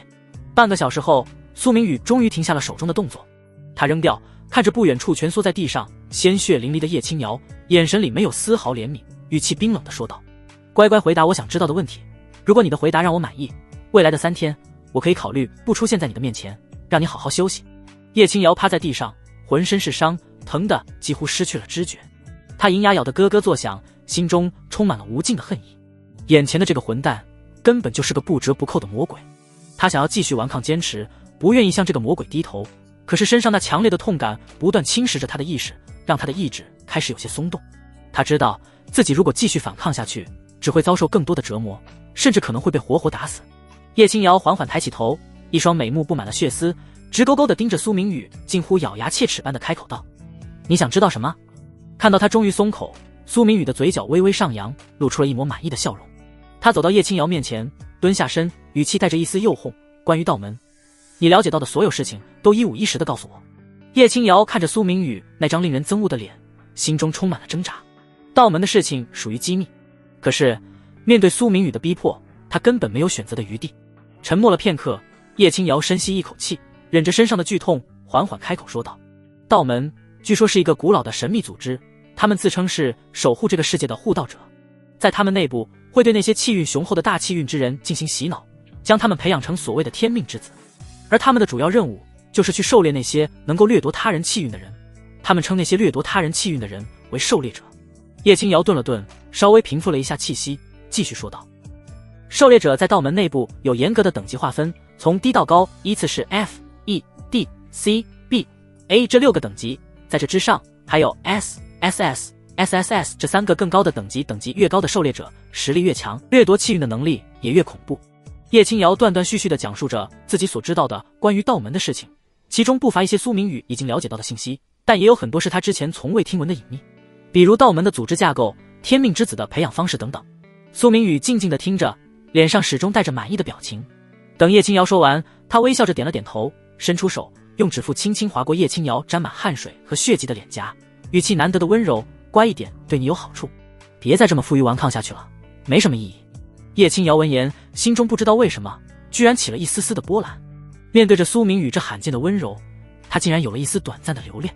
或许是长时间的折磨让他的精神变得脆弱，或许是这突如其来的温柔与之前的残忍形成了太大的反差，让他产生了一种错觉。不过这种感觉只是转瞬即逝，他很快就反应过来，眼前的这个男人是伤害自己最深的魔鬼，他的温柔不过是另一种形式的欺骗和操控。最终他还是倔强地把头偏向了一旁，不再看苏明宇，眼神里重新恢复了之前的冰冷和疏离。苏明宇看着他这副样子也不生气，他站起身整理了一下自己的衣服，转身离开了关押叶清瑶的房间。他已经得到了自己想要的信息，接下来就是好好规划一下下一步的行动了。不过在这之前，自己还需要先拿到一些天命值才行。苏家别墅的2楼，一间装修奢华的会客厅内，水晶吊灯散发着柔和却略显刺眼的光芒，将房间里的每一处细节都映照得清晰无比。许曼婷局促地坐在意大利进口的真皮沙发上，双手紧张地交握在膝头，指节微微泛白，身上那件吊带裙此刻却像是沉重的枷锁，让她浑身不自在，举止间满是难以掩饰的局促与不安。她的目光无意识地在房间里游走，昂贵的波斯地毯，墙上挂着的名家画作，角落摆放的古董花瓶，每一样都彰显着主人的财富与地位，却也让她愈发感到渺小与格格不入。自从被苏明宇的助理请到这里，她的心就一直悬在半空，忐忑不安地等待着。终于，脚步声从门外传来，由远及近。许曼婷的身体瞬间绷紧，下意识地挺直了脊背。房门被推开，苏明宇脸上挂着恰到好处的温和笑容。见到苏明宇，许曼婷立刻站起身，原本就有些紧张的声音带着明显的颤抖：“苏少，对不起，从我上午临时反悔，没能去公司报道，真的很抱歉。”他低着头，语速飞快的道歉，心里暗自祈祷对方不要因此迁怒于自己和儿子。不等许曼婷把话说完，苏明宇就抬手打断了他的话。他上前2步，眼睛定定地看着许曼婷，语气显得十分随和：“曼婷姐，你这是干嘛？这么紧张做什么？”苏明宇刻意放柔了声音。许曼婷心中一阵苦涩与无奈，还不是被你这个家伙给吓的。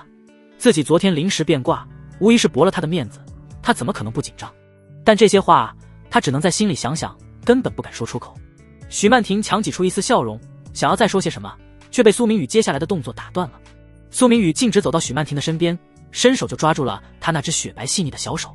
他的手掌温热而有力，包裹着她的手，让许曼婷下意识的想要缩回手，却被他牢牢攥住。曼婷姐，我知道你可能是误会了。苏明宇的声音依旧温和，眼神里却带上了几分凝重。也怪我那些手下没把话说清楚，让你产生了不必要的顾虑。其实我这次找你来，并不是为了追究你昨天没来上班的事情，而是想告诉你一个不好的消息，清安可能已经遭遇不测了。什么？许曼婷闻言，原本就有些颤抖的娇躯猛地僵直，像是被一道惊雷劈中。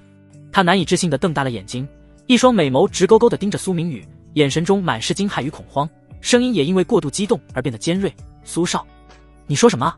到底是怎么回事？清安他怎么会遭遇不测？你是不是搞错了？”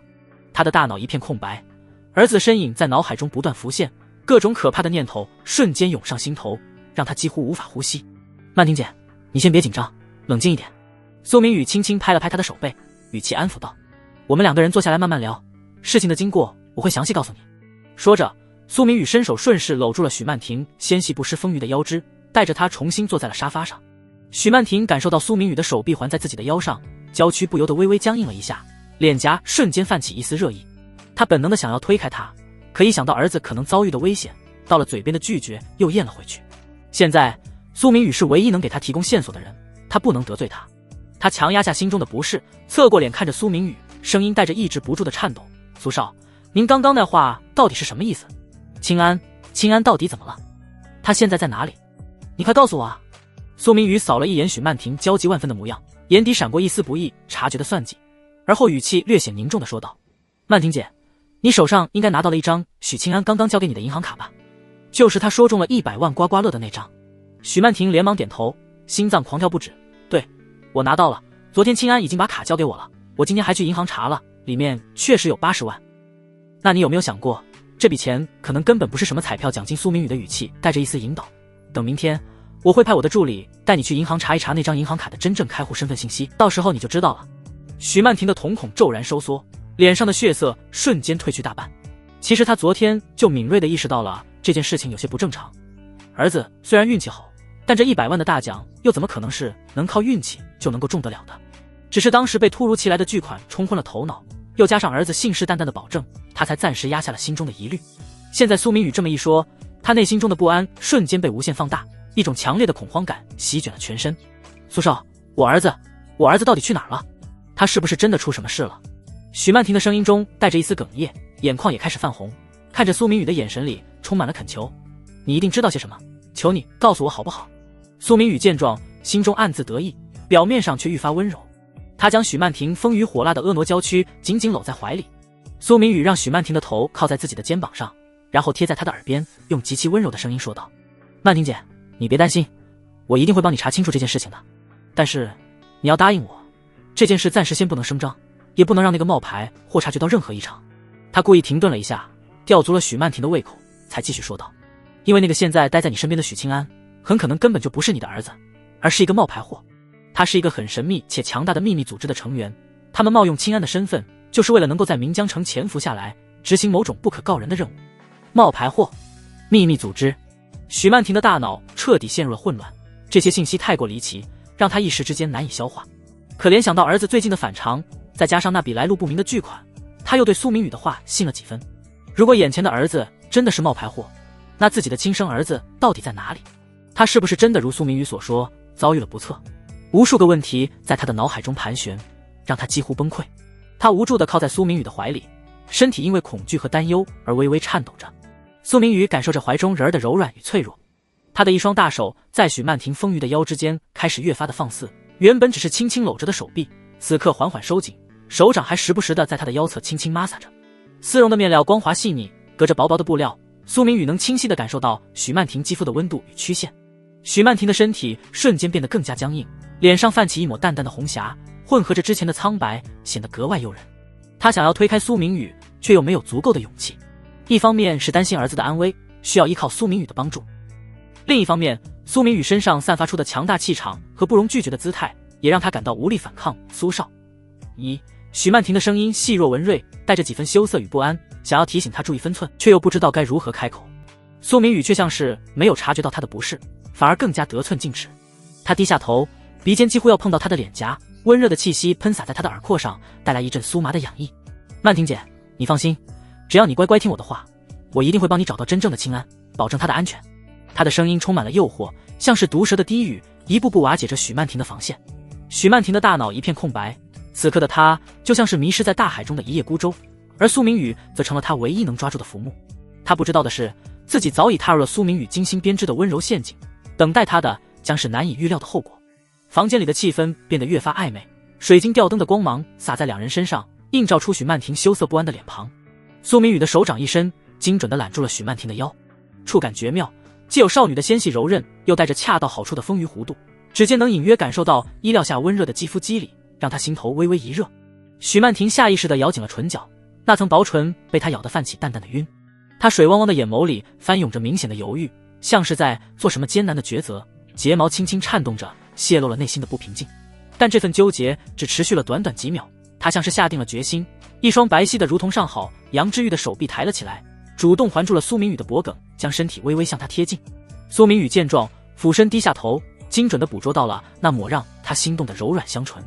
许曼婷的眼神顿时染上了几分迷离，原本还带着些许僵硬的身体渐渐放松，纤细又不失丰腴的腰肢下意识地轻轻扭动了一下，带着几分不自知的娇憨与勾人，彻底卸下了最后的防备。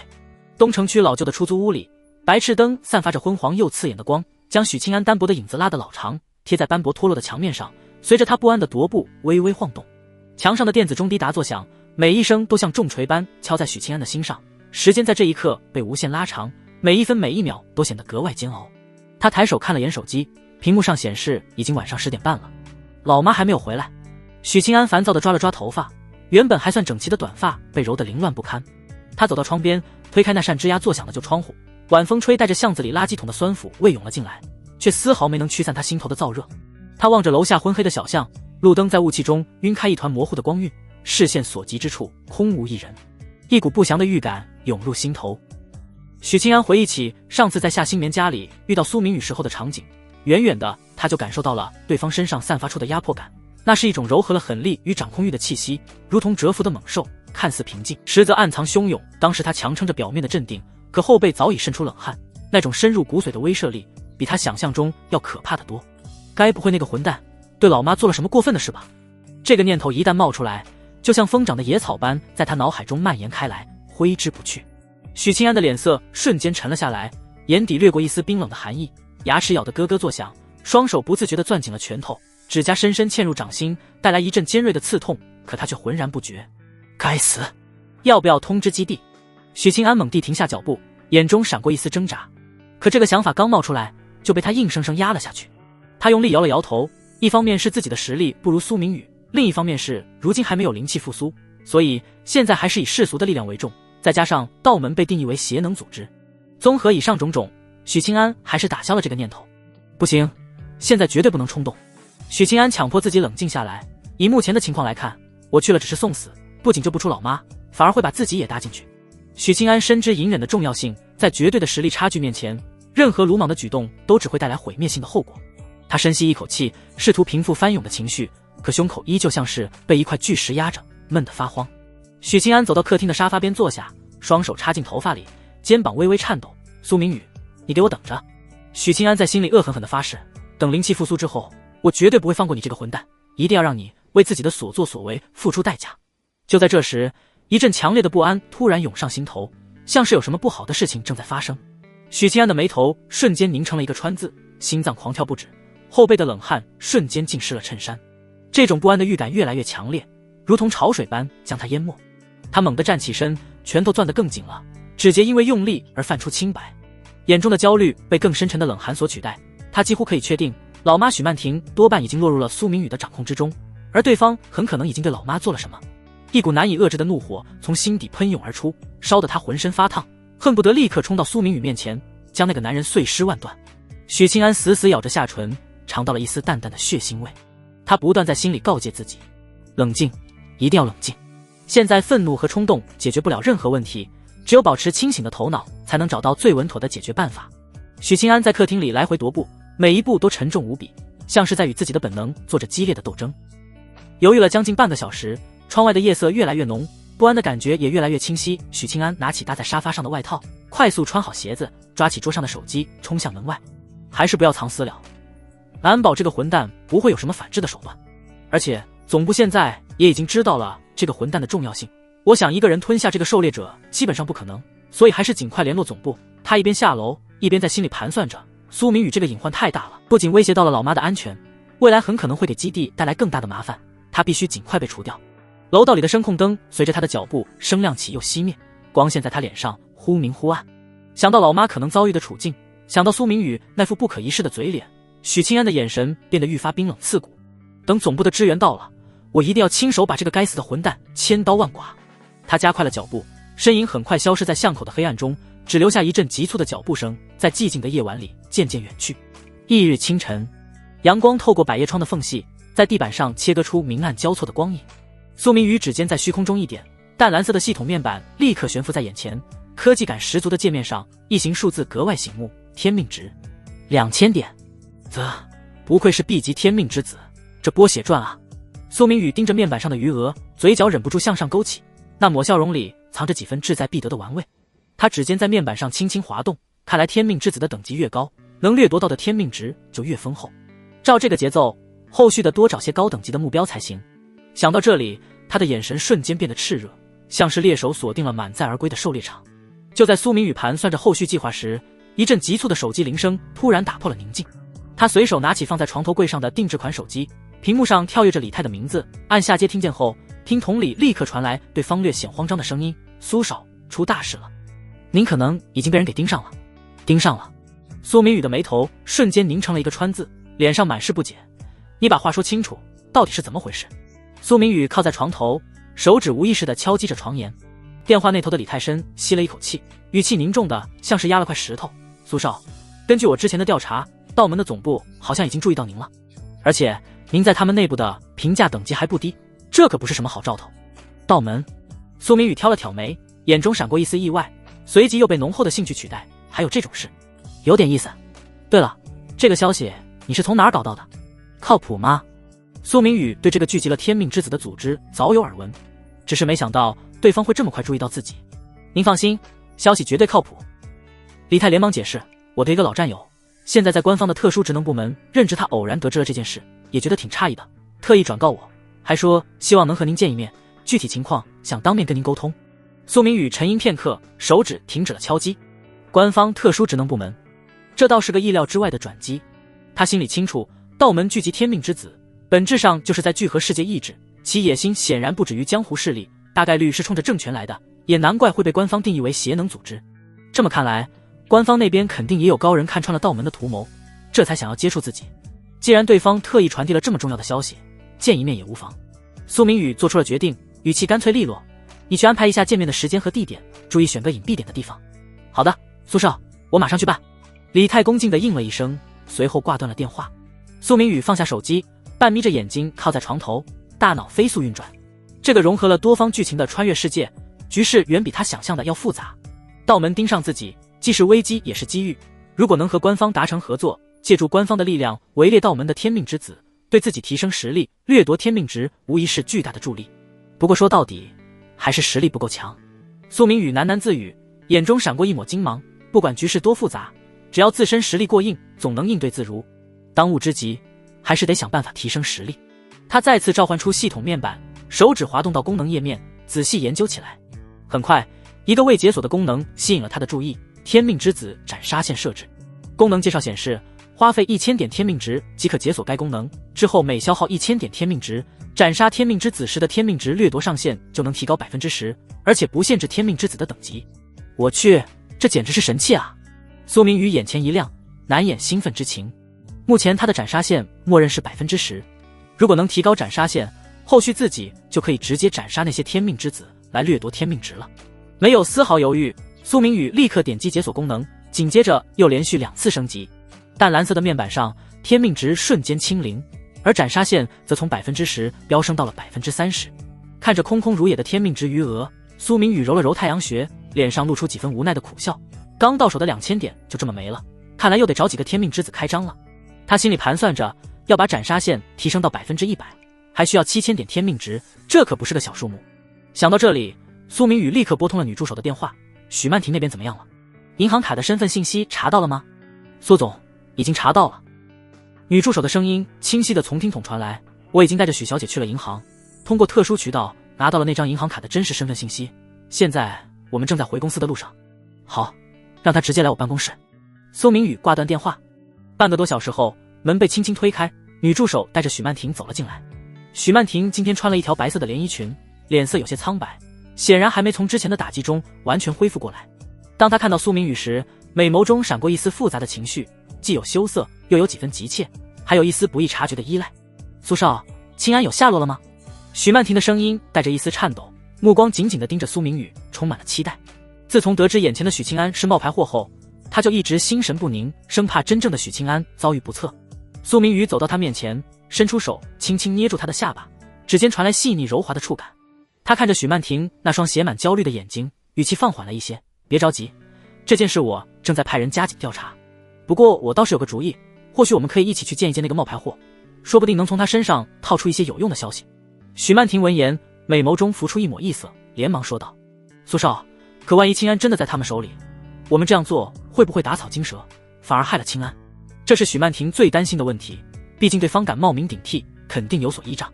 苏明宇笑了笑，语气中充满了自信，放心吧，我的人既然能识破他的伪装，就说明我们已经掌握了他的行踪，他们的一举一动都逃不过我的眼睛，就算打草惊蛇，我们也能第一时间做出应对。苏明宇顿了顿，看着许曼婷还有些犹豫的样子，继续说道，到时候你就说你是我的女朋友，这样一来，那个冒牌货肯定会对你有所忌惮，说不定情急之下就会露出马脚。许曼婷柳眉紧锁，贝齿轻轻咬着薄唇，显得有些为难。苏少，这样真的可以吗？会不会太冒险了？许曼婷看着眼前这个年轻人，脸颊就不由自主地泛起了红晕。眼前这人可是新棉的男朋友啊！放心吧，有我在，不会出任何问题的。苏明宇笑着伸出手，轻轻捏了捏她雪白细腻的脸颊，随后顺势搂住了她纤细却不失丰腴的杨柳腰。入手的触感柔软而温暖，让他不禁收紧了手臂，将她性感丰满的婀娜娇躯紧紧搂在怀里。许曼婷的身体瞬间僵硬了一下，随即慢慢放松下来。她能清晰地闻到苏明宇身上淡淡的古龙水味，混合着阳光的气息，让人莫名地感到安心。她的眼神中闪过一抹娇羞，脸颊红得像熟透的苹果，同时又隐约透着一丝不易察觉的期待。苏明宇感受到怀中人的变化，嘴角的笑容更深了。他轻轻拍了拍许曼婷的后背，安抚道，好了，别想太多，一切有我。许曼婷抬起头，对上苏明宇深邃而自信的眼眸，轻轻点了点头，声音细若蚊蝇，好，我听你的，苏少。今天这裙子太素了，你身材这么好，这套不适合你。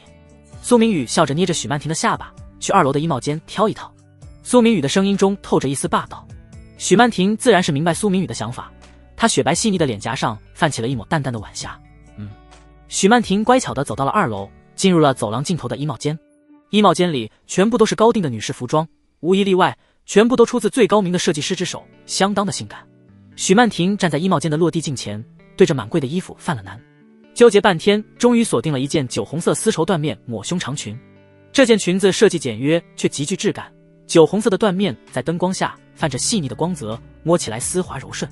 她小心翼翼地穿上身，裙摆顺势垂落，将她丰腴性感的娇躯完美包裹，胸前的弧度、腰肢的纤细与臀部的饱满被勾勒得淋漓尽致，每一处曲线都透着恰到好处的火辣。选好裙子后，她又从抽屉里翻出一双黑色蕾丝花边渔网袜，细腻的蕾丝边缘点缀在袜口，增添了几分小性感。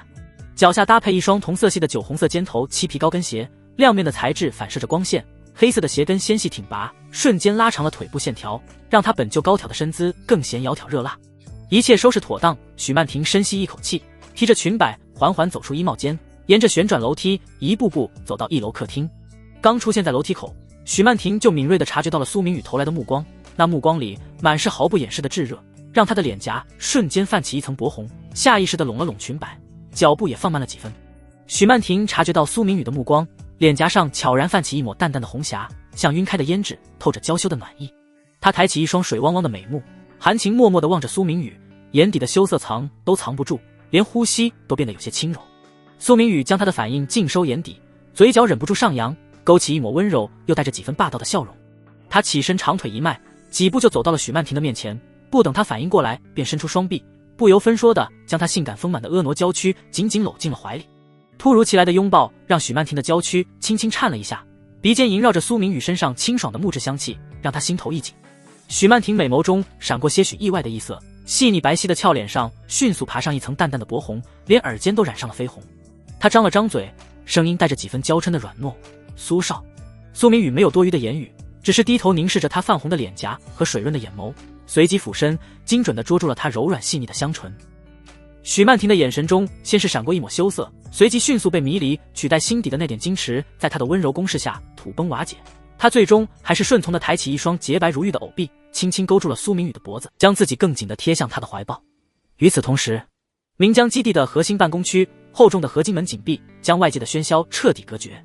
许清安站在加密通讯设备前，指尖在冰冷的操作面板上快速敲击，一道道复杂的指令代码闪过屏幕，最终定格在一个加密频率上。他深吸一口气，按下了通话键。电流的滋滋声过后，电话那头传来一道经过高级变声器处理的机械音，沙哑中透着不容置疑的威严：“我是天佑星，你是岷江基地的执事许清安吧？情报显示你有关于狩猎者的紧急事项汇报，直说，别浪费时间。”天佑星大人。许清安微微躬身，语气凝重的像是压着千斤巨石。根据我近期的严密监控与调查，苏明宇的真实实力已经突破到了内境。更值得警惕的是，他的成长速度快得超乎想象，完全不符合常规武者的晋升规律。电话那头的机械音鸣险顿了一下，随即染上几分冷意与困惑：“成长速度极快，你凭什么得出这个结论？岷江基地的情报审核标准，我想你应该清楚，没有确凿证据的猜测，最好别出现在我这里。”大人息怒，我绝不敢信口开河。许清安连忙解释，语气中带着一丝急切。就在我正式接任基地执事一职后，曾主导过一次针对岷江城全域人员的深度筛查，重点排查对象就是武者以及各阶层的权贵人士，目的是为了掌握辖区内的潜在力量与风险点。当时的筛查报告显示，苏明宇只是个毫无武道根基的普通人，可从那次筛查到现在，前后不过2周时间，他就已经跻身内境武者行列，这种晋升速度简直是闻所未闻。他一边说，一边抬手调出后台的筛查记录存档界面，目光扫过屏幕上苏明宇之前的各项数据，眼底的凝重更甚。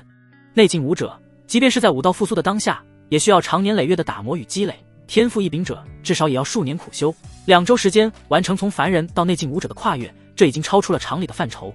电话那头的天佑星显然也意识到了事情的严重性，机械音里的漫不经心彻底消失，取而代之的是前所未有的凝重。许清安，我提醒你，狩猎者计划关乎重大，任何情报失误都可能引发灾难性后果，有些话不能乱讲，更不能凭主观臆断行事。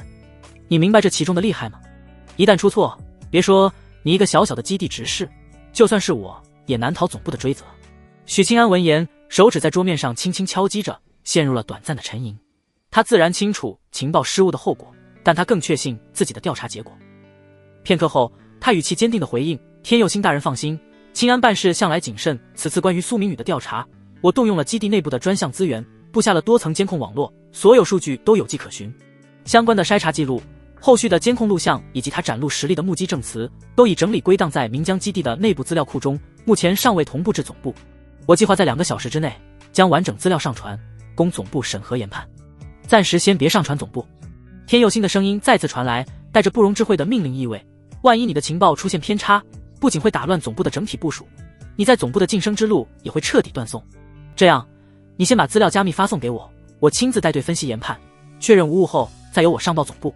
许清安听到这话，嘴角勾起一抹机不可察的玩味弧度，眼底闪过一丝洞悉人心的冷笑。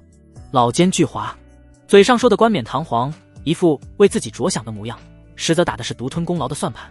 苏明宇这种成长速度逆天的存在，极有可能是传说中的 SSS 级狩猎者，一旦成功狩猎，其价值不可估量。这份功劳足以让天佑星在总部的地位再上一个台阶。不过，许清安并没有点破这层窗户纸，他深知在总部的权力体系中，隐忍与借力打力才是生存之道。他收敛了眼底的讥讽，语气恭敬的回应：“多谢大人为清安考虑，那我即刻将资料加密发送给您。”小家伙，好好干。天佑星的语气缓和了些许，带着一丝许诺的意味。这次若能成功锁定并狩猎这位潜在的 S 级以上狩猎者，你的功劳我会如实上报，后续的资源倾斜与职位晋升，我也会为你争取，绝不会亏待你。多谢大人提携，清安定当全力以赴，绝不辜负大人的信任。许清安微微躬身，语气中满是感激。通讯挂断的提示音响起，许清安缓缓直起身，脸上的恭敬瞬间褪去，取而代之的是一片冰寒。他走到巨大的落地窗前，望着基地内来来往往的人员车辆，眸中翻涌着浓烈的杀意。苏明宇，他低声呢喃，指尖用力攥紧，指节泛白。本来你安安分分做你的富家子弟，我或许还不会过多关注你，可你偏偏要在这个时候崭露头角，甚至威胁到我的布局，这就不能怪我心狠手辣了。是你自寻死路，招惹了不该招惹的人。许清安抬手按下办公桌上的内部通讯键，沉声道：“通知技术部，将苏明宇的全部调查资料进行最高级别的加密处理，10分钟后发送至天佑星大人的专属终端。另外，加派人手，24小时监控苏明宇的行踪，一旦他有任何异常举动，立刻向我汇报。”收到，指示大人。通讯器那头传来技术部人员的回应。许清安挂断通讯，重新坐回办公桌后，打开了加密文件夹，屏幕上弹出苏明宇的照片。照片上的青年面容俊朗，眼神中带着几分桀骜不驯。许清安的手指在屏幕上轻轻划过，眼神冰冷如刀。他知道，天佑星虽然想独吞功劳，但绝不会轻易放过苏明宇这个潜力股。后续的行动必然会调动大量资源，而他作为岷江基地的执事，将是执行计划的关键人物。只要能顺利除掉苏明宇，无论天佑星是否兑现承诺，他都能借此次行动巩固自己在基地的地位，甚至有可能获得总部的直接关注。窗外的天色渐渐暗了下来，基地内的灯光次第亮起，勾勒出冰冷的轮廓。许清安望着屏幕上苏明宇的资料，嘴角勾起一抹阴狠的笑容。许清安拿起桌上的咖啡杯，抿了一口早已冷却的咖啡，心中暗忖：苏明宇，享受你最后的平静时光吧，用不了多久，你就会为自己的嚣张狂妄付出最惨痛的代价。狩猎游戏现在才刚刚开始。别墅内，苏明宇看了一眼自己掠夺来的天命值，自己无论多么的卖力，最终也只是又掠夺到了1000点的天命值。看样子自己从许曼婷身上能够掠夺到的天命值已经到达了极限，看样子自己接下来要寻找下一个目标了。苏明宇又花费了1000点天命值，将天命之子的斩杀线再次提升了10，现在天命之子的斩杀线已经来到了40。看到系统面板上面显示的消息，苏明宇脸上露出了一丝满意的微笑。夜色还未完全褪去，清晨的薄雾笼罩着岷江城的别墅区，给精致的庭院蒙上了一层朦胧的轻纱。苏明宇刚结束晨练，汗水顺着他俊朗的下颌线滑落，滴在深色的运动服上，晕开一小片湿痕。他正准备转身回屋洗漱，口袋里的私人手机突然响起，急促的铃声打破了清晨的宁静。来电显示是李泰。苏明宇划开屏幕接通，电话那头立刻传来李泰恭敬而沉稳的声音：少爷，打扰您晨练了，想问一下，明天上午您有安排吗？苏明宇抬手擦了擦额头的汗水，脑海中快速过了一遍近期的行程，发现明天上午确实空闲，便干脆利落的回应：没什么安排，有事的话就定在明天上午吧。好的，少爷，那我这就通知我的那位战友，明天准时来接你。李泰的语气里透着一丝不易察觉的郑重，具体事宜等见面后我再详细向您汇报。苏明宇应了一声，便挂断了电话。他望着远处渐渐亮起来的天际，眼底闪过一丝思索。翌日清晨，阳光穿透薄雾，洒满了整个别墅区。苏明宇换上一身简约的黑色休闲装，刚走到别墅门口，就看到一辆造型硬朗的迷彩涂装方形越野车停在路边。车身线条凌厉，轮胎宽大厚实，一看就经过特殊改装，充满了铁屑气息。车子旁站着几个身着迷彩制服的男人，他们身姿挺拔如松，眼神锐利如鹰，周身散发着军人特有的严谨与警惕。察觉到苏明宇的出现，几人的目光立刻齐刷刷地投了过来，带着审视的意味上下打量着他。其中为首的是一个身材高大魁梧的男人，肩宽背厚，额前的碎发被汗水浸湿，贴在饱满的额头上。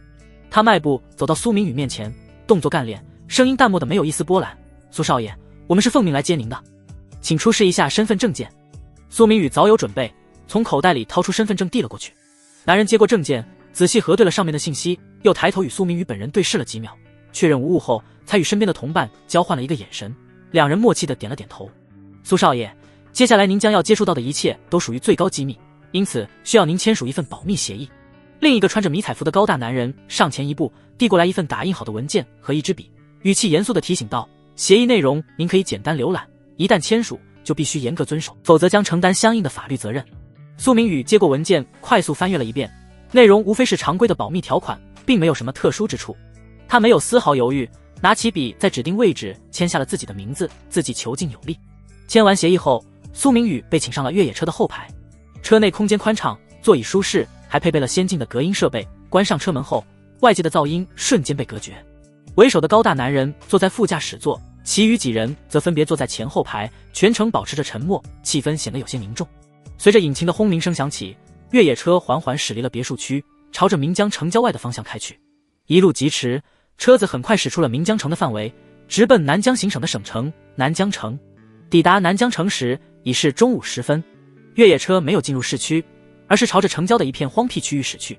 越往前走，周围的景象越显荒凉，道路两旁是茂密的树林和高大的建筑，偶尔能看到巡逻的士兵，气氛愈发紧张。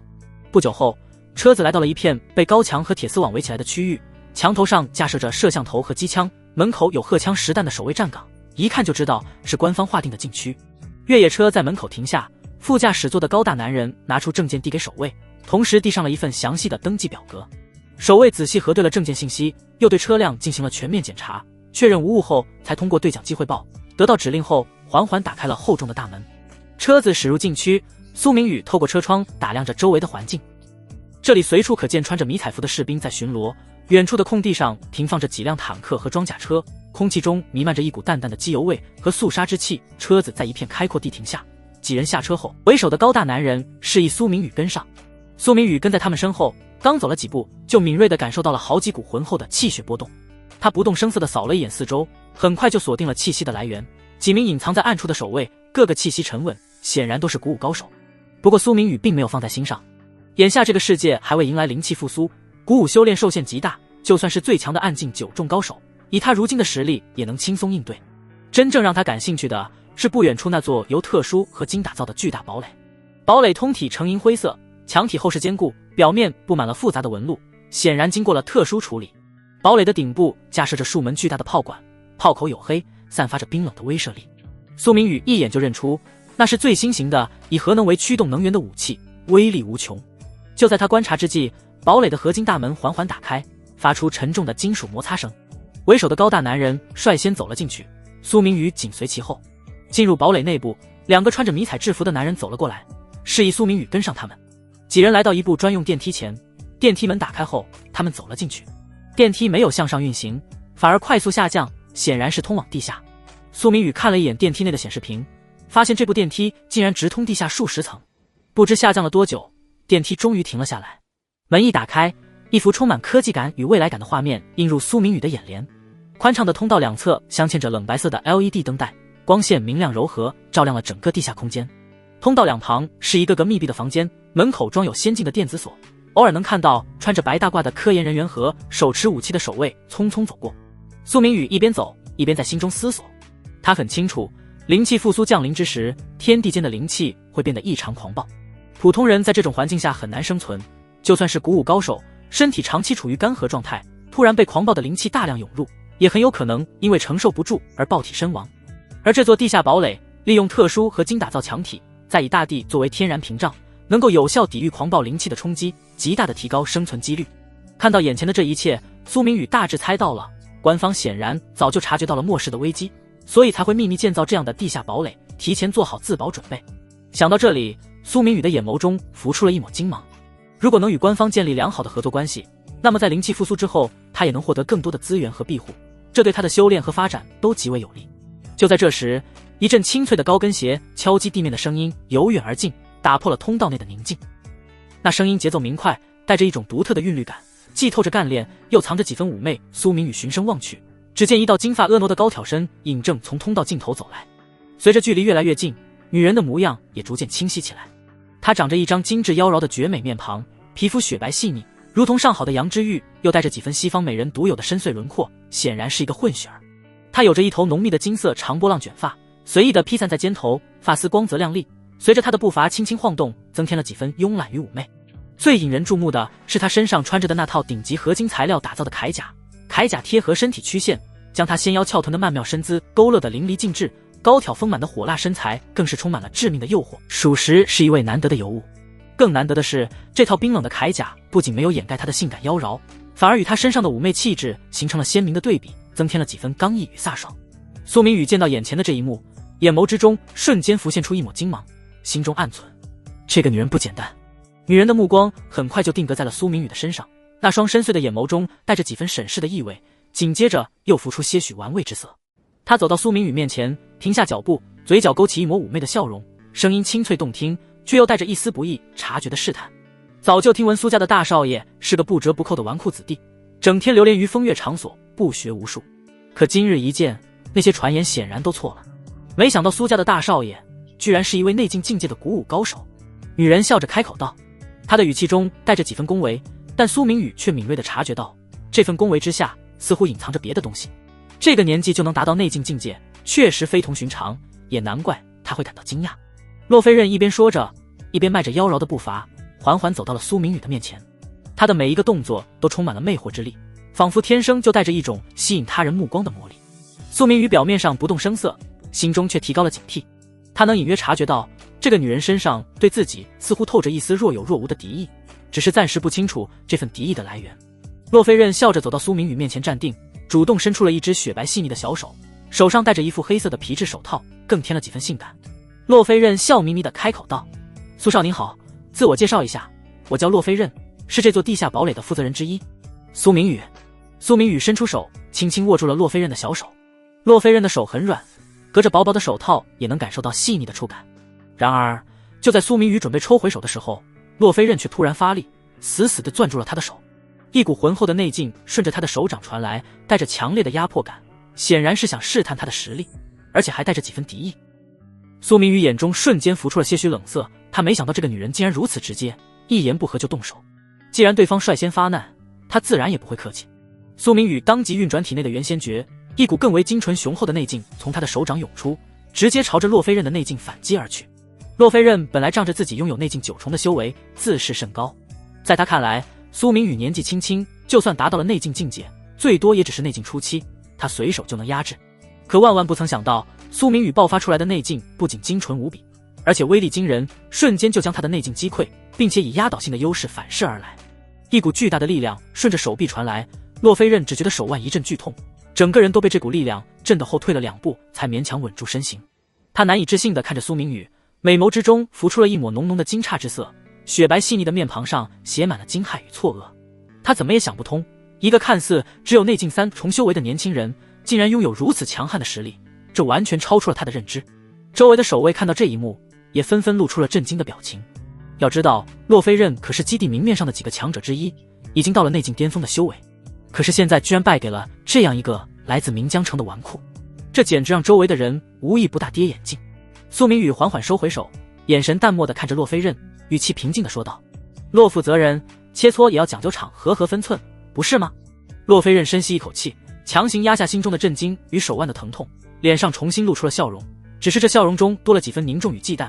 苏少果然深藏不露，是我失礼了。他心中清楚，苏明宇刚才明显手下留情了，否则他此刻恐怕已经受伤。这个苏家大少爷远比他想象中要可怕得多。洛负责人，现在我们是不是该聊聊正事了？苏明宇没有过多纠缠刚才的小插曲，直接切入正题。他能感觉到这座地下堡垒隐藏着很多秘密，而且暗中应该还有更多的高手在窥探。洛飞认定了定神，收起了之前的轻视之心，语气变得郑重起来：苏少，请随我来，具体情况我们到会议室再详细谈。说完，他转身朝着通道深处走去。苏明宇跟在他身后，目光不经意间扫过他穿着铠甲的背影，心中暗忖：这个洛飞刃实力不弱，心机深沉，日后恐怕会是一个难缠的。两人穿过几条通道，来到了一间宽敞的会议室。会议室内部装修简洁大气，中间摆放着一张巨大的椭圆形会议桌，周围整齐地摆放着座椅。墙壁上挂着几块巨大的显示屏，上面显示着各种数据和图表。洛飞刃示意苏明宇坐下，自己则坐在了他对面的位置。他抬手按下了桌面上的一个按钮，会议室的门自动关上，同时启动了隔音设备。苏少，想必你也已经猜到了，我们建造这座地下堡垒是为了应对即将到来的末世危机。洛菲任的表情变得严肃起来。根据我们的调查，不出半年，全球范围内将会迎来灵气复苏，到时候天地异变，各种怪物将会出现，人类的生存将面临巨大的挑战。苏明宇闻言，眉头机不可察地皱起，指尖在会议桌边缘轻轻敲击着，语气带着几分不耐与提醒：洛小姐，我想我们现在该聚焦重点了。这次特意约见，难道不是为了聊聊道门的事情？其他无关话题没必要浪费时间。洛菲任听到这话，先是低笑一声，那笑声里带着毫不掩饰的轻蔑。他抬眸看向苏明宇，道门不过是一群妄图颠覆秩序的虫豸而已，一群连真面目都不敢暴露的鼠辈，根本不值得我们花费太多精力提防。他顿了顿，端起桌上的水杯抿了一口，语气愈发轻描淡写。实不相瞒，官方对他们的一举一动早就了如指掌，之所以暂时按兵不动，不过是时机未到，有些事情不方便直接出手罢了。这番话看似说的隐晦，苏明宇却瞬间捕捉到了其中的深意。他心中了然，恐怕整个道门早就暴露在了官方的监控之下，说不定就连道门那几位身居高位的玉面之中都有官方安插的卧底。这个认知让苏明宇暗自警惕起来。既然对方的目的不是道门，那这场由第5基地负责人亲自出面的会面，背后必然隐藏着更重要的事情，情况恐怕比他最初预想的还要复杂。但苏明宇毕竟不是初出茅庐的毛头小子，谈判的门道他深谙于心，想要在这场博弈中占据上风，拿到最大的利益，就必须牢牢掌握主动权。更何况他在外一直维持着霸道嚣张、桀骜不驯的纨绔人设，这个节骨眼上绝对不能崩。想到这里，苏明宇靠在椅背上，双腿交叠，摆出一副漫不经心的姿态，眼神却锐利如刀，紧紧锁定着洛飞任。洛负责人这话就有意思了，既然道门在你眼里不值一提，那你特意让李泰联系我，兴师动众把我请到这地下堡垒，总不会是单纯想跟我闲聊吧？他故意加重了兴师动众几个字，有什么话不妨直说，我苏明宇向来不喜欢拐弯抹角，要是拿不出足够有分量的筹码，或者只是些无关痛痒的小事，那我可没工夫在这耗着。苏明宇的话既点明了自己的立场，又巧妙地将压力抛给了对方。他很清楚，洛飞任既然如此大费周章地约见他，必然是有求于他，或者需要他的配合。这种时候，谁先沉不住气，谁就会落入下风。洛飞任看着苏明宇这副嚣张跋扈的模样，眼底闪过一丝不易察觉的愠怒，但很快就被他压了下去。他知道苏明宇的性格，也清楚他的实力和背景，想要达成目的，就必须容忍他的态度。洛飞任放下水杯，身体微微前倾，语气变得郑重起来。苏少果然是个爽快人，既然你这么说，那我也就不绕圈子了。这次找你，确实是有一件关乎后续末世生存的大事，需要你我双方联手。苏明宇心中了然，脸上却不动声色。洛负责人既然告诉我这些，想必是有求于我，不是官方有求于苏少，而是强强联合。洛飞任开口纠正道：我们知道苏家在岷江城根基深厚，而且苏少你本身又是一位实力出众的鼓舞高手，灵气复苏之后，我们希望能与苏家展开合作，共同应对危机。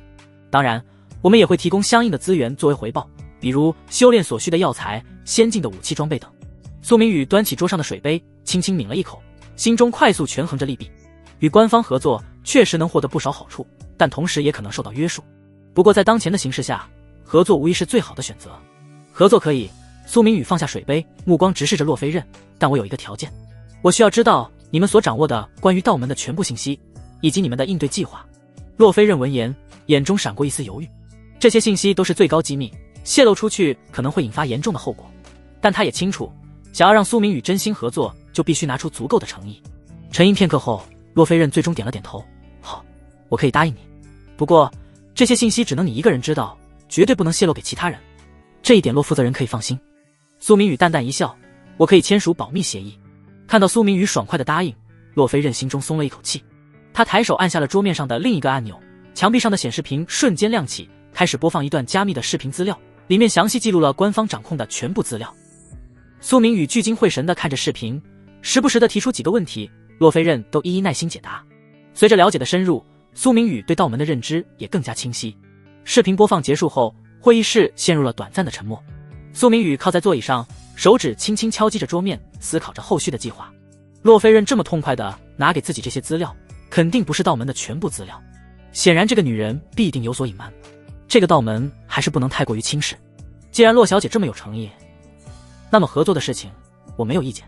苏明宇最终抬起头，目光坚定地说道：我会尽快安排人与你们对接，具体的合作细节我们后续再详细商议。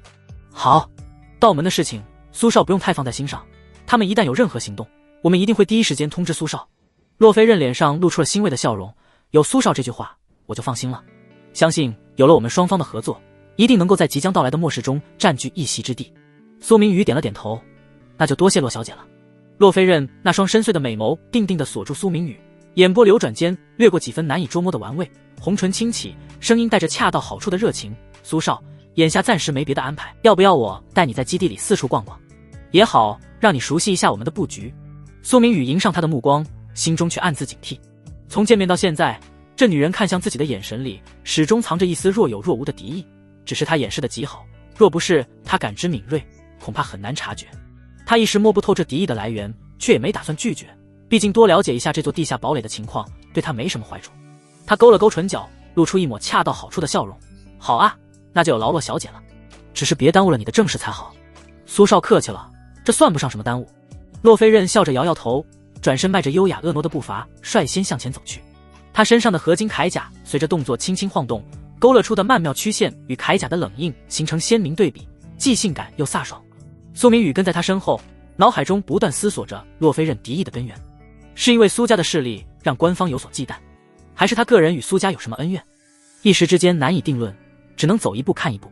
他向来不喜欢被动，与其让潜在的威胁藏在暗处，不如主动入局，把隐患彻底揪出来。两人沿着一条长长的走廊前行，走廊两侧的 LED 灯带散发着冷白的光线，照亮了墙壁上的各种标识。偶尔有穿着制服的工作人员匆匆走过，看到洛飞刃都会恭敬地颔首问好，显然他在基地里的地位不低。走到走廊尽头的电梯前，洛飞刃抬手按下了向下的按钮，电梯门缓缓打开。两人走进去后，他再次按下了一个标注着地下30层的按键。电梯平稳地向下运行，透过透明的轿厢壁，可以看到外面飞速掠过的楼层标识。不知过了多久，电梯门叮的一声打开，一股浓郁的气血波动扑面而来。苏明宇抬眼望去，眼前是一处极为宽大的演武场，地面和四周的墙壁全部由通体银灰色的顶级合金打造而成，表面布满了细密的纹路，散发着冰冷的金属光泽。他心中暗自估算，这种特殊合金的硬度远超普通钢材，别说常规武器，恐怕就算是一枚氢弹在这里爆炸，也未必能对其造成丝毫损伤。官方为了建造这座地下堡垒，显然投入了巨大的资源。演武场的中央正上演着一场激烈的对决。一个体型高大健硕的男子穿着一身黑色作训服，身形挺拔，肌肉线条流畅而充满爆发力。他的对面站着5个同样身着作训服的男人，个个气息沉稳，显然都是内境巅峰的古武高手。战斗一触即发，那名高大男子如同蓄势待发的猎豹，动作迅猛而精准。只见他身形一晃，便如同鬼魅般冲入5人之中，拳脚相加间，只听到几声沉闷的撞击声，短短顷刻之间，5个内境巅峰的高手就被他一一打飞出去，重重地摔在合金地面上，发出巨大的声响。其中一个被打飞的高手身体在空中划出一道抛物线，好巧不巧地朝着苏明宇和洛飞刃的方向狠狠砸了过来。周围的工作人员见状都下意识地惊呼出声，想要上前救援，却已来不及。苏明宇却神色淡然，只是随意地伸出右手，精准地抓住了那个高手的腰带。他手腕轻轻一翻，巧妙地卸去了对方身上的巨大冲击力，然后稳稳地将人放在了地上。被救下的高手缓了口气，对着苏明宇感激地点了点头，随后捂着胸口踉跄地退到了一边。苏明宇的目光则落在了不远处那个身形高大的作训服男子身上，看清对方的面容后，他的眼中瞬间浮出几分冷色。此人他再熟悉不过，苏家3房的长孙苏明豪，没想到会在这里遇到他，更没想到他竟然和官方基地有所勾结。苏明宇心中冷笑，看来苏家内部的争斗远比他想象的还要复杂。一旁的洛飞刃看到苏明豪时，眼中的冷意瞬间褪去，取而代之的是一丝不易察觉的温柔，那眼神中的缱绻与依赖，傻子都能看出来两人关系不一般。苏明宇心中了然，看来洛飞刃对自己的敌意多半和苏明豪脱不了干系。苏明豪也注意到了这边的动静，他半眯着眼睛，目光如同鹰隼般锐利，冷冷地扫过苏明宇，语气中带着几分居高临下的嘲讽。苏明宇，听说你前段时间在家族里惹得爷爷很不高兴，看来你这纨绔的性子还是一点都没改。苏明宇闻言，彻底明白了洛飞刃的敌意来源，以及他特意带自己来这里的目的，无非就是想让苏明豪在自己面前炫耀实力，给自己一个下马威。他嗤笑一声，毫不客气的反击：怎么，一个鸠占鹊巢的家奴而已，也配来评价我？我所作所为轮不到你指手画脚，更不觉得自己有什么错误。你……苏明豪被噎的脸色瞬间变得难看至极。苏明宇的话如同一把锋利的尖刀，精准地戳中了他的痛处。谎言从来都伤不了人，只有真相才伤人最深。苏明豪心里清楚，苏明宇说的半分不错。他虽然是苏家三房的长孙，但血脉上终究与苏家嫡系有着差距。这些年在家族里一直小心翼翼的经营，就是为了有朝一日能够掌控苏家的大权。他强压下心中的怒火，眼神冰冷地盯着苏明宇，振振有词地说道：苏家的家主之位本该能者居之，苏家的产业遍布全国，底蕴丰厚，这固然是无上的荣耀和好处，但同时也代表着巨大的责任，关乎着无数人的生计和社会的稳定。所以掌控苏家不能单凭血脉来论，而是要看谁有足够的能力担此重任。苏明宇闻言像是听到了天大的笑话一般，脸上露出毫不掩饰的鄙夷之色，能者居之，照你这逻辑，那你的老婆是不是也能让有能者？嘿嘿嘿，苏明豪，你少在这里冠冕堂皇的给自己找借口，你的那点小心思谁不清楚？这话一出，周围的空气瞬间凝固，所有人都没想到苏明宇会如此直接，一时间都屏住了呼吸，看向洛飞刃的目光充满了同情和好奇。洛飞刃的脸色瞬间沉了下来，美眸之中浮出一抹冰冷的杀意，死死地盯着苏明宇，仿佛要将他生吞活剥。苏明宇的话不仅羞辱了苏明豪，更是在当众羞辱他。苏明豪眼中闪过一抹不屑，强装镇定地说道：看样子你也只是个只会逞口舌之快的废物，是我高估了你。你真以为凭你那点本事就能坐稳苏家嫡系的位置？你觉得苏家真的能够挡得住官方的意志吗？他刻意加重了官方2个字，显然是在暗示自己背后有官方撑腰，底气十足。苏明宇微眯着眼睛，心中已然明了，今天这场所谓的参观根本就是一场鸿门宴。他冷笑一声，看来我今天是踏入你们精心布置的陷阱里了。陷阱谈不上，只是让你认清现实而已。苏明豪向前踏出一步，看似轻描淡写的一个动作，却让脚下的合金擂台发出嗡嗡的声响，周围的空气都仿佛被这股力量震动的扭曲起来。苏明宇瞳孔微缩，心中暗自估算，苏明豪这一步所展现出的力量显然已经踏足暗境境界，而且至少达到了暗境7重的水准。没想到他的进步竟然如此之快，看来这些年他确实没少下功夫，背后恐怕也得到了不少资源支持。我只是让你看一下我们2个人之间的差距。苏明豪冷声道，语气中充满了自信与傲慢，用不了多长时间我就会回到苏家，到时候苏家家主的位置谁来做，自然由族老们共同决定，而你注定只是个失败者。苏明宇脸上露出深深的不屑，语气冰冷的嘲讽道：你还是不用回去了，苏家不欢迎你这种心怀不轨的垃圾，省得脏了苏家的门楣。你在找死！苏明豪的耐心彻底被耗尽，眸中浮出浓浓的冷寒之色，周身的气血翻涌，一股强悍的气势朝着苏明宇压迫而去。苏明宇却丝毫不惧，双手抱胸站在原地，嘴角勾起一抹玩味的笑容。我可是被你们官方基地邀请来的贵客，如果我在这里伤了一根头发，到时候事情传出去，恐怕你们都吃不了兜着走。别忘了，苏家我奶奶才是嫡系，就连那个老头子当年也是入赘苏家，改了苏家的姓氏。苏明豪闻言脸色变得愈发难看，他当然知道苏家那位老太太的厉害，那是一个手段狠辣、心思缜密的女人，在苏家有着绝对的权威。前些年之所以对她和三房的小动作睁一只眼闭一只眼，不过是因为苏明宇太过纨绔，苏明宇的父亲苏正则又难当大用，他找不到合适的继承人而已。如今苏明宇在鼓舞方面展露了非同寻常的天赋，显然已经成为了老太太心中最理想的继承人选。如果这个时候苏明宇出了什么事，老太太绝对不会善罢甘休，到时候别说他想争夺家主之位，恐怕就连三房都要在苏家彻底立足不稳。想到这里，苏明豪半眯着眼睛，眸中闪过几分阴狠的算计。现在已经彻底撕破脸了，今天最好的办法就是趁机废掉苏明宇，永绝后患。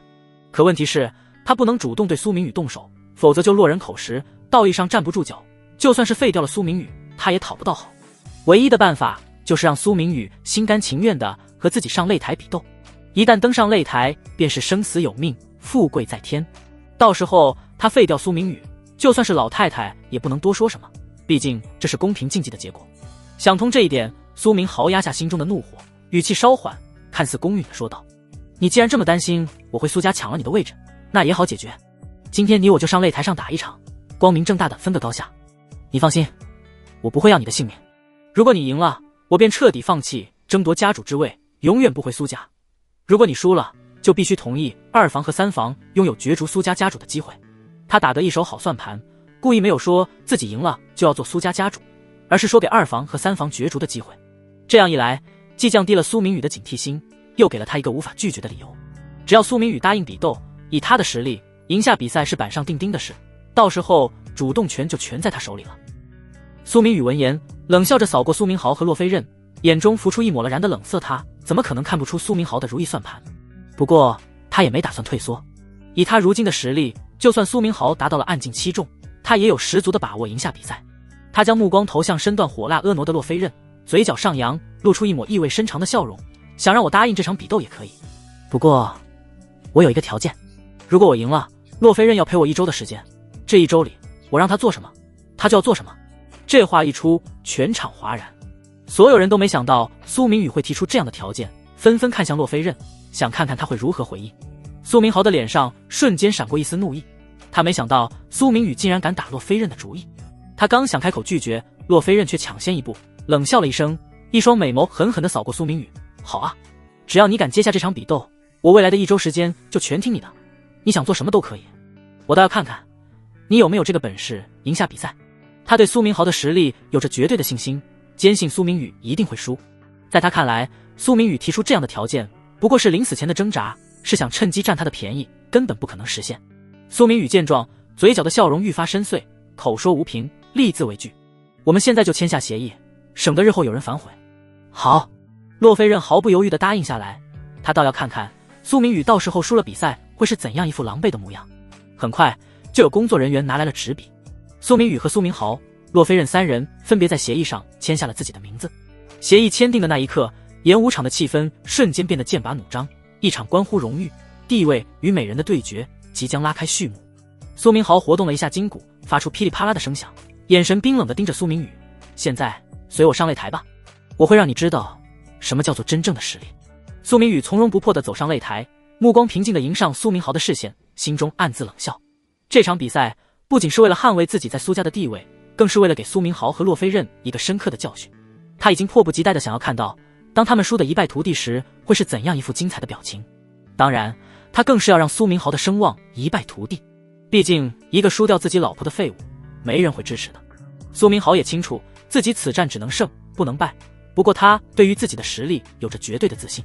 演武场周围的工作人员和守卫们都纷纷围了过来，想要见证这场巅峰对决。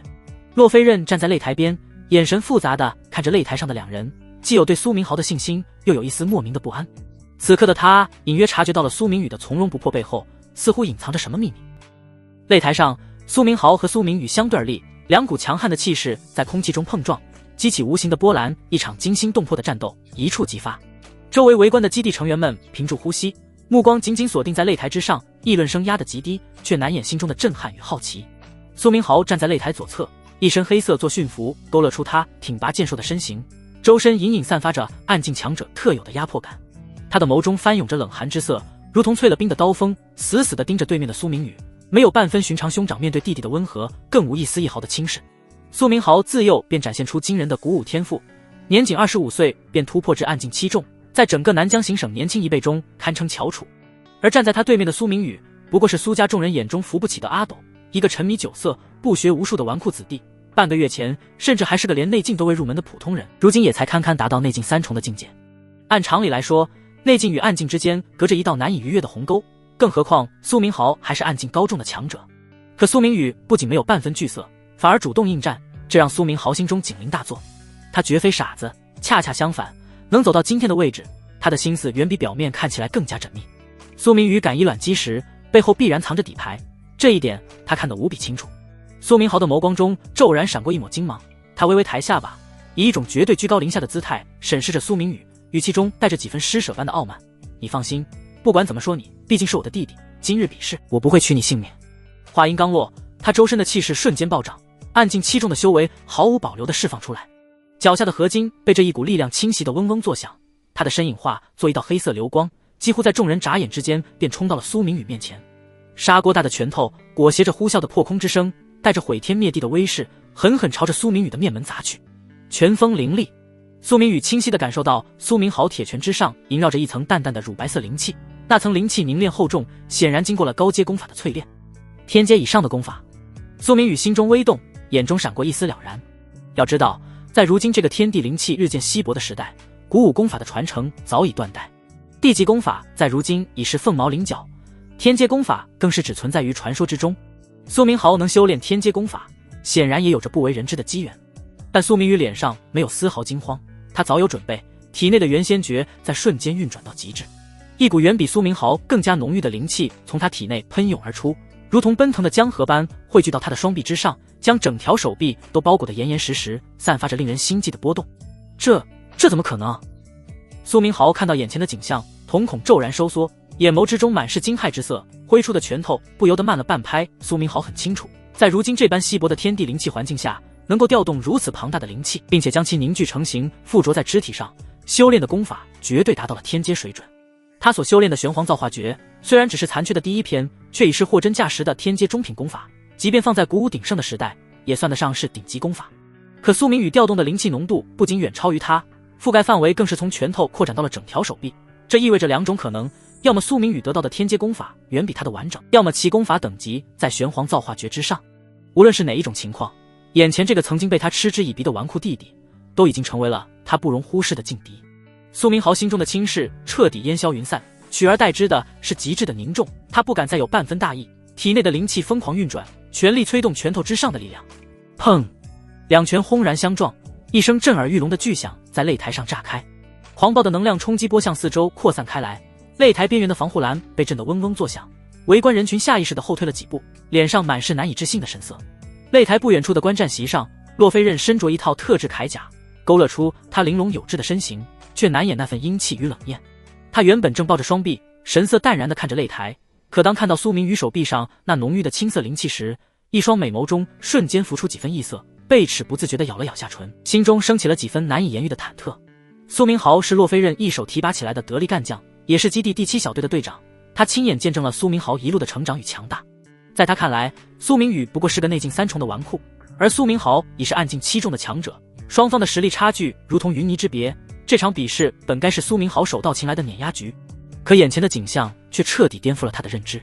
苏明宇整条手臂都被凝练的灵气包裹，而苏明豪仅只有拳头部分附着了一层灵气，双方功法的高下立判。尽管洛飞刃心中不愿承认，但也不得不面对这个现实。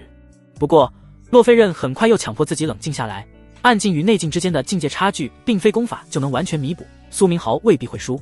该死的，不都说这个苏家大少爷只是个贪财好色的纨绔吗？怎么现在爆发的力量会这么恐怖？洛飞刃在心中暗自腹诽，一双美眸死死地盯着擂台上的苏明宇，手指不自觉地攥紧了粉拳，指节因为用力而泛白。他实在无法理解，一个半个月前还对古武一窍不通的纨绔，为何会在短时间内发生如此翻天覆地的变化？擂台上拳劲碰撞产生的气浪渐渐消散，苏明豪只觉得一股磅礴的力量顺着拳头传来，手臂一阵发麻，身体不由自主地向后退了3步，才稳住身形。他震惊地看着自己微微颤抖的右手，心中掀起了惊涛骇浪。他能清晰地感觉到苏明宇的灵气不仅浓郁，而且品质极高，带着一种源自上古的苍莽气息，远超他的玄黄造化诀所孕育的灵气。反观苏明宇，他稳稳地站在原地，脸上甚至还带着一丝轻松的笑意。他并没有动用天阶武技，并非是不会，而是觉得眼前的苏明豪是个绝佳的陪练。苏明宇的修为竟太过迅猛，从一个对古武一无所知的普通人到突破至内劲3重，他只用了不到2周的时间。这种堪称恐怖的天赋和暴增的力量，让他对自身力量的掌控度还存在很大的欠缺。在岷江城根本找不到像苏明豪这样的古武高手来当他的陪练，如今好不容易有了这个机会，他自然要好好把握，借助这场比试来熟悉自身的力量，提升战斗技巧。再来！苏明宇低喝一声，主动发起了进攻。他的身影如同矫健的猎豹，快速冲向苏明豪，青色的灵气在他的手臂上流转，每一拳挥出都带着沉闷的破空之声，角度刁钻而凌厉。苏明豪不敢有丝毫懈怠，急忙运转灵气格挡。一时间，擂台上拳影交错，碰撞声此起彼伏。一开始，苏明豪凭借着丰富的战斗经验和暗劲境界的底蕴，还能勉强招架住苏明宇的攻势。可随着时间的推移，他渐渐感到力不从心。苏明宇的拳头如同狂风暴雨般袭来，每一次碰撞都带着摧枯拉朽的力量。苏明豪拳头之上附着的灵气开始出现一道道细微的裂隙，灵气波动也变得越来越不稳定。他只觉得自己的手臂像是被一柄重锤反复猛击，骨头都快要裂开了，剧烈的疼痛顺着手臂蔓延至全身，让他额头渗出了细密的冷汗。噗！又是一次猛烈的碰撞，苏明豪再也支撑不住，一口鲜血从嘴角喷出，身体如同断了线的风筝般向后倒飞出去，重重地摔在擂台上，激起一片尘土。苏明豪挣扎着想要爬起来，却发现手臂已经失去了知觉，上面布满了一道道深可见骨的血痕，鲜血顺着伤口不断流出，将他的作训腐染成了暗红色。苏明豪趴在地上，心中充满了屈辱与不甘。他从未想过自己竟然会被一个比自己低了一个大境界还多的人碾压到如此狼狈的地步。这个曾经被他视为废物的弟弟，如今却像一座无法逾越的大山，将他死死地踩在脚下。擂台周围，那些观战的基地成员们见到眼前发生的一幕，不由得面面相觑，脸上满是震惊与茫然。之前压抑的议论声也渐渐大了起来。我的天，7队长居然会被一个纨绔压着打，这不是在做梦吧？一个年轻的基地成员用力揉了揉眼睛，仿佛不敢相信自己所看到的景象。在他的印象中，苏明豪一直是基地年轻一辈的领军人物，实力强大且极具威严，从未如此狼狈过。这个苏明宇到底是什么实力？也太可怕了吧！灵气能够包裹整条手臂，很明显，他修炼的至少是天阶功法。另一位年长些的成员倒吸一口凉气，眼神中充满了敬畏。他深知天阶功法的珍贵，整个岷江城也未必能找出第二本。苏家的底蕴实在是深不可测。岷江城苏家不愧是传说中的人皇后裔，都到了这个时代，居然还能拿得出天阶功法，这底蕴也太恐怖了。有人发出了由衷的感慨，看向苏明宇的目光中多了几分敬畏。那些传承悠久的古老世家，果然藏着不为人知的秘密。看样子，那些古老的世家的确是不容小觑。队长如今被苏明宇压着打，恐怕这次真的要输了。一个戴着眼镜的成员推了推眼镜，语气中带着几分惋惜。他的话得到了不少人的认同。众人看着擂台上血肉模糊的苏明豪，脸上都露出了复杂的神色。都闭嘴！就在这时，一道冰冷的女声响起，打断了众人的议论。洛非任从官战席上站起身，美眸中浮出一抹冷色，凌厉的目光扫过围观的人群。队长的实力非凡，不过是一时大意才落入下风，绝对不可能败给这样一个纨绔。洛非任的语气坚定，带着不容置疑的威严。作为苏明豪的女朋友，她自然不能容忍别人质疑自己的男朋友。听到洛非任的训斥，现场的基地成员们面面相觑，纷纷闭上了嘴，不敢再多说一句话。毕竟洛非任的实力和地位在基地里都不低，没人愿意轻易得罪他。可洛非任自己心里却没有表面上那么镇定，他不由自主地攥紧了粉拳，指节泛白，一双美眸忧心忡忡地望向擂台上的苏明豪，心中充满了焦虑。他很清楚，苏明豪并非大意，而是真的被苏明宇彻底压制了。擂台上，苏明宇并没有乘胜追击，而是站在原地活动了一下手腕，感受着体内灵气的流转，脸上露出了满意的笑容。经过刚才的一番对轰，他对自身力量的掌控又熟练了不少。苏明豪身上的作训服被钢劲撕裂，开了一道又一道的口子，露出了下面血肉模糊的肌肤，鲜血在擂台上蔓延开来，触目惊心。他望着苏明宇的方向，充满了复杂的情绪。看到眼前的一幕，洛非任的贝齿紧紧地咬着薄唇，几乎要将唇瓣咬出血来。他的美眸之中再也掩饰不住那份深深的担忧，心中不由得开始盘算着，若是苏明豪真的败了，他该如何应对接下来的局面。苏家内部的权力斗争本就激烈，苏明豪一旦失利，他们这一派的处境恐怕会变得无比艰难。基地顶层的豪华会议室里，空气沉静的近乎凝滞，整面墙的巨幅电子屏正实时播放着演武场擂台的画面。会议室角落的真皮座椅上，江寻月慵懒地斜倚着，一头银色及腰长发如月光倾泻，随意披散在肩头，衬得他那张清冷绝美的脸庞愈发夺目。他身着一套量身定制的银灰色特制铠甲，冰冷的金属材质与他肌肤的细腻形成强烈反差，恰到好处地勾勒出他纤腰翘臀的火辣曲线，既有御姐的飒爽气场，又藏着令人心动的性感。他优雅地翘着二郎腿，铠甲覆盖的小腿线条依旧流畅紧致，指尖无意识地轻点着扶手，目光落在屏幕上，神情淡漠的，仿佛只是在看一场与己无关的闹剧。对面的实木会议桌后，坐着一位身着黑色中山装的中年男人江德元。他看着屏幕上意气风发的苏明宇，又转头望向自家侄女，语气中带着几分赞叹。寻月，看来这位苏家大少爷还真不是等闲之辈，内劲3重就能碾压暗劲7重的苏明豪，这般战力着实非凡，恐怕就算是你动用武技，也未必能稳胜他吧。江寻月的美眸中终于浮出些许异色，像是平静湖面被投入一颗石子，随即他红唇微勾，发出一阵清冷的冷笑，声音带着独特的磁性，却透着不容置疑的笃定。如今这个时代，哪还有完整的天阶功法流传？他现在靠着残缺的天阶功法崭露头角，无非只是灵气复苏之前的取巧罢了。他顿了顿，指尖停止了敲击，眼神变得愈发锐利。纵使在灵气复苏之前，天阶功法威能无双，可一旦灵气浓度大幅提升，残缺的天阶功法弊端就会彻底暴露。除非能找到方法补全功法，否则这些依赖残缺天阶功法的人根本没什么长远前途。更关键的是，江寻月的语气添了几分冷意，一旦修炼了天阶功法，身体经脉和灵力属性就会被其同化。若是之后想转修天阶以下的功法，除非能得到传说中能洗精伐髓的天才地宝，彻底重塑身躯，否则经脉就会产生排异反应，修炼之路也就彻底断了。江德元闻言，嘴角勾起几分玩味的笑意。他太了解自己这个侄女了，作为江家嫡长女，她自小天赋异禀，年纪轻轻便已是通玄境强者，向来自视甚高，性格又清冷淡漠，平日里除了修炼和家族事务，极少与人多言争辩。可今天他却一反常态地说了这么多，显然苏明宇展现出的恐怖战力和修炼天赋，还是让他不由自主地动了心，才会如此细致地分析对方的优劣。他笑了笑，语气带着几分试探，既然你对他评价这么高，有没有兴趣亲自和他交个手，也好让我们看看这位苏家大少爷的真实实力到底如何。江寻月闻言，精致的眉头微蹙，陷入了短暂的沉吟。他脑海中快速回放着屏幕上苏明宇战斗的画面，分析着对方的招式特点和灵力运转方式，片刻后缓缓摇了摇头，还是算了，以他目前凭借残缺天阶功法展现出的爆发力，我在筑基完成之前恐怕很难稳赢他。他的坦诚让江德元有些意外，却也更觉欣慰。江寻月接着说道，现在最关键的是看他的功法能不能支撑他顺利筑基。天阶功法对筑基的要求远比普通功法苛刻，若是无法突破这一关，那他此生便只能止步于暗境巅峰。等到日后灵气全面复苏，各大势力崛起，真正的称雄争霸之战开启，自然也就没他什么位置了。江德元一脸无奈地看着自家侄女，无奈中却带着几分赞赏。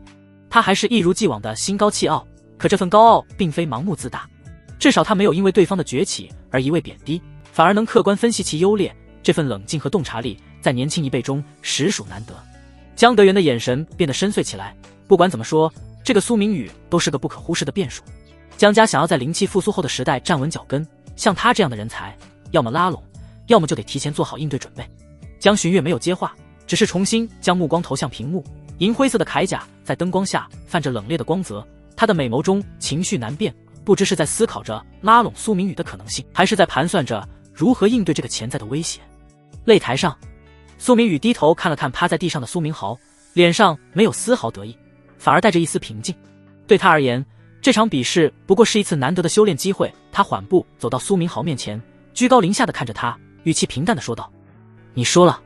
简单的3个字如同重锤般砸在苏明豪的心上。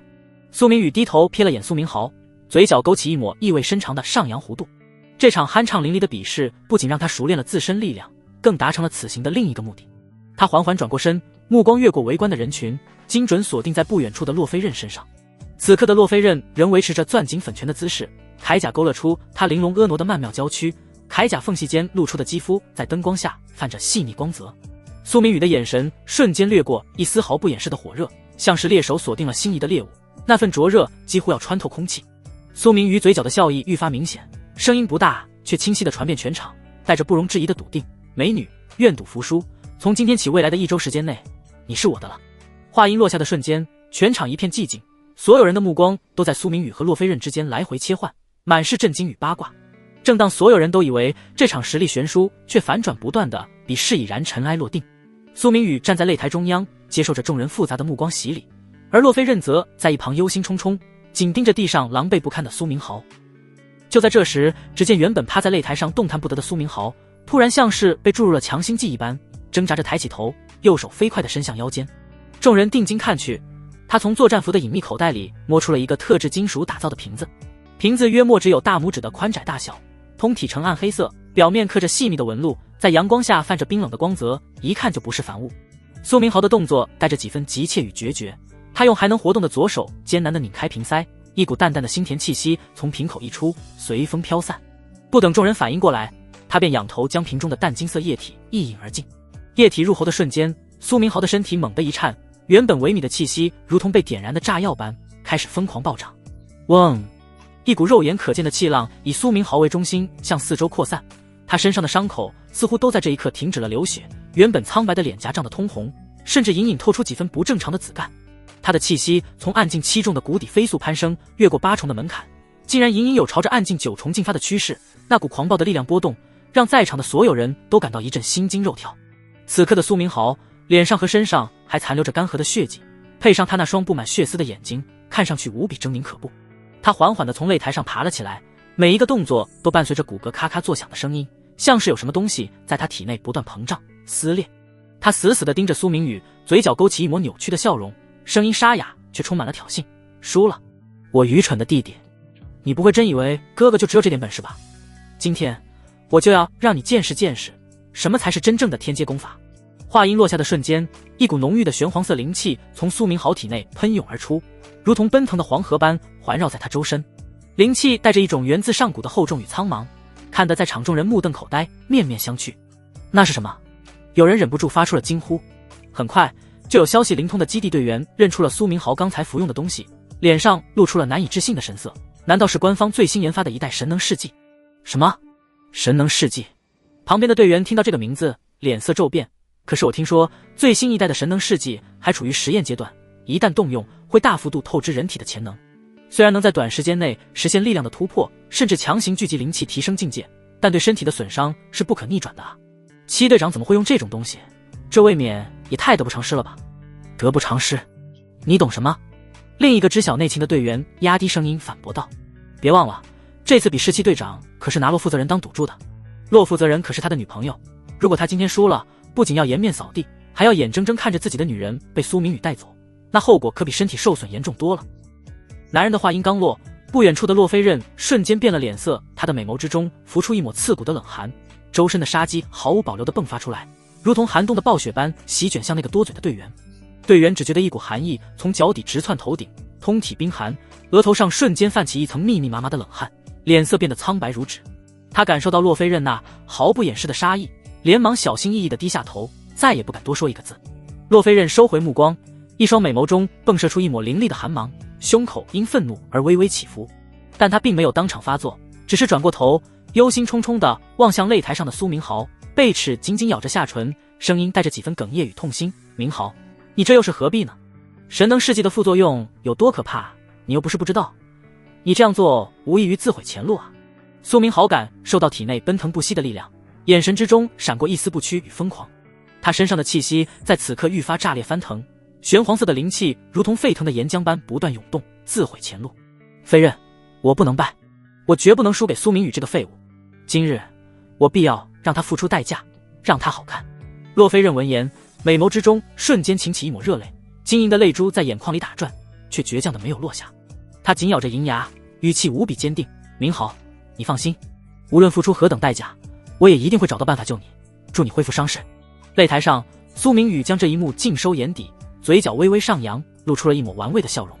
他的目光扫过不远处身着黑色铠甲的洛飞刃，落在他玲珑丰满的婀娜娇躯上，眸中闪过几分毫不掩饰的贪婪，语气带着几分调侃：啧，还真是郎情妾意，一往情深啊，看样子这个废物倒是深得你心。既然如此，今日我更不能放过他喽。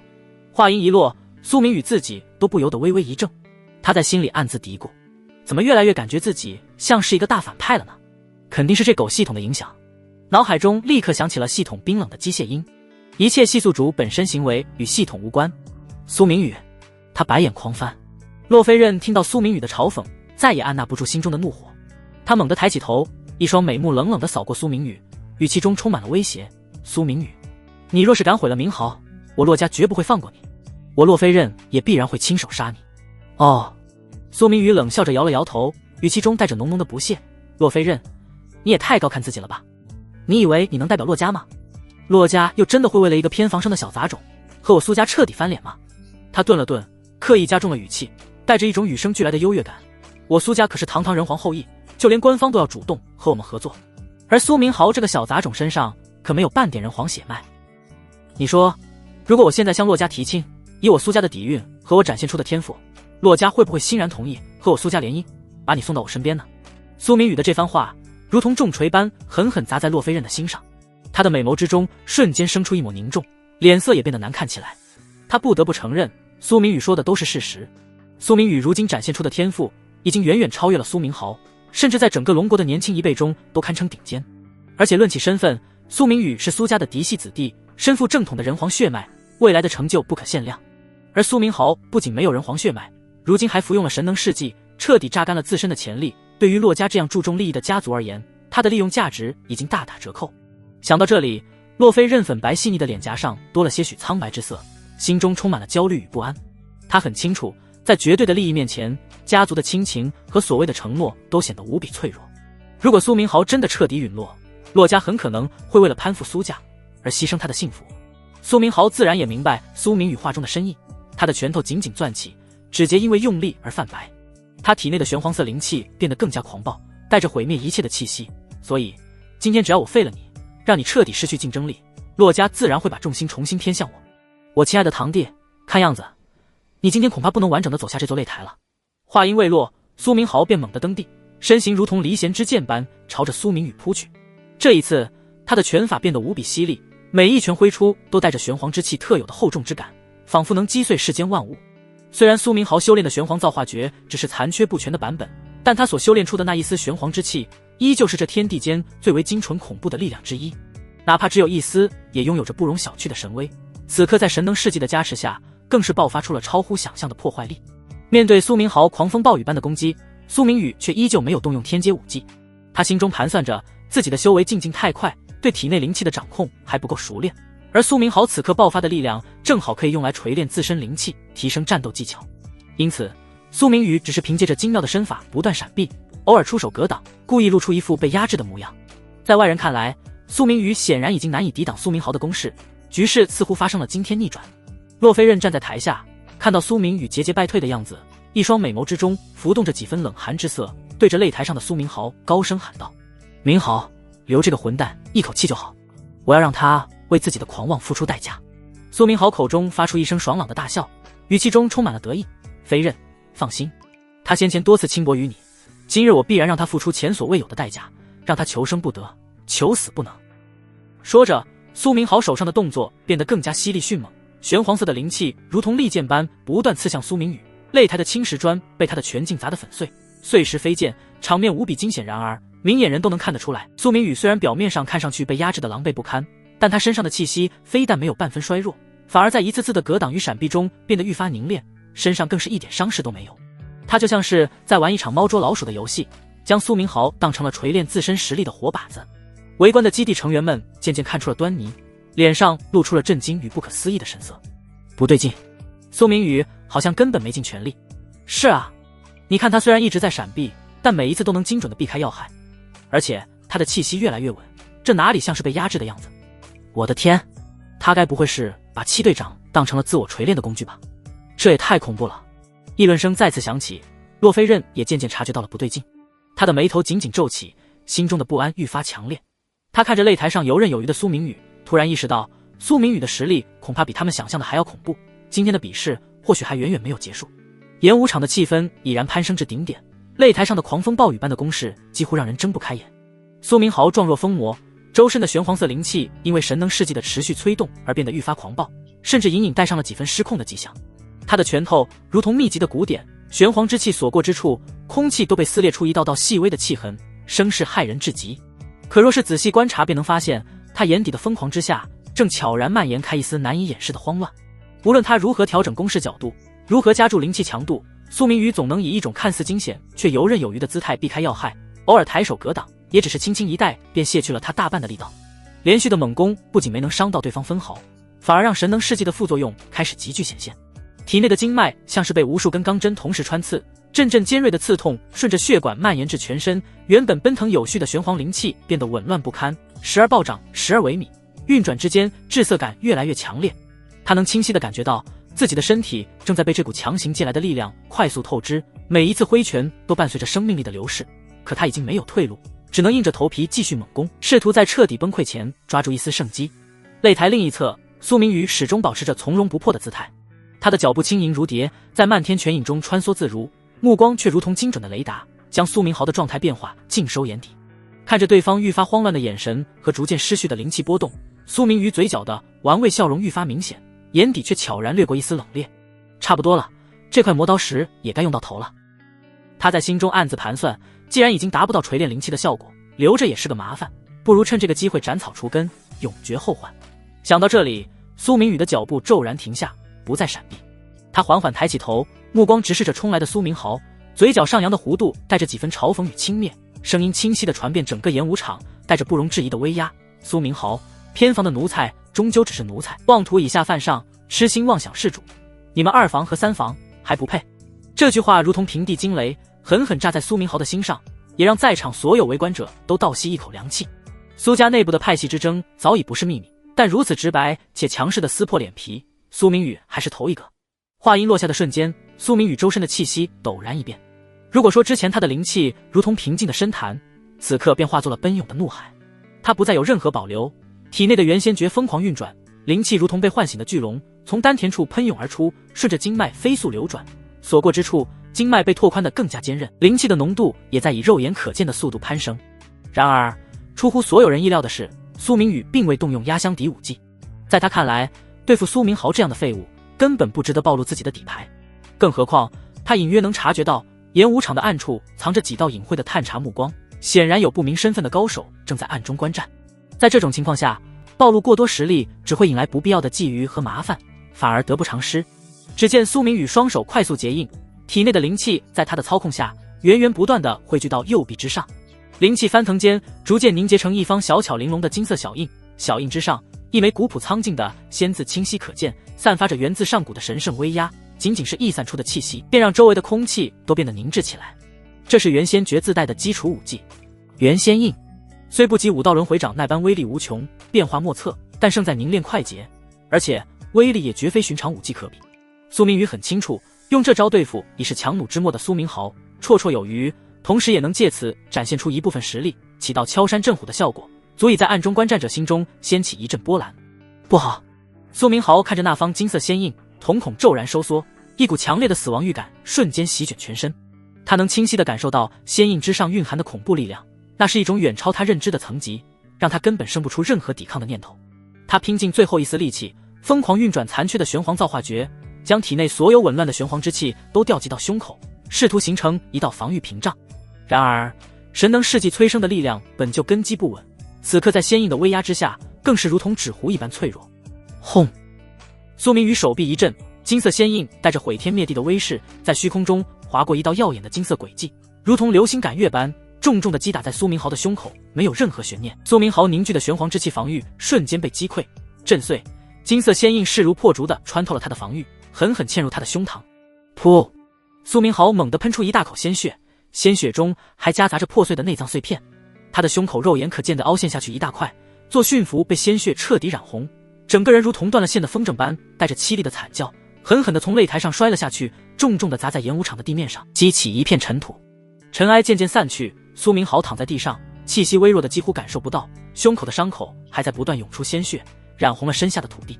他艰难地睁着眼睛看向擂台上那道挺拔的身影，眼中充满了不甘、恐惧与绝望，最终无力地闭上了双眼，彻底失去了意识。演武场瞬间陷入一片死寂，所有人都被这惊天动地的一击惊呆了，目光死死地锁定在擂台上的苏明宇身上，脸上写满了敬畏与震撼。那是什么武技？太恐怖了！一个年轻的基地成员颤声说道，声音里带着难以掩饰的恐惧。仅仅是功法自带的基础武技就有如此威力，苏明宇修炼的到底是什么级别的功法？恐怕已经远超天阶了吧？一位年长的武者喃喃自语，眼中充满了难以置信。苏明豪这次是彻底完了，就算能活下来，修为也必然尽废，苏家二房恐怕没机会了。有人小声议论着，看向苏明宇的目光中多了几分忌惮。不远处，洛飞刃看到苏明豪重伤倒地的模样，脸色瞬间变得惨白如纸，双腿一软，险些摔倒。他想要冲上擂台，与苏明宇一决生死。负责人，不可！下属压低声音劝道。苏明宇现在正是气势正盛的时候，您现在过去，怕不是螳臂挡车。洛飞刃死死地咬着下唇，看着擂台上意气风发的苏明宇，美眸中充满了恨意与无力。他很清楚下属说的是事实，以苏明宇此刻展现出的实力，想要杀他易如反掌。他只能眼睁睁地看着苏明豪躺在地上生死不知，心中充满了绝望。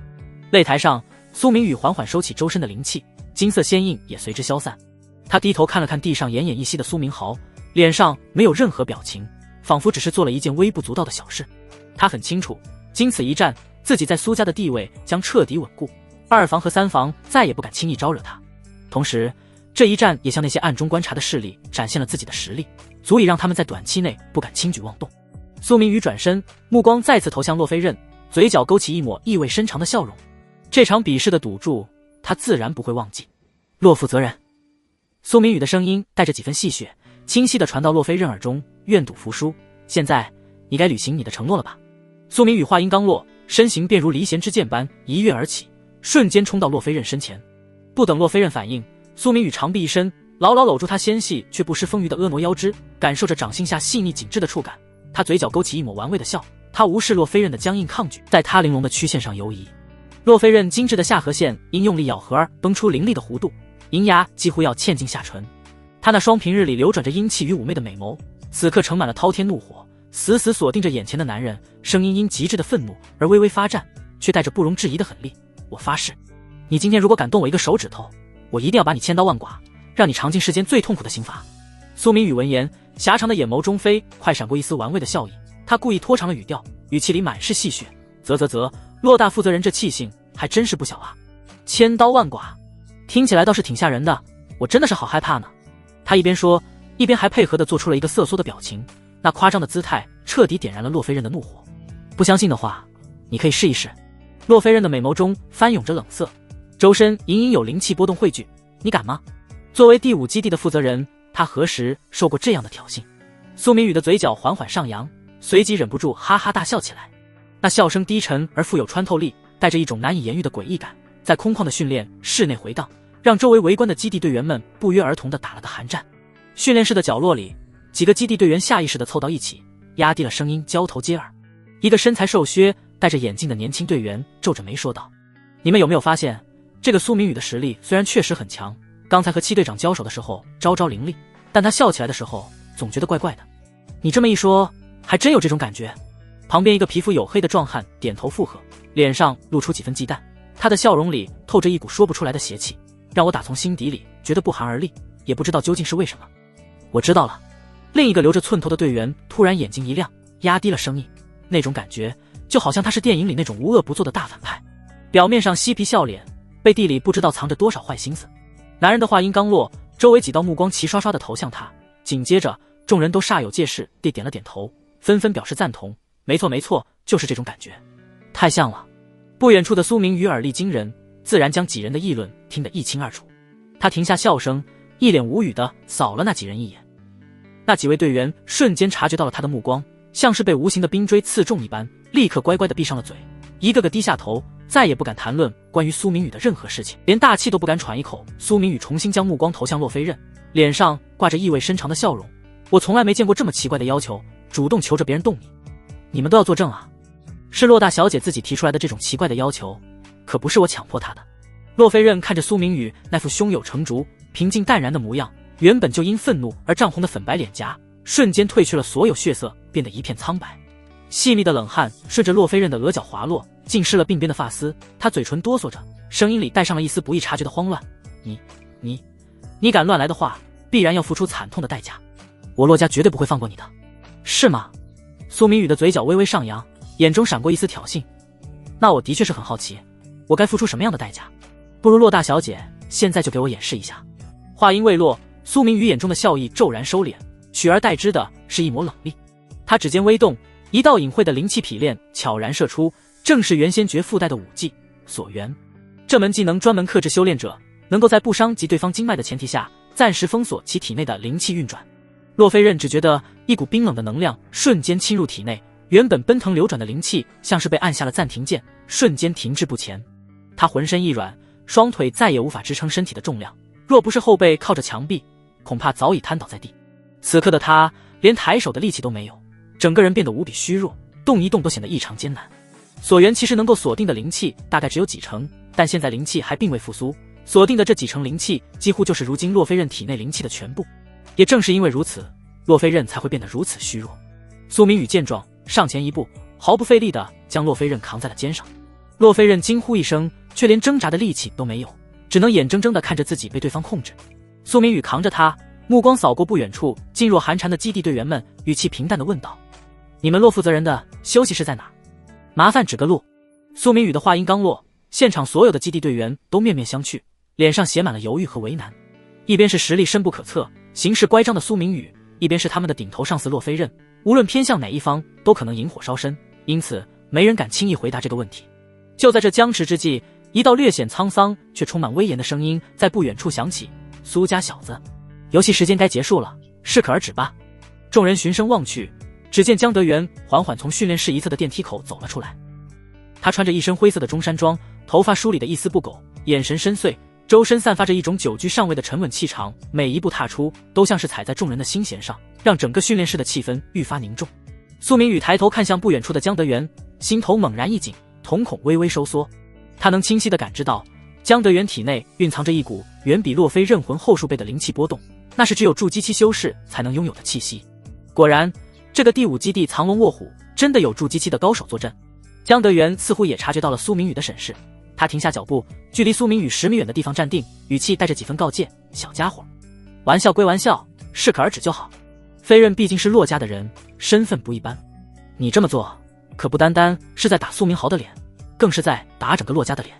到时候洛家追究起来，就算你们苏家势力庞大，恐怕也会头疼不已。”苏明宇半眯着眼，冷冷地扫过江德元，脸上却突然露出了一抹笑眯眯的表情。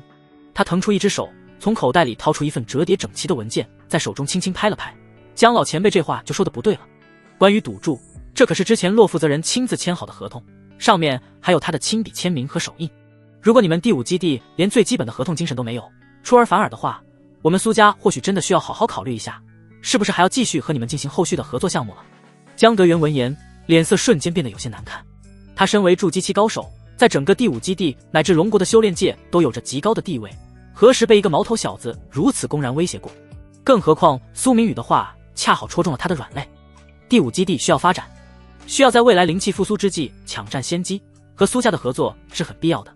一想到这，江德元就不由得愤恨地看了眼不远处被打成死狗的苏明豪。这个废物今天若是能赢也就罢了，可他居然败了，败给了比自己少一个大境界的人。在场的基地队员们看到苏明宇居然敢直接和江德元叫板，一个个都惊得目瞪口呆，面面相觑。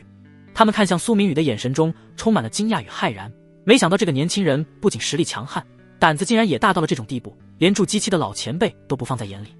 与此同时，第5基地的会议室内部，江寻月正双手抱胸，靠在会议桌旁，通过监控画面实时观看着训练室内的情况。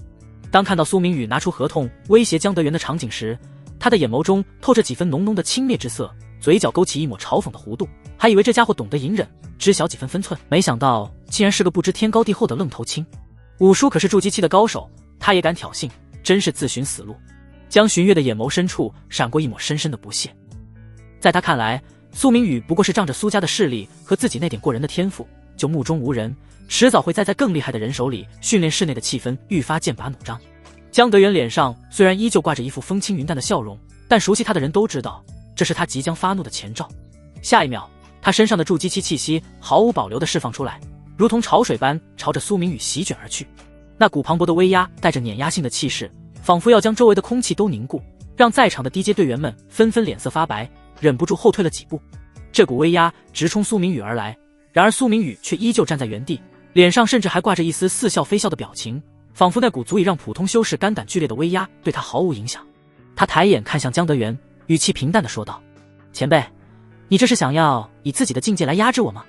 可惜这点威压还吓不到我。”江德元看着苏明宇居然真的不受丝毫影响，眼眸之中顿时浮出了几分异色。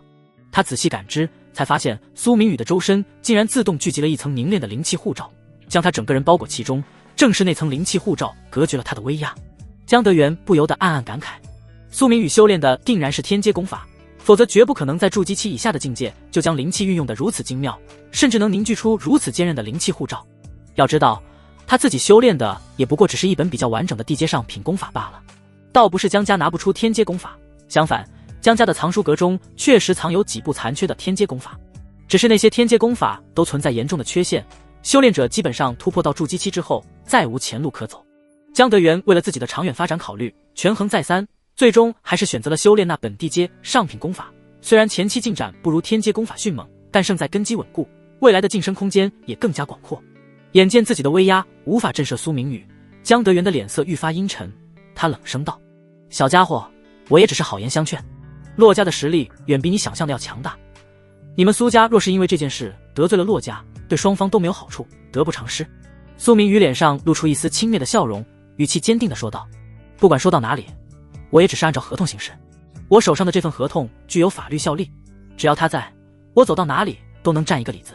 洛家就算再厉害，也总不能无视合同的存在，公然强抢吧。”江德元的脸色变得更加难看，他紧紧盯着苏明宇，似乎想要从他脸上看出些什么。沉默了片刻，他才缓缓开口，语气中带着几分妥协：“说吧，你到底怎样才能够放过飞刃？只要你提出的条件不过分，我们第5基地可以考虑满足你。”苏明宇的嘴角微微上扬，露出一抹意味深长的笑容。他腾出一只手，轻轻捏住了洛飞刃雪白细腻的脸颊，指尖感受着那细腻光滑的触感，语气带着几分调笑：“洛负责人这么漂亮的美女，身材又这么好，我可舍不得就这么放过她。”洛飞刃被他轻薄的动作气得浑身发抖，奈何体内灵气被封，连开口怒斥的力气都没有，只能用那双充满怒火的眼睛死死瞪着他，眼神中满是屈辱和恨意。江德元的眉头紧紧皱起，脸色一阵青一阵白。他强压下心中的怒火，耐着性子说道：“你如果喜欢美女的话，我可以帮你找2个怎么样？保证都是才貌双全的姑娘，绝对不会让你失望。”苏明宇笑着摇了摇头，语气中带着一丝不易察觉的嘲讽：“江老前辈，你这就不懂了。女人这东西，除了需要长得漂亮、身材好之外，身份和地位也很重要。洛负责人这样的身份，可不是随便找2个普通美女就能替代的。”你……江德元气的牙齿咬得咯咯作响，指节因为用力而泛白。若不是因为这里是第5基地，而且是他亲自命令人将苏明宇邀请过来的，更重要的是，苏家的那位老太婆，也就是苏明宇的奶奶，已经知晓了苏明宇来第5基地的消息。他真想此刻就出手，将这个狂妄自大的小子当场击杀。他心里清楚，洛飞刃不仅是第5基地的负责人，更是洛家重点培养的核心子弟。如果他真的在第5基地出了什么事，自己作为基地的元老，难辞其咎，必然要承担连带责任。更重要的是，这关乎到他的脸面，一个筑基期高手连自己基地的负责人都保护不了，传出去只会沦为整个修炼界的笑柄。江德元深吸了一口气，努力平复着心中的怒火，做出了最大的让步：3个，我给你找3个，保证都是身家清白，没有任何背景的姑娘，而且她们的颜值和身材绝对不会输给飞刃，甚至比她更胜一筹。怎么样？这个条件总该满意了吧？说完这番话，江德元只觉得自己的老脸都有些挂不住。想他堂堂筑基期修士，竟然要为了一个后辈做出这样屈辱的让步，这简直是他修炼生涯中的奇耻大辱。周围的基地队员们在听到江德元开出的条件时，更是惊得目瞪口呆，面面相觑。他们看着江德元的眼神中充满了难以置信，似乎不敢相信一向高傲的江老前辈竟然会为了救洛飞刃开出这样的条件。整个训练室内鸦雀无声，只剩下众人略显粗重的呼吸声，以及苏明宇那意味深长的笑声在空气中回荡。苏明宇看着江德元那副隐忍的模样，眼中闪过一丝算计的光芒。他知道自己已经占据了绝对的上风，接下来是时候提出真正的要求了。他轻轻放下捏着洛飞刃脸颊的手，目光转向江德元，语气终于变得严肃了几分：“江老前辈，既然你这么有诚意，那我也不妨直说，想要我放过洛负责人，可以，但我有2个条件。”江德元听到他终于松口，心中不由得松了一口气，连忙问道：“什么条件？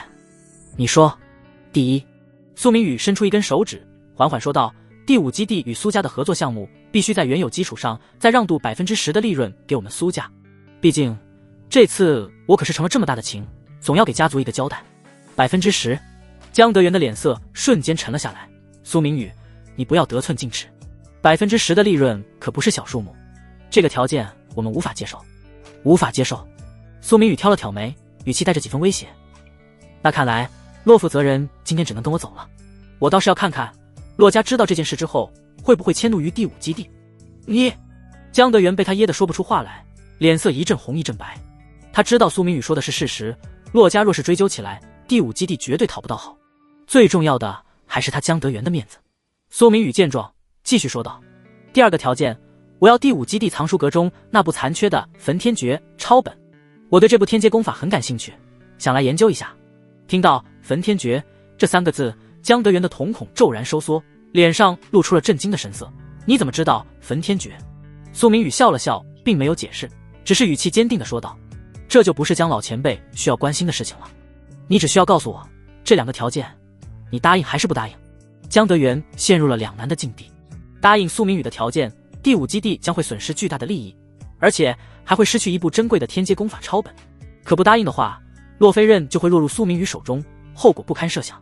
他沉吟了许久，最终还是咬了咬牙，做出了决定：“好，我答应你，但你必须保证，拿到你想要的东西之后，立刻放了飞刃，并且不得再为难他。”“放心，我苏明宇一向言出必行。”苏明宇脸上露出了满意的笑容。现在就请江老前辈安排人去准备合同的补充协议和焚天诀的抄本吧。东西到手，我立刻放人。江德元深深地看了他一眼，转身对着身边的助手吩咐了几句。助手不敢耽搁，立刻快步离去。训练室内的气氛终于缓和了一些，但众人看向苏明宇的眼神中依旧充满了复杂的情绪，有忌惮，有不满，也有一丝敬佩。这个年轻人仅凭一己之力就逼迫得一位筑基期高手妥协让步，这份胆识和谋略确实非同一般。以后谁再敢说明江城苏家大少爷是个纨绔，他们跟谁急？谁家的纨绔能够把一位筑基高手逼成这个样子？开玩笑，洛飞刃躺在苏明宇的肩上，听到两人的对话，心中充满了不甘和屈辱。他暗暗发誓，等自己脱困之后，一定要让苏明宇付出惨痛的代价。而苏明宇则心情大好，他知道这次第5基地之行，自己可谓是满载而归，不仅即将获得丰厚的利益，还能得到一部天阶功法抄本，最重要的是引出了一些牛鬼蛇神。这苏明好也被自己给彻底废了，武道之心怕是将止步于此。至于这个洛飞刃，苏明宇当然不会放过，只不过要等到洛飞刃离开第5基地之后，自己找机会打个闷棍带回去就好。毕竟江德元那个老头子说的的确没错，真的打了洛家的脸，自己也不好交代。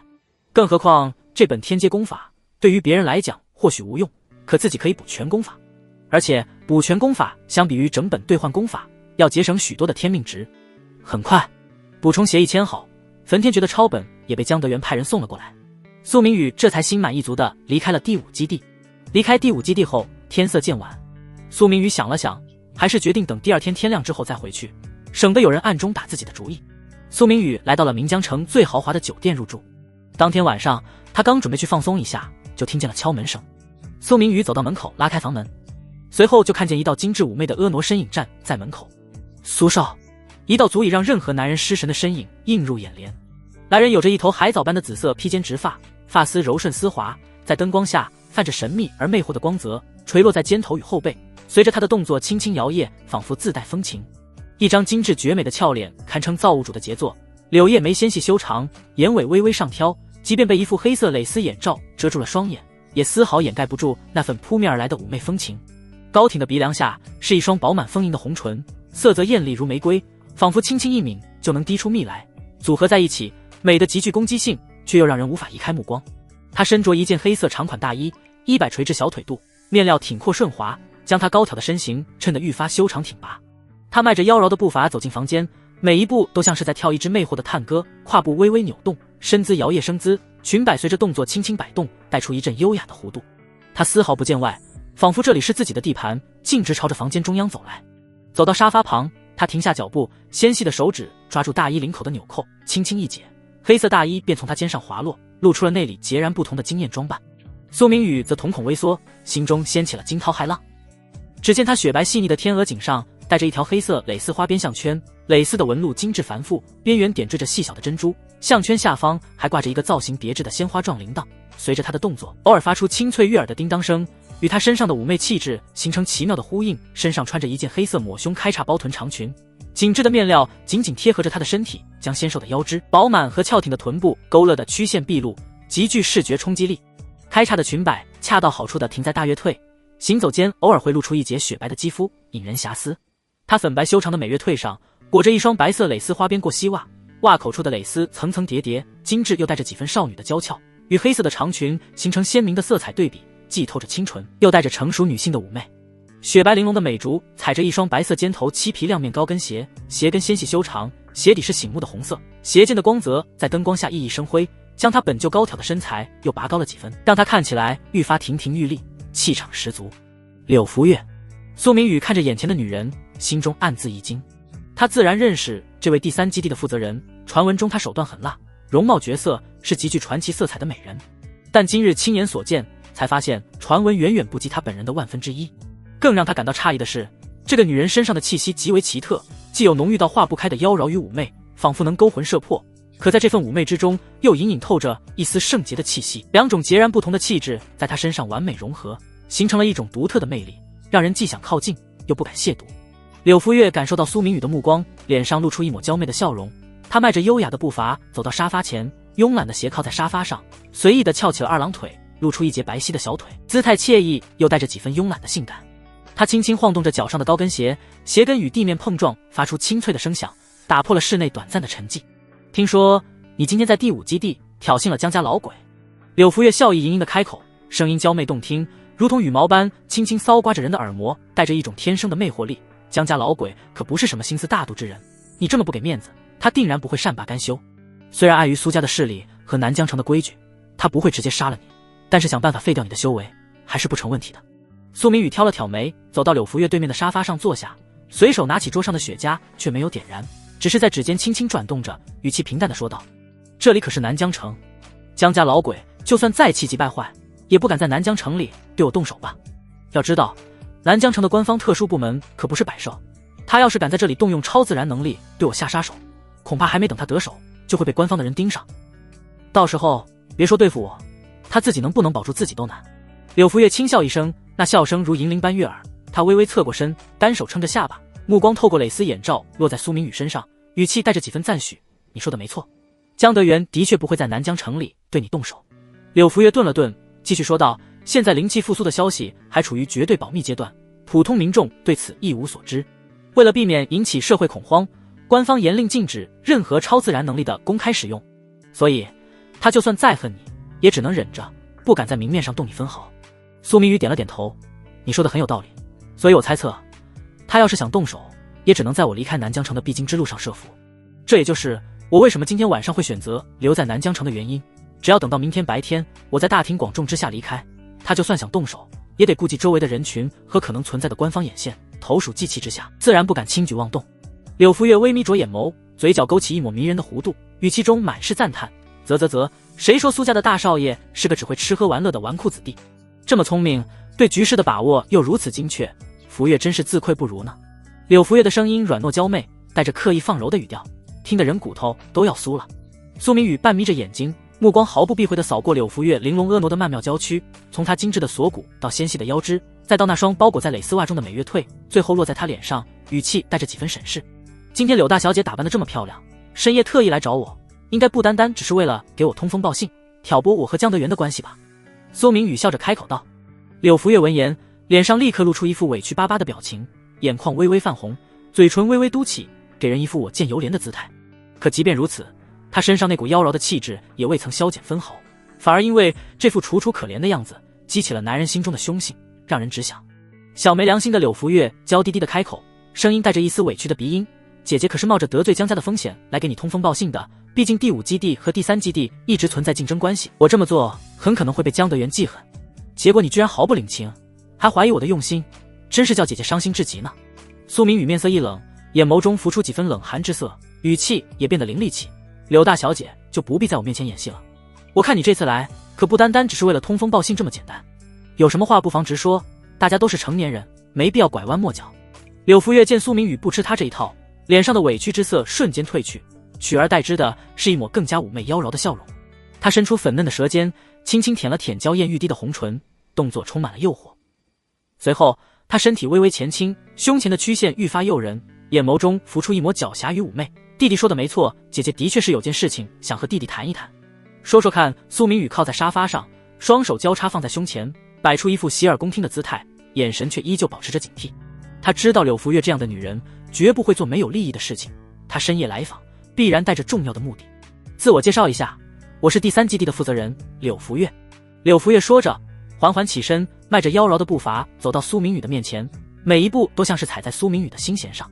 他主动伸出了一只雪白细腻的小手，手指纤细修长，指甲修剪得圆润整齐，涂抹着淡淡的裸色指甲油，看起来精致又诱人。苏明宇伸手握住了柳福月的素手，入手一片冰凉细腻，如同上好的羊脂白玉。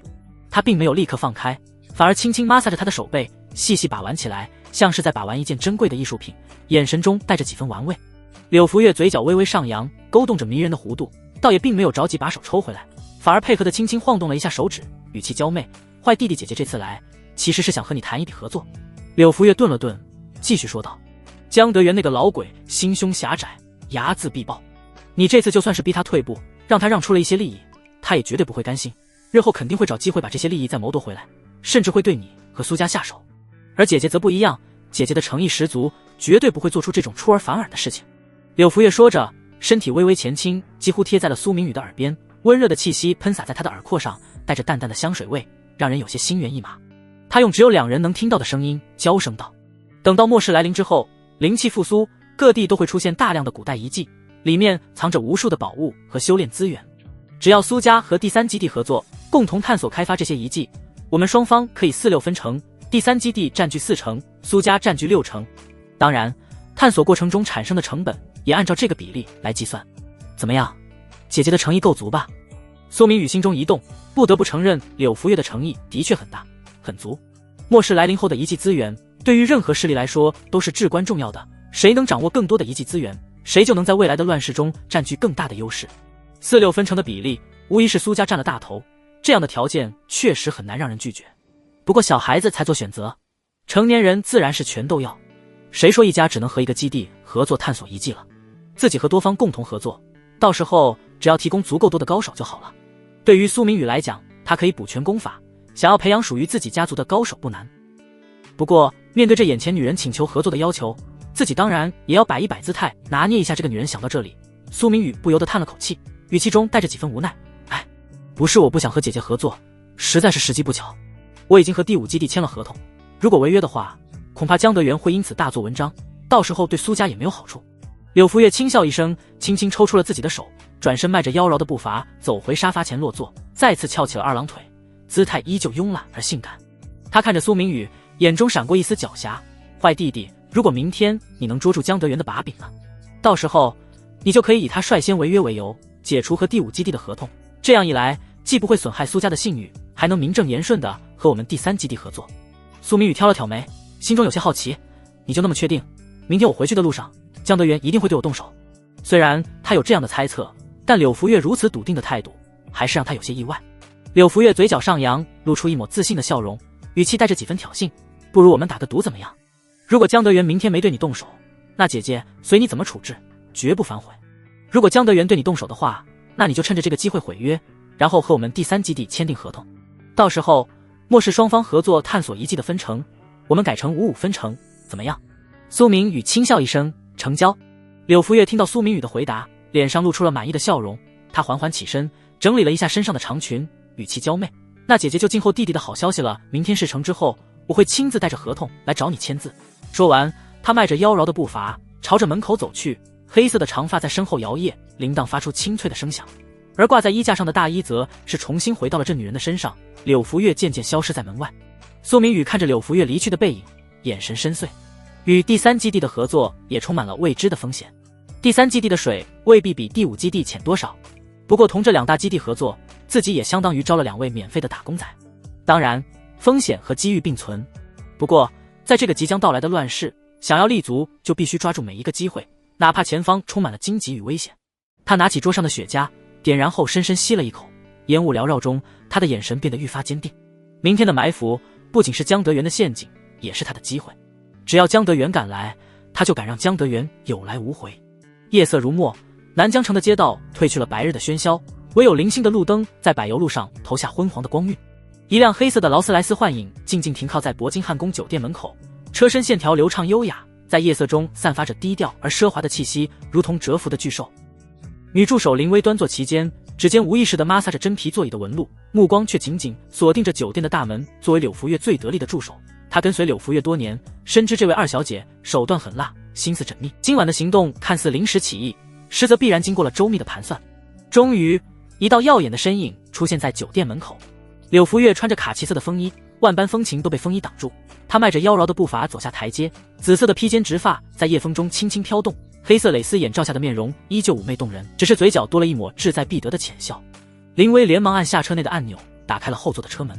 柳福月优雅地坐进车内，身上淡淡的香水味随之弥漫开来，与车内的木质香氛交织在一起。2小姐，拿下那人了吗？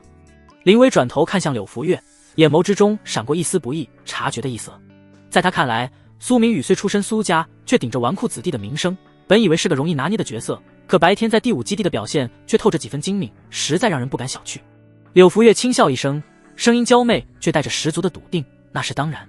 江德元那个老鬼被他当众挑衅，丢尽了脸面，又损失了巨大的利益，怎么可能善罢甘休？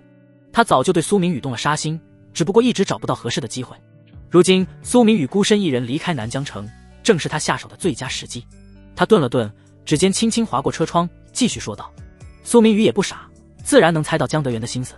他现在对第5基地早已心生戒备，只要明天江德元的刺杀行动一实施，他怎么可能还会继续和第5基地合作？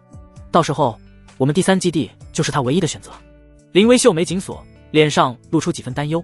可江德元那老狐狸老奸巨猾，行事向来谨慎，就算他真的要刺杀苏少，也一定会做得神不知鬼不觉，恐怕未必能留下实质性的把柄。到时候苏明宇就算怀疑他，也没有证据解除合同，我们的计划岂不是要落空？柳福月嘴角微微上扬，挑起一抹迷人的弧度，眼中闪过一丝狡黠的光芒。有些事情根本不需要实质性的把柄，怀疑就足够了。他身体微微前倾，语气带着几分玩味。在整个南疆城，最近和苏明宇起过正面冲突，并且有足够动机对他下手的，除了江德元，还能有谁？只要苏明宇遇袭，无论江德元是否承认，所有人的目光都会聚焦在他身上。舆论的压力足够让江德元让步了。林薇闻言，眼中的担忧瞬间消散。他挑了挑眉，我明白了，二小姐，您早就算准了这一点，根本不需要江德元留下把柄，只要制造出这样的局面，就能逼得苏明宇不得不和我们合作。柳福月满意的点了点头，没有再多说什么。他靠在柔软的座椅上，闭上了双眼，黑色蕾丝眼罩下的面容显得愈发神秘。前排的女司机缓缓启动车子，劳斯莱斯幻影如同幽灵般驶入沉沉夜色之中，朝着第3基地的方向驶去。车窗外的霓虹灯光快速掠过，映照在柳福月绝美的侧脸上，勾勒出几分算计与冷冽。南疆城的夜色愈发浓稠，铂金汉宫酒店顶层的总统套房内，暖黄的灯光与窗外的霓虹交织，在地面投下斑驳的光影。苏明宇独自站在落地窗前，指尖夹着一支燃烧的雪茄，烟雾袅袅升起，模糊了他深邃的眼眸。玻璃上倒映出他挺拔的身影，也映出了这座城市潜藏的暗流涌动。他望着窗外沉寂的街道，脑海中不断回想着柳福月离去时那志在必得的笑容。柳福月的名声在外，美貌与狠辣并存，是个十足的危险人物。他敢开出那样诱人又带着赌注的合作条件，绝不可能坐视赌约落空。苏明宇心中明镜似的，若是明天江德元按兵不动，柳福月为了促成与苏家的合作，必然会亲自出手制造意外，将嫁祸江德元的戏码演到底。老狐狸应该也收到消息了吧？苏明宇低声自语。柳福月深夜造访他的酒店，如此大的动静，江德元在南疆城的眼线不可能毫无察觉。现在就看这位筑基期的老家伙会不会审时度势，做出最明智的选择了。苏明宇回过神来，随手将烟蒂摁灭在旁边的水晶烟灰缸里。就在这时，一阵急促的电话铃声突然打破了室内的静谧，尖锐的铃声在空旷的房间里显得格外突兀。苏明宇拿起茶几上的手机，看清屏幕上跳动的江德元3个字时，嘴角微微上扬，勾起一抹玩味的笑容。他指尖划过接听键，语气带着恰到好处的客套：江叔叔，这么晚了打电话过来，有什么事吗？电话那头立刻传来江德元中气十足的声音，语气中带着几分语重心长：明宇啊，叔叔的提醒你一句，柳家那个丫头柳福月虽然生得一副倾国倾城的模样，但心思歹毒，心如蛇蝎，你可千万不能轻信她的话，更不能和她深交，免得被她算计了。苏明宇低笑一声，配合着应道：江叔叔说的没错，这点分寸我还是有的，自然清楚该怎么做。他心里清楚江德元此刻的好心提醒，不过是想离间他和柳福月的关系，同时也是在试探他的态度。清楚就好，清楚就好。江德元在电话那头笑了起来，语气变得神秘兮兮：明宇，为了表达我今天下午的歉意，也为了咱们2家后续的合作能顺利进行，我给你送了份礼物过来，希望你能喜欢。苏明宇故作好奇，语气带着一丝不解：哦，江叔叔还特意给我准备了礼物，不知道是什么好东西，竟让江叔叔如此上心。你打开房门看一看就知道了。江德元的声音里透着难以掩饰的得意，仿佛笃定这份礼物能让苏明宇满意。苏明宇挑了挑眉，依言朝着门口走去。他抬手握住门把手，轻轻一拉，房门应声而开。门外的走廊灯光柔和，一道风姿婀娜的曼妙身影正俏生生地站在那里，身上穿着一袭红色的长裙，勾勒出凹凸有致的曲线，长发披肩，妆容精致。看到苏明宇开门，立刻露出了一抹娇羞的笑容，眼神中满是魅惑。极具冲击力的绝美面庞，眉如远山寒带，眸似秋水横波，鼻梁高挺精致，唇瓣饱满嫣红。端庄的五官中透着几分浑然天成的妩媚，尤其是眼尾那一抹若有似无的上挑，举手投足间都散发着致命的吸引力。她的黑色长发被精心挽成发髻，露出了纤细优美的天鹅颈，几缕碎发垂在鬓边，更添了几分慵懒与风情。身上一袭正红色长袍尤为惹眼，面料是上等的真丝，光滑细腻，紧紧贴合着她的身体曲线。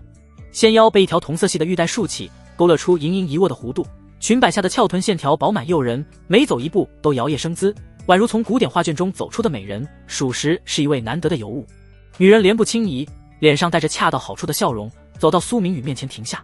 他主动伸出一只雪白细腻的小手，指尖圆润，肌肤白皙的仿佛上好的羊脂玉，语气温婉却又带着几分娇柔。苏少，我是穆弘静，是江叔叔叫我来展示我们第5基地的诚意的。苏明宇眼中闪过一丝玩味，他伸手握住了穆弘静的小手，入手的触感柔软细腻，带着一丝微凉的体温，如同抚摸着上好的丝绸，让他心中微动。他的目光毫不避讳地扫过穆弘静玲珑曼妙的婀娜娇躯，从精致的锁骨到纤细的腰肢，再到饱满的臀部，最后定格在他含笑的脸上，语气带着几分调侃：哦，这诚意好像还欠缺了几分吧？我记得当初江叔可是说要展现3倍的诚意，就只派了你一个人来。穆弘静闻言，抬眸迎上苏明宇的目光，一双美目中波光流转，心中却暗自腹诽：这家伙还真是贪心不足，明明已经是如此优厚的条件，竟然还得寸进尺。但脸上穆弘静却不曾有半分不满展露，她微微垂眸，长长的睫毛如同蝶一般颤动，粉白细腻的俏脸上闪过一丝惹人怜惜的委屈之态，声音也带上了几分软糯的鼻音，刻意拉长了语调：苏少弘静这样过来，难道还不够有诚意吗？这声娇嗔带着致命的诱惑力，苏明宇心中的那点玩味瞬间被点燃，他手上骤然用力，直接将穆弘静拉进了自己的怀里。穆弘静猝不及防，惊呼一声，身体便不受控制地扑了过去。红色长裙之下，那火辣丰满的婀娜娇躯紧紧地贴在了苏明宇的身上，能清晰地感受到彼此的体温与心跳。他顺势稳住身形，同时伸出另一只手，轻轻一带，便将身后的房门关上。咔嗒一声轻响，隔绝了外界的一切干扰。空气中弥漫着穆弘静身上淡淡的香水味，让苏明宇有些心猿意马。穆弘静抬起头，看着近在咫尺的苏明宇，伸出舌尖轻轻舔了舔娇艳欲滴的红唇，那动作带着十足的魅惑，给人一种无比勾人的韵味。苏明宇再也按捺不住心中的悸动，俯身低头，直接捉住了那双柔软细腻的香唇。穆弘静的眼眸中闪过一丝不易察觉的迷离，随即闭上双眼，一双洁白如玉般的藕臂顺势勾住了苏明宇的脖子。第5基地的议事厅内，金属墙面泛着冷硬的光泽，空气中弥漫着压抑的低气压。洛飞刃身着量身打造的黑色铠甲，铠甲的棱角勾勒出他玲珑曼妙的娇躯曲线，却丝毫掩盖不住他周身散发的凛冽寒气。他那双美眸之中，此刻正翻涌着浓烈的冷色。每当脑海中浮现出那个男人的身影，他就恨不得将对方千刀万剐，以泄心头之恨。江德元坐在主位上，看着面前浑身散发着戾气的洛飞刃，无奈地叹了口气：哎，飞刃，有些事情还是要从长计议。这件事就这么算了吧，对你，对洛家，对我们第5基地都好。你真想对那人动手，洛家的长辈们肯定不会同意，到时候反而会让你陷入被动的局面，得不偿失啊。江叔，洛飞刃猛地攥紧拳头，指节因为用力而泛白，牙齿咬得咯咯作响，眼中的怒火几乎要喷涌而出。那家伙如此不给您面子，当众让我们第5基地难堪，您真的能忍得下去吗？只要您把基地的灵气借给我，我有90%的把握能杀了他，一雪前耻。江德元再次叹了口气，目光锐利的直勾勾盯着洛飞刃，语气凝重：飞刃，你太冲动了。你仔细想想，那个小家伙今天在对峙时真的暴露了全部实力吗？我看未必，以他的沉稳心性，必定有所隐藏。你现在贸然出手，很可能落入他的圈套，到时候陷入万劫不复的境地，谁也救不了你。听到江德元这番话，洛飞刃粉白细腻的脸颊上瞬间爬上一抹明显的怒色，他深吸一口气，压下心中的躁动，语气带着几分失望与不甘：江叔叔，看样子那把灵气我是借不到了是吗？唉，江德元摇了摇头，语气中带着几分语重心长：飞刃，你说你这又是何必呢？灵气固然能大幅度提升你的战力，还能调动一定的天地灵气辅助攻击，但你现在的修为不过是内境9重，距离真正的高手还有不小的差距，就算有灵气加持，也未必能稳操胜券啊。洛飞刃紧咬银牙，眼中闪过一丝决绝：江叔叔，我随时都可以突破到暗境境界，如果再注射一支凝灵药剂，我能在短时间内迅速达到暗境3重，到时候配上灵气，绝对能拿下他。什么？江德元闻言，眉头瞬间紧锁，脸上露出担忧之色：你疯了吗？凝灵药剂虽然能快速提升修为，但副作用极大，会极大的透支你的潜力，甚至可能影响你后续的修行之路。你这么做到底是为了什么？提及缘由，洛飞刃眼眸之中瞬间浮出刺骨的冷寒之色，声音也带着几分颤抖：那个畜生废了明豪，此仇不共戴天，如果不杀了他，难消我心头之恨。他顿了顿，眼神变得愈发坚定：而且一旦我杀了他，苏家内部必然会陷入混乱，到时候苏家2房或者3房趁机掌控苏家大权，我们就能借此机会重新签订合作合约，争取到更多的利益。这样一来，对我们第5基地而言，其实也是一件好事。江德元听着洛飞刃的话，手指无意识地敲击着桌面，心中渐渐异动。他清楚基地那把灵气的威力，经过专业仪器的长期温养，里面蕴藏着不弱于筑基中期修士的全力一击。若是用来对付一名内劲3重的武者，就算杀不死，那也会重伤。他沉吟了片刻，目光复杂地扫过洛飞刃，缓缓开口：“我是不可能公开同意你这么做的。不过，我倒是可以告诉你，今天负责看守灵气室的是第7小队。”洛飞刃闻言，包裹在黑色铠甲下的玲珑娇躯瞬间泛起一丝难以掩饰的激动。他立刻明白了江德元的言外之意。看着江德元转身消失在视线中的背影，洛飞刃的一双美眸中浮出几分感激之色，在心中默念：“谢谢江叔叔。”与此同时，另一间隐蔽的会议室内，江寻月正站在窗边，看着下方训练场上的景象。见江德元走进来，他立刻转头问道：“五叔，洛飞刃那边已经安排好了，可我们第5基地的人若是参与劫杀苏明宇，即便成功了，也必然会引起苏家那个老太婆苏诗文的不满。她手段狠辣，到时候恐怕会对我们基地展开疯狂报复。”江德元走到沙发旁坐下，端起桌上的茶杯抿了一口，不紧不慢地说道：“这件事情从始至终都与第5基地的官方无关。现在守卫灵气室的是第7小队，到时候就对外宣称是第7小队私下协助洛飞刃道用了灵气，等到换防之后，我们才发现这件事。这样一来，无论后续发生什么，我们都能站得住脚，苏家也挑不出我们基地的毛病。”他话锋一转，眼中闪过一丝算计。当然，洛飞刃对苏明宇恨之入骨，我担心他会一时冲动杀了苏明宇，那样一来，苏家的老太婆苏诗文就会变得毫无顾忌，彻底与我们撕破脸，这对我们后续的计划不利。所以，你悄悄跟在洛飞刃的后面，一旦发现他要对苏明宇动用杀招，你就立刻出面救下苏明宇。如此一来，我们江家反而成了苏明宇的救命恩人，后续无论是合作还是谈判，都能占据更大的优势。江寻月若有所思地点了点头，眼中闪过一丝明悟：“我明白了，五叔，我这就去准备，保证不会出任何差错。”江德元满意地点了点头，又叮嘱道：“寻月，明天行动的时候记得带上江家的灵气，以防万一，若是遇到突发情况，也好有个应对的手段。”“好的，五叔，我知道了。”江寻月恭敬地应道。走出会议室，江寻月的眼神渐渐变得凝重起来。他清楚这次任务的重要性，不仅关系到第5基地与苏家的关系，更牵扯到江家在基地内部的地位。他必须小心谨慎，确保每一步都按照计划进行。而另一边，洛飞刃已经迅速联系上了第7小队的副队长。副队长与队长苏明豪关系莫逆，听到洛飞刃要为自己队长报仇，自然不会有任何意见。夜色渐深，第5基地的各个角落都陷入了寂静，唯有灵气室的方向潜藏着即将爆发的暗流。洛飞刃站在自己的房间内，擦拭着手中的手枪，眼中闪烁着坚定的光芒。他知道这次行动风险极大，但为了给明豪报仇，一切风险都是值得的。只要能拿到灵气，注射凝灵药剂，突破到暗境3重，他就有绝对的把握将那个男人碎尸万段。洛飞刃自然不傻，他也清楚江德元的算计，但是现在只要是能为苏明豪报仇，就算是被算计也无所谓。江德元坐在办公室内，看着窗外深邃的夜空，嘴角勾起一抹难以捉摸的笑容。他的计划环环相扣，无论最终洛飞刃成功与否，江家都能从中获利。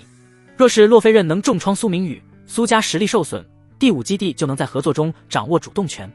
若是江寻月成功救下苏明宇，江家就可以以此为筹码，和苏明宇谈利益分配之事。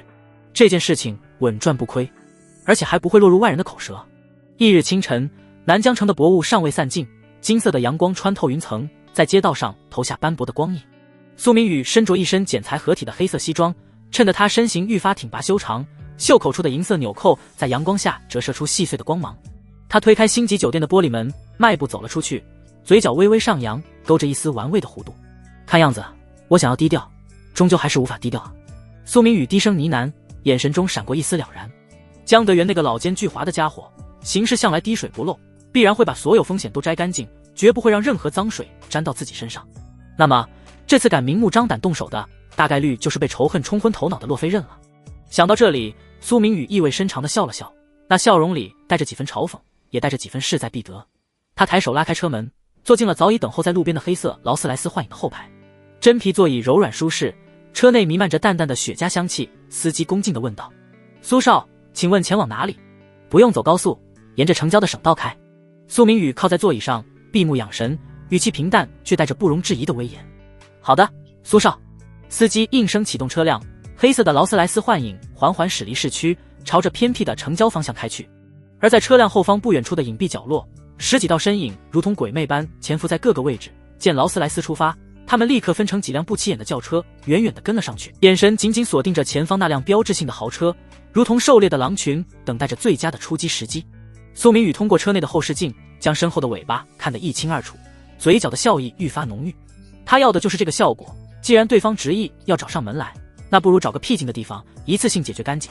车辆行驶在蜿蜒的省道上，道路两旁是茂密的树林，偶尔能看到几座废弃的农房，鲜少有车辆经过。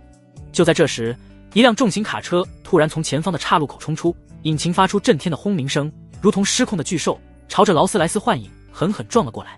卡车的速度极快，带着破风的呼啸声，显然是早有预谋。苏明宇的脸色瞬间一沉，眼中的玩味褪去，取而代之的是一片冰冷。他没有丝毫犹豫，左手猛地推开车门，身体如同离弦之箭般直接跳了出去，稳稳地落在路边的草地上，动作干净利落，没有丝毫拖泥带水。砰！一声巨响震耳欲聋，重型卡车狠狠撞在了劳斯莱斯幻影的侧面，价值千万的豪车瞬间被撞得严重变形，车身如同纸糊一般翻倒在地，玻璃碎片四溅，车头冒出滚滚浓烟，看起来惨不忍睹。苏明宇看着被撞翻的车子，眸中浮出几分刺骨的冷色。洛菲任那个女人果然已经疯了，为了报仇，竟然不惜动用这种极端的手段，甚至不惜连累无辜的司机，简直丧心病狂。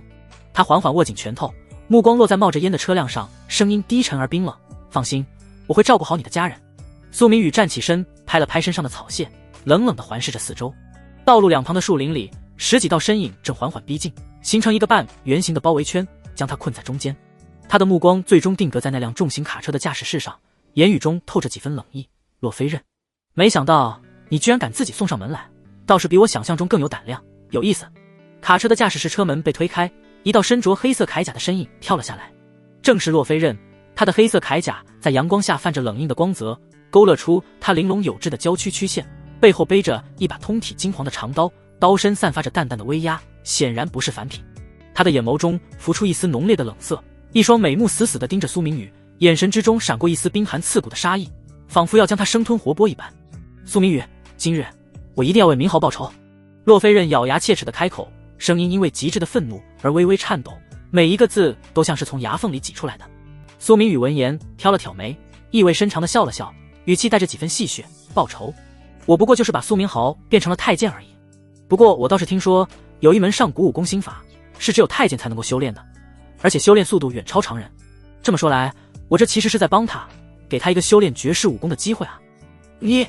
洛菲任闻听此言，美眸中瞬间怒色翻腾，胸口剧烈起伏，显然是被苏明宇的话气得不轻，牙尖嘴利的混蛋，今天容不得你多说废话，你必死无疑。话音未落，洛菲任的身影化作一道流光，脚下发力，朝着苏明宇狠狠飞身而来。他的速度极快，铠甲与空气摩擦，发出刺耳的声响，带着凛冽的杀意，瞬间就逼近了苏明宇的身前。在行进的过程当中，洛菲任铠甲的手臂处突然弹出一个微型的激发装置，咻咻咻，几枚特制的子弹带着破空之声，朝着苏明宇的要害射来。这些子弹不同于普通弹药，弹头经过特殊处理，蕴含着微弱的破灵之力，专门用来对付修炼者。苏明宇面色一冷，丝毫不敢大意，他立刻调动体内的灵气，在身体周围形成一道无形的气墙。那些子弹在距离他身前3寸的地方，像是撞上了一堵铜墙铁壁，瞬间停滞不前，随后叮叮叮几声脆响，掉落在地上，失去了所有威力。洛菲任见状，眼中闪过一丝惊讶，显然没想到苏明宇的灵气防御如此强悍，但他并未退缩，反而更加凶悍，猛地朝着苏明宇飞身而来，紧接着抬起一双裹着黑色铠甲的修长美腿，带着千钧之力，朝着苏明宇的头部狠狠踩了过来。这一脚又快又狠，若是被击中，就算是钢筋铁骨，恐怕也要被踩碎。苏明宇眼神一凝，身体微微一侧，精准地避开了这致命的一脚。同时，他伸出右手，快如闪电般抓住了洛菲任的脚腕。入手处是铠甲的冰凉坚硬，却依旧能感受到他腿部肌肉的紧绷。洛菲任心中一惊，想要抽回脚腕，却发现苏明宇的手如同铁钳一般，死死地钳住了他，纹丝不动。还没等他反应过来，苏明宇手腕用力，顺势借力，直接将他整个人甩飞了出去。啊！洛菲任发出一声惊呼，身体如同断线的风筝般朝着路边的树林飞去，眼看就要重重摔在地上，他猛地运转体内的绯色幻星诀。这门地接中品的功法，虽然目前还无法调动外界的灵气，却能够极大的激发身体的潜能，让他的柔韧性和爆发力提升数倍。只见洛飞刃在虚空中强行扭转身体，硬生生改换了姿势，稳稳地落在了地面上，激起一片尘土。他没有丝毫停顿，再次化作一道黑影，朝着苏明宇猛扑过来，一双玉手成爪，带着凌厉的劲风抓向苏明宇的脖颈，招式狠辣，招招致命。这一次苏明宇没有再闪躲，他眼神一凛，身影瞬间消失在原地，下一秒就出现在洛飞刃的身前。还没等洛飞刃反应过来，苏明宇直接伸手精准地抓住了他雪白纤细的皓腕。不好！洛飞刃心中暗叫一声，想要挣脱，却发现一股奇异的力量顺着苏明宇的手掌传入他的体内，瞬间封锁了他全身的经脉，让他体内的灵气无法运转分毫。锁元术！洛飞刃的脸色瞬间变得惨白。苏明宇嘴角上扬，露出一抹戏谑的笑容，看着被自己制住的洛飞刃，语气轻松地说道：“洛小姐，别急着动手啊，我特意为你准备了一份礼物，兑换了一枚灵兽圈，来看看到底合不合身。”说着，苏明宇心念一动，只见他的手中凭空出现了一枚通体乌黑的圆环，圆环上布满了细密的尖刺，泛着森冷的寒芒，正是从系统空间里面取出的灵兽圈。这枚灵兽圈不仅能够束缚住对方的行动，还能持续压制其体内的灵气，一旦戴上，除非苏明宇亲自解开，否则永远无法挣脱。这枚灵兽圈是他专门花费了300天命值兑换的最低等级的灵兽圈。不过即便是最低等级的灵兽圈，依旧能够禁锢通玄境以下所有的异兽，当然也包括人。洛飞刃被苏明宇扼住皓腕的瞬间，美眸深处非但没有丝毫慌乱，反而掠过一抹隐秘的冷寒。他等的就是这一刻，趁着混蛋自以为掌控全局，放松警惕的间隙，发动致命一击。昨日在第5基地，他早已亲眼见识过苏明宇所元术的诡异。在如今灵气稀薄的时代，鼓舞者好不容易从虚空中捕捉并引入体内的灵气，竟会被这门手段轻易禁锢，简直是所有鼓舞者的克星。可洛飞刃并非毫无准备，他背后那柄金黄色的长刀，乃是经过基地特制仪器长期蕴养的灵气，只需一丝极为稀薄的灵气便能催动，这正是他孤注一掷的底牌。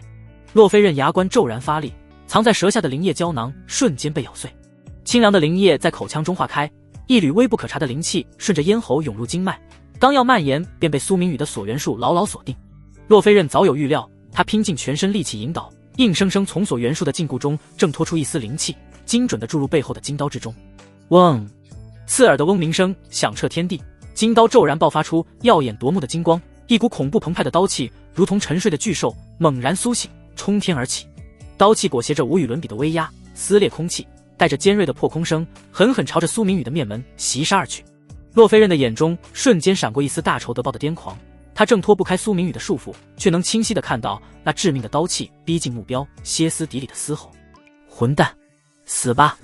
与此同时，数公里外的密林深处，2道身影正隐匿在参天古木之后，冷眼旁观着这场生死对决。柳福月斜倚在树干上，长发随意披散在肩头，一双勾魂夺魄的美眸中透着浓浓的玩味，嘴角微微上扬，勾勒出一抹迷人的弧度。他轻摇着手中的团扇，语气带着几分戏谑：“啧，看来姐姐的一番心意要白费了呢。”话音刚落，他转头看向身旁的女子，笑眯眯的开口：“江寻月，洛飞刃都被逼到这份上了，你还不出手吗？再晚一步，你的任务可就要失败喽。”江寻月秀眉紧紧拧成一团，她身着一袭银白色的铠甲，身姿窈窕，气质清冷，一只粉白的素手轻轻摩挲着手腕上那只翠绿色的玉镯，眼眸之中浮现出几分复杂的异色。这玉镯是灵气，同样经过灵气蕴养，可与洛飞刃金刀爆发的强悍刀气相比，显然还差了一截。若是此刻动用，玉镯内储存的灵气恐怕会消耗殆尽，在灵气复苏之前再也无法使用。为了就这么一个声名狼藉的纨绔，值得吗？江寻月在心中暗自思忖，心中满是不甘。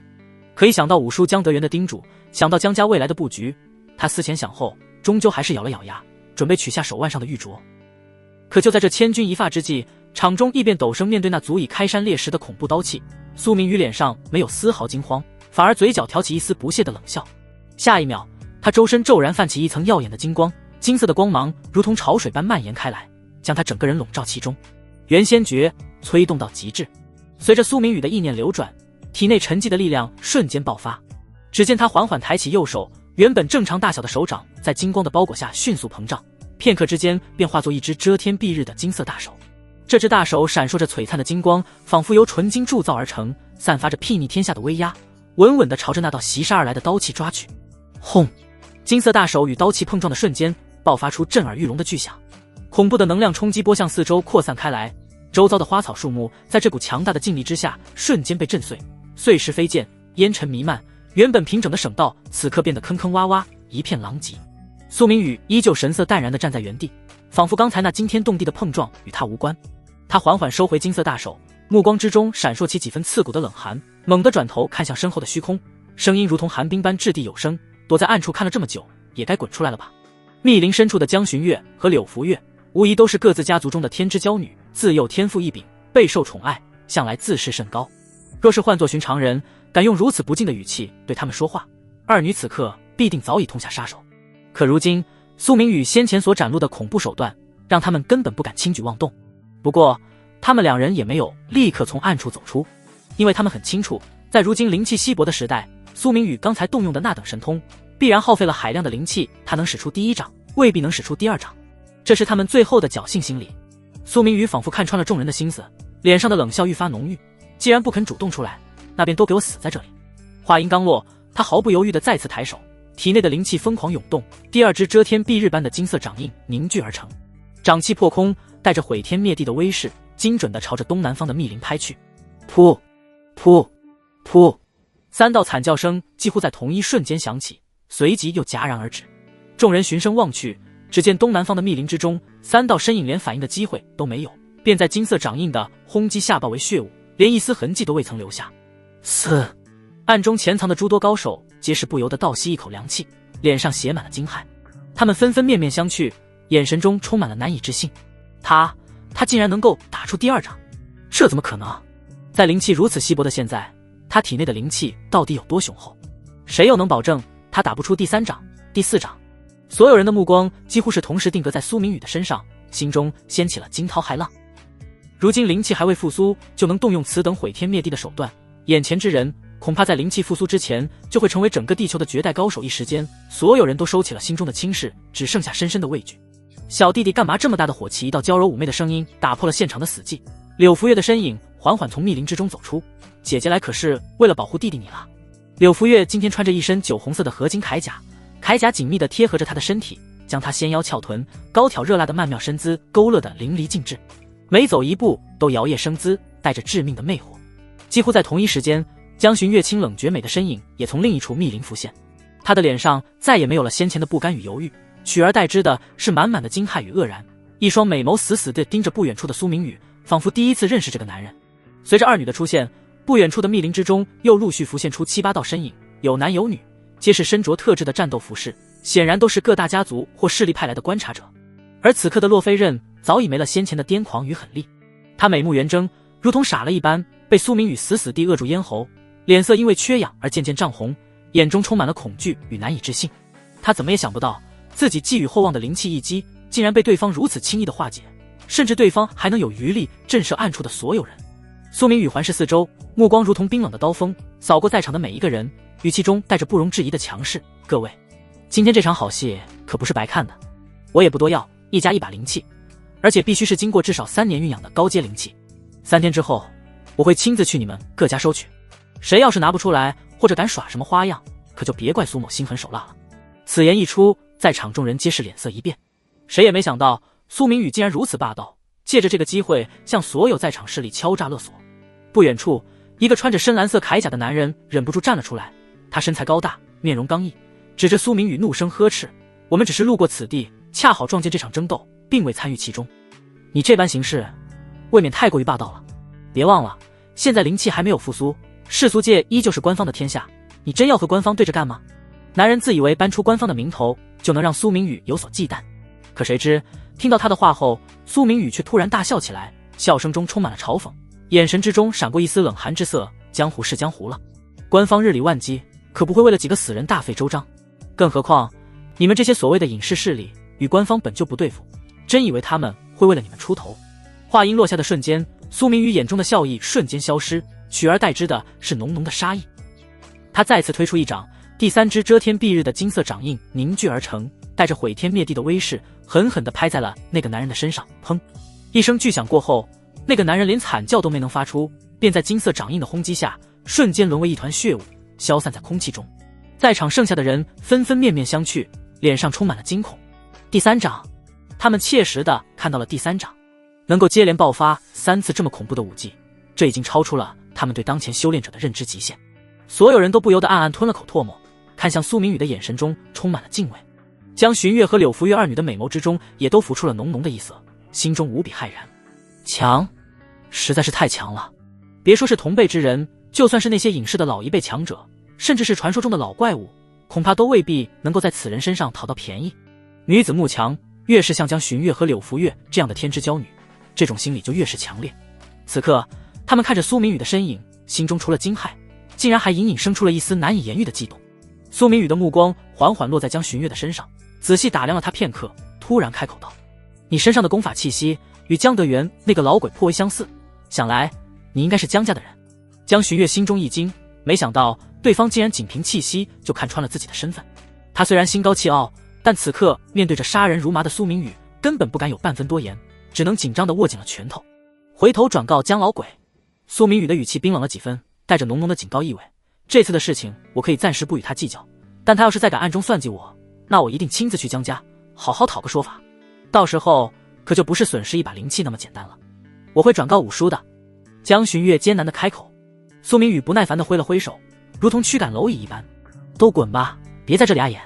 现场之人如蒙大赦，再也不敢有丝毫停留，一个个如同丧家之犬般迅速逃离了此处。他们生怕自己动作慢了，就会成为苏明宇掌下的又一抹亡魂。柳福月在离开之前转头看向苏明宇，眸波流转，眼中充满了深意，语气依旧娇媚动人。弟弟姐姐，这有一桩天大的买卖，对你我都有好处，等改日你再来南疆城之后，姐姐再与你详谈。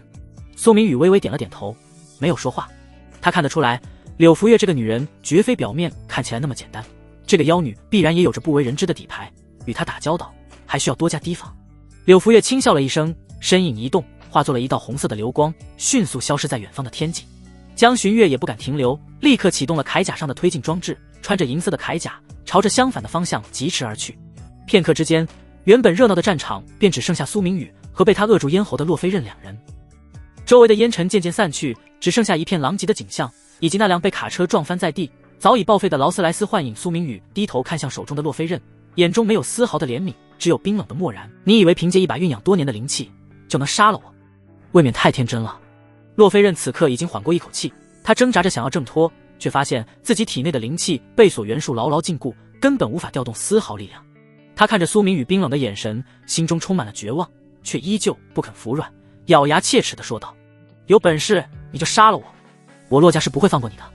杀你？苏明宇嘴角勾起一抹残忍的笑容，杀了你岂不是太便宜你了？你不是想为苏明豪报仇吗？那我就让你亲眼看着苏明豪到底是怎么被我打压的。我要让你知道，得罪我的下场远比死亡更加可怕。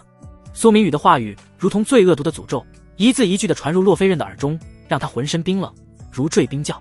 他终于意识到，眼前这个男人远比他想象中更加恐怖，更加狠辣。苏明宇懒得再看洛飞刃那张写满不甘与怨毒的脸，单手扼住他的脖颈，如同提着一只失去反抗能力的猎物，径直走向那辆刚刚完成撞击的重型卡车。不得不说，这辆卡车的防御力确实超出预期，即便刚刚经历了一场剧烈的撞击，车身侧面留下了明显的凹陷，玻璃也碎裂大半，但核心的驾驶系统似乎并未受损，依旧能够正常行驶。苏明宇拉开车门，将洛飞刃像丢弃垃圾一般丢在副驾驶座上，动作干脆利落，没有丝毫拖泥带水。洛飞刃重重摔在座椅上，疼得他闷哼一声，却因为灵气被锁，连抬手揉一揉的力气都没有。他只能侧躺着，眼睁睁看着苏明宇绕到驾驶座旁坐下。苏明宇心念一动，掌心中瞬间浮现出那枚通体乌黑、泛着寒刺的灵兽圈。他拿着灵兽圈，转头看向洛飞刃，眼神中带着几分戏谑。随后，他伸出手，直接将这枚冰冷的金属圆环套在了洛飞刃雪白如玉的天鹅颈上。灵兽圈刚一接触到他的肌肤，就自动收缩到合适的大小，紧紧地贴合在他的脖颈处。冰凉的触感让洛飞刃忍不住打了个寒战。他的眼眸之中瞬间闪过一抹浓烈的屈辱之色，晶莹的泪珠在眼眶里打转，却倔强的不肯落下。可奈何身上的灵气被锁元素牢牢锁住，他根本动弹不得，只能眼睁睁看着苏明宇将这象征着禁锢与臣服的灵兽圈戴在自己身上。苏明宇的嘴角微微上扬，意味深长地扫过洛飞刃那张雪白细腻，此刻却写满屈辱的脸颊，随后将目光移到了他身后背负的金色长刀上。他伸出手，轻易地解开了固定长刀的卡扣，将这把散发着威势的灵气取了下来。金色的长刀刚一入手，就泛着一股耀眼的金芒，将昏暗的驾驶室映照得亮堂了几分刀，身之上刻着许多奇特的异色纹路，这些纹路仿佛拥有生命一般，在金芒的映衬下隐隐流动，给人一种玄妙无边的感觉。感受到刀身传来的浑厚灵力，看到这耀眼的金色光芒，苏明宇眸中浮出些许异样的光彩。他拿着手上的这把金色长刀，指尖轻轻划过冰凉的刀身，嘴角不由得勾起一丝耐人寻味的弧度。难怪苏明豪那个废物能够修炼天阶功法，原来根本不是因为他天赋出众，而是为了给这把刀提供养料啊！苏明宇笑眯眯的开口，语气中带着毫不掩饰的嘲讽。这把刀的酝养时间绝不会超过半年，可里面蕴含的灵力却如此充沛，看样子苏明豪没少用自己的修为和精血喂养它，真是个可悲的棋子。洛飞刃闻言，如同被一道惊雷击中，一双美眸瞬间圆睁，眼睛死死地盯着苏明宇，语气中充满了愤怒与反驳：“你胡说！上面的人一直很看重明豪的天赋，他能够修炼天阶功法，全凭自己的努力和过人的资质。你以为所有人都像你这个只会靠家族的纨绔子弟一样吗？”苏明宇微眯着眼睛扫过洛飞刃，眼神中带着几分怜悯，仿佛在看一个被蒙在鼓里的傻瓜。你还真是天真的可笑。就连那些传承千年的世家大族，核心弟子修炼的也大多是地阶功法。你觉得如果不是因为这门天阶功法残缺不全，修炼前路渺茫，这样地宫法轮得到苏明豪来修炼吗？他的话语如同锋利的刀刃，狠狠刺穿了洛飞刃心中的幻想。洛飞刃紧咬着银牙，下唇被他咬出了深深的齿痕，心中泛起一层层惊涛骇浪。难怪明豪这些年修为进展看似迅速，却经常面色苍白，精神萎靡，也难怪他总是频繁地前往金刀所在的灵气存储室。原来真相竟然是这样，他不过是那些人用来喂养灵气的工具而已。苏明宇看着他失魂落魄的样子，伸出手指轻轻抚过洛飞刃雪白细腻的脸颊，指尖的触感柔软顺滑。他的动作带着几分刻意的轻佻，语气却异常平淡：“放心，你还会再见到苏明豪的，就是不知道苏明豪看到你这父母沟样子会是什么心情。”洛飞刃听到苏明宇这么说，猛地抬起头，一双美眸死死地盯着苏明宇，娇躯不由得微微颤抖起来。他从苏明宇的话语中感受到了浓浓的恶意，这个混蛋简直就是个不折不扣的魔鬼。他的眼眸中闪烁着强烈的不甘与恨意，可这些情绪在苏明宇的眼里却根本不值一提，如同蝼蚁的挣扎一般可笑。苏明宇嘴角轻扬，不再理会洛飞刃的反应，发动了卡车。引擎发出沉闷的轰鸣声，这辆经历过撞击的卡车缓缓驶离了现场，朝着岷江城的方向而去。一路上，驾驶室里一片死寂，洛飞刃侧坐在副驾驶座上，脖颈上的灵兽圈泛着淡淡的寒光，时刻提醒着他阶下囚的身份。他看着窗外飞速倒退的风景，心中充满了绝望与迷茫。苏明宇则专注地开着车，偶尔会低头把玩手中的金色长刀，眼神中闪烁着思索的光芒。这把刀虽然酝养时间不长，但潜力不俗，若是加以好好培养，将来或许会成为一件难得的利器。几个小时后，卡车缓缓驶入了岷江城的市区，最终停在了一栋位于郊区的豪华别墅前。苏明宇熄了火，推开车门走了下去，随后绕到副驾驶座旁，一把将洛飞刃从车里拖了出来。洛飞刃踉跄了一下，险些摔倒，只能被迫跟在苏明宇身后。苏明宇直接扛着洛飞刃，大步流星地走进了别墅，直奔2楼而去。沉重的脚步声在空旷的别墅里回荡，如同催命的鼓点，敲在洛飞刃的心上。他知道，从踏入这栋别墅的那一刻起，他的人生已经彻底坠入了黑暗的深渊。走进房间，苏明宇的心念一动，而后紧接着便看见洛飞刃雪白天鹅粉颈上的灵兽圈浮现出一道乌金锁链。洛飞刃后槽牙咬得咯咯作响，银牙几乎要嵌进下唇，尝到一丝淡淡的血腥味。他缓缓抬起头，浓密的睫毛上还挂着未干的泪痕，却丝毫不影响那双美眸里翻涌的不甘与愤懑，像淬了毒的刀子，死死钉在苏明宇脸上。苏明宇见状，嘴角勾起一抹玩味的弧度，那笑意漫不经心。苏明宇低笑一声，语气轻佻又嚣张：“我就爱死你这副样子了，明明气得想把我撕了，却偏偏奈何不了我，是不是特屈辱无奈？”这话像一根针，精准戳中了洛飞刃的痛处。他婀娜丰满的娇躯控制不住的轻轻颤抖，不是害怕，而是被这挑衅激得怒火中烧。苏明宇，洛飞刃一字一顿，声音冷得像寒冬的冰冷：“你别太得意，狂妄自大的人，早晚会有人杀了你的。”苏明宇闻言嗤笑出声，身体微微前倾，带着压迫感的气息瞬间笼罩过来。他微微侧头，薄唇几乎要贴上洛飞刃的耳廓，语气凉得刺骨，不紧不慢地说道：“我的未来轮不到你操心，我劝你啊，还是先好好想想自己的下场，毕竟现在主动权可是在我手里。”洛飞刃浑身一僵，他猛地抬头，那双美眸里的怒意再也压抑不住，几乎要冲破眼眶溢出来，眼底翻涌的怒火中还夹杂着一丝屈辱与不甘。他死死盯着苏明宇那张带着戏谑的脸，胸口剧烈起伏，却一时找不到反驳的话语，只能用眼神宣泄着内心的愤恨。苏明宇笑着摇摇头，抓着手上的锁链，缓缓地绕到了洛飞刃的背后。江家议事堂内气氛压抑的能拧出水来。檀香木的长桌旁，江家的核心族人围坐一圈，脸色齐刷刷的难看至极，眉头拧成了疙瘩。有人指尖无意识地敲击着桌面，发出沉闷的声响；有人端着茶杯却忘了喝，茶水早已凉透；还有人交头接耳，眼神里满是惊疑与凝重，空气中弥漫着一股说不出的焦灼。不远处，江巡天斜倚着雕花廊柱，嘴角勾起一抹玩味的弧度，眼神扫过江巡月时带着几分刻意的轻慢。他嗤笑一声，声音不大，却清晰地传遍整个议事堂：江巡月，你这话也太夸张了吧！遮天蔽日的掌印，别说是你，就算是家主亲自出手，也未必能做到这般地步。一个如今才内劲3重的家伙，怎么可能有这般能耐？怕不是你看错了，把什么妖魔鬼怪的幻象当成真的了。他这番话明着是质疑，暗着却是在嘲讽江巡月夸大其词，甚至是故意哗众取宠。江巡月闻言，秀眉瞬间蹙起，原本就带着几分冷意的俏脸更添了几分寒霜。他缓缓转过头，一双清澈的美眸冷冷地扫过江巡天，语气平静却带着不容置疑的威严：我所说的每一个字都是亲眼所见，亲耳所闻，是真是假，叔叔伯伯们自然会派人查明真相，还轮不到你在这里指手画脚，说三道四。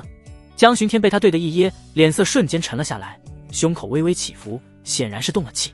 他攥了攥拳头，正要开口反驳，不远处的江德林却扫了他一眼，轻轻摇了摇头，眼神里带着几分警告。江巡天虽然心有不忿，满心都是不服气，可面对父亲的警告，他只能硬生生把到了嘴边的话咽了回去，只是看向江巡月的眼神里多了几分怨怼。主位之上，江家家主江德正端坐着，一身藏青色锦袍衬得他气度沉稳，可脸上却没什么表情，平淡的神色下，眼底深处却翻涌着不易察觉的怒意。他缓缓开口，声音不高，却带着一股无形的威压：苏家的小少爷苏明宇还真是一如既往的嚣张霸道啊！收过路费都收到我江家的头上了，这在南疆城还是头一遭。话语间，浓浓的怒意几乎要溢出来，显然是被苏明宇的所作所为彻底激怒了。周围的族人闻言顿时炸开了锅，窃窃私语声此起彼伏。这苏明宇也太狂了吧，真当我们江家是软柿子，随便拿捏？就是啊，以前只听说他是个吃喝玩乐的纨绔，没想到行事这么嚣张，竟然敢公然挑衅我们江家。听说他这次还伤了3房长孙苏明豪，苏明豪可是暗境7重的修为，还修炼了天阶中品功法，竟然都不是他的对手。议论声中，江德元缓缓抬起头，他手指敲击着桌面，沉吟了片刻，目光投向主位上的江德正，语气凝重地说道：大哥，此子不容小觑。苏家世代掌握着人皇传承，而那枚传说中的九龙印，也就是人皇印，据说就在苏明宇那小子身上。江德正闻言，眸中瞬间闪过一丝金芒，身体微微前倾，追问道：你的意思是，那小子能够快速聚集抽掉这么多的天地灵气，是因为人皇印？极有可能。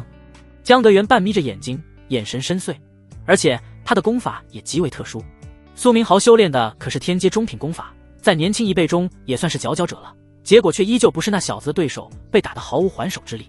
依我看，说不定那小子已经提前进入了人皇遗迹，得到了完整的人皇传承。他现在动用的天阶功法，还有那天阶武技，说不定都是完整版的，这才让他拥有了越级挑战的实力。此话一出，议事堂内瞬间陷入一片死寂，所有人都面面相觑，眼神里充满了震惊与难以置信。人皇传承，那可是传说中的存在，若是真能得到完整的人皇传承，别说只是内境3重，就算是将来冲击筑基，甚至更高的境界，都不是不可能。江巡月的秀眉蹙得更紧了，眼底闪过一丝复杂的神色。他当然明白五叔江德元的意思，他这分明就是想把这滩浑水搅得更浑，让所有人都对苏明宇心生猜忌，甚至是生出贪婪之心，想要从苏明宇手中夺取人皇印和人皇传承。可只有江巡月自己知道，那天在城外亲眼见到的苏明宇究竟是个什么样的人。那家伙心性狠戾，杀伐果断，出手毫不留情，身上的那股狠劲让他至今想来都心有余悸。若是江家一味的算计挑衅于他，以苏明宇的性子，说不定真的会不管不顾，直接提刀杀上门来。到时候江家恐怕就要面临一场灭顶之灾。一想到这里，江巡月的美眸中浮出了些许异色，他深吸一口气，站起身来，目光坚定地看向江德正和江德元。爹，五叔，那天我恰好就在现场，亲眼目睹了苏明宇出手，那种感觉真的很恐怖。他的掌印确实如我所说，几乎遮天蔽日，蕴含的力量超乎想象。而且苏明宇此人杀伐果断，行事毫无顾忌。江家若是一味的算计他，挑衅他，以他的天资和心性，一旦记恨上我们江家，后果怕是不堪设想。江寻月的话音刚落，不远处的江寻天便忍不住冷笑一声，眼神意味深长地扫过他，语气带着几分阴阳怪气的调侃：寻月姐，你该不会是被那苏明宇的实力震慑到，春心萌动，喜欢上那个纨绔了吧？好歹他也是苏家的嫡系大少，未来的苏家家主，你要是嫁给他，倒也勉强算是门当户对。这番话像是一根针，狠狠刺在了江寻月的心上。江寻月本就因为江寻天之前的质疑而心存不满，如今又被他这般污蔑，顿时怒火中烧，身上一股冷厉之气瞬间爆发出来，议事堂内的温度仿佛都下降了几分。下一秒，众人只看到一道银色的流光闪过，江寻月的身形快到极致，几乎留下了一道残影。紧接着砰的一声闷响，江寻月蕴含着内劲的一掌狠狠推在了江寻天的胸口。江寻天完全没料到他会突然动手，而且速度如此之快，根本来不及反应，只觉得一股巨大的力量扑面而来，胸口像是被巨石砸中一般，剧痛难忍。他整个人如同断了线的风筝一般，狠狠倒飞出去，重重地撞在议事堂的梁柱上，发出一声沉闷的巨响。哇！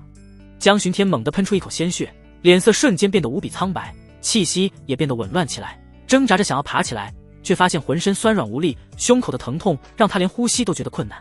江寻月缓缓收回手掌，冷眼扫过江寻天，眼眸之中散发着几分刺骨的冷寒之色，语气冰冷的不带一丝感情，嘴巴放干净点，若是再敢胡言乱语，恶意揣测，我必不饶你。周围几个和江寻天父亲江德林交好的族人以及江德林本人见状，顿时脸色大变，身上气息涌动，眼眸中满是怒色，看向江寻月的眼神里充满了不善。江德林更是猛地站起身来，怒视着江寻月：寻月，你好大的胆子，竟敢对寻天下这么重的手！眼看双方就要起冲突，主位上的江德正终于动了，他身上筑基五重的强大气息毫无保留地释放出来，如同无形的大山，瞬间笼罩了整个议事堂。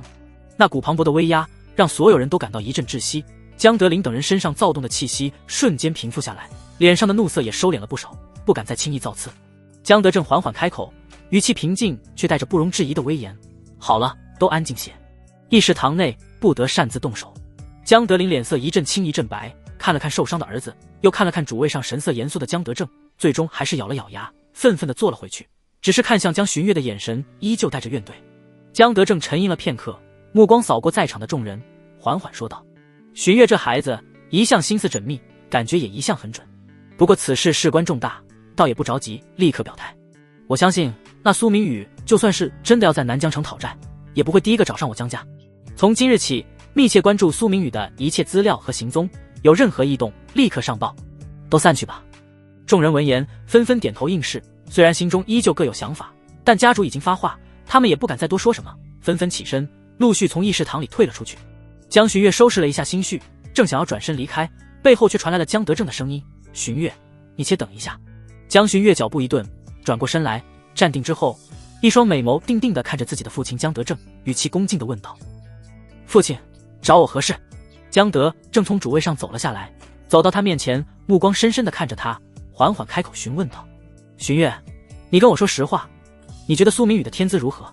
提到苏明宇，江寻月的眼神变得复杂起来，他认真地思索了片刻，才开口说道：只能用恐怖来形容。我回来之后特意查过苏明宇的所有资料，半月之前他还不过只是个手无缚鸡之力的普通人，连最基础的内劲都没有修炼出来，可如今他已经是内劲3重的高手，而且还掌握着天阶功法和天阶武技，更有可能是完整版的。如果真是这样的话，那他的未来简直不可限量，恐怕用不了多久，整个南疆城的年轻一辈都没人能是他的对手了。江德正目光定定地看着自己这位眼高于顶的女儿，眼神里带着几分古怪。他太了解自己这个女儿了，天资极好，从小就在修炼上展现出了过人的天赋，生性也极为骄傲，同辈之中几乎没有几个人能入得了他的眼。可这一次在评价苏明宇的时候，他却毫不吝啬溢美之词，甚至用了恐怖这样的字眼。江德正心中忽然生出了几分莫名的危机感，他看着女儿眼底那难以掩饰的复杂神色，忽然有种预感，自家这骄傲的女儿恐怕很快就要被那个黄毛小子给勾走了。想到这里，江德正轻轻咳嗽了一声，清了清嗓子，语气带着几分郑重地说道：寻月啊，你可别忘了，那小子名声在外，吃喝玩乐样样精通，就是个不折不扣的纨绔子弟，行事嚣张跋扈，毫无顾忌，这样的人未必值得你如此高看，你可要好好想想，别被他的表象给迷惑了。江寻月自然明白自己老爸的意思，无非就是担心自己真的对苏明宇动了心。他粉白细腻的俏脸上瞬间爬起一抹淡淡的绯色，如同上好的胭脂晕染开来，显得格外娇艳。爸，你胡说些什么呢？江寻月有些羞涩地跺了跺脚，眼神躲闪着不敢直视江德正的目光。说完这句话，江寻月也不等江德正再开口，化作一道银色的流光，几乎是落荒而逃般的冲出了议事堂，只留下一道娇俏的背影。江德正站在原地，无奈地看着女儿匆匆离去的背影，悠悠地叹了口气，语气中带着几分哭笑不得的感慨：哎，女大不中留啊，这丫头看来是真的对那小子上心了。只是那苏明宇到底是福是祸，还未可知啊。江德正摇了摇头，眼神变得深邃起来。苏明宇的崛起太过突然，背后又牵扯着人皇传承这样的大秘密，江家想要置身事外，恐怕没那么容易。未来的岷江城怕是不会再平静了。另一边，江寻月冲出议事堂后，一路疾驰，直到回到自己的院落才停下脚步。